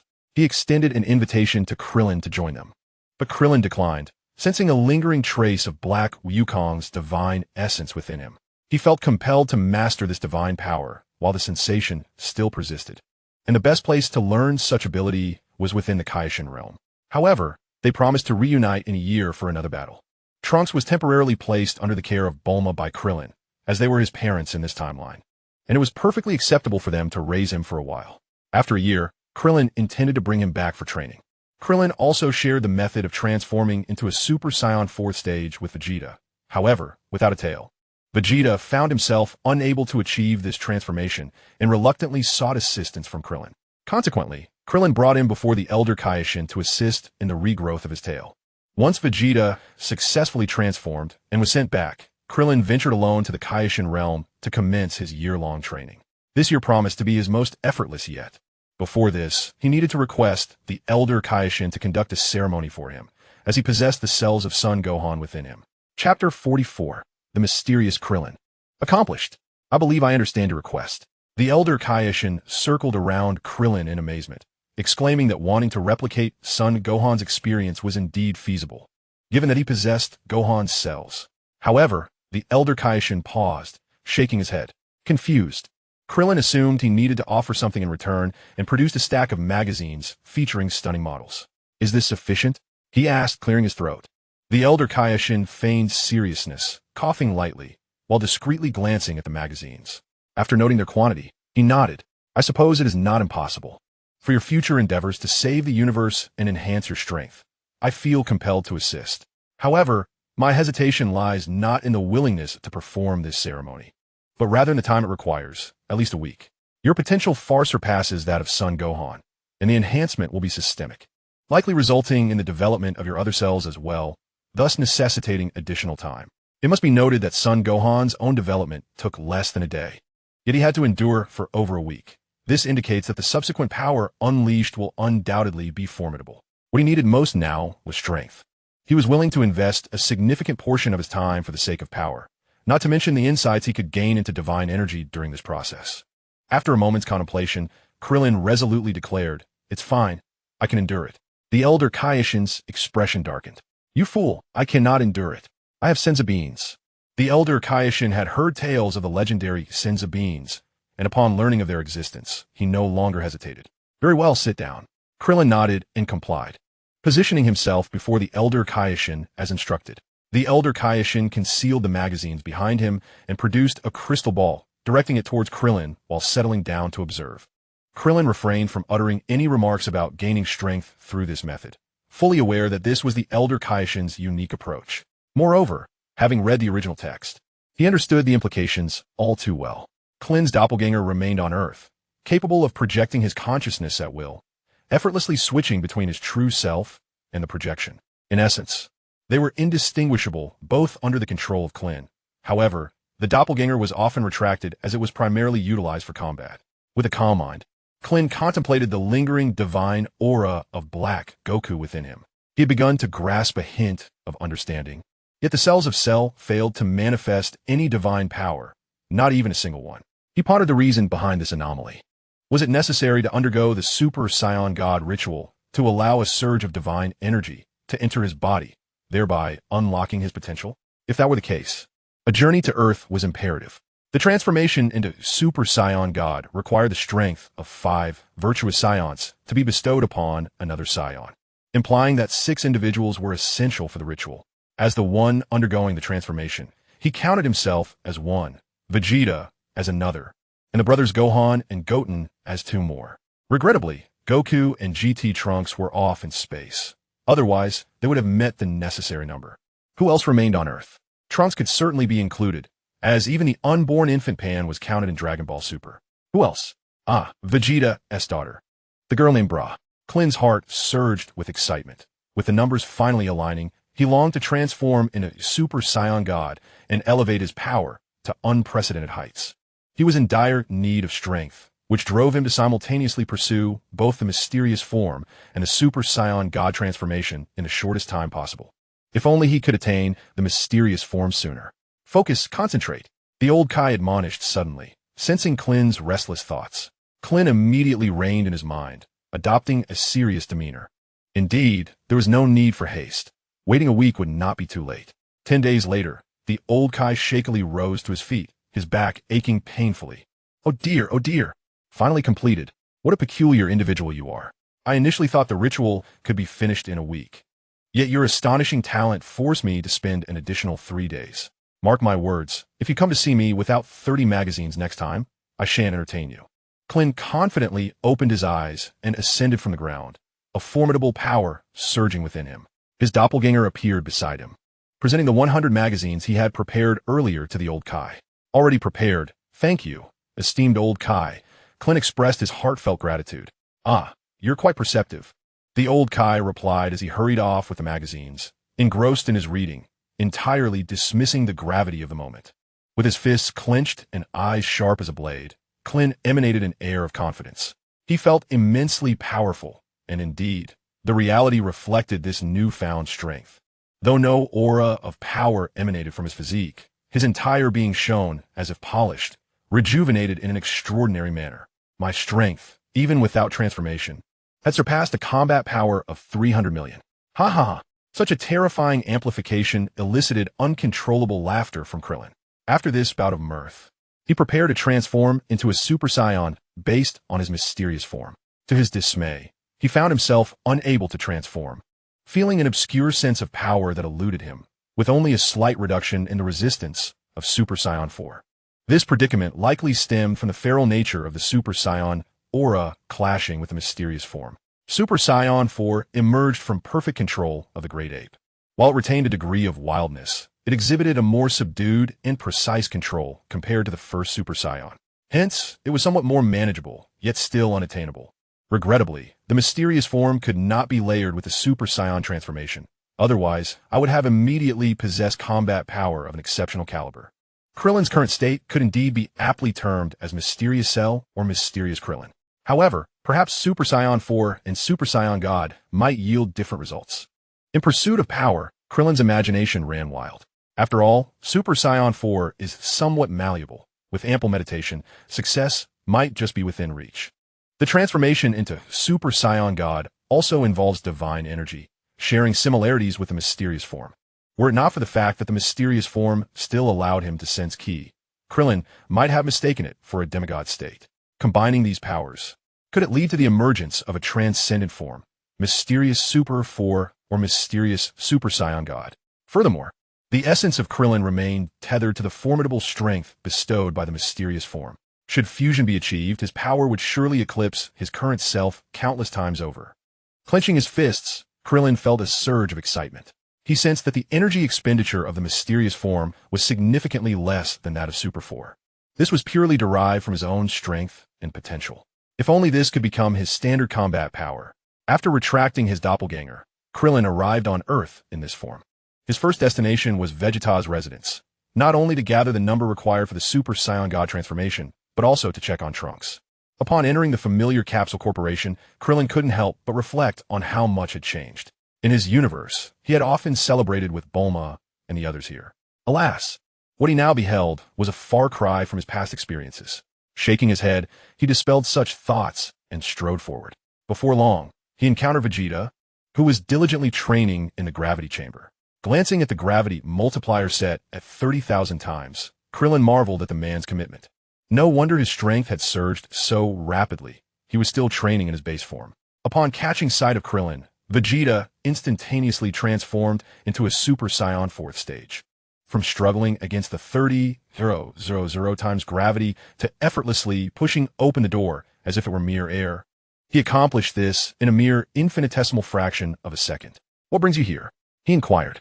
Vegeta's tone was markedly more amiable than that of Krillin from the original timeline, although it still bore a certain stiffness, a reflection of his character, which was of little consequence. Even addressing his son with such a demeanor, one could hardly expect more from him, after Krillin had mercilessly pummeled him. Vegeta had initially wished to avoid Krillin altogether, yet it was Krillin who had imparted the transformation method for the Super Saiyan 4th stage to him. In his quest to find a way to grow a tail, it was ultimately Krillin who enabled his success. Both emotionally and logically, Vegeta felt compelled to treat Krillin with kindness. Otherwise, he would be perceived as ungrateful. He gazed at Krillin in astonishment, sensing that something about him had changed, his aura exuding tremendous power. Krillin offered a faint smile and asked, "Vegeta, would you like to acquire a new transformation?" Chapter 45, Preparing to Transform into a Super Saiyan God. Vegeta's eyes widened in disbelief as he exclaimed, "You've developed a new transformation? It's still in the theoretical stage, but we can give it a try," Krillin replied with a nod. Even within the confines of the GT universe, the notion of 6 Saiyans uniting to augment their power should prove successful.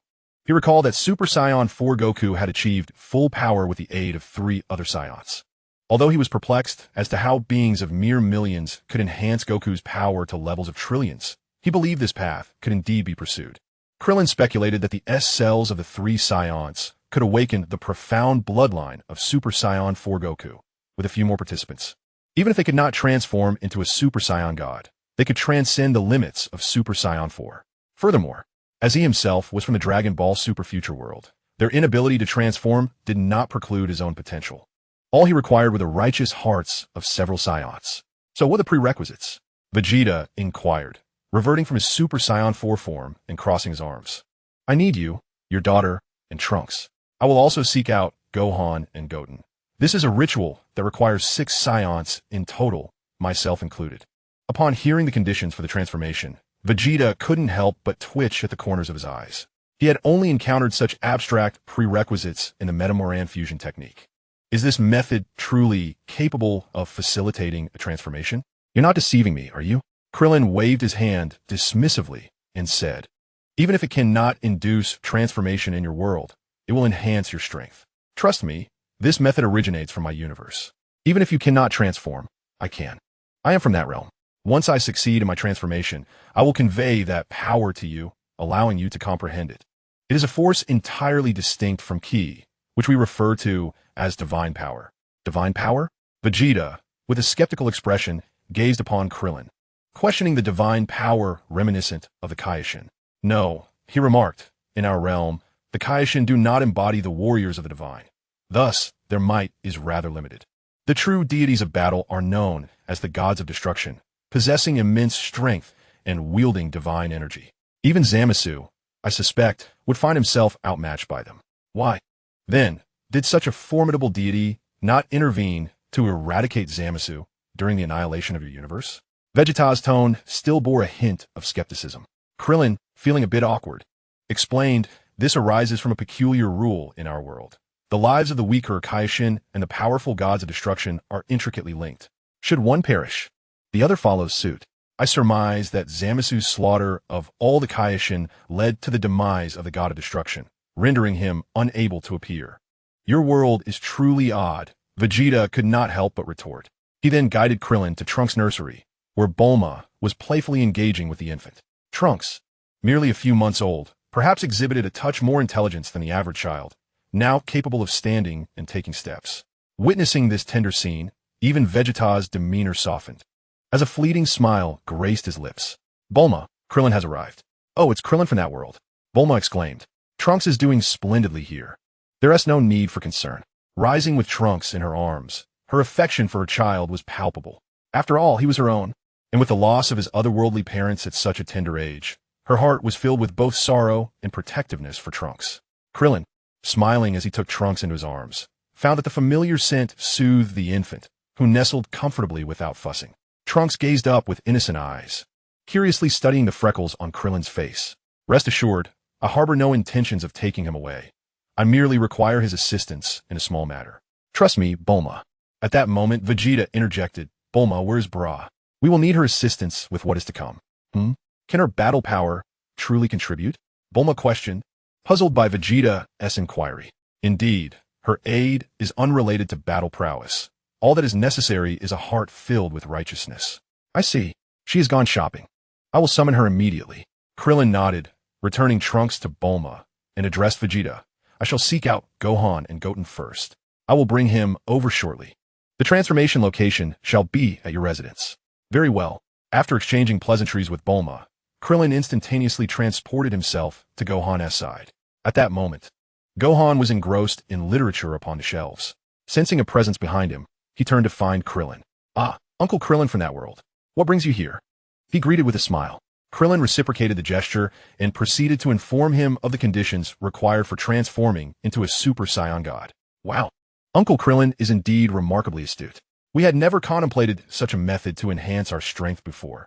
Had we discovered it sooner, perhaps those adversaries would not have posed such a challenge. I have made a promise. Although Earth is currently free from peril, I believe it is essential to continually augment our prowess. Very well, Gohan. I shall escort you to Vegeta's abode while I seek out Goten. Moments later, Krillin returned with son Gohan and approached son Goten. Goten, unlike his father Goku, does not exhibit any of his traits. Instead, he resembles Yamcha. He was clad in trendy attire, enjoying a date with a beautiful girl. Krillin shook his head, amused, and greeted them. Goten, what are you up to? Oh, Uncle Krillin. This is Paris, my uncle. The girl with wavy brown hair covered her mouth in astonishment, gazing at Krillin. Goten, is he truly your uncle? He certainly does not appear to be from Earth. How should I put it? Goten scratched his head, feeling a bit embarrassed. Upon hearing Paris's impolite remark, Krillin was not offended. After all, he was not even from this world. Goten, do you have some time today? Yes, I must have time. Paris, let us call it a day for now. I will come to see you tomorrow, all right? All right. Paris nodded without hesitation and turned to leave. Krillin couldn't help but glance at son Goten. What is this fellow doing, acting like a sycophant? Goten, are you pursuing that girl? Yes, Uncle Krillin, you caught me. Please don't tell my mother.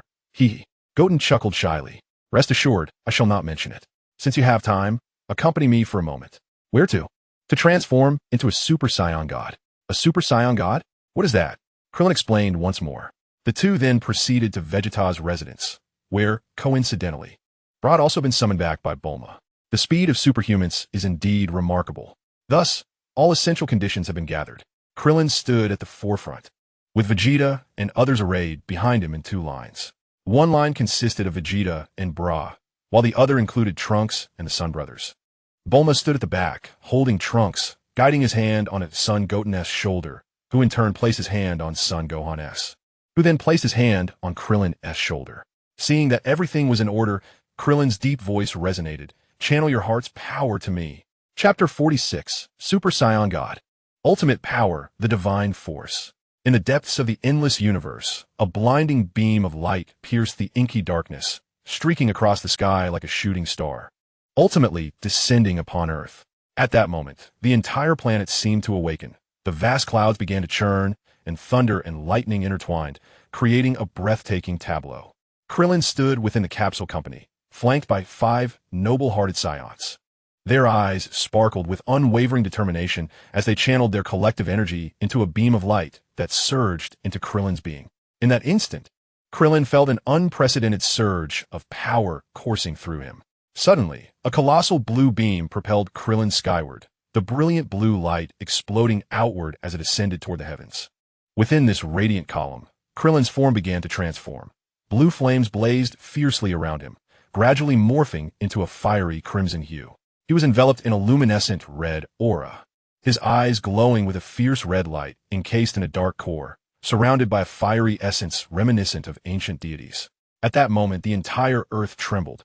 The seasons shifted, and the elements responded with wind, rain, and thunder, as if celebrating the birth of this legendary Saiyan god. In the sky, rainbows pierced the clouds, cascading vibrant hues of light that illuminated Krillin, enhancing his aura of majesty and mystery.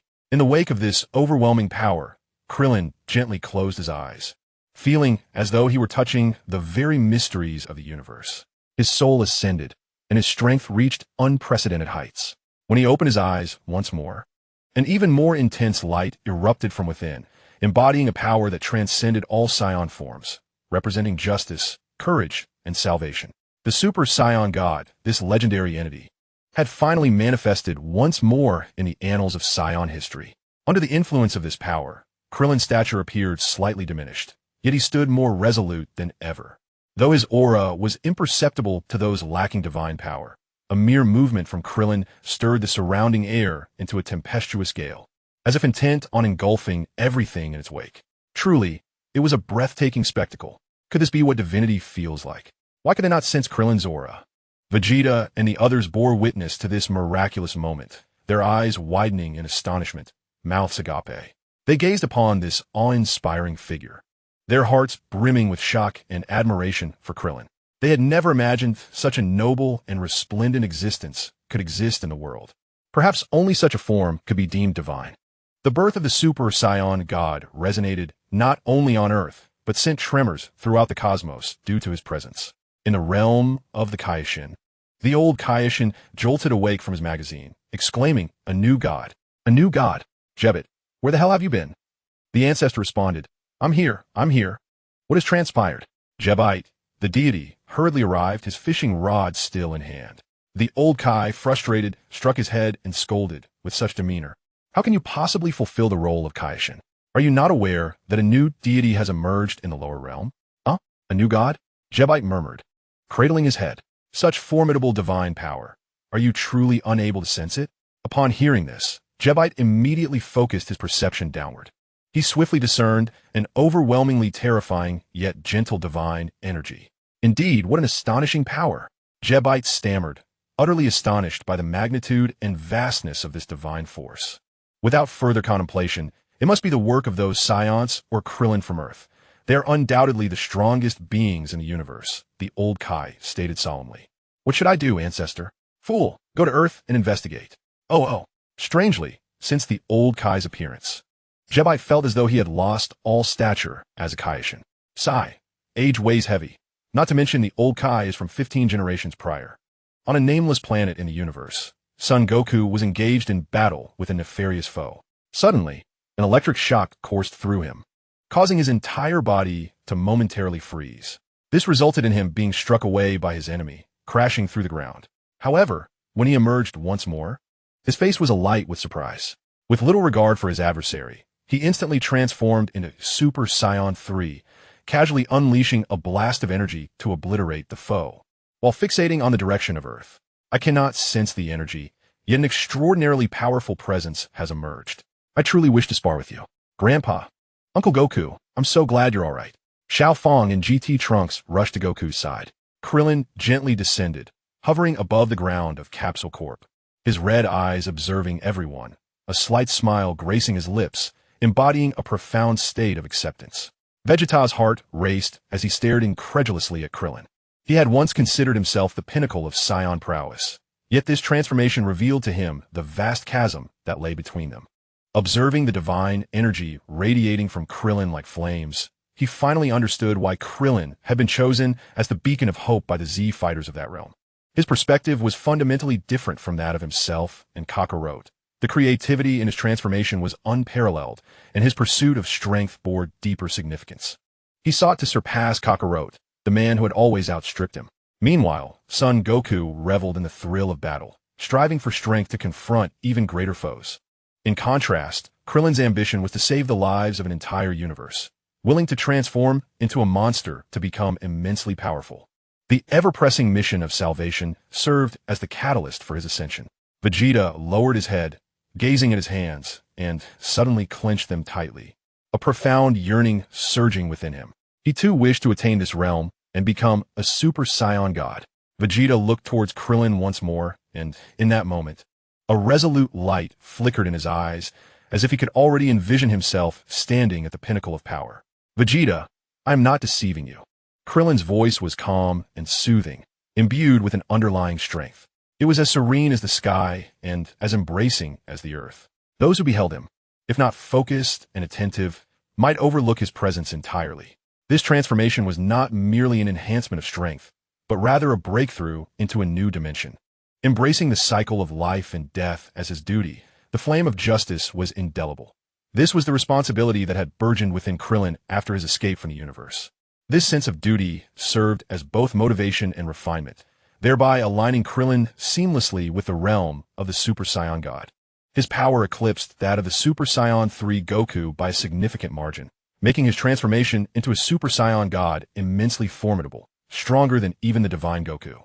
Although this power was temporary, Krillin felt a deep sense of satisfaction.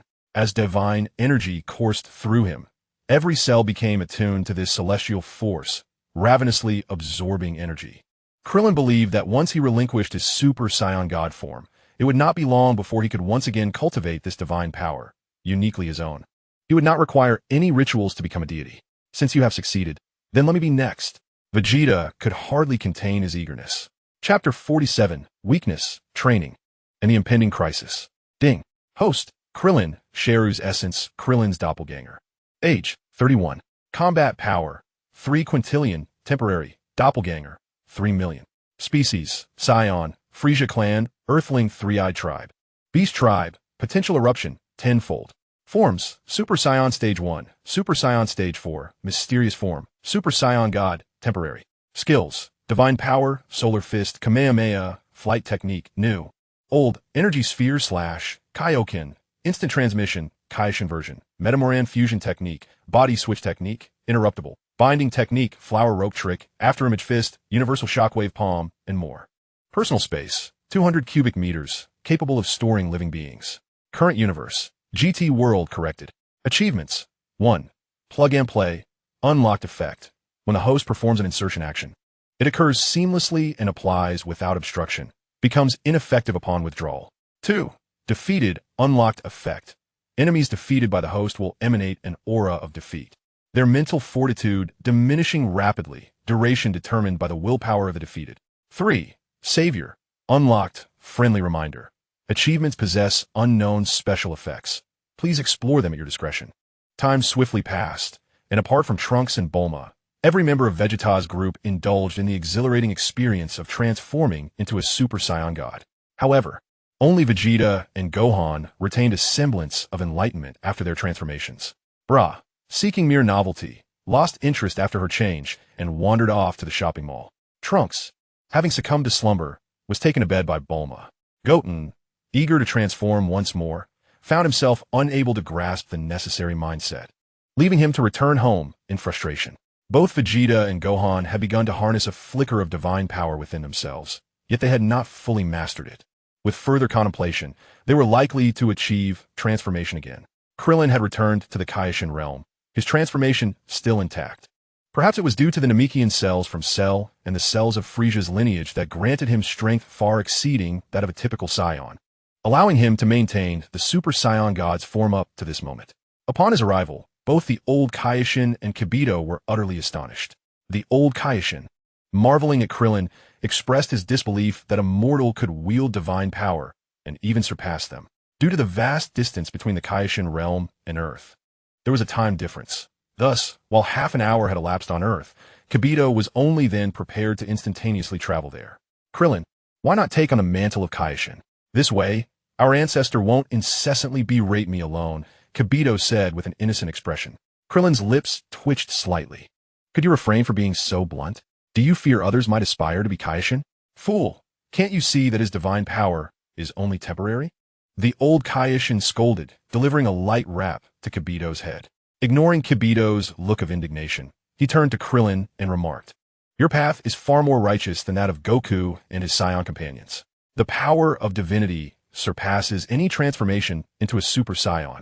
If you continue to develop, you will undoubtedly grow stronger. I understand, dear old Kaioshin, yet I shall not forsake my Saiyan strength. I require power, whether it be wild or dark. As long as it enables me to vanquish Zamasu and save my universe, nothing else matters, Krillin replied with a smile. His demeanor was notably more serene than before, prompting the old Kaioshin to withhold further admonition, merely sighing. Suddenly, his brow furrowed, and he added, "However, you possess a significant issue." Krillin paused. "What is it?" The old Kaioshin, sitting on the ground, scratched his nose. "Your spiritual power, your soul's energy, is vastly inferior to your physical strength. While I am unsure how you still manage to control this body, it poses a considerable risk. In your future endeavors to develop your strength and explore your lineage, you will encounter many difficulties. Furthermore, your consciousness has divided into two parts. While this may provide you with additional perspectives in battle, it severely diminishes the strength of your singular soul. You possess the ability to inhabit another's body. However, what if another were to take possession of yours?" Krillin asserts that he possesses a plug-and-play capability, allowing him to maintain perfect control over his own body, rendering him immune to any attempts of possession. The old Kai, seemingly able to perceive the depths of Krillin's thoughts, remarks that even if you remain unconcerned, once you acquire the body of a formidable opponent, a portion of your consciousness would inevitably be required to exert control. Given your current soul strength, how many fragments do you believe you could spare without compromising your combat efficacy? The capacity to control a body does not equate to heightened consciousness or rapid cognition. You must be aware of the significance this holds during battle, mustn't you? The weight of the old Kai's words struck Krillin profoundly, awakening him to a crucial realization. While his combat prowess had reached impressive heights, his mental fortitude, aside from the innate strength he possessed upon his arrival and a month of meditation in the hyperbolic time chamber, was woefully inadequate for his current form. During his attempts to possess Majin Buu, he had erroneously believed that the creature's mind was fortified against such endeavors. In truth, it was Buu's superior mental strength that thwarted him. No wonder Buu could wield such an array of extraordinary magic. It is noteworthy that in the Dragon Ball universe, there exist examples such as Babidi, a being of considerable mental prowess, who could manipulate the immensely powerful demon King Dabura to fight on his behalf. Should the day come when he finds himself in dire straits, it is his mental acuity that will serve as the foundation for maintaining his consciousness. Furthermore, upon his initial transformation into a Super Saiyan, the fusion of S cells and Saiyan bloodline presented challenge, had it not been for his feeble mental strength. The plug-and-play method might have allowed him to transform instantaneously. Thus, it becomes clear that his vulnerability lies within his mental capacity. With this epiphany, Krillin bowed deeply to the old Kai. "Thank you for your guidance, esteemed old Kai. I have discovered my path forward." He chuckled. "If only you could provide me with a few hundred more magazines." The old Kai, with a stern gaze, replied, "I am indeed the Kai. How could I possibly falter?" Laughter ensued as Krillin acknowledged his oversight. "So, esteemed old Kai, do you still require the Zenbeans? Bring them forth," he commanded. Subsequently, Krillin willingly dispelled his transformation into a Super Saiyan god. The divine energy had imbued his being, and he would soon transform again. The following year was dedicated to honing his mental strength, which diverged by 2 dimensions from his combat ability. Time flew by, and a year had swiftly passed. Goku's team was on the verge of returning. During their absence, Earth had remained remarkably tranquil, devoid of any significant threats, large or small. It felt as though a calm preceded an imminent storm. Unbeknownst to anyone, a spacecraft, entirely alien to Earth's technology, had crash-landed in a secluded area. Even less noticed was a silvery gray substance, resembling liquid, slithering out from within. Chapter 48. The Parasitic Goten, a Peculiar Parasitic Organism. Satan's City. Goten strolled along the street, enjoying a date with Paris. The two exchanged laughter and conversation when suddenly they were startled by a tremendous explosion in the distance. Sun Wutian, bold and skilled in Paris, innocent and naive, approached the commotion out of sheer curiosity. "Oh, Mr. Satan?" Sun Wutian spotted Satan seated on the ground, as his elder brother's father-in-law. It was only fitting that he greet him. Before Satan stood a muscular blond man, and a large crater lay at his feet, evidently created by this brute. Satan had been valiantly defending justice, only to be startled by the laser beams emanating from the man's eyes, leaving him embarrassed before the crowd. Just then, Sun Wutian arrived at his side and greeted him. With a mischievous glint in his eye, Satan erupted into laughter, rising to his feet and pointing at Wu Tian, exclaiming, "Ha ha! Dealing with someone like you requires no personal involvement on my part. My disciple is more than capable. A few blows, and he'll be down." With a chuckle, he encouraged, "Come on, Wu Tian. As my disciple, deliver a heavy punishment to the enemy." Sun Wu Tian, taken aback, replied, Mr. Satan, that is not appropriate. You should call the police for this. I'm quite busy right now on a date." Before he could finish, he noticed his date rushing towards the blond man, whose eyes gleamed with a sinister red light. In an instant, Sun Wu Tian kicked fiercely, sending the blonde flying and shattering the glass of a nearby clothing store. "Paris, are you all right? Did that man do anything strange to you?" Paris, resting her chin on her hand, smiled sweetly. "Not at all. He merely asked me some questions about science, and I suggested he check at the fruit store." "Science?" Sun Wu Tian's demeanor shifted to one of caution as he turned to the blonde. This intruder, wreaking havoc and searching for science, was surely up to no good. Initially reluctant to intervene, Sun Wu Tian realized the threat was directed at them, leaving him no choice. Just then, another figure emerged from the crowd, red-eyed and silently advancing towards Sun Wu Tian. Unaware of the impending attack, he only sensed the hostility at the last moment, narrowly evading the ambush. "Are you also his accomplice?" To his surprise, the chaos was far from over. Another individual, a bespectacled office worker, shouted and lunged forward. Quickly, Sun Wu Tian shielded Paris, his gaze filled with wariness as the two men encircled him, grinning maliciously. They charged at him with haste, but fortunately, their strength was merely on par with that of an ordinary person, allowing Sun Wu Tian to dispatch them with ease. Soon, the police arrived to apprehend the troublemakers. Just as Sun Wu Tian prepared to depart, he suddenly halted, his expression darkening. More foes were approaching. He turned, intent on swiftly resolving the threat, but before he could react, a sudden punch connected with his face, sending him crashing to the ground. Paris, filled with apprehension, covered his mouth as he observed Goten. Goten, struggling to rise, felt blood trickling from the corner of his mouth and an overwhelming weakness coursing through his body, rendering him unable to stand. The figure behind him also fought to regain composure, emitting a green glow and howling like a zombie. The onlookers, unaccustomed to such a terrifying spectacle, hastily fled, leaving only Satan, Goten, and Paris, who gazed in astonishment as a luminous silhouette gradually emerged behind the figure. The radiance slowly dissipated, solidifying into form. The figure, clad in shades of gray, with striking blue eyes and an unusual appearance, was unmistakably not of this earth. A sinister smile crept upon his sullen face as he remarked, "You are a Saiyan, aren't you? Who are you and what do you want?" Goten assumed a fighting stance, wary of the stranger. "Just like Son Goku, huh? I see now. You must be his son," the figure continued. "Do you know my father? Since I have not mistaken you, I shall claim your Saiyan energy. Furthermore, I will utilize it to defeat your father, Son Goku." The strange being fixated on Goten, eyeing him as one would a delectable meal, steaming and ready to be savored. "Satan, you must swiftly take Paris and find shelter. This individual is unlike those we encountered earlier." Satan nodded, hastily escorting Paris away. Once they departed, Goten revealed a smile, his confidence blossoming as he addressed the strange being. "Now that I understand your intentions, I cannot allow you to succeed." The entity chuckled darkly, unleashing a surge of power that whipped the surroundings into chaos. Winds howled through the city, toppling hundreds of buildings, plunging Satan's city into disarray. Goten soared into the sky, gritting his teeth as he beheld the devastation. "You wretched fiend, you've ruined my delightful date." In an instant, Goten transformed into a Super Saiyan, a terrifying aura radiating from him.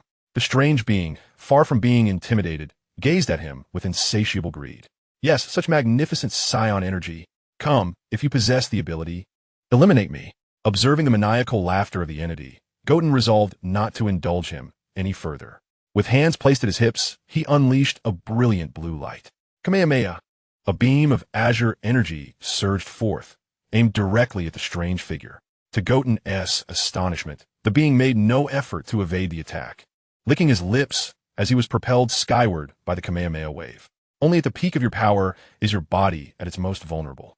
Your strength is now mine. As he uttered those words, something peculiar transpired.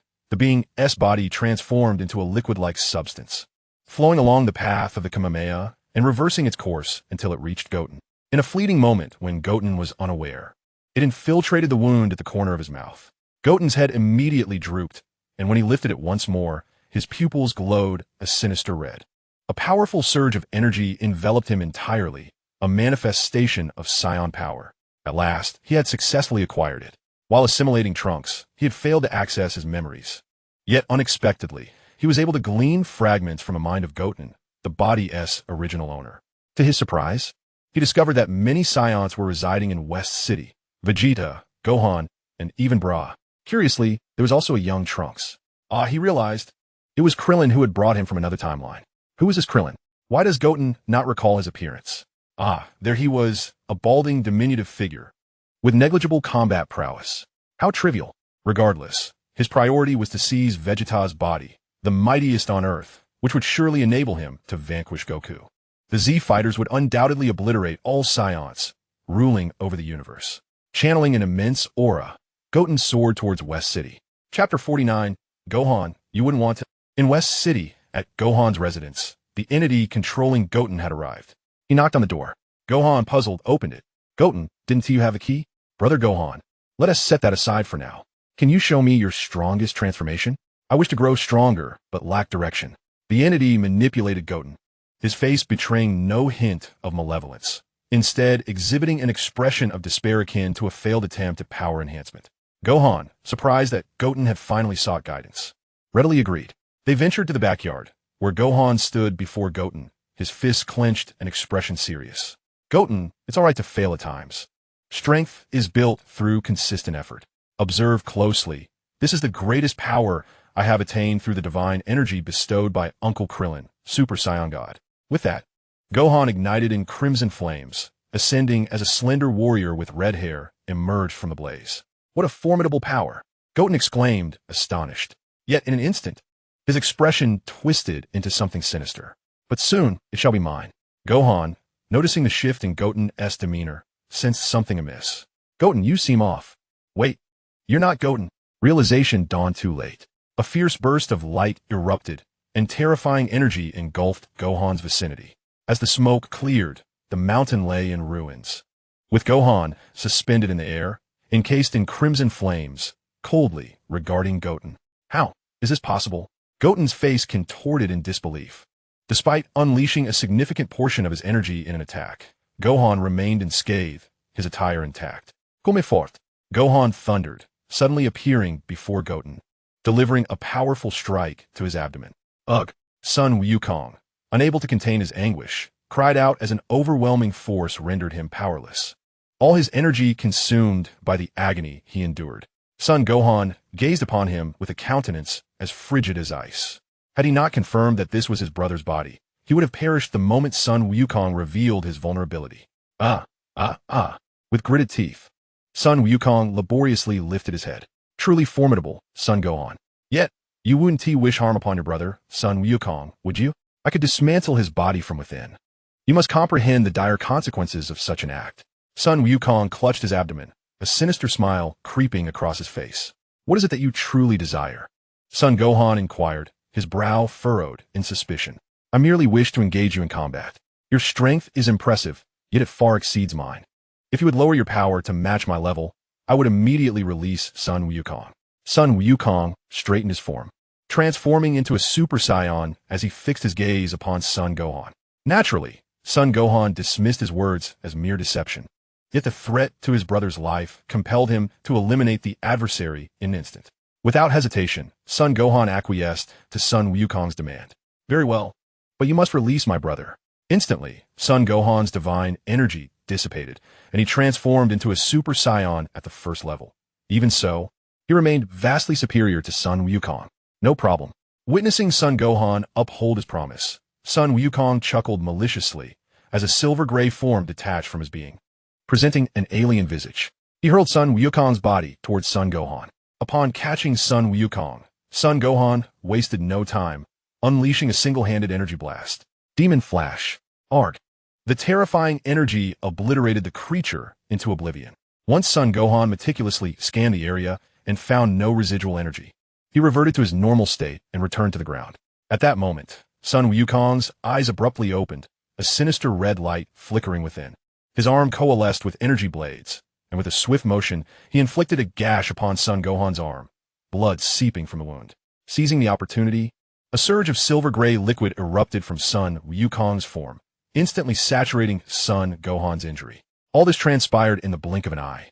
The closeness between them left Son Gohan utterly unprepared. Damn it, that monstrosity still lingers within Son Wukong. Son Gohan expelled most of the liquid with energy. Yet he was unaware that a portion had already seeped into his wound. In a short while, Son Gohan, like the previous Son Wukong, bowed his head. When he lifted it again, his eyes burned with an evil crimson glow. Ha ha! After much effort, I have finally acquired a body more powerful than Son Wukong's. The god of Super Saiyan, what a tremendous force. His Saiyan energy is now mine. As a parasitic entity, I possess not only the ability to control this body, but also to harness Saiyan energy to nourish my true form. Sooner or later, my power will reach its zenith. Wait, why does his memory contain two individuals named Krillin? Yet only one image, that of a bald, short figure. What could this mean? Suddenly, Gohan's expression shifted from delight to one of dismay. Nearby, Goten, having just escaped from a monster, was rolling on the ground. Gohan paid him no heed and took flight towards Capsule Corporation. I must seek out Vegeta. Perhaps he holds the key to this mystery. Furthermore, having attained the power of a Super Saiyan God, I am certain I can successfully parasitize Vegeta. At that point, this planet will belong to me, and Goku will undoubtedly be left dumbfounded upon his return. At Capsule Corporation, Vegeta was training in the gravity chamber, exerting every ounce of strength with each punch and kick, beads of sweat cascading down his sculpted physique. Suddenly, Bulma's voice rang out from outside. Vegeta, Gohan is here to see you. With one final punch, Vegeta shut down the gravity chamber, draping a towel over his shoulder as he made his way to the living room. Gohan sat there, a broad smile adorning his face. What do you want, Gohan? Upon hearing this, Gohan sheepishly scratched his head. Uncle Vegeta, I just wanted to ask where Krillin went. You don't know where he is? Is he on vacation? Or perhaps off on an adventure in space like Dad? Gohan chuckled, his face betraying no hint of jest. Vegeta furrowed his brow, remaining silent as he instructed Bulma to leave, then led Gohan to an open area. You're not Gohan, are you? Speak, who are you? Vegeta stood firm, twisting his wrist as he spoke nonchalantly. As expected, Gohan's demeanor shifted dramatically. His previously innocent and enthusiastic expression morphed into one of malevolence. How did you see through my disguise, Vegeta? I thought it was flawless. A light chuckle escaped Vegeta's lips as he turned to regard the figure before him with disdain. Firstly, Gohan would not be unaware of Krillin's whereabouts. Secondly, if he had something to discuss, he would have Bulma inform me directly rather than wait until our meeting. Moreover, that repugnant, mud-like aura about you has long been detected. Descendant of the Zafir people. Truly, you are a breed that should have been cast into the annals of history, resorting only to despicable parasitic tactics. Gohan's face contorted with rage. You insolent fool. Countless energy blasts erupted from him, yet Vegeta did not flinch, effortlessly dispersing them with a mere wave of his hand, sustaining only superficial damage. You dare insult the great Zafir. You shall pay. As Gohan's attacks proved ineffective, his fury intensified, transforming into a Super Saiyan God. However, the hue of his once pure crimson aura began to darken ominously. It appears that Gohan has indeed devoted some time to training. Sensing the formidable divine aura before him, Vegeta tilted his head back and raised his thumb, directing it towards himself. However, you must understand that without anger, Gohan is utterly incomparable to me. My power has escalated to an unimaginable degree. Behold, a power entirely distinct from Gohan's.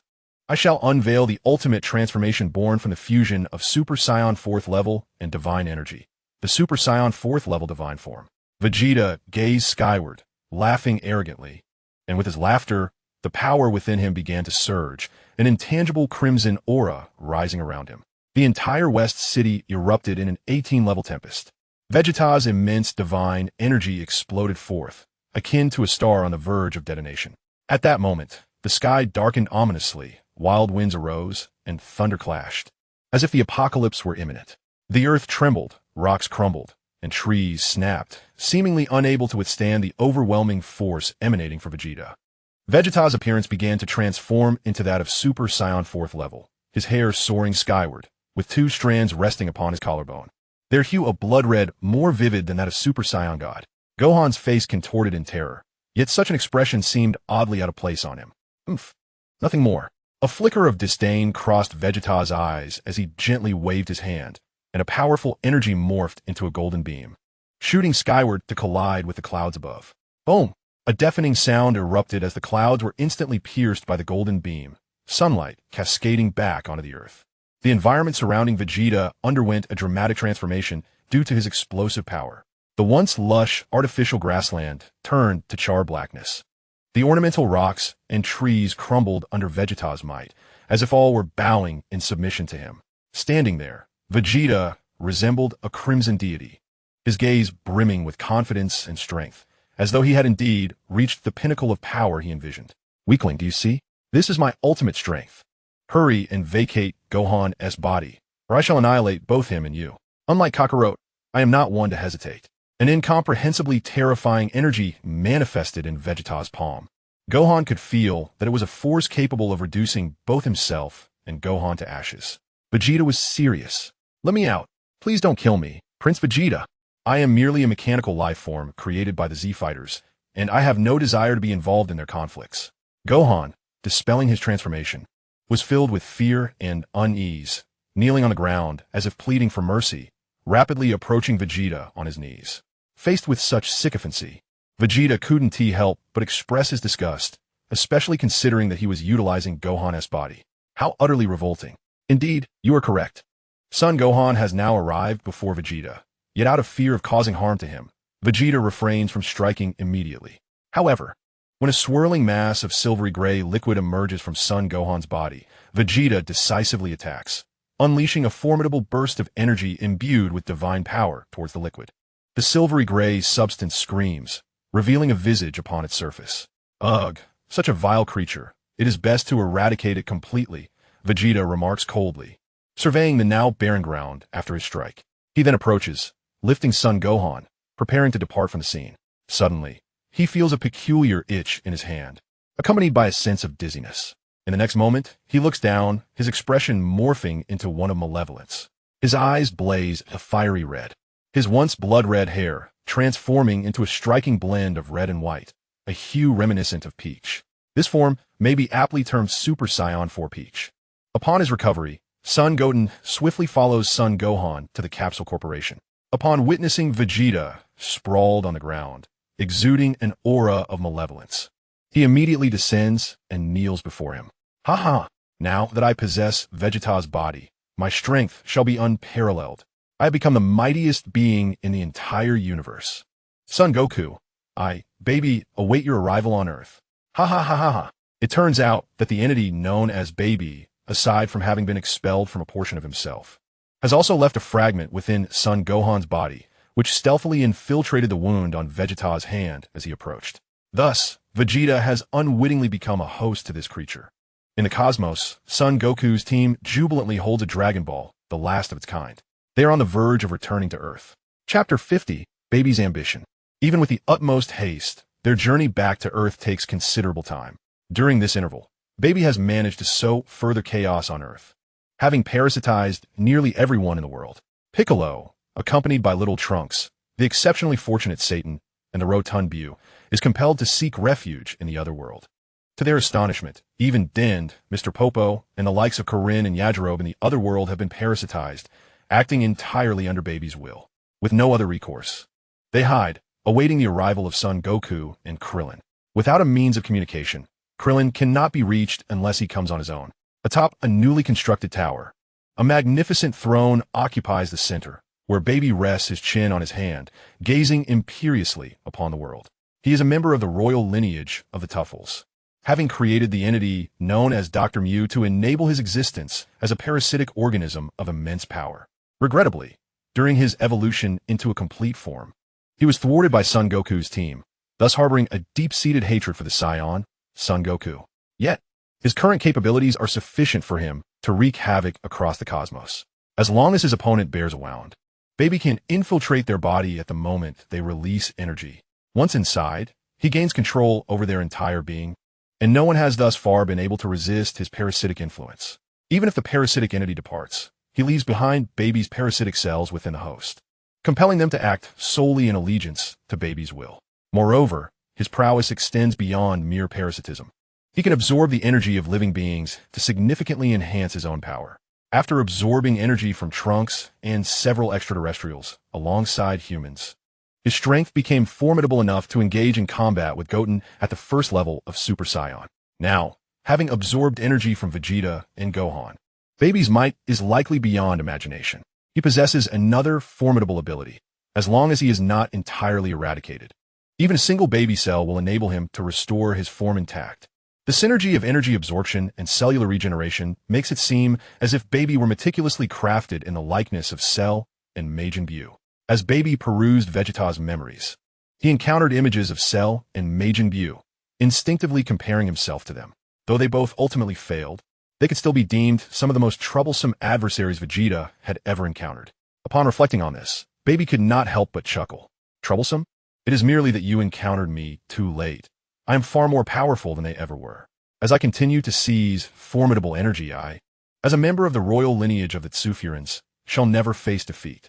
To his sides knelt Gohan and Goten, the two brothers resembling loyal sentinels, ready to heed Baby's command at any moment. After reviewing the memories, Baby's expression was not one of elation, for he had yet to uncover more about another Uncle Krillin.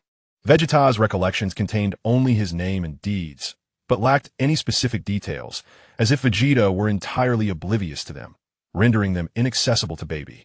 However, he was not without recourse. If he could not read the memories, he would simply inquire of the memory's original bearer. Gohan, where's the Uncle Krillin who brought little Trunks? What does he look like? What is his strength? Share with me all that you know about him. Gohan rose, placing a hand over his chest in salute, respectfully replying, Understood, Lord Baby. Krillin's visage resembles that of Cell. He and little Trunks hail from another parallel world. To save their realm, they seized Cell's form, yet they failed to vanquish the malevolent deity named Zamasu. Thus, they utilized the Dragon Balls to acquire the ability to traverse space and time, arriving in our world. Ah, I see. Baby mused, realization dawning upon him. So he is not from our world, but bears a likeness to Cell. Gazing at the spotted form of Cell within his mind, Baby smirked wickedly. This means his power is on par with that of Cell, which appears to be utterly inconsequential. Baby proclaimed with arrogance, erupting into laughter. Despite having been consumed by fear for a considerable time, he turned out to be nothing more than a feeble insect. However, upon witnessing Baby's maniacal laughter, son Gohan hesitated. No, it cannot be so, Lord Baby. What do you mean?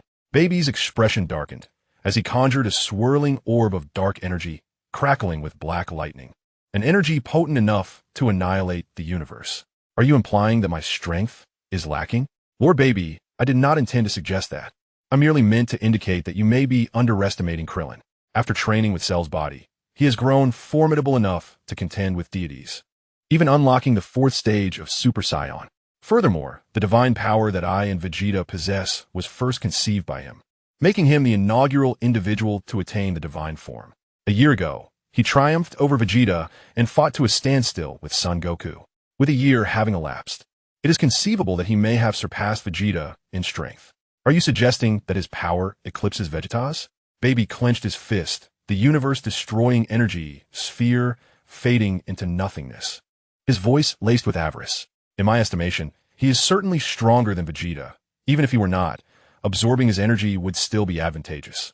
Moreover, he possesses the ability to traverse time and space, venturing into other realms. Indeed, Baby suddenly rose, exuberantly extending his arms, as if to embrace the entire sky. If I could wield the power to traverse worlds, the dominion of the Z-Fighters could expand into other dimensions. I might even discover surviving Z-Fighters from other universes, leading them to continue our conquests, fulfilling the ambition to dominate the entire multiverse. Baby laughed, a sound that was both arrogant and sinister. Ha ha ha ha, Son Gohan. Once Son Goku returns to reclaim the Black Star Dragon Balls and wishes to restore Planet Z, we shall temporarily halt our plans, returning everything to its original state.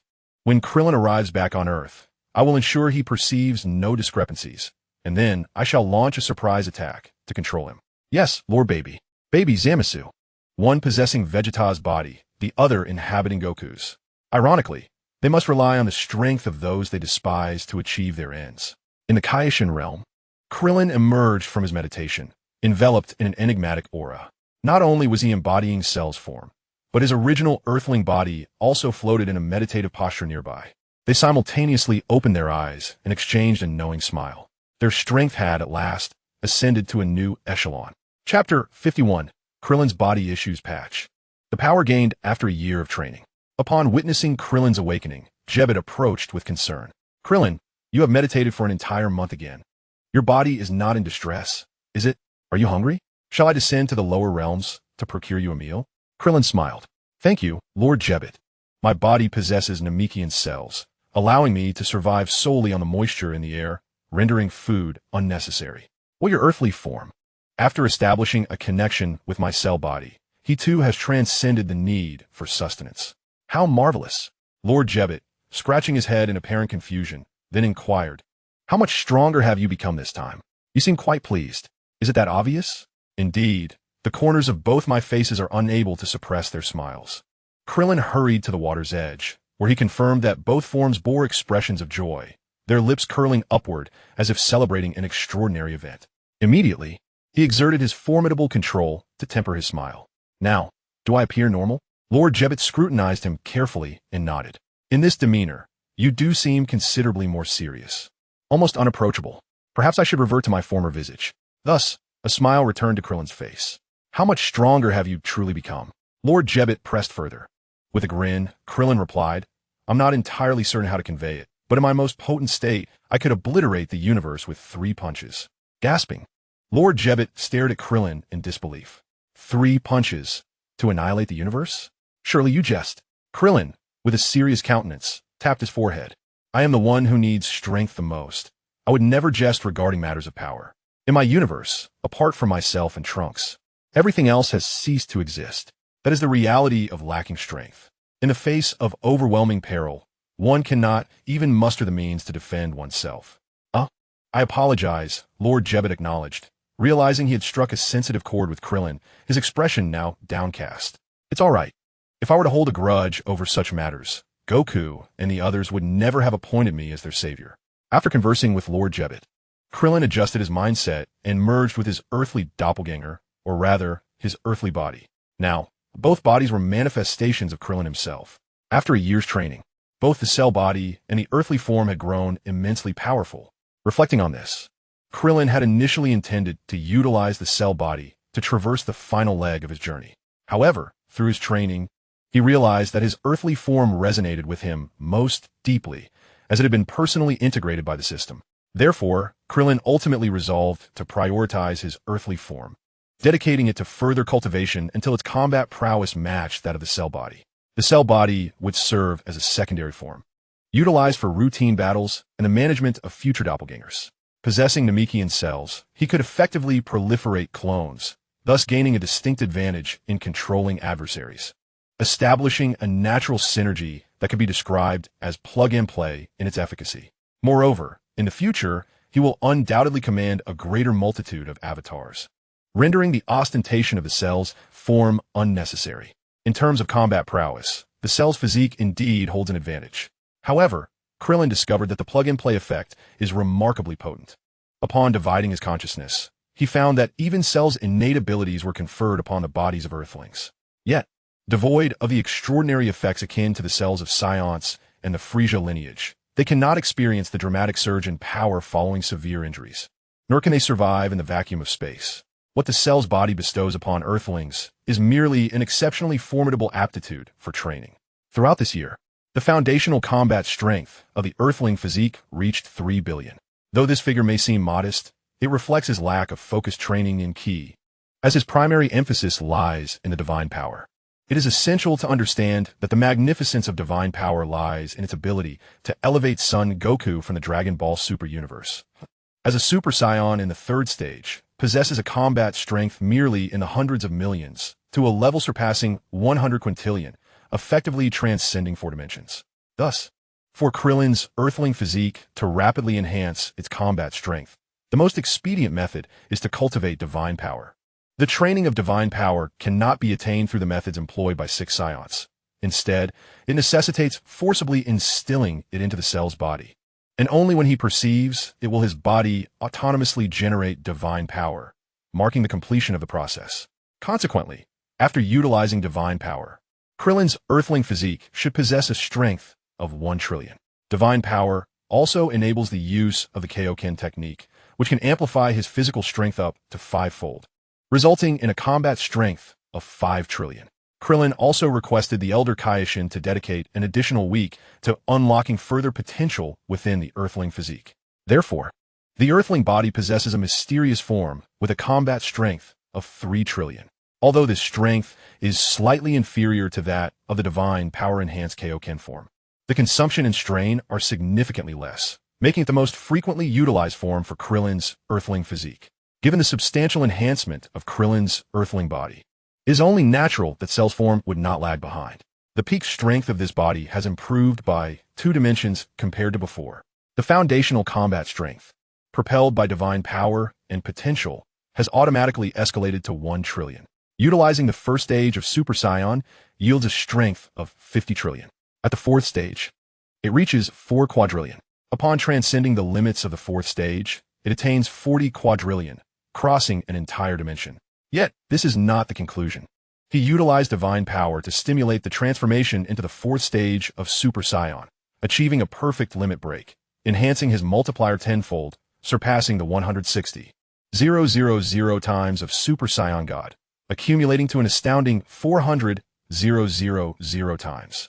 Following this transformation, he would possess a formidable strength of 40 quadrillion.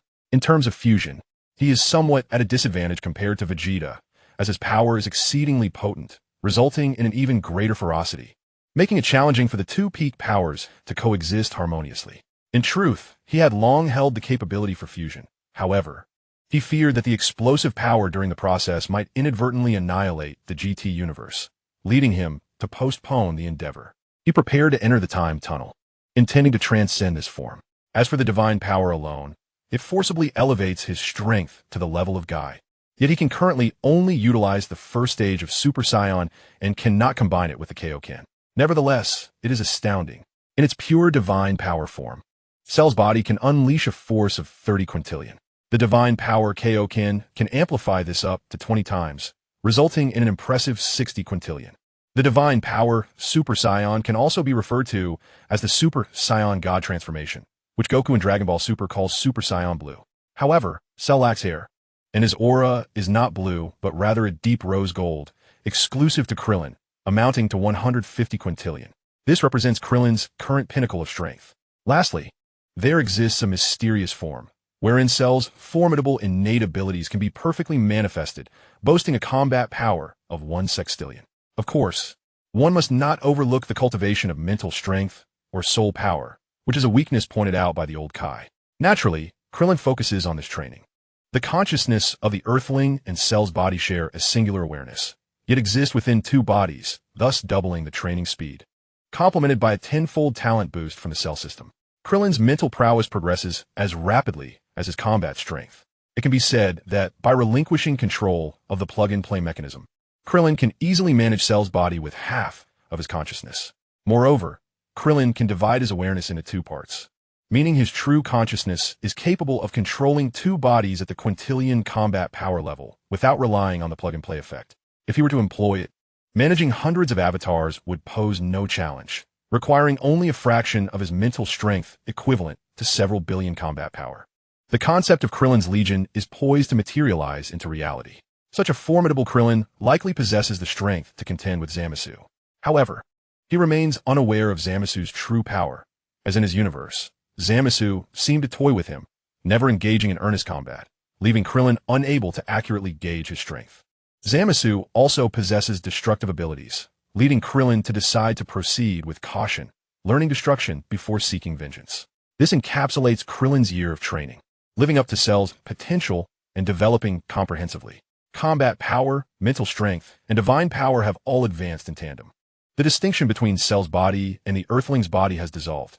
If one must choose, Krillin believes the Earthling form suits him better, especially since he still aspires to marry. Chapter 52. Is it open if it's not closed? System. Open the panel. Ding. Host. Krillin. Earthling body. Cell avatar. Age. 32 years. Combat power. 1. Earthling body. Base combat power. 3 billion. Divine power. 1 trillion. Divine power Kaioken. 5 trillion. Mysterious form. 3 trillion. 2. Shares clone. Basic combat power. 1 trillion.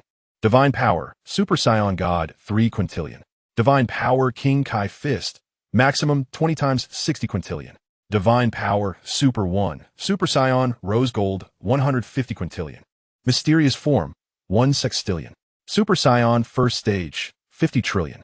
Super Saiyan, 4th Stage, 4,000 trillion. Super Saiyan, 4th Stage, Limit Breakthrough, 4 sextillion. Super Saiyan, 4th Stage, Perfect Limit Breakthrough. Divine Power, Stimulation, 40 sextillion. Races Saiyan, Frisia Clan, Earthling, Three-Eyed Tribe, Beast Clan, Potential Explosion 10 times. Forms, Super Saiyan 1st Stage. Super Saiyan 4th Stage, Super Saiyan 4th Stage, Limit Breakthrough. Super Saiyan 4th Stage, Limit Breakthrough. Perfect, Mysterious Form, Super Saiyan Rose Gold. Divine Power Form, Super Saiyan God. Divine Power King, Kai Fist. Skills, Divine Power, Solar Fist, Kamehameha, Instant Transmission, King Kai Version, Meteor Fusion Technique, Body Switch Technique, Interruptible, Binding Technique, Illusionary Fist, Universal Shockwave, and others. Portable Space, 200 cubic meters, capable of storing living beings. Universe, GT World. Achievements, 1. Plug and Play unlocked. Effect, when the host performs the insertion action. It is executed without hindrance, ineffective upon withdrawal. 2. The Defeated unlocked. Effect, enemies defeated by the host will exude the aura of a loser. While their psychological resilience rapidly declines, duration determined by the willpower of the defeated. 3. Savior, unlocked. Friendly reminder, achievements possess unknown special effects. Please explore independently. It must be said, with Krillin's current strength, even the data on the panel appears pleasing to the eye. This is the result of my hard work over the past year. Krillin closed the panel with satisfaction. In this year, he had not opened the panel even once. And now, upon inspection, he gained a clearer understanding of his own strength. Frisia's combat power is 1 quintillion in 4 months, while I, Krillin, can achieve 150 quintillion in a year, still following the Saiyan bloodline path. Am I not as formidable as Frisia? After all, Frisia has lived for hundreds of years, accumulating power over time. How long have I, Krillin, been training? How long have I possessed this body? In 3 times the duration of Frisia's time. I have surpassed him by 150 times in strength. What? You say I have an advantage? So be it, I won't deny it. I won't turn it off. Feel free to do as you please. My strength has increased tremendously. Perhaps it is time for a rest. Krillin retracted Sheru's body into the portable space. Not that he is too ugly. In fact, he is slightly more handsome than Krillin's earthling form. However, the Z-Warriors are quite familiar with his human form, and seeing Krillin using Cell's face feels rather peculiar. Krillin's bald physique finally allows him to stretch and relax. Krillin, how did you revert to your original body? The god Jebbet approached with a crystal ball, noticing that Gohan seemed to be unleashing an aura in the lower realm, as if calling for them. This way, it is more pleasing to the eye. I am also more accustomed to this body, and its combat power is not insignificant. I will resort to Cell's body only when faced with insurmountable danger. Remarkable. You have managed to develop a human body to such an extent. Even the once omnipotent Frisia would likely be no match for you now, Jebbet praised with a smile. He could sense that Krillin's basic combat power was 3 billion. Were he to discover that it could soar to 1 trillion in its god form, he would surely be left astounded. What do you need the crystal ball for? Krillin inquired curiously. Isn't that what the old Kaioshin uses to watch beautiful maidens bathing in the lower realm? So, you have an interest in that as well? Oh, I nearly forgot. Just now, Gohan from the lower realm suddenly unleashed a tremendous aura, prompting me to take a look with the crystal ball. It appears Gohan is summoning us, likely wishing for all of us to gather on Earth to celebrate Goku's return. Jebbet scratched his head and projected the image from the crystal ball. Krillin leaned in for a closer look, and to his astonishment, Goku, along with Chi-Chi and GT Trunks, had already arrived on Earth and were gorging themselves at Vegeta's house.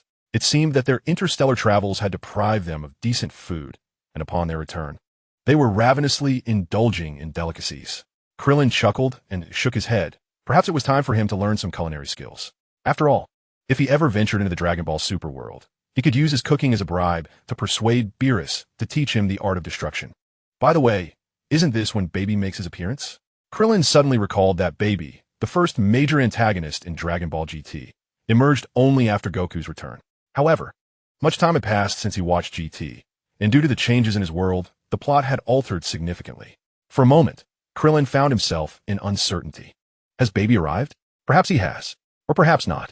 Given that Gohan and Goku have yet to engage in battle, he likely has not come. In any case, Baby would eventually arrive. Well, regardless, with my plug-and-play ability to control my body and my formidable mental strength, Baby cannot parasitize me even if he does come. As for defeating me, that is laughable.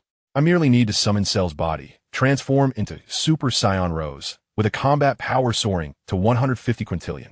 How will you respond to that? He chuckled. If Baby seeks his demise, he is misguided. The current Krillin is not the same as before. This universe lacks gods of destruction and angels. I am truly the strongest in the universe, and I possess no weaknesses. My mental prowess, combat strength, and divine abilities all transcend the pinnacle of humanity. I, Krillin, am invincible in the GT universe. Are you planning to go to Earth, Krillin? If so, let us embark together. Jebbit gently interrupted Krillin's daydreaming with a soft inquiry. Ah, of course, I shall go without hesitation. Will the Grand Kai accompany us? The old ancestor has stated he must oversee the safety of the universe, hence he will not attend. Yet, we all know that he secretly wishes to observe the beautiful maidens bathing on the lower realms. Truly, with Goku's return being such a significant matter, the old ancestor offers him no leniency whatsoever. Jebbit, with a resigned expression, realized that being of higher lineage afforded one certain privileges. He secretly resolved that upon returning from Earth, he would recruit several interns from the Kai to assist him, thus gaining some authority of his own. The Grand Kai indeed cares for the well-being of the populace. Ha ha ha. Chapter 53. Humility and Invincibility, Then Let Us Depart. I am certain Goku will be astonished to see me in this state, Krillin declared with unwavering confidence. Indeed, with a swift motion, the two arrived at Capsule Corporation. Upon their arrival, Son Goku's face brightened with joy. Vegeta and Gohan, who stood nearby, exchanged glances filled with surprise. Hey Krillin, were you not inside? Wait, have you grown younger? Ah, I see. You are that Krillin from another dimension, aren't you? Krillin smiled and nodded. Indeed, you still recognize me, Goku. How is it you have reverted to your original form? What the body you acquired from Cell? Is it no longer needed? I find this form more suitable. It is also more familiar to you all. I believe your strength has surely increased, or else you wouldn't display such boldness. Come in and join us for a meal. I must tell you, the Black Star Dragon Balls have been gathered, and Earth will not explode. Goku exuberantly pulled Krillin and Jebbit into the room, chatting and laughing all the way. You truly understand me, Goku. Upon entering, Krillin was greeted by familiar faces. Yamcha, Tenkaichi, Longpoir, Master Roshi, Yajirobe, Chi-Chi Bulma, Android 18, GT Krillin, Bra, Videl, Mr. Popo, and GT Trunks along with Little Goten and the robot Juru. Wait, why are some people absent? Krillin turned to Vegeta and inquired, Vegeta, did you not inform Piccolo, Mr. Satan, Bu, or what a Trunks? Vegeta offered a faint smile, but remained silent, prompting Gohan to step forward and respond. It's quite the opposite. Mr. Satan and Mr. Bu are busy preparing for a fan meeting event, and is helping his mother with farming. They all have their own affairs, hence their absence, but their thoughts are with us. As for Uncle Piccolo, he took Trunks to train. I see. Krillin nodded, a hint of resigned amusement crossing his face. But Trunks is barely over a year old. Is it too early for training? And that little rascal, doesn't even come to see Master upon his return. That's all right, Krillin, he reassured himself. Son Wukong nonchalantly remarked, perhaps it would be prudent to first impart some fundamental knowledge of cultivation to broaden Trunks' horizons. Upon hearing Son Gohan's explanation, Krillin could only acquiesce reluctantly. Piccolo, that overzealous caretaker, had truly gone to extremes. Now that Son Gohan had matured, he was training Trunks? He is but a mere year old. Although Krillin found it somewhat perplexing that Piccolo commenced Trunks' training so early, he felt reassured as Trunks was in the care of Piccolo, often referred to as the guardian of the Sun family, and thus chose not to delve deeper into the matter. After savoring a sumptuous feast prepared by Bulma's family's world-renowned chef alongside Son Wukong and the others, they gathered in the spacious living room for conversation. At the center of the table lay the Black Star Dragon Ball, which Son Wukong's team had painstakingly retrieved. Krillin curiously picked it up for inspection. The central star was black, yet apart from that, it bore no significant difference from a standard Dragon Ball. Wukong, during your travels, did you encounter any formidable foes? Krillin inquired. As a true friend, he was among those most concerned for Son Wukong's safety. Haha, indeed, there were numerous powerful adversaries. Even I had to exert considerable effort to defeat them. Let me think. There was a general named Lurd, truly a challenging opponent. He possessed the ability to liquefy both his body and metal, and most impressively, he could merge with an entire planet. Wow, how incredible! The others exclaimed in unison. Yamcha asked. So, Wukong, how did you manage to defeat him? First, we thwarted a scheme devised by a certain Dr. Mew, who engineered a parasitic entity known as Baby, which subsequently caused us significant trouble. I was so concerned he might come to Earth that I hastened my return. Fortunately, you all remained unharmed. Upon hearing the name Baby, Vegeta's breath hitched, and he clasped his chest, closing his eyes in contemplation. Son Wukong continued. After escaping that planet, with Xiaofang and Trunks, we unleashed a Kamehameha wave that obliterated General Lurd. Following that encounter with Baby, we resolved several issues and located the final Dragon Ball, after which we returned to Earth immediately. What a heart-pounding experience, Wukong. Everyone marveled. Suddenly, they shifted to various other topics, and for a moment, the atmosphere was filled with warmth and camaraderie. Neither Krillin nor son Wukong sensed anything amiss. Father, you may be unaware, but Uncle Krillin developed a new transformation a year ago, known as the power of Super Saiyan God. It is exceedingly potent, Son Gohan suddenly declared to son Wukong, seemingly steering the conversation towards Krillin, whether intentionally or inadvertently. Really, Krillin? Super Saiyan God must be incredibly powerful, son Wukong exclaimed, his eyes sparkling with excitement as he gazed at Krillin. Krillin, not sensing anything unusual, graciously nodded in acknowledgement. Haha, it is rather ordinary. However, Wukong, should you wish to learn, I am always ready to impart my knowledge. In truth, I yearn for another duel with you. Alas, that may not be feasible. Krillin decisively declined son Wukong's challenge. Joking aside, the power of the Super Saiyan God transcends your mere dimensions. No matter how much stronger you have become this year, you remain but a trifling entity unworthy of confrontation. Very well. Son Wukong immediately felt disheartened. At that moment, Vegeta opened his eyes, his gaze fixed intently upon Krillin, and remarked, a year ago, you were already capable of transforming into a Super Saiyan God. Have you grown even stronger since then, Krillin? He then displayed a peculiar smile. Let us witness your utmost strength. Upon hearing this, Krillin chuckled and shook his head. There is no need, Vegeta. My strength is for the purpose of saving my universe.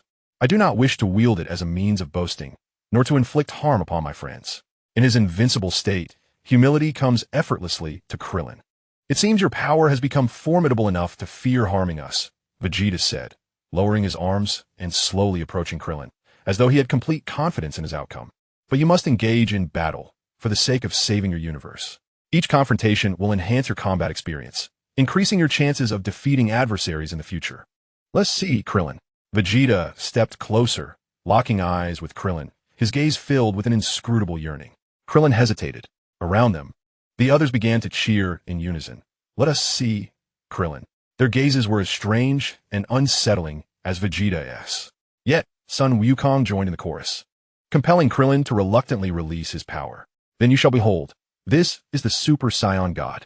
A crimson divine aura erupted, leaving son Wukong astonished as he beheld Krillin. The might he sensed in the cosmos was unmistakably emanating from Krillin. I can hardly feel the energy. It is remarkable. Next came the Super Saiyan God, a further evolution beyond the fourth stage of the Super Saiyan, achieving the perfect boundary breakthrough of the fourth stage. Boom!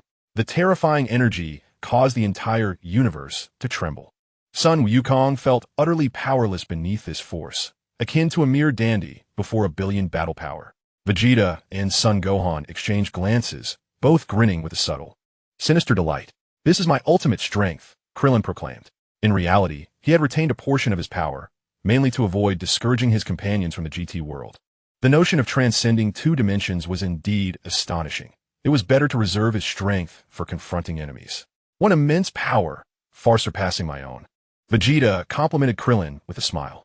Soon, the banquet in honor of son Wukong concluded. Remarkably, nothing transpired until the festivities came to an end.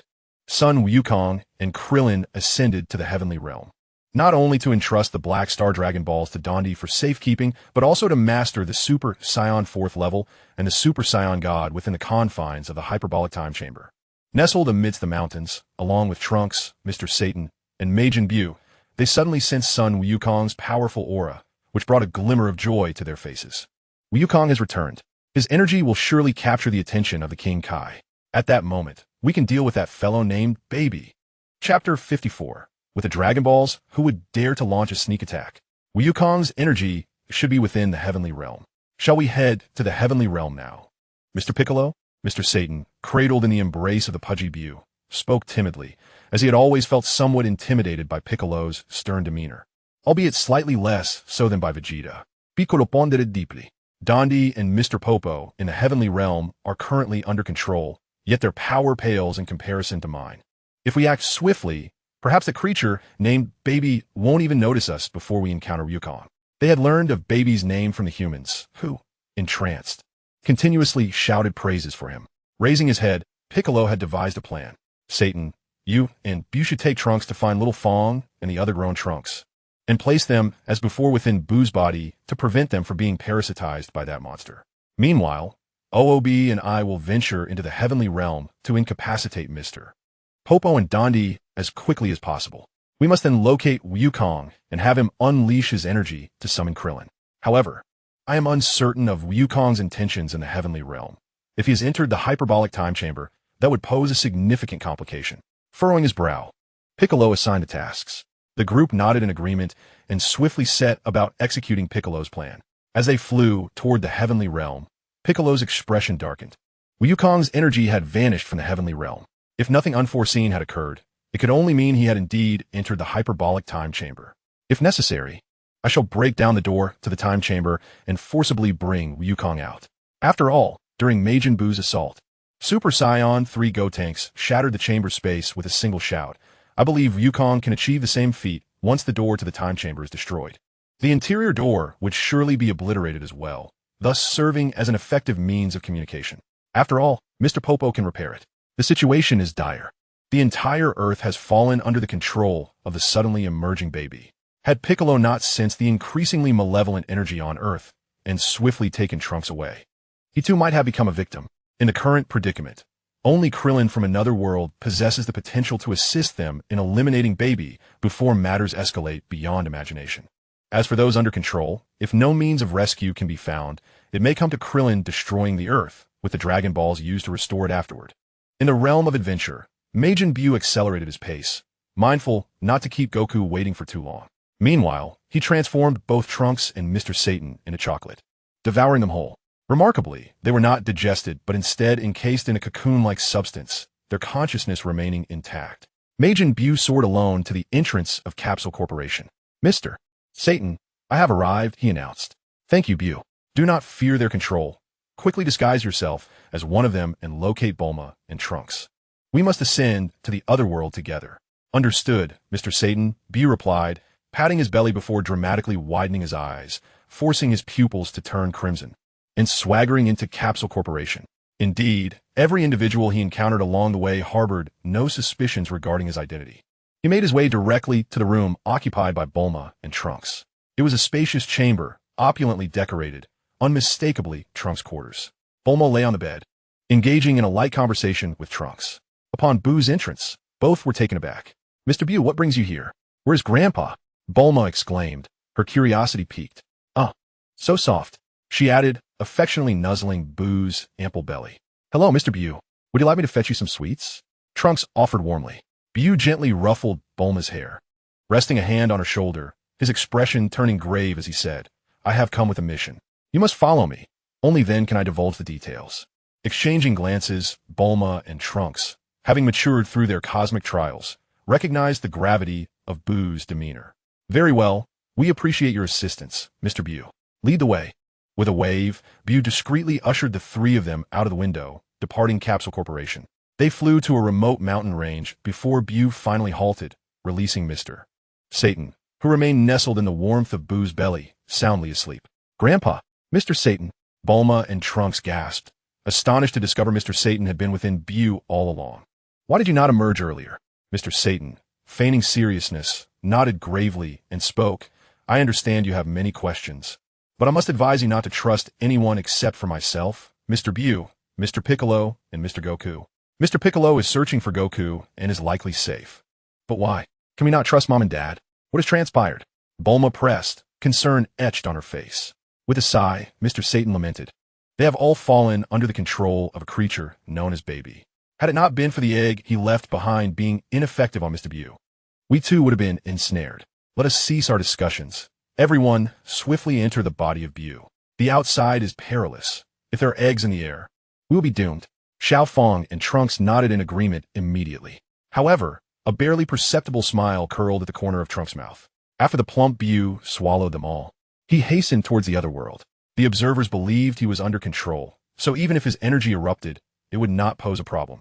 The Capsule Corporation was bustling with familiar faces for Krillin, with the exception of Piccolo and a few others. They encircled Vegeta's body as if guarding their singular king. Baby gazed upward with a sinister smile. Beside him lay the 7 Black Star Dragon Balls that Goku had just retrieved. Danny knelt, holding aloft a tray that displayed the Dragon Balls. With these Dragon Balls, I shall no longer need to resort to risky ambushes. I initially thought Goku would take a long time to return to Earth. Indeed, the moment Baby beheld the Black Star Dragon Balls, his plan subtly shifted. The entire world serves as my host. Even among you, I have my spies. Goku, I never anticipated you would have the opportunity to turn the tide. I shall soon possess Krillin's body. Baby clenched his fists tightly. O spirits of the Z fighters, pray for me. I shall undoubtedly acquire the strongest power in the universe and reign over the entire multiverse in the name of the Z fighters. Ha ha ha. Even Goku shall no longer be my stumbling block. He has hardly grown stronger. Before that body, he is as feeble as a worm. Only you, Krillin. Your strength shall contribute to the resurgence of the Z fighters. Arise, Shenron. Whoosh. The sky darkened instantaneously. A colossal red dragon-like entity coiled in the heavens. Dragon, grant me my power. Exchange my body with Krillin's. Whoosh. The immense eyes of the red dragon glimmered with understanding. Baby's gaze ignited with excitement. Ha ha ha. Come forth. The mightiest power. Chapter 55, Baby and Me. Whoosh. The 7 Black Star Dragon Balls ascended simultaneously, soaring into the cosmos. The countdown for Earth's inhabitants had begun. 2 weeks remained. After the departure of the Black Star Dragon Balls, a fierce light accompanied by lightning erupted, a beam of light shooting into the heavens, stirring the winds and clouds of the world. Gohan, Goten, and the others watched the beam with eager anticipation. Such overwhelming power. Our Lord Baby must have succeeded. Soon, they would conquer the universe alongside the mightiest Baby.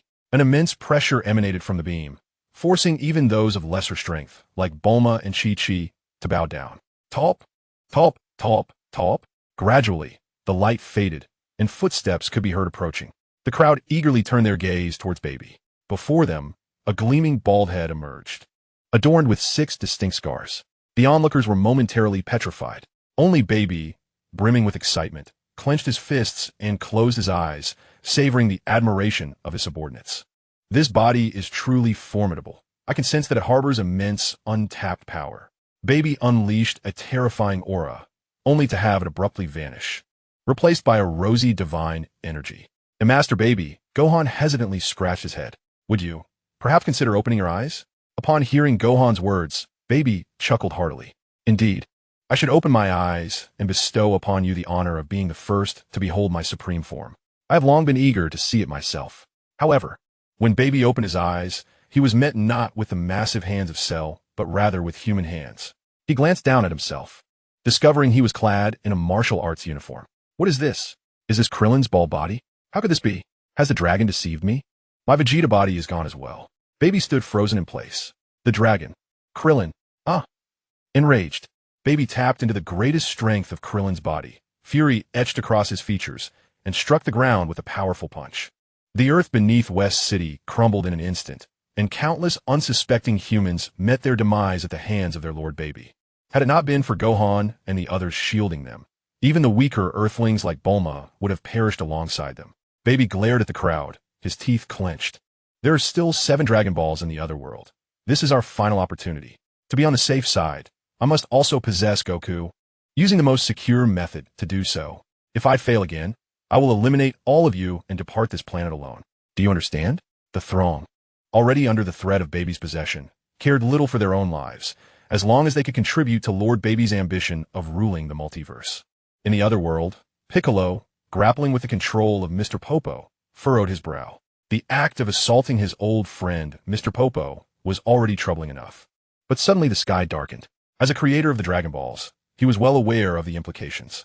It was a sign of the Dragon Balls being summoned. However, the normal Dragon Balls remained within the other world. So what could this mean? The Black Star Dragon Balls. Damn you, Baby, Piccolo cursed under his breath.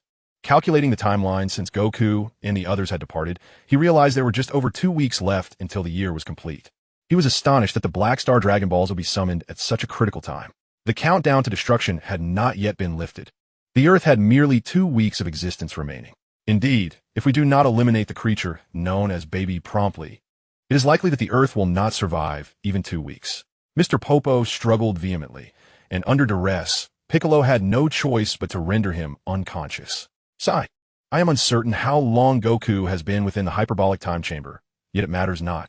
Once the entrance to the chamber is destroyed, he will surely understand. OOB, come forth and obliterate the door to the chamber. Understood, Mr. Piccolo. Piccolo and OOB arrived at the entrance of the hyperbolic time chamber. They inhaled deeply, gathering their strength, and unleashed their combined might. Boom! The entrance to the chamber, along with the structure behind it, was reduced to mere rubble. Now, I can only hope that Goku comprehends my intent and emerges by tearing through the fabric of space. Inside the hyperbolic time chamber, after 5 months of rigorous training, Son Goku successfully transformed into both a Super Saiyan God and a Super Saiyan 4th grade. However, he had yet to merge these two formidable powers. Just as they were about to continue their training, Krillin, who had been accompanying Goku, suddenly found his bald form morph into that of Vegeta. Goku's fist halted mid-swing as he gazed upon Vegeta's visage, caught in a dilemma of whether to strike or refrain. Krillin was equally perplexed, sensing a disconnection from his own body, soon realizing that an alien consciousness had invaded him. Upon inspection, he recognized it as none other than the proud Prince Vegeta. How did he end up in my body? No. Upon deeper reflection, Krillin discerned that this body was not his own but Vegeta's. I've been swapped. He smacked his forehead in disbelief. It turned out that the plug-and-play feature could guard against body-swapping techniques and parasitic magic, but was powerless against the might of the dragon. With no other recourse, Krillin released his Cell body.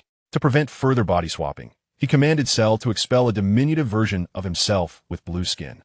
Though its combat prowess paled in comparison to Cell, it was still far superior to Krillin's earthly form. Next, he retracted the Cell body into his spatial pocket and, with all his consciousness, entered the small Cell's body. After a brief period of adjustment, he pierced the flesh with his own tendrils, regaining perfect control over this new vessel. What has transpired? Where has your body gone, and why is Vegeta here? Goku, reverting from his Super Saiyan 4 form, shrank in size, his attire tattered, and asked in bewilderment. Krillin cast a spell, transforming Goku's outfit into a smaller blue martial arts GI, and sighed in exasperation. I've been body swapped. Thankfully, I was using an earthly form. Otherwise, we would all be doomed. Body swapped. Is it akin to that Captain Button from decades past?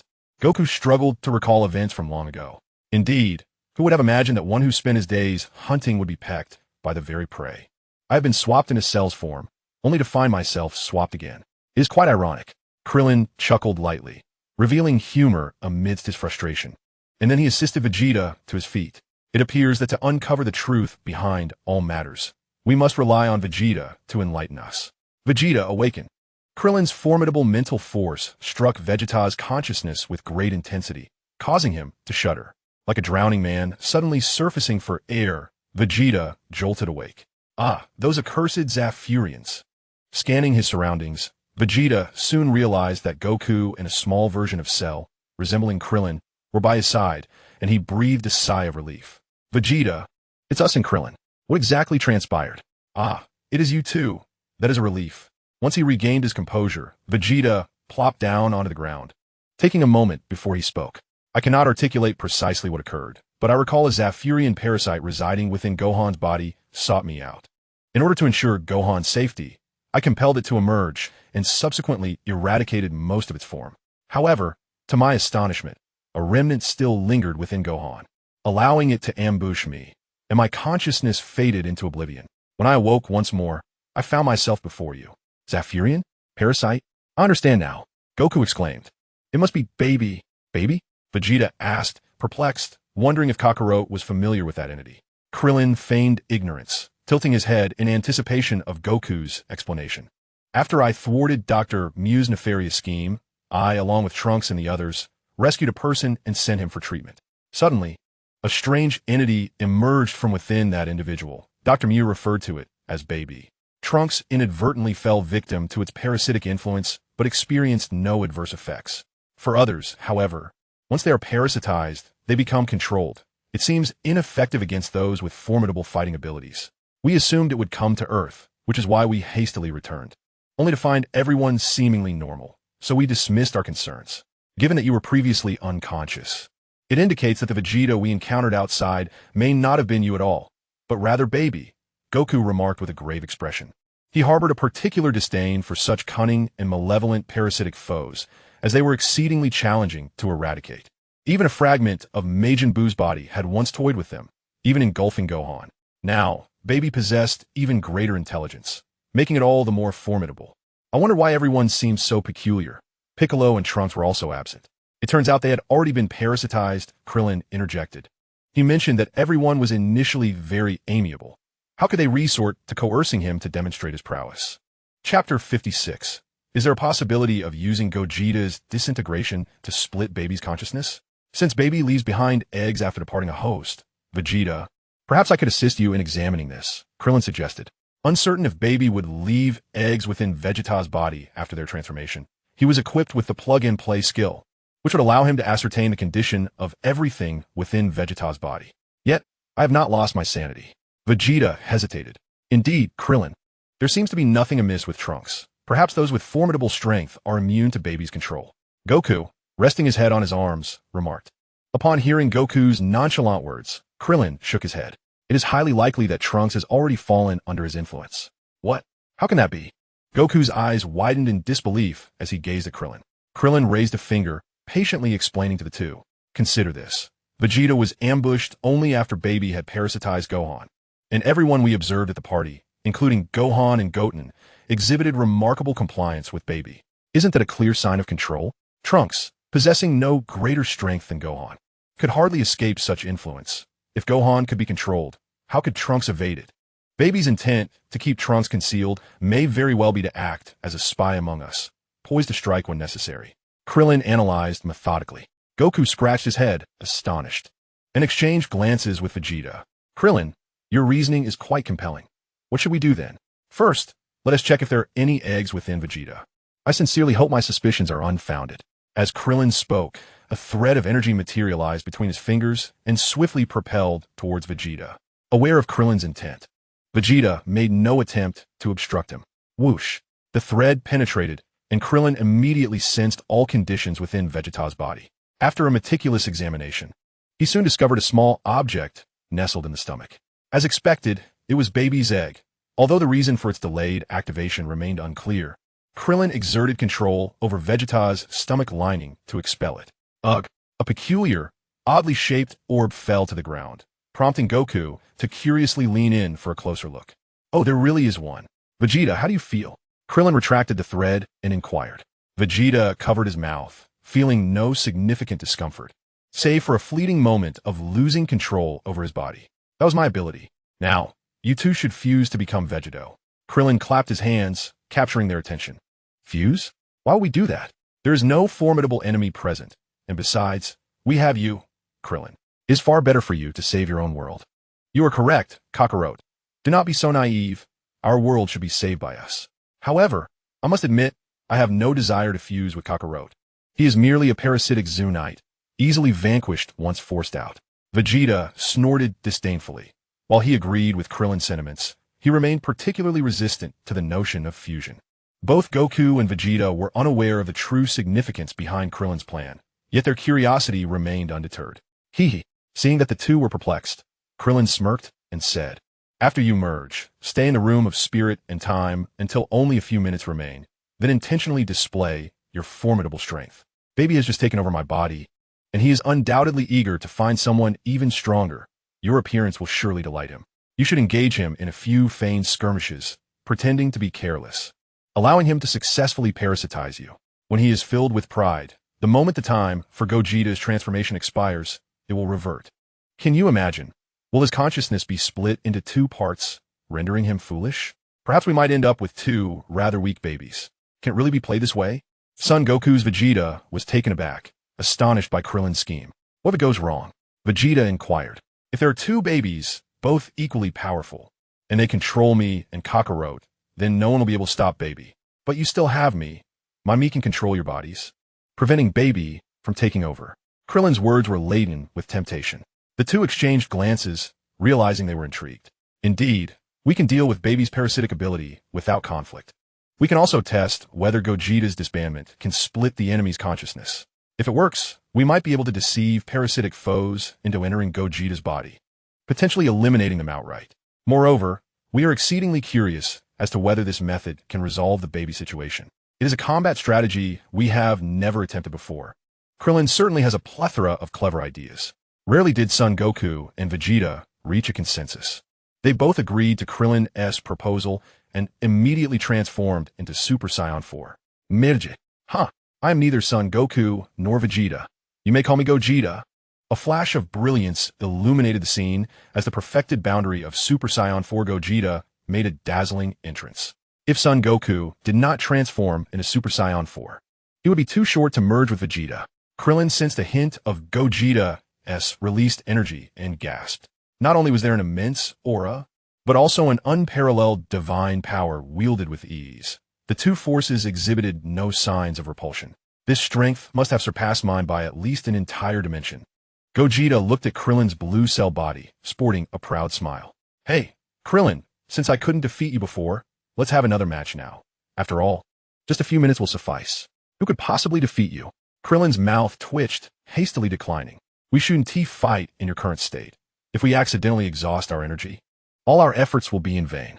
Upon hearing this, Vegeta pouted in disappointment, his eyes becoming lifeless as he floated in the air with his arms crossed, silently expressing his disdain. Are you afraid of losing face against me?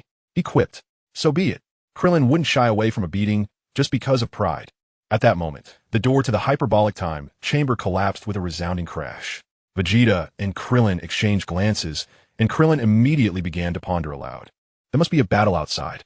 Could Baby be so enraged as to come to the other world to destroy the time chamber, intending to trap us inside forever? Or perhaps they accidentally damaged the door while fighting over the Dragon Balls. After contemplating various possibilities, Krillin concluded that there were many scenarios to consider. Regardless, let us head out first. Vegeta scoffed, delivering a powerful punch into the air. Soon, an invisible rift appeared, gradually expanding to reveal the outside world. Back during the Majin Buu saga, the fusion of Gotenks was capable of shattering the space of the time chamber with a mere shout, but as their father, Vegeta opted for a more impressive method. He shattered the space with a single, formidable punch, which sounded impressive indeed. Outside, Piccolo and Ub were filled with excitement upon witnessing the rupture in space. It's broken, they exclaimed. Their joy intensified at the sight of Vegeta and Krillin. Having seen Vegeta's attire and the little version of Cell, Piccolo quickly recognized the two. Wonderful. So Krillin has been on Earth all along. We are saved. As Krillin and Vegeta emerged from the time chamber and spotted Piccolo and Ub, realization dawned upon them. It's you, Piccolo. I understand now. You intended to inform us by damaging the door of the time chamber. Indeed, but I suspect you might not be aware, Piccolo began, yet Krillin interrupted him. No, we know. It's Baby Iacentia. We'll deal with him shortly. How do we do that? Are we relying on Vegeta? But Baby can possess. Piccolo and Ub looked at Krillin and the arms-crossed Vegeta with confusion. With a mysterious smile, Krillin inserted a strand of flesh into Vegeta's body. That's exactly what we want, to have him possessed. Chapter 57. Removing GT Trunks Egg. What does that mean? Following this, Krillin and Piccolo exchanged information, leaving Piccolo and Ub feeling as though their minds were on the verge of explosion. Krillin, your imagination is astonishing, Piccolo remarked with admiration. Krillin proudly patted his chest. Of course, but will this actually work? Absolutely, it will take care of Baby. Let us go, quickly eliminate Baby and restore normalcy. Vegeta floated cross-legged in the air, exhibiting an impatience akin to that of a restless monkey as he spoke. Observing Vegeta's eagerness, Krillin realized that he wished to prolong the battle with Baby. But to be safe, he still shook his head, declining Gogeta's suggestion. Norus, let us wait a few more minutes before leaving. Just a few minutes. Besides, with instant transmission, as soon as you sense my ki, you could be right in front of Baby. And Haven T, you noticed? Bus almost reached the heavenly realm. Let's see if he brought Trunks with him. Whoosh! Fat Bu landed on the ground of the heavenly realm, his eyes falling on Piccolo, OOB, Krillin, and Gogeta. All of them looked so unfamiliar. Fat Bu hesitated for a moment, then chose to walk toward OOB. Mr. Bu, did you succeed? What about Bulma and Trunks? OOB stepped forward and asked as well. We did it. They're all in my stomach. Fat Bu's voice was soft and sticky as he said this, and a few figures emerged from his pores. It was Mr. Satan holding little Trunks, along with Bulma and GT Trunks. Whoosh! Krillin immediately appeared in front of GT Trunks. The sudden appearance of Krillin startled him. Who are you? Bulma stepped protectively in front of GT Trunks, eyes wary of Krillin. Krillin smiled faintly and extended a strand of flesh into GT Trunks' body. Bulma thought Krillin was attacking GT Trunks and lunged forward to stop him, but Piccolo grabbed her. In a deep voice, Piccolo explained, he asked her Grandpa Krillin from another world. Grandpa Krillin? Why does he look like this? And why is he attacking Trunks? Bulma's mind swirled, unable to understand Krillin's actions. Piccolo ruffled her hair and explained, Trunks was parasitized once. There's a good chance baby's egg is still inside him. Grandpa Krillin is helping him expel it. Sure enough, GT Trunks vomited violently, and soon a small object emerged. Krillin stepped forward and crushed it underfoot. GT Trunks' eyes cleared immediately. Hey, Bulma, didn't we just get back home? How do we end up in the heavenly realm in the blink of an eye? Those who are parasitized temporarily lose their memory of being controlled, but it quickly returns. In the original story, Goku questioned Din about the Black Star Dragon Balls. He clearly handed them over, but Din denied it. Soon after, Din's memory returned, confirming he had given the Black Star Dragon Balls to Baby. Likewise, Piccolo, OOB, and Gogeta finally realized the truth. GT Trunks had indeed been parasitized by Baby.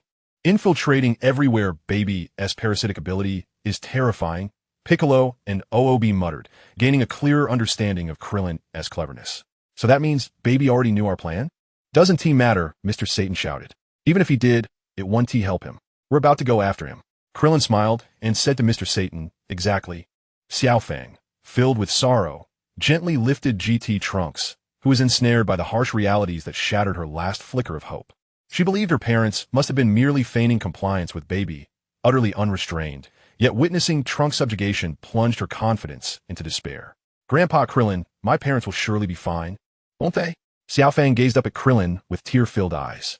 Krillin, whose diminutive form resembled that of the young Cell, affectionately ruffled her hair and reassured her, fear not. We are well aware of Baby's ambitions. His schemes will undoubtedly be thwarted, and your parents will emerge unscathed. With a resolute nod, Xiao Fang wiped her tears and turned her gaze towards Vegeta. He bore a striking resemblance to Grandpa Goku, yet his handsomeness was magnified. Unable to contain her excitement, she rushed forward to touch Vegeta's fur and tail. Krillin playfully engaged with the young Trunks, who would soon take his first steps. It was time to guide him onto the path of training. Before long, the moment for Vegeta's fusion was drawing near.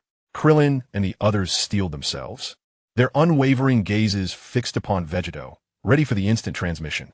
Just as Vegeta positioned his fingers on his forehead to transport everyone from the other world, Piccolo suddenly interjected. Wait.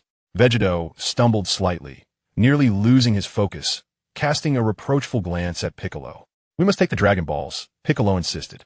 If Baby seizes them in our absence, wishes for an unknown desire, and subsequently annihilates Earth, we would be unable to save anyone. Krillin recalled that the next wish would coincide with the emergence of the evil dragons. The Earth's Dragon Balls could not be rendered unusable. If all villains were to appear within a single day, akin to his own world, there would be no game left to play.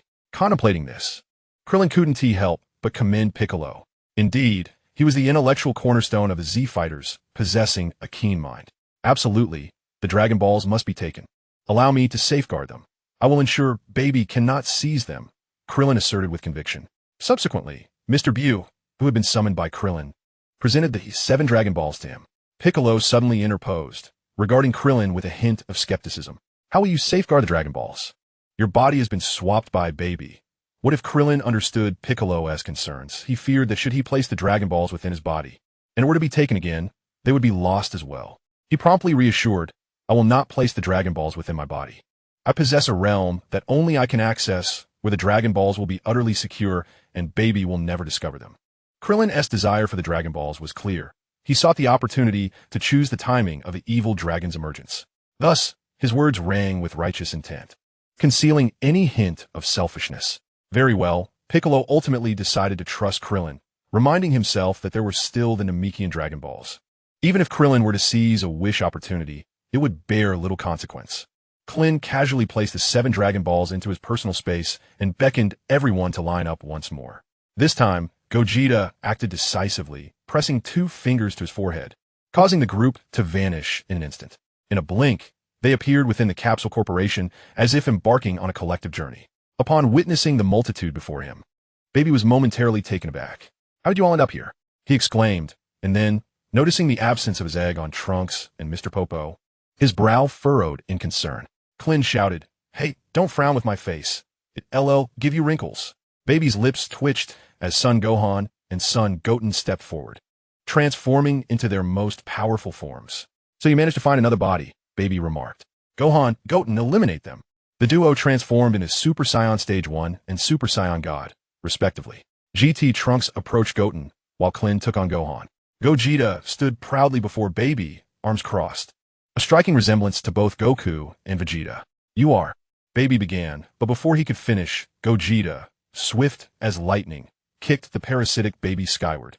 Gritting his teeth in anger, Baby glared at Gogeta and suddenly transformed into Krillin's strongest form, the godly Power King Fist. Each time he entered a new body, he unlocked the potential within, and in this form, his power exceeded Krillin's by several fold, boasting a battle power of 300 trillion.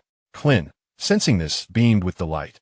"Thank you, Baby, for saving me years of arduous training." Chapter 58. This punch is called Divine Evasion. Ignoring Krillin's banter, Baby bellowed and charged at Gogeta with all his might. In an instant, 2 crimson figures darted through the Capsule Corporation, with each of Baby's strikes carrying tremendous force. Wielded as effortlessly as an extension of his own being despite Krillin's diminutive stature. In the face of Baby's onslaught, Gogeta evaded with lightning speed, arms crossed, neither attacking nor defending. Yet, even so, Baby's strikes failed to land on him. "Gah!" Baby exclaimed, astonished, his voice a desperate roar. "How can your speed be so incredible? Without your own power, it is all but an illusion." Gogeta looked down at Baby with pride. "How dare you utter such words? My ambitions and aspirations are beyond your comprehension." The battle was poised to erupt as Baby initiated the assault, unleashing countless energy blasts like a torrential downpour upon Gogeta. However, Gogeta merely smiled, his form flickering effortlessly to avoid every attack, reminiscent of a meteor streaking across the night sky. Gogeta, the perfected pinnacle of Super Saiyan 4th stage, stood tall, surrounded by a profound indigo aura. The purple energy danced playfully at the tips of his outstretched fingers, akin to a child toying with a delightful plaything. "Your attacks are nothing but trivial to me." With a disdainful smile gracing his lips, Gogeta spoke with an air of arrogance. "Allow me to demonstrate what constitutes an effective strike." As he finished his words, before Baby could even muster any anger, the violet energy at Gogeta's fingertips transformed into a slender beam of light, swiftly piercing through Baby's shoulder. "Hey, Krillin, I hope it's not a problem that I've damaged your body." Krillin, having just sent Gohan flying with a punch, turned back with a confident grin, assuring, "As long as you don't decapitate me or obliterate my limbs, superficial injuries are of no concern. Just don't get too carried away and forget about the plan." "Understood." Gogeta lowered his arms, tilting his head slightly upward, extending his hand and raising a fist with his index finger pointed skyward. "Baby, come forth." Gogeta was unabashedly summoning Baby, as one might call a dog. "I will surely kill you, you scoundrel." A flicker of rage ignited in Baby's eyes as his body disintegrated into countless specks, approaching Gogeta like an apparition. This was akin to a technique reminiscent of the afterimage fist. Due to system constraints, Baby was unable to access Krillin's memories. However, employing similar skills through muscle memory posed no challenge. Yet, Gogeta had already anticipated this moment. He vanished from sight, appearing behind Baby in an instant. "Roar? Did you think such trivial tricks could harm me?" Gogeta's voice was cold and self-assured. Baby, realizing his attack had failed, swiftly pivoted to unleash a powerful punch toward Gogeta. However, Gogeta merely waved his hand dismissively, a wave of energy effortlessly countering Baby's assault. "Do you truly believe such feeble attempts could affect me?" Gogeta's tone was laced with disdain. Baby's expression darkened as he felt an unprecedented pressure. How could such a formidable being exist on Earth? Scanning through the memories of all the Z warriors, Baby found no one resembling Gogeta. This was to be expected. In the official Dragon Ball Z canon, only Trunks and Goten had successfully fused through the Dance of Fusion. Vegeta and Goku had merged using earrings to become Vegeto in their battle against Majin Buu. This marked their first fusion into Gogeta. Suddenly, a powerful desire surged within Baby. What if he could seize this man's body? Indeed, I must claim this being's physique. Such formidable power must be mine. No one could evade my parasitic grasp. He will be no exception. However, before parasitizing him, I must inflict a wound. Baby, the embodiment of evil's essence, glinted with cunning in his eyes. Outside the realm of thought, his offensive grew increasingly ferocious. Yet Gogeta met each assault with ease, as if toying with an injured beast. I suddenly feel the need to accelerate the game. Gogeta abruptly surged forward, enveloped in a swirling violet aura, forming resplendent rings of light around him. An unfathomable surge of energy coalesced, seemingly intent on obliterating Baby and Krillin. At that moment, Baby seized the opportunity while Gogeta was preoccupied with gathering energy, deftly maneuvering into Gogeta's blind spot. Gogeta, having sensed Baby's movements, was about to strike him away when Krillin slightly turned his head, his gaze piercing, conveying a message through the magical teachings of Piccolo. Gogeta, do not forget the plan. Now is the opportune moment. But I have not yet had my fill of fun. Gogeta retorted, feigning ignorance to Krillin's look. A pang of frustration coursed through Krillin, who felt an urge to unleash a torrent of curses. However, for the sake of saving the Earth, he chose to implore gently, what is Baby? What fun can he possibly offer? He is nothing but a lump of clay. You must act according to the plan. I will find you a worthy adversary soon, far more entertaining than Baby. Gogeta's eyes sparkled at these words. Are you serious? Have I ever misled you? Furthermore, your time is running out. You must act swiftly. Their exchange transpired in a mere infinitesimal fraction of a second. And when they returned to reality, Baby's blade had barely grazed Gogeta by a mere micron.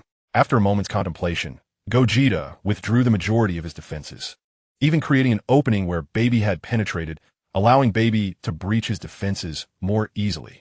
A whirring sound filled the air as a blade, capable of slicing through space, concealed all of Baby's corporeal essence, silently embedding itself within Gogeta. Krillin's body froze mid-air, bowing his head. He cast out a strand of flesh that pierced the blade, and from his mouth, he expelled an egg of Baby, regaining his movement, albeit now under Krillin's control. The instant the blade pierced his body, Gogeta immediately sensed an odd force within, vying for dominion over him. Do you think you can control me? Though his voice had slightly altered, Gogeta remained composed. Baby chuckled coldly within Gogeta's being. Did you think I was unaware? Your voice quivers. Indeed, my parasitism has never failed. Baby then prepared to seize complete control over Gogeta's body. However, Gogeta's form suddenly emanated a more potent purple aura, overpowering Baby's corporeal essence. How are you still, Gogeta? Where's Baby? Krillin exclaimed, his eyes widening as he perceived the absence of Baby's malevolent energy within Gogeta. Gogeta, feeling capable of resisting Baby's control, innocently glanced at Krillin. This is not my fault. He is simply too weak. Krillin, inexplicably vexed, pondered what is happening with Baby. At a critical moment, he falters. I allowed Gogeta to hold back. How is it that once your time to shine, you perform so poorly? Perhaps you should ease up a bit and stop resisting? Gogeta merely shrugged. All right, next time, be sure to find me an entertaining adversary. Indeed, indeed. Krillin chuckled as he bid farewell to Gogeta. After finally seeing Gogeta off, Krillin calculated the time left, only half a minute before disintegration. Well then, let us see if his thoughts will come to fruition. Krillin, disinterested in further combat, casually launched a spike that pierced Gohan's body. In an instant, Gohan plummeted from the sky, crashing to the ground and struggling to rise. Before long, he expelled Baby's egg. Once returned to normalcy, Gohan gazed around in confusion. Where's this? Wasn't I at home? In the next moment, as he bid farewell to Krillin, an unfathomably terrifying force erupted from Gogeta's body. Ha ha ha. Baby have finally succeeded. I can feel it. I am now countless times more powerful than Vegeta and Krillin combined. The ambitions of the Zephyrians will surely be realized through me. I shall carry this formidable body and extend the Zephyrian dominion across the multiverse. With an evil grin, Gogeta's face was tainted with malice, gazing down upon all beings with unparalleled arrogance. You overestimate yourself, Baby. Krillin's voice suddenly interrupted Baby's wicked laughter, rich with mockery. Oh, Baby, donning Gogeta's visage, turned to face Krillin. Ah, it's you, Krillin. I wondered which little insect was buzzing in my ear. Then again, who else could it be but you? Baby placed his hands on his hips, sneering. Krillin smiled softly, retrieving Cell's body from his spatial pocket, reclaiming little Cell, whose consciousness instantly surged into Cell's form. While it may be improbable to defeat you, I can certainly hold out for several seconds. Cell's eyes opened, and after a brief adjustment, Krillin clenched his fists, a terrifying aura erupting forth, causing all matter in the universe to tremble at his presence. Seeing Krillin's movements, Baby was taken aback. You intend to fight me? Indeed. As his aura peaked, Krillin's appearance in Cell's body remained unchanged. Yet his energy transformed from a white blaze to a noble and cold rose gold. Super Saiyan Rose Gold, an exclusive form of Krillin. The rose gold hue shone with the light of hope, a blade that cleaves through darkness. Baby was momentarily stunned, then burst into laughter. Ha! Your power seems impressive compared to my former self, but now, before the mightiest body I possess, you're no different from the rest, weak as a mere insect. However, since you seek your demise, I shall oblige. With an evil grin, Baby vanished in an instant.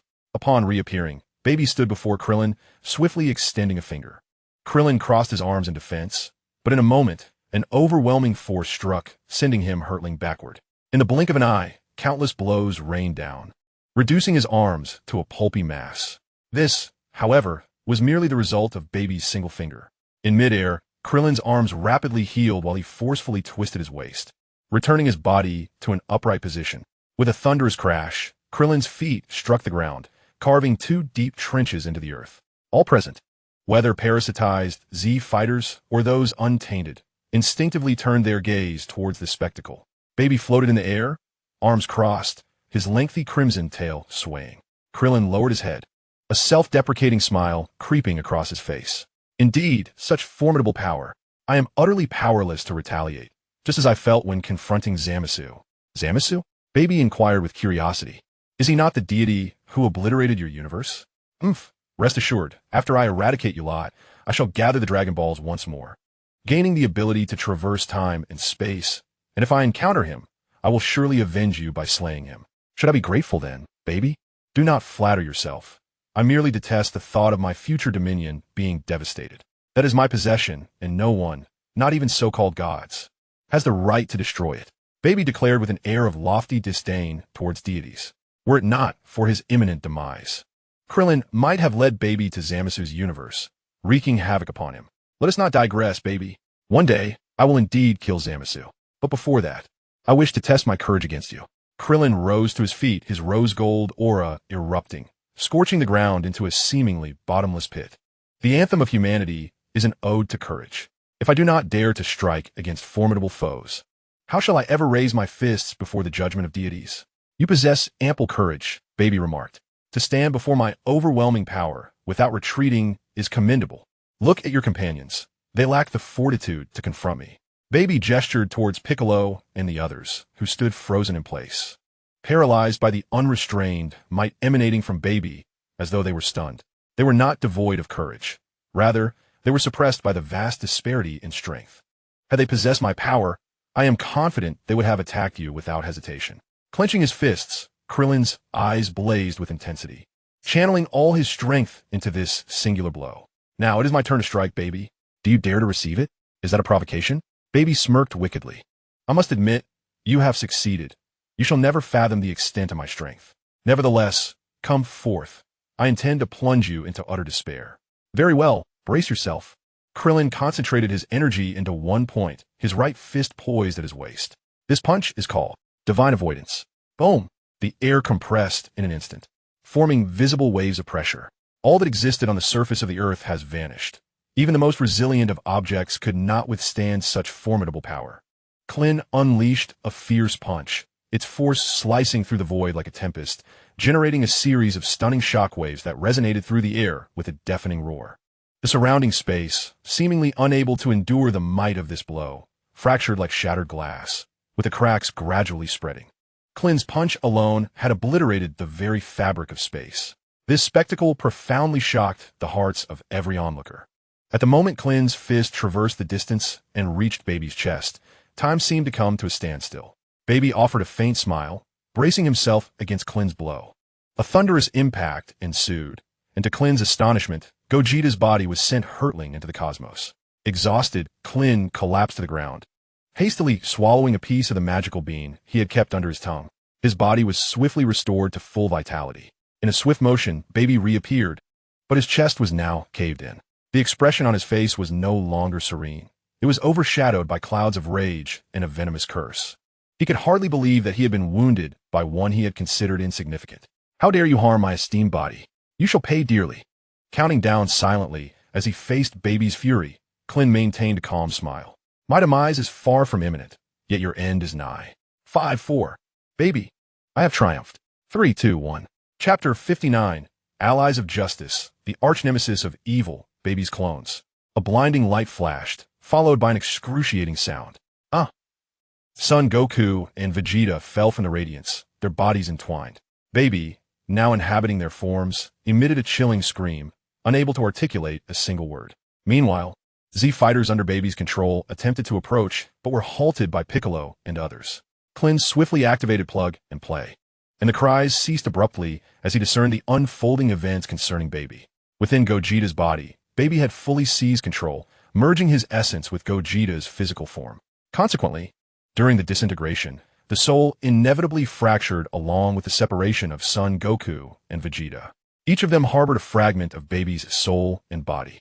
The agony of a soul tearing apart is not something anyone can easily endure. It is a rupture of essence and consciousness. Except for Krillin, who cleverly utilized Plug and Play to partition his soul and consciousness, allowing him to control clones. Others attempting such a feat would be courting death. Even Krillin, possessing formidable mental strength, would not dare to separate his soul and consciousness without the aid of Plug and Play. Just as the brain is the most intricate organ of humanity, the soul and consciousness represent the essence of one's true existence. It is through the soul that you exist, and through consciousness that you think, remember, and possess wisdom. To recklessly divide the soul and consciousness can lead to immense peril if not handled with utmost care. The portion of your soul that is severed retains the memories and awareness from the first 10 years of your life and the subsequent 2 decades following your 30th year.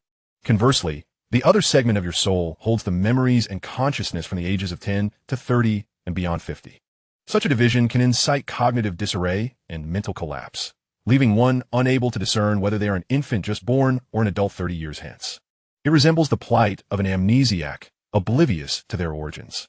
In summation, the fragmentation of the soul carries a significant risk of resulting in a state of mental deficiency, with only sporadic utterances of coherent thought revealing traces of past normalcy. Baby, having been born less than a year ago, possesses limited mental fortitude.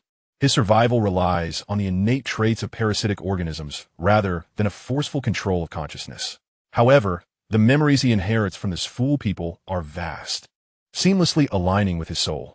This ensures he retains the memory of this enmity, while allowing for the accommodation of future recollections and facilitating normal cognitive function. Should he continue to develop, it is undeniable that his combat prowess, energy, and mental strength will become extraordinarily formidable. Yet, at less than a year old, his soul is still in the stage of gestation. This has resulted in a chaotic and overwhelming torrent of memories, combined with the resentment of his fool people, which instantaneously shatters his cognitive coherence.